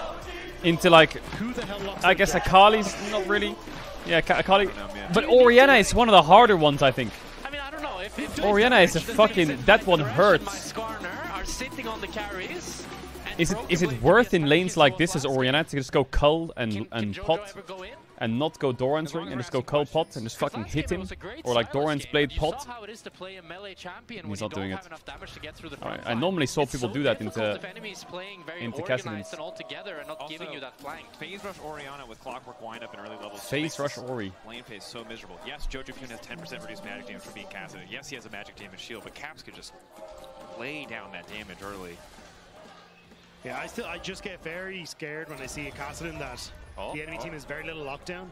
Even going for a second wind and stuff in the runes, not going for the domination as he typed in chat yesterday. But I definitely think as this game starts to go on, Jojo could be a massive threat, but Broken Blade more than likely. Well, Jojo went Resolve second this time instead of Domination, which is good. It's so cool, you know, playing this Kassadin up against Caps. If there's one player in our league that will really be able to punish you for cockiness, it's Caps. It's actually kind of nice because Caps didn't go Doran's Blade Cull, and he has Phase Rush. So Jojo actually, runes-wise, is kind of happy.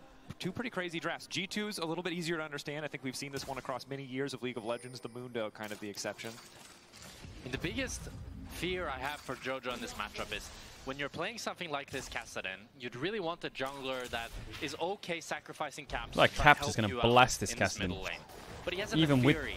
Phase Rush Doran's ring. He has the Skarner that can look to impact mid and try to shut Jojo down. So I feel like if Skumon plays his cards right and they're able to scout out some of this vision, they can build a huge lead in middle lane. Definitely an angle of attack. Oh my god, Elyoya's been watching Velia VODs. End up in a split map situation. But Elyoya's creativity. Every single game he's finding either invades or picks or ganks. W Velia. And even avoiding the ward as well.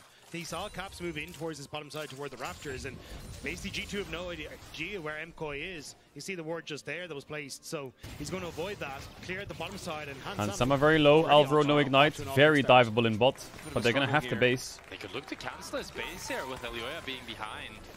Maybe doesn't quite reach him, but still. Ooh. Hansama is going to lose a full wave here. Bit of a disastrous early game for him. Very rough. Aftershock there for Labrov as well as the Ignite. Howard having him would be difficult, but not impossible. They're looking for the setup now. Alvaro taking his time, going to walk in for the Q. Good hook on Such a good dive by Koi. Can just easy drop with Neferi, and Skarner's spot camps are gone.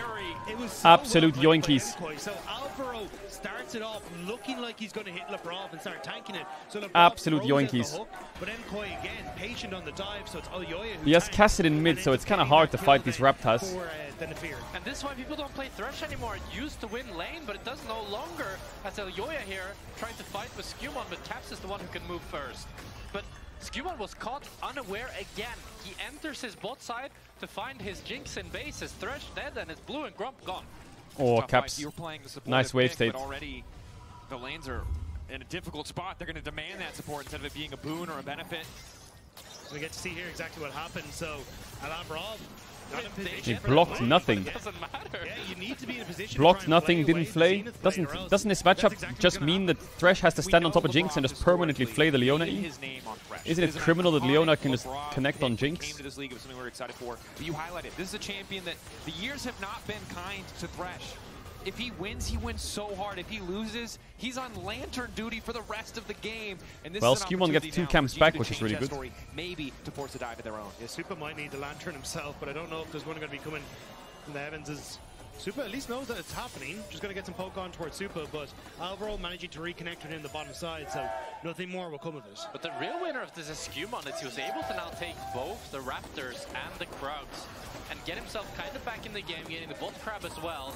So a start that you thought would maybe be a disaster. Is that the Aloy skin? Being a relatively equal jungle so far. Brookwood trying to clear the waves.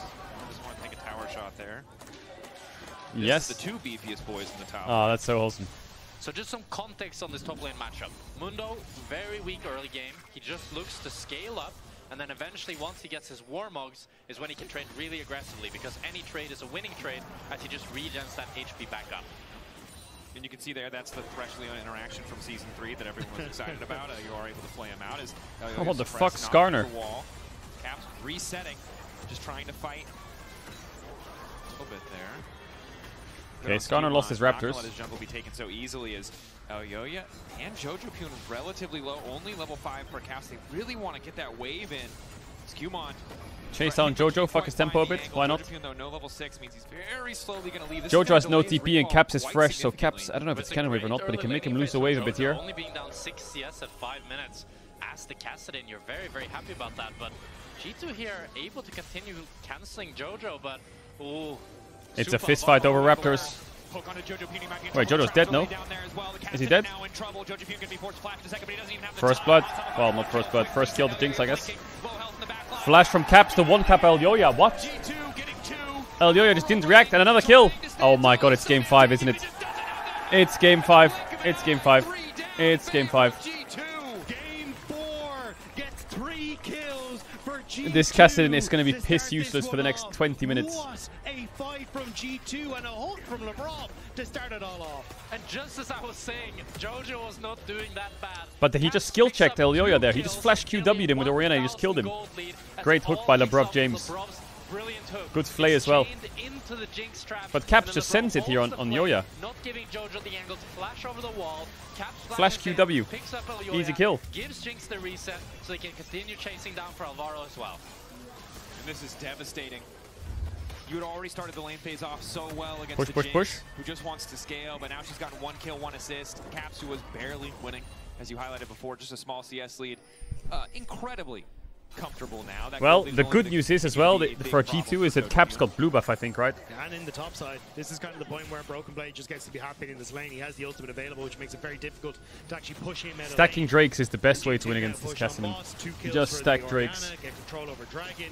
You can start to get this late game comp on its feet nice and early, and MKOI going to need to try and find a way to break those. And a gold lead on this G2 comp feels so Blue buff Orianna just wants to keep pounding this Cassidy now.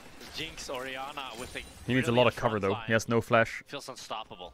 He needs we talked about the threat, his right? jungle This is a support to champion give him who some doesn't always lose wards. gracefully, but when you get ahead, when you get vision first, every bush becomes terrifying for MKOI. Everyone can have a thresh with a lantern to bring a jungler in behind him, a hook that can come out of it. Something MKOI are going to have to respect. Jojo luckily has made it to 6. But doing his best to keep it even. It also just alleviates all the pressure from the carries as they can play so much more aggressive because they have the safety of that Thresh Lantern to always help them out. But now LeBron with the roam down to mid. Hook predict. Jojo Oh. Manages to Well, the buffer out. he hit. Fine. But LeBron did read him like a book. I mean, it's classic, you know. Cassidy will always think he'll try to predict my hook. So he doesn't, but he gets the buffer anyways. LeBron James is just roaming the map. 2 for 2 here is Mirren overextended. Definitely is. No Q3 ready to go. Lebrov takes his time, starts with a flay. Mirwin Q3 in there. Hansama around. Only going to be able to catch out Lebrov. Ignite. Pathmaker Hook. flashing. Sidestepping on the hook. Elyoya still here. Alvaro Man, on the way Thresh is a fun 2. champ. Watching Thresh is fun. Gonna be forced to back away. If MKOI They're losing transitions to grubs. the grubs, it's not gonna feel too Ignore bad. and hit Losing enough plates. pressure. Ignore and hit plates. Ignore and hit plates. Push, push, push. It's coming through. He is going to become a major threat. So basically the idea with this Mundo build, if it is the one he's going for, is Warmogs, Hard Steel, into Dynamic Hydra. You become a monster at taking turrets in the side lane and very quick at killing members of the enemy team as well, especially the squishies. But we'll have to see if that's going to be the case as it continues down the bottom side. He doesn't give a damn. He's just looking forward. 3 grubs to Koi kind of sucks. I think having grubs for Mundo would be fucking fantastic. It doesn't get easier for Jojo as it continues here. But that does actually feel quite good for MKOI. I was thinking that G2 would be able to contest at least a few of them with Caps having a full item, which is so Hang on a second. big for this Quick Dr. thing. Mundo. Apparently in an interview, Jojo Pyun said, we played Cassidy one time against G2 and lost in 15 minutes, completely stomped, Cassidy was over, but today they picked Victor Rumble and Endo CC. So what made him pick it this game? Drake to the 3 grubs. G2 already getting one of the feats, would love to have the second. See if they can break a tower here. I mean, demolish proc. Here He's we just gonna go. get. He still has ult, even if he goes low. Push, here. push, push. Yeah, you just ignore all the damage. It's disgusting. There from Mirwin, decent damage. Going forward. Holy fuck, that Cassante dash range is nuts. Grass approach. As both top laners are looking pretty damn hard to kill, but it's Broken Blade getting the plates, getting the pressure down. As it's a bit of an unfortunate lane assignment here from MKOI. Broken Blade just being able to extend his lead further. Well, Jojo needs Not about too 20 shabby. minutes Got still 2 to be plates on useful. that top side, I believe, for himself anyway, so he's going to be at least keeping even, and also have the call. So at the moment, using that extra goal that he got off. Is he going hard? He must be going Warmogs, right? Just barely, but it's just this Mundo build is so disgusting. He's going Heartsteel. Okay, He's gonna not go for going exactly his build. Actually, going to be the Heartsteel first, but it is an insanely strong build. Look, to be fair, you're either landing against a Leona, a Cassante, or a Cass. Ew. Guaranteed. You're going to be getting a mad procs on the Heartsteel. Ew. So what he's doing right Why now does he is have like the more Heartsteel? greedy What the version. fuck? When you go Warmogs, you get a really good laning phase because you just have the HP regen always. But with the Heartsteel, you get to start stacking faster and earlier, which is going to be really nice up against any of those, as you said. But you lose. Where are my belts at? But I don't blame him at all for going this Heartsteel first, as it just allows him to scale and stack so much faster. It definitely does, and you can see Skewmon, despite the initial early ganks going in favor of Elyoya, sitting pretty comfortable in this game. Hasn't quite hit his Heartsteel for himself, but Elyoya not feeling confident to walk in and force that 1v1. Especially as Caps has essentially permanent pressure here in the mid lane. Quickly stacking up that tier, and Jojo Pyun, now we got a tier, we're working towards a Rod of Ages. It's going to take some time before Oh, Heartsteel, baby. There's the Heartsteel clunk, but Q3. I think it is going to be relatively difficult for Jojo to get into a position where he is a big threat at the moment. They've kind of moved him to the bottom side in hopes to get him some farms. Is it a push angle? Then he moved back mid, ended up missing the wave, and Caps is slowly but surely getting an experience lead. Mirwin. W in, breaks the shield. Might want to try and go Had to pop the ult. Had to pop the ult. Had to pop the ult. That's not good. He's got 2 plates with that demolish proc, so 2 plates and a hard steel proc, baby. He's a happy banker right now.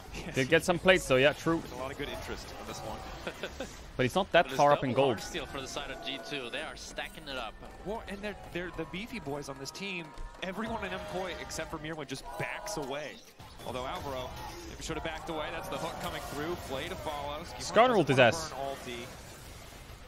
Just giving anything up. Alvaro's still quite tanky. Is spotted out Jojopion. Rob waiting for another hook. Dragon has spawned. I don't think KOI can fight this Drake regardless. Oh, big hook.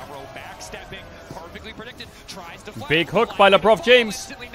It's a shame that they got the kill there because Skewmon pushed him into the wall, but I think Hansama's ult had the kill. Thresh performance from LeBron. Back-to-back hooks. That's a volume increase. He's just able to find so much pressure, and it's going to be Drake going over. Wait, is Mundo getting solo boloed? Ulti through from Mirwin. Good damage. Is going to force the flash out from Broken Blade at the very least. Double TPs coming in. Jojopion will back up. He's not interested in that one. But it's kind of the desync from MKOI again. We're Mid not laner seeing got Alvaro and Oyoya working together as well. Mid laner's being a bit weird, trying to get involved in the top lane fucking fight. For the dragon that has already spawned. Sure, you can take over. Oyoya is going to see if he can try and move in towards the top side, but Jojo has to abandon ship already.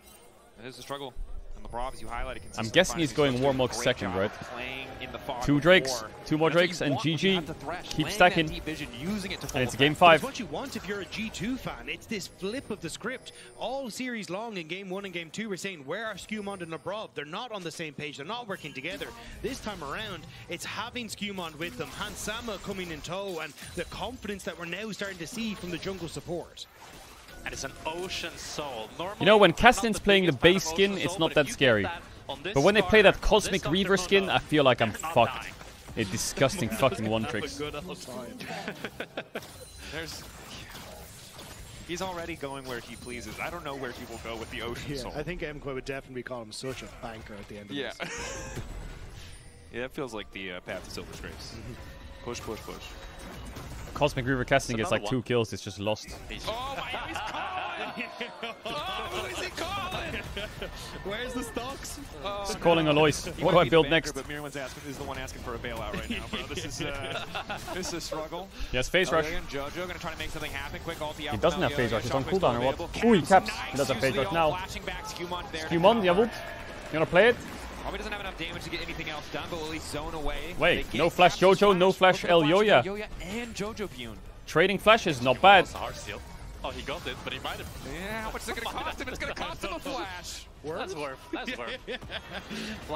Flash is finite, stack infinite. That is true. I mean, look, they just wish we were playing Arena right now so they could get the augment. But I will say this is not what I expected from Game 4. You know, Game 1, Game 2, full confidence from MKOI. G2 impressive that they turned it back.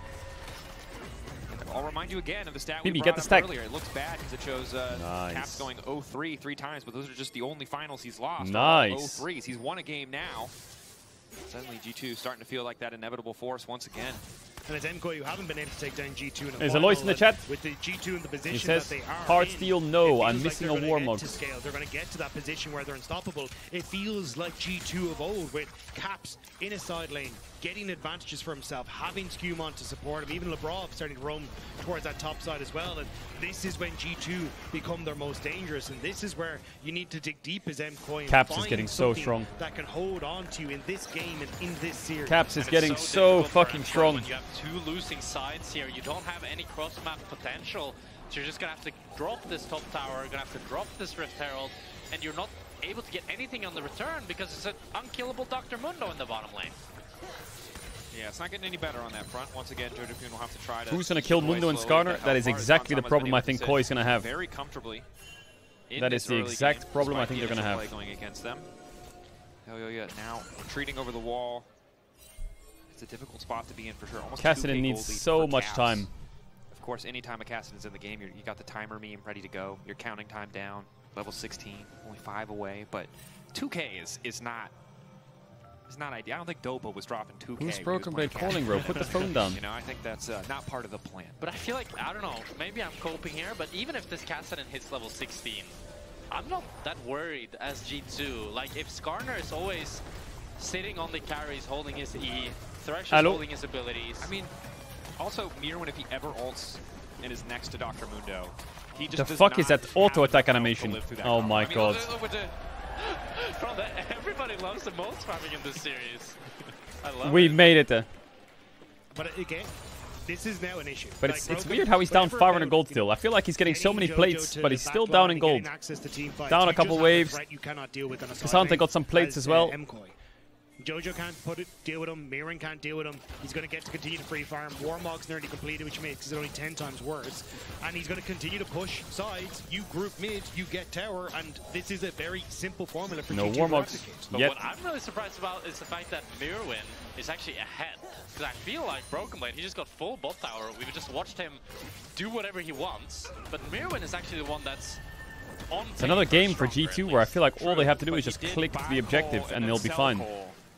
And I feel like the comps that can just click to the objective and stand there are just going to win. I mean, maybe he can be the guy. If you find an isolated Hansama, if Labrov has wasted the Lantern, there are angles. But again, you have to add a lot more ifs when you're talking about how MKOI are going to find these angles. Whereas G2 with this kind of lead seem to be in a much more comfortable spot. Super. That was a very cocky S the release. aggressive E there. That was As cocky. Jojo's moved all the way down to mid.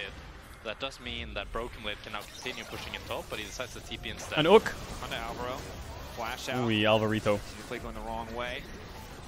Super trying to Oh, Caps clicked too far. He clicked way too far there. He's completely inted.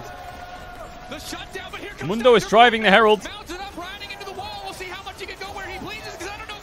Does he die? Does Mundo die? He's kind of chilling, that Mundo, I think. He's kind of chilling. No, he's having a good time. Skarner ult was fucking dog shit. Lantern. Broken Blade still. He's gonna die now. He's dead. He's dead. He's dead. Caps needs to lock in, man. What's Caps doing? It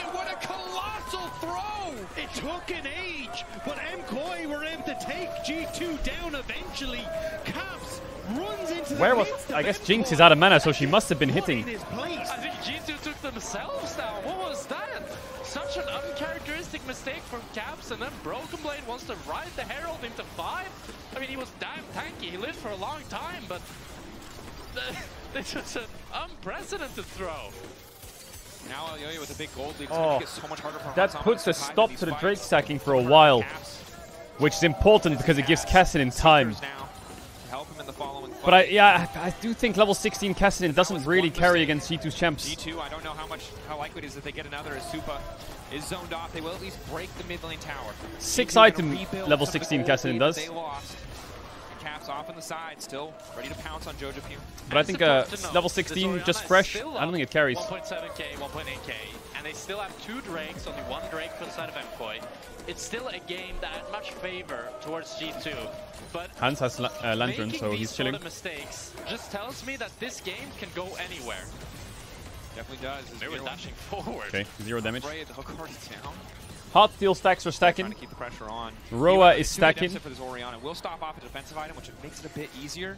But more time for Kassadin is always a good The way thing. this Mundo walks is just so Hansama's fucking like... 1.5 items, not that close to 3. They have to be careful for the next few fights. But you can see that the nerves and the pressure are starting to get to them. You saw the Alvaro when he flashed away, Senden bladed the wrong way. Where's the Caps just replay of kind the fight then? walking in, losing his mind a little bit. And this is what happens when you're not like you're feeling the pressure, you're getting nervous, and then Labrov went something Mikhail's goes wrong. first item for And Caps. that's what makes these games much closer than they even should be, because all it takes is one mistake.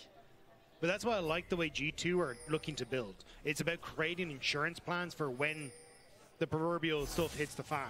Like, you've got already the Seeker's Arm Guard in there for Caps. Now you've got the Mikhail's Crucible for Yeah, the Labrov. Heartsteel stack. He already had the cleanse for Hansama. They know that essentially all they need to do is keep these key carries safe. And you have so many tools to try and do that. And that's not Look even, at again, how to many mention flowers that Koi Broken has Blade is going to go versus to Sonic G2. Hydra next, and then That just is becomes crazy. an AD carry. So you have tons of opportunities for G2 to play through the strengths of 23 we to don't die 8. and we keep the backline safe. Definitely do. And Leona, a champion that is so powerful, so tanky, but tenacity exists. And now that so many Merc Treads are coming through, a lot of that CC is less valuable. The Mikhail's also mitigating a lot of that potential pick action that MKOI can look for. Kassadin's still there. The insurance, the scaling policy, but G2 with insurance policies of their own. I feel so old. We've talked so much about There's no Drake for 3 minutes. Those who started earlier today, I'm not going to lie. Does Cassante win that? Well, I don't know who wins this. I suspect we'll never know because I can't imagine this fight ends. That's not going to stop Mirwin from trying, though. Ulti through. Mirwin doesn't even... the Q. What the fuck? Cassante just... What? Huh? What? He just fucking one-tapped his ass. That Mundo wasn't tanky at all. What? Is a broken blade, and now he's alone in this top turret. What? I didn't think the Mundo could die. I thought the Mundo wasn't supposed to die. That was the whole point. But the Cassante damage is real, and now Employ. Now they're on the Tatakan. Now they're on the Tatakan. Mirwin needs to base and be ready to TP. They need this Tatakan. It's good experience and shit, but G2 will contest. Broken Blade has TP in 10. No ult on Cassante, no ult on Mundo. I still think G2 should win the fights in 4v4s, but Cassante is going to be first for a little bit. Where's BBTP? Can be on the pink ward next to him, right? Surely. Oh, Jojo inted. Oh, Jojo inted. Did he int? Is he out? Is he inted out? Did he inted out? Did he inted out? No reset. LeBron James gets the kill. Reset. Atakan dead. Yes, but. Caps has stopwatch. Caps has stopwatch. Caps has stopwatch. Stopwatches. Kills Caps. LeBron James with the hook. Flash out. Knock. Mundo. Q. Not hit. It's a fucking daylight robbery if they get away with this koi. Lantern.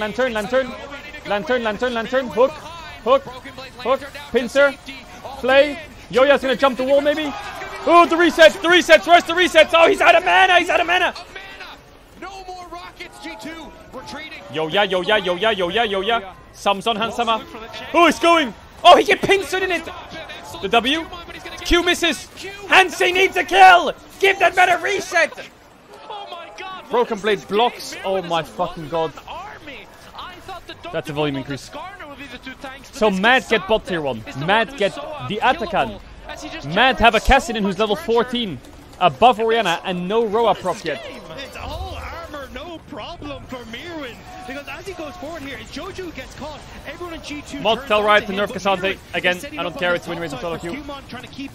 So Caps is fighting Mirwin. LeBron James Lantern flashes to get Jojo. But watch Mirwin, he's just gone for Caps. I mean, all of the armor he has. A bit early on the stop clock by Caps. These terror shots. He gets the kill. G2 try and turn around, and Supa with a good arcade or true shot barrage over the top ends up taking just the health bars down so low for the follow-up. And Hansama goes before he's able to kill Mirwin. That's how tanky Mirwin is while he's still tanky towers. That flash from Alvaro. Alvaro flashed out. That was the last drip of mana that another dragon fight. We go round 2. Hook hits Cassante. A bit of damage. It has to be Caps. Just a little bit of MR in his build, otherwise full armor, as you highlighted before. That's a level 15 Cassante. Behind in Drake's. Won the last fight. Gold lead now in their favor as Jojo tries Jojo to find on a ward. LeBron hoping to find that hook. G2 don't want to give anything away. Playing slow, playing control, but mid lane tower is getting lower. Supa can just walk push up, mid. Take that one down. Who can they jump on? I think G2 is kind of fucked here. Jojo on the flank. Caps is gonna die maybe. Lanterned out. El Yoya ulted. Broken Blade tanking. Skewmon tanking. To the front line die. Does the front line die? Skewmon ult. There's the W from Yoya. Dead Skarner. Ooh, these fights, the way they're approaching them koi is pretty good. This Cassante is just never gonna die. I thought the G2's tanks were not gonna die. It's the Cassante. Look at his items. I think G2 threw too hard on the dragon, and then Cassante solo killed Mundo, and then boom, the game exploded. Finding their way through the cracks. And I thought Cassidy level 16 wouldn't be enough, but they don't even need it. As it's Mirwin that's just so unkillable with his full armor. This Jinx does no damage. They desperately need some armor. Hansama needs an LDR now. Now. The Cassante is doing so much right now. Work. He wasn't the tank we were looking at, but he damn well should have been. But look at how well you're pulling people. If the fight splits up like that, G2 just gets rolled. Which means that then Hansama is only hitting on towards Mirwin in the front line here, whereas Supa is getting damage done. Jojo and El Yoya have the damage to get through Skewmon, and it's just not enough in the tank yet for G2 to carry these fights, but they keep taking the Hansama needs to not go IE third. I think he needs to pivot. Split up, a lot of their opportunities disappear. The Orianna not able to find that impact. It was a 2k gold lead, and yet Caps walks in on the first fight, gets caught off on the side in the second fight, has not been able to put that lead to good use. And that was the thing. It's the I think the Drake fight and then the Cassante solo killing Mundo really fucked the game. Then it was Broken Blade dying in the 1v1 versus Mirwin, which then set up for the Adacon on the bottom side of the fight. Yo, that song's a jammer. Supposed to rise up in these moments, yo, play that shit. Taking them down. Now Jojo Pune on behind. Play that shit. He's so tanky with the Roa, with the Seraphs. And Jojo's about to get his Rotopages up to 10 stacks here. He's so damn close to level 16. He's going to tick over very quickly. One more wave is Cassante has 3 items. Picks up. One more creep is going to give it to him. Production, I know what do you do as G2 right now? Do you just scale? You can slam it a little bit early. Is that it? The Cassidy has finally, well and truly arrived. G2. If the odds weren't stacked against them enough, it's only going to get harder from here. It's a bit of a scary game to just scale in. What a moment for MKOI. Cassidy's level 16. I don't think he's that broken yet. The Cassante is the problem. Oh, he went IE. I mean, he probably had the gold for IE, so he just bought it. But LDR needed. This game forward, but G2. 3 items. I mean, the problem is Hansama is just broke. He just doesn't have the gold, man.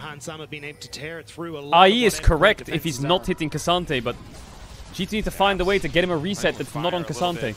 So strange to see here. Like, Hansama has to carry this. 1k gold. It's gonna be fucking hard, but he needs to carry this. Approach the wave up against Jojo Pune. Good Skarner ult onto Yoya. Jinx will 3-tap him. Difficult now for G2 to contest any sort of objective.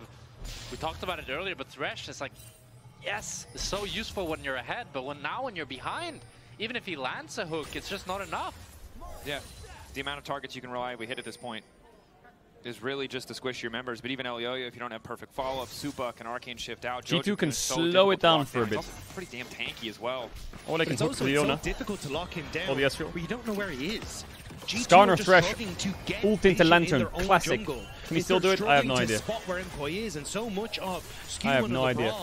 Is consistently needing that G2 defend the pink. To nice. be able to hold MKOI in place.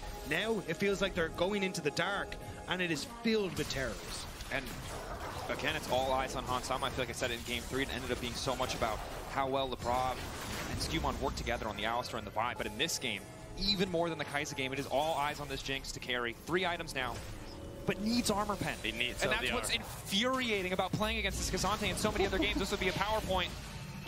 As Jojo doesn't, he takes half his health for free and confident rat for the confidence, knows that he has a lantern waiting, but you just cannot live in a side lane against this Cassidy as Caps. A bit more damage and it's dangerous. Right now it's not that dangerous, but when he gets more items, it's so fucked. Continue to get this nice little bit of regen. You got a minute and a half until that next Ocean Dragon is up and available, and honestly, with the positioning that you have, I think this is where you send Jojo Pune on top. Yeah, they're about to go for it now. And then you can have him threaten that tier 2 in the top side, get more gold on towards him. G2 are contesting mid waves. Cap's condition is not good. TP's coming in from behind. Kansama does have the lantern. Where's the... They want to force something here. Push back from Skewmon to Saw. Nice flash reposition by LeBron James. Oh! Hansama just got one-tapped.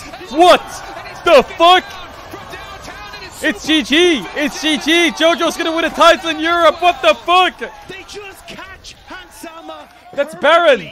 The lantern, the flash, everything used to try and escape, but the Cassidin's claws are around the throat of G2. And MKOI identify their team comp so but Jojo R flash one-shot the Jinx. Did he stack his ult in base or what? I don't get it. How did he do so much damage? And you gotta start to feel that maybe this series is going to MKOI. MKOI, a team that was doubted so many times, so many steps along the way. Beat Casey twice to be here, fell once to G2, but are not looking to make the same mistake twice, learned from their failures.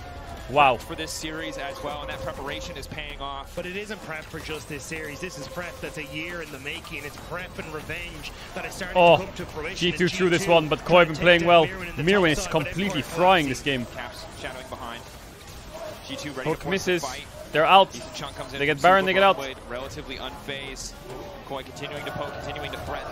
Jojo Pune ready to start that. Jojo's level 18 soon. Doesn't have a jungler around though. 3 items. Might be a bit risky as we take a look back. How did Hansama get so heavy one-shot? And a great flank by Mirwin. You can see they're approaching from both sides. So Lebrov here, I love how he plays it. He throws the lantern at Hansama. Hansama waits, and then he flashes over the wall with the lantern. But it doesn't matter. You have a lantern. Wow, that Cassante Q3 was good. Flash, but it's still not enough. have to get away from this. Holy captain. shit, R flash, Cassante flash, Q3. Who locks down the Caedrel? Who keeps his Caedrel in check? Because now 3 items onto Jojo Pyun.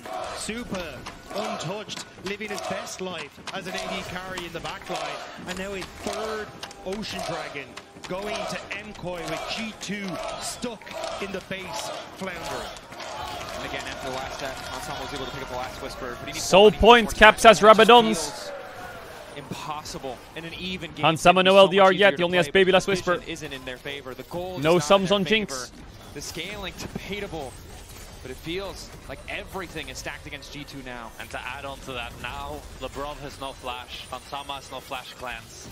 If it was difficult to outplay the flanks before, it's next to impossible now. They need a fight that's just a standard front to back under a tower where they can kite back in one direction, and that's where Hansama can actually thrive. Because if they leave their base, it's impossible to find a good fight. Very true. But outside of Supa, still relatively short range from Mkoy, so the siege is difficult. They don't want to face check into this Orianna, the control mage from G2, providing a bit more protection. So as big as this Baron looks, a lot of it's just those tier 2s falling. Yeah, G2 still farming.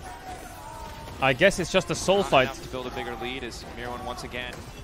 Power of the Xante 30 seconds on the Baron. I think they might lose an inhib somewhere here, G2. Everything and it might be top. Towards this bottom side, and now Jojo getting alone time top. Elyoya almost or solo bot. taking that mid lane turret. G2, they're being stretched too thin. They can't hold on. But you can see Broken Blade. Bot. Alright, inhib gone. 1v1, if you can find it, still Caps cocky movement. Still unconcerned about that. Jinx still no LDR, needs a bit more gold. No damage. So it's so difficult wherever this Cassante goes. Mkoy Oof, they're gonna lose double in him. As they're gonna get the bot in him. They're gonna get the mid in him. LDR for Hansama. Does it matter though? They're 9k down. Dire for G2. Jojo standing off to the side. Caps fishing for the perfect shockwave. Needs to find it. Anything less won't be enough. Poke going in from G2. Mkoy happy to play this one slow. Patient, controlled. And Mirwan threatening the side.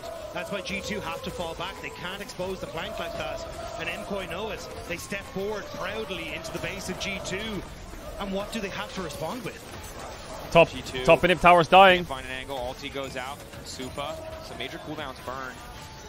Maybe an opportunity to force a fight, but again, it's so tough. The Skarner and the Mundo are not instantaneous engage options. The hook from LeBron won't hit either. Apparently, Jojo Pyun is sitting on 3,000 gold. He's just sitting on it. Mid, top falls. It's all over the place here. And G2 Supa no barrier. Hansama got a bit of damage on him. Means that maybe G2 have found the angle they need to hold on. Mirwan might be in trouble here, as I think G2 could look to chase him with Broken Blade slowing him down, but they're gonna think the Drake in 230. They're able to hold on, losing Jojo Pyun is gonna farm up a death cap in base. He's just gonna press B and buy a death cap. It's gonna be disgusting. But it is still a win.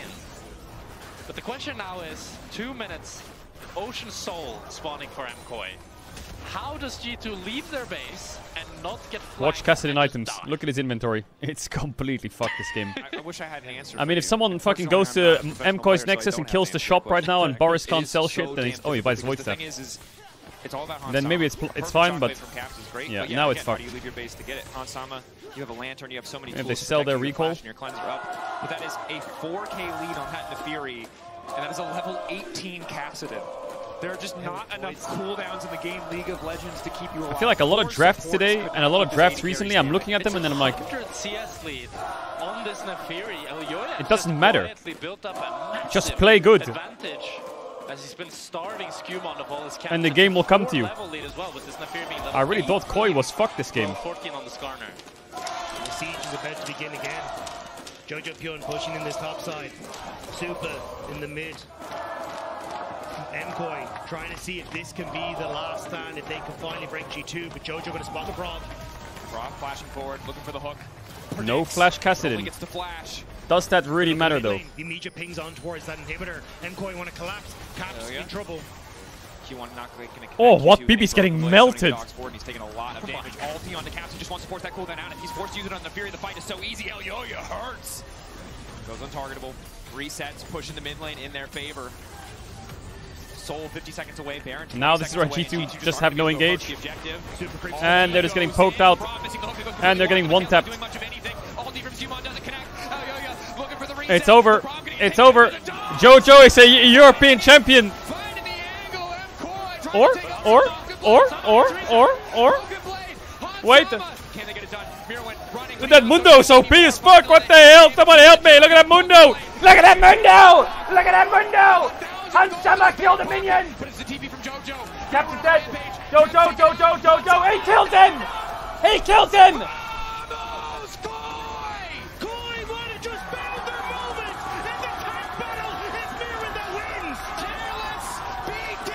Wow, Koi actually won the title.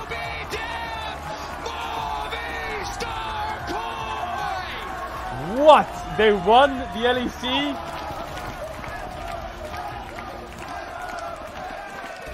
And what a damn series from Movistar Koi here as they show what the fuck? A tough early game that they can bounce what the back fuck? And they can dominate as they win the spring split. They were supposed to be the most inconsistent, the most unreliable, but every single time they have standed tall, they have faced that challenge, and they have come out on top.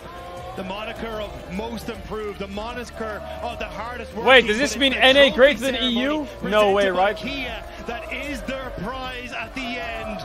Cheer and clap and be proud of your LEC champions, Movistar Koi. Wait. Feels so well earned. A team of what feels like 5 friends just worked so hard. For Elyoya, wanted a new team, a new lineup, built around him. Players he had faith in for so many years. That is actually crazy. Players no one expected. Jojo Pune. I think Elyoya smashed this series. In EU. Elyoya smashed it. Lifting his first ever title. Elyoya smashed I'm it. so happy for Mirwin. One of the best players I've ever played with. Incredibly hard worker, incredibly intelligent. His creative thinking. It's nice to see.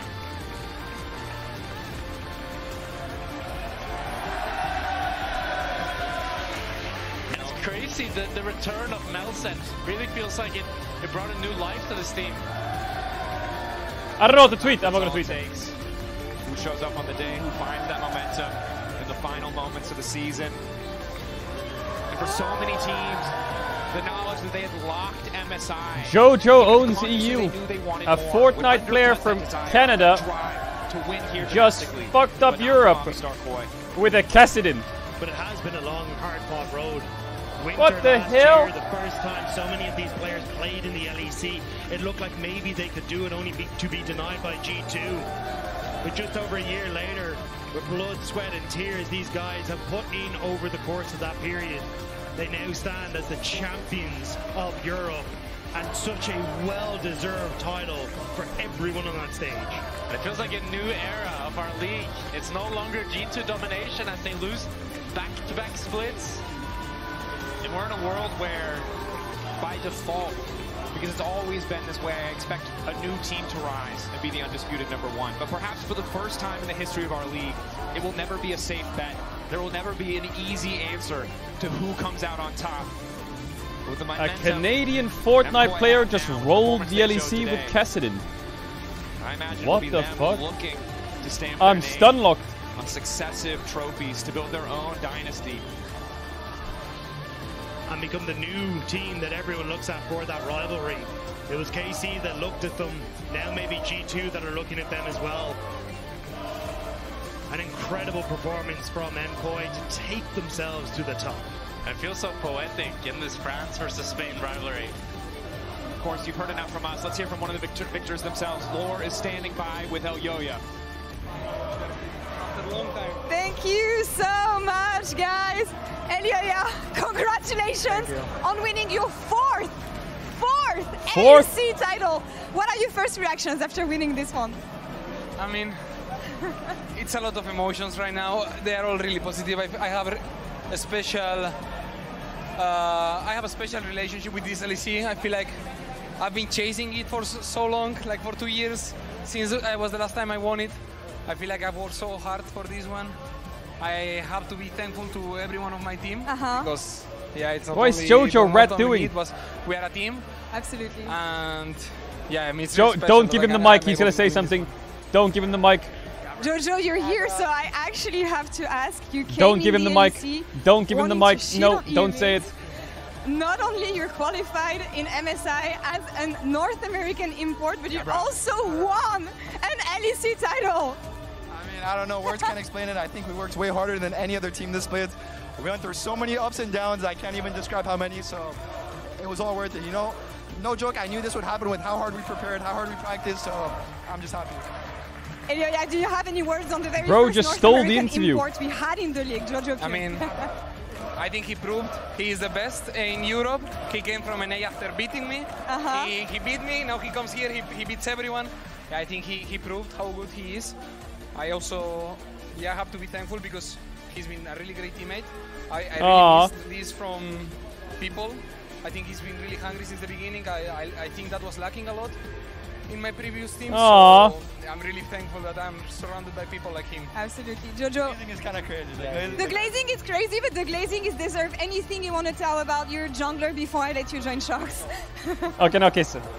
No, but really, I mean, Yoya is definitely the most hungry and passionate player I've ever played with. So Aww. I think the fire, especially that came from me, it's just contagious because I think just Yoya sets an example as a leader.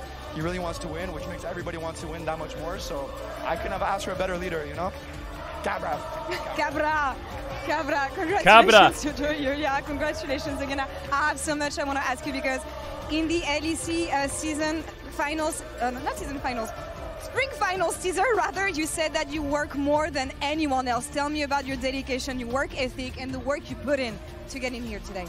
I mean, for sure, we've worked more than any other team. I think there is just no more hours in the day to work. Like, we've been through a lot. We've been through rain, we've been through storm.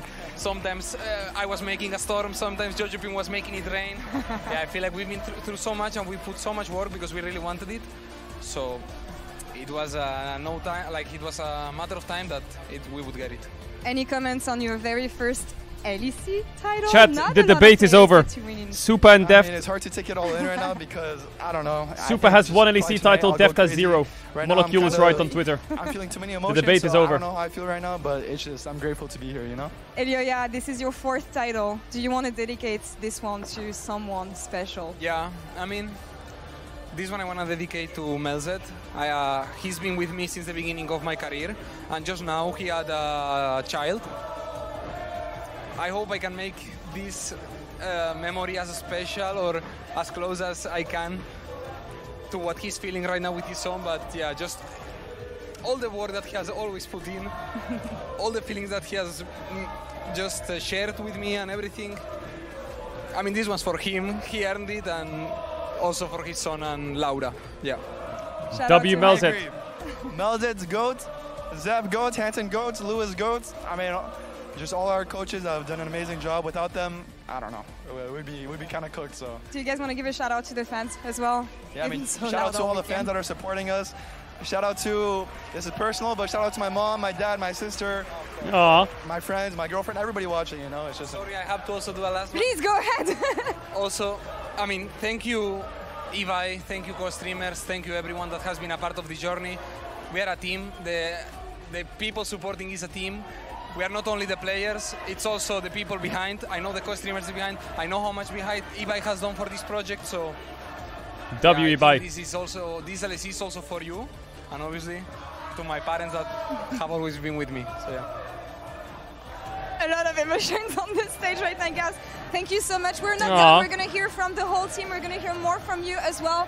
So for now, I'm going to send it over to Sharks. Take it away. They're so happy. Thank you so much. Yeah, we're going to continue. Yo, they earned it. They earned it. Everybody. And here we've They got earned it for sure. And Alvaro. They popped off. Who wants to begin? Alvaro, you're closest to me. Congratulations. I mean, can you believe it? Talk to me about the final moments because I was watching and you were like, I think we did it. I mean, coming today, I think I was very confident because we have faced already G2 before. Okay, now we need to go to the international and win. Thoughts? Guys, hello? Thoughts? Can we fuck them in internationals? Anyone, but please? Right now, I'm just feeling happy because I think for the fans, they deserve it. For the people in the club, they deserve it. And, and also ourselves, we deserve it. After 1 year and a half working, so yeah, I'm really proud. Some people never make it in a lifetime. You did it in a year and a half, and it could be the start of something crazy. So I want to talk about that a little bit. But I'll let Finn talk to his boy Mirwin first. Mirwin. I've watched you for so long now, and I'm so happy. Congratulations for winning. I'm so proud of you for doing this. How did it feel today to finally beat Broken Blade, who has stumped you in the finals before? Whoa! I mean, it's a fact. Like, I cannot deny it. I think he's a really good player, and the first final I played, I think I had an insane first game, and then I just completely disappeared from the series. But I think I learned a lot from the mistakes I did before, and I think now every time I match him, I'm a really good opponent for him, and I think today I just played way better than him, at least this game. I consider myself to be the MVP of the fourth game. Not the others, though, but the fourth game, yeah. Yeah, maybe. I think you had a great series. Today and yesterday, we don't talk about some of those other games. Supa, you have been talking about visualizing, and you said at this point, I'm visualizing lifting the trophy. So was it better in real life? I mean, people hate me a lot last year because I say that I was the best. I just was seeing the future. So I know everyone is waiting, but I think finally I proved that I'm the best ADC in Europe. Yeah. W Supa. They're gonna keep going. Talk your shit. Hey, talk your shit. Statement. Pop the fuck off in playoffs and win the finals. Talk your shit. He can now back it up. He Talk knew your it shit. before everyone else, and now he has shown that there is the weight behind those words. Yeah, he talked his shit and he backed it up. Perfect. Let's talk about kind of how the series went then, because there was, with this early game, Alvaro, a threat of it going to a game 5, but I want to know what the comps were like and kind of the decisions were like, and also if you already had that thought of, even if it goes Picking game Caedrel 5, was crazy. we got this in the back today. Talk about your confidence in the team. I mean, after putting 2-0 in the series, you have 3 chances to still win the finals, but we were not thinking about the result. We were thinking that it's a 0-0 still, and we wanted to be the most calm possible. We didn't see ourselves still lifting the trophy, and we just lived on the present.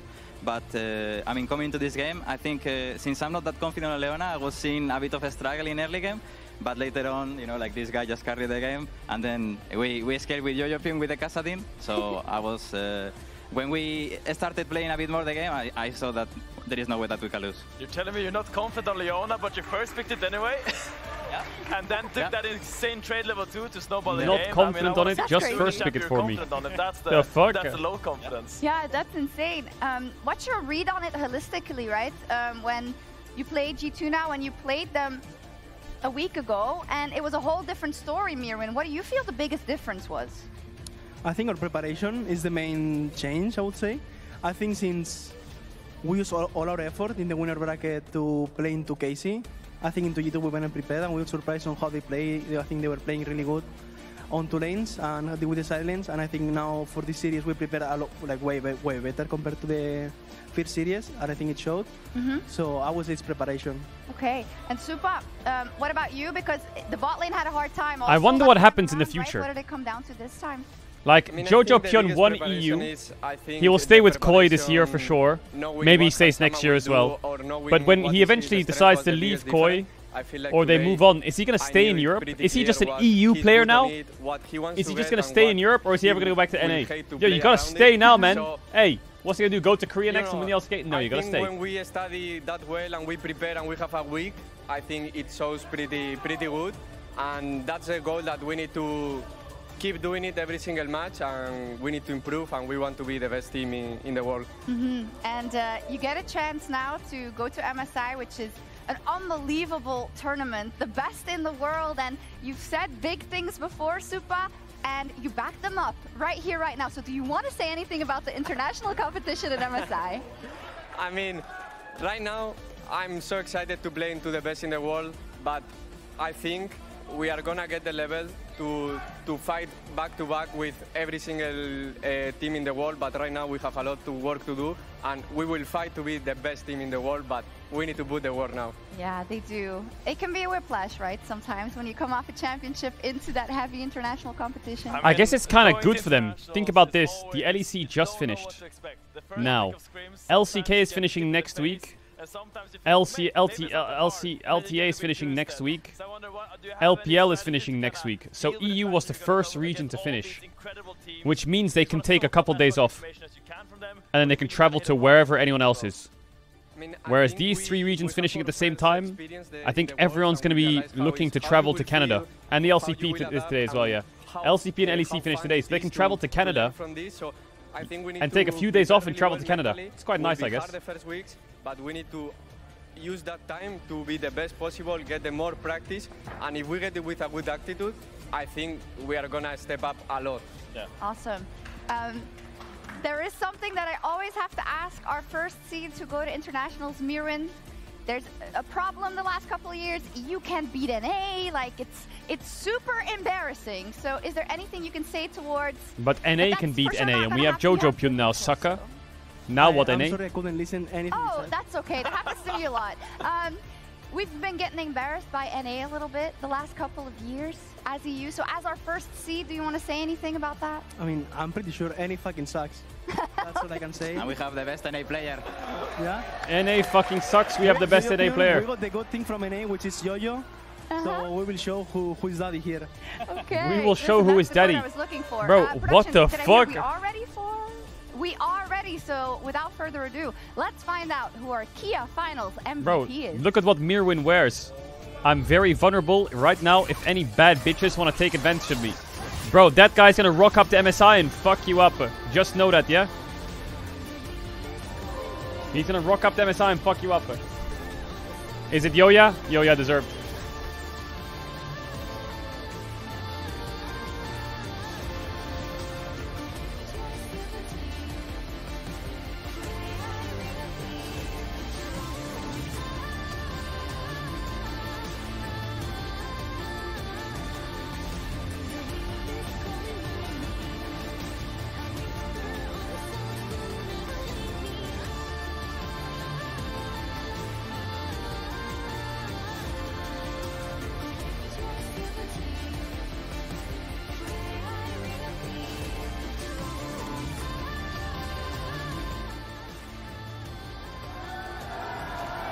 Deserved.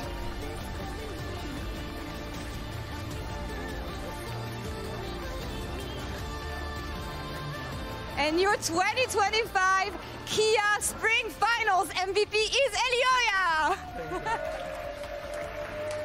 And to give him his medal, I would like to welcome a very special guest. Skane, would you please come with us? Skane! Ah, that's wholesome. Joder, macho. I don't know. Damn, look at that.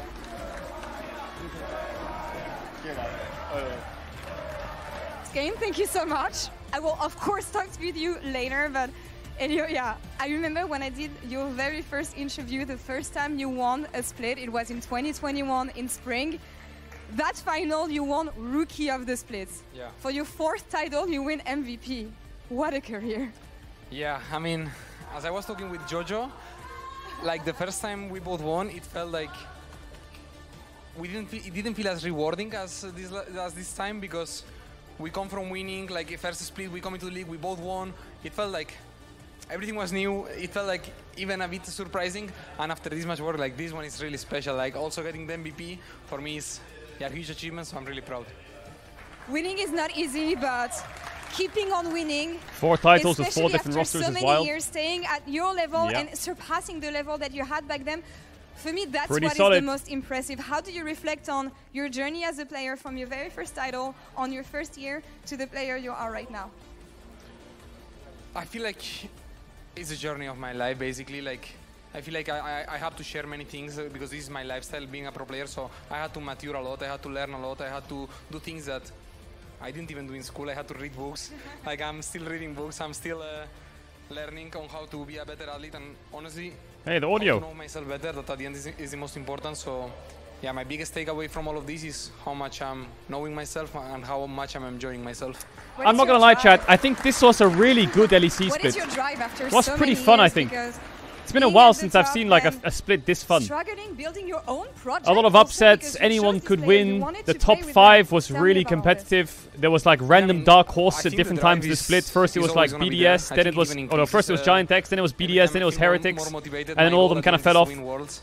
But they had like So moments. I just have to do And then everything Fennec I like can. fell, Everything is in my Casey hand. fell. So Pretty then solid. I have no regrets. I know this is a blessing to be able to work, to have this job. Not many people can. So Yeah, I mean, this is my drive. Any closing thoughts on MSI, the upcoming international tournament? Happy to see you back there. Yeah, I mean, this time is not going to be like the previous internationals. No more 1647s. We're going to come much more prepared. No more 1647s, you rat. Hey, I'm looking at you. No more 1647s. Yo, you fucking drop a 1630 or something, I'ma find you. I'm gonna fucking find your ass, bitch. Hey, hey, hey. We're pretty sure this ¿Me entiendes? is like ¿Me entiendes? 11 internationals that he could have gone to, that he got to. It's insane. About MSI, well, I'll tell you when it starts later. It's in a little bit. A couple of more questions to you guys, and I'll let you go because I'm sure you want to party with everybody and your loved ones. Alvaro, when it comes to kind of seeing the work that you've done with this team, similarly to Elioy and where you started, I feel like, and I hope this isn't kind of out of pocket, but I feel like when you get to a winter finals so quickly into your development, that maybe that warps your expectations. Like, you expect so much from yourself, and then I feel like that it kind of fizzled, right? Can you talk about that journey of kind of maybe having to learn about yourself and bringing yourself down back to earth to make sure that you can get this trophy? I think for sure when we entered into the LEC and we did the finals on the first split, we didn't know when was going to be our next final. And it's something that Melfed has been saying to us every single time. The finals are a thing that you can and you need to enjoy because you don't know when you're going to play your next final. And today we went with the mentality, let's enjoy, because this happens little times in your life. And I have always this mindset when it comes to finals, and that's why I think we are the stronger team. Yeah. Damn, W. Absolutely. You made the most of it. It's so crazy. I want to give a little shout out to the fact that in 2 finals back-to-back now, we saw Casey in winter and we see Koi here in spring, and you have to give it to the fans, Finn. You have to, because what kind of a unbelievable power is behind these teams right now? Yeah, I just think the fans deserve so much. I think all the passion by the fans. I think we want to see these games in arenas. I think the fans deserve so much, and just so much kudos. I think their passion, their drive, you can feel it here in the arena, you can feel it behind the screen, and you can feel it when the teams play. Yep. It's crazy. Okay. They deserve arenas. They really, Chat, really I'm not going to be doing LTA tonight. I'm going to get some rest, and I'm going to do BLG AL bright and early tomorrow morning. So if you're an LTA fan, make sure you check out the LTA and enjoy it. I'm going to piece it to sleep, take it easy, and then tomorrow is monster pace. Tomorrow is BLG versus AL, upper bracket LPL, and it's Los Ratoonies elimination best of 3. So I'll see you there for it, yeah? Shout out to all the lurkers, bidders, gifts, shout out, subbers, donors, resubbers. If you're new here, make sure to drop a follow. I appreciate you all for coming off the coach streams. I hope you enjoyed it. I hope it made your day a little bit better. I hope you enjoy the rest of your day, night, morning, evening, wherever you are in the world. And take care, sleep well, stay safe. Bye-bye, chat. Thank you for being on the LEC coach streams. LEC was great. LEC's wrapped up. LEC is done. There's still some more league to watch, some more league to do, and some more league stuff to cover. And there always will be. So I'll see you for the next one. Tomorrow morning, BLG AL. Bye.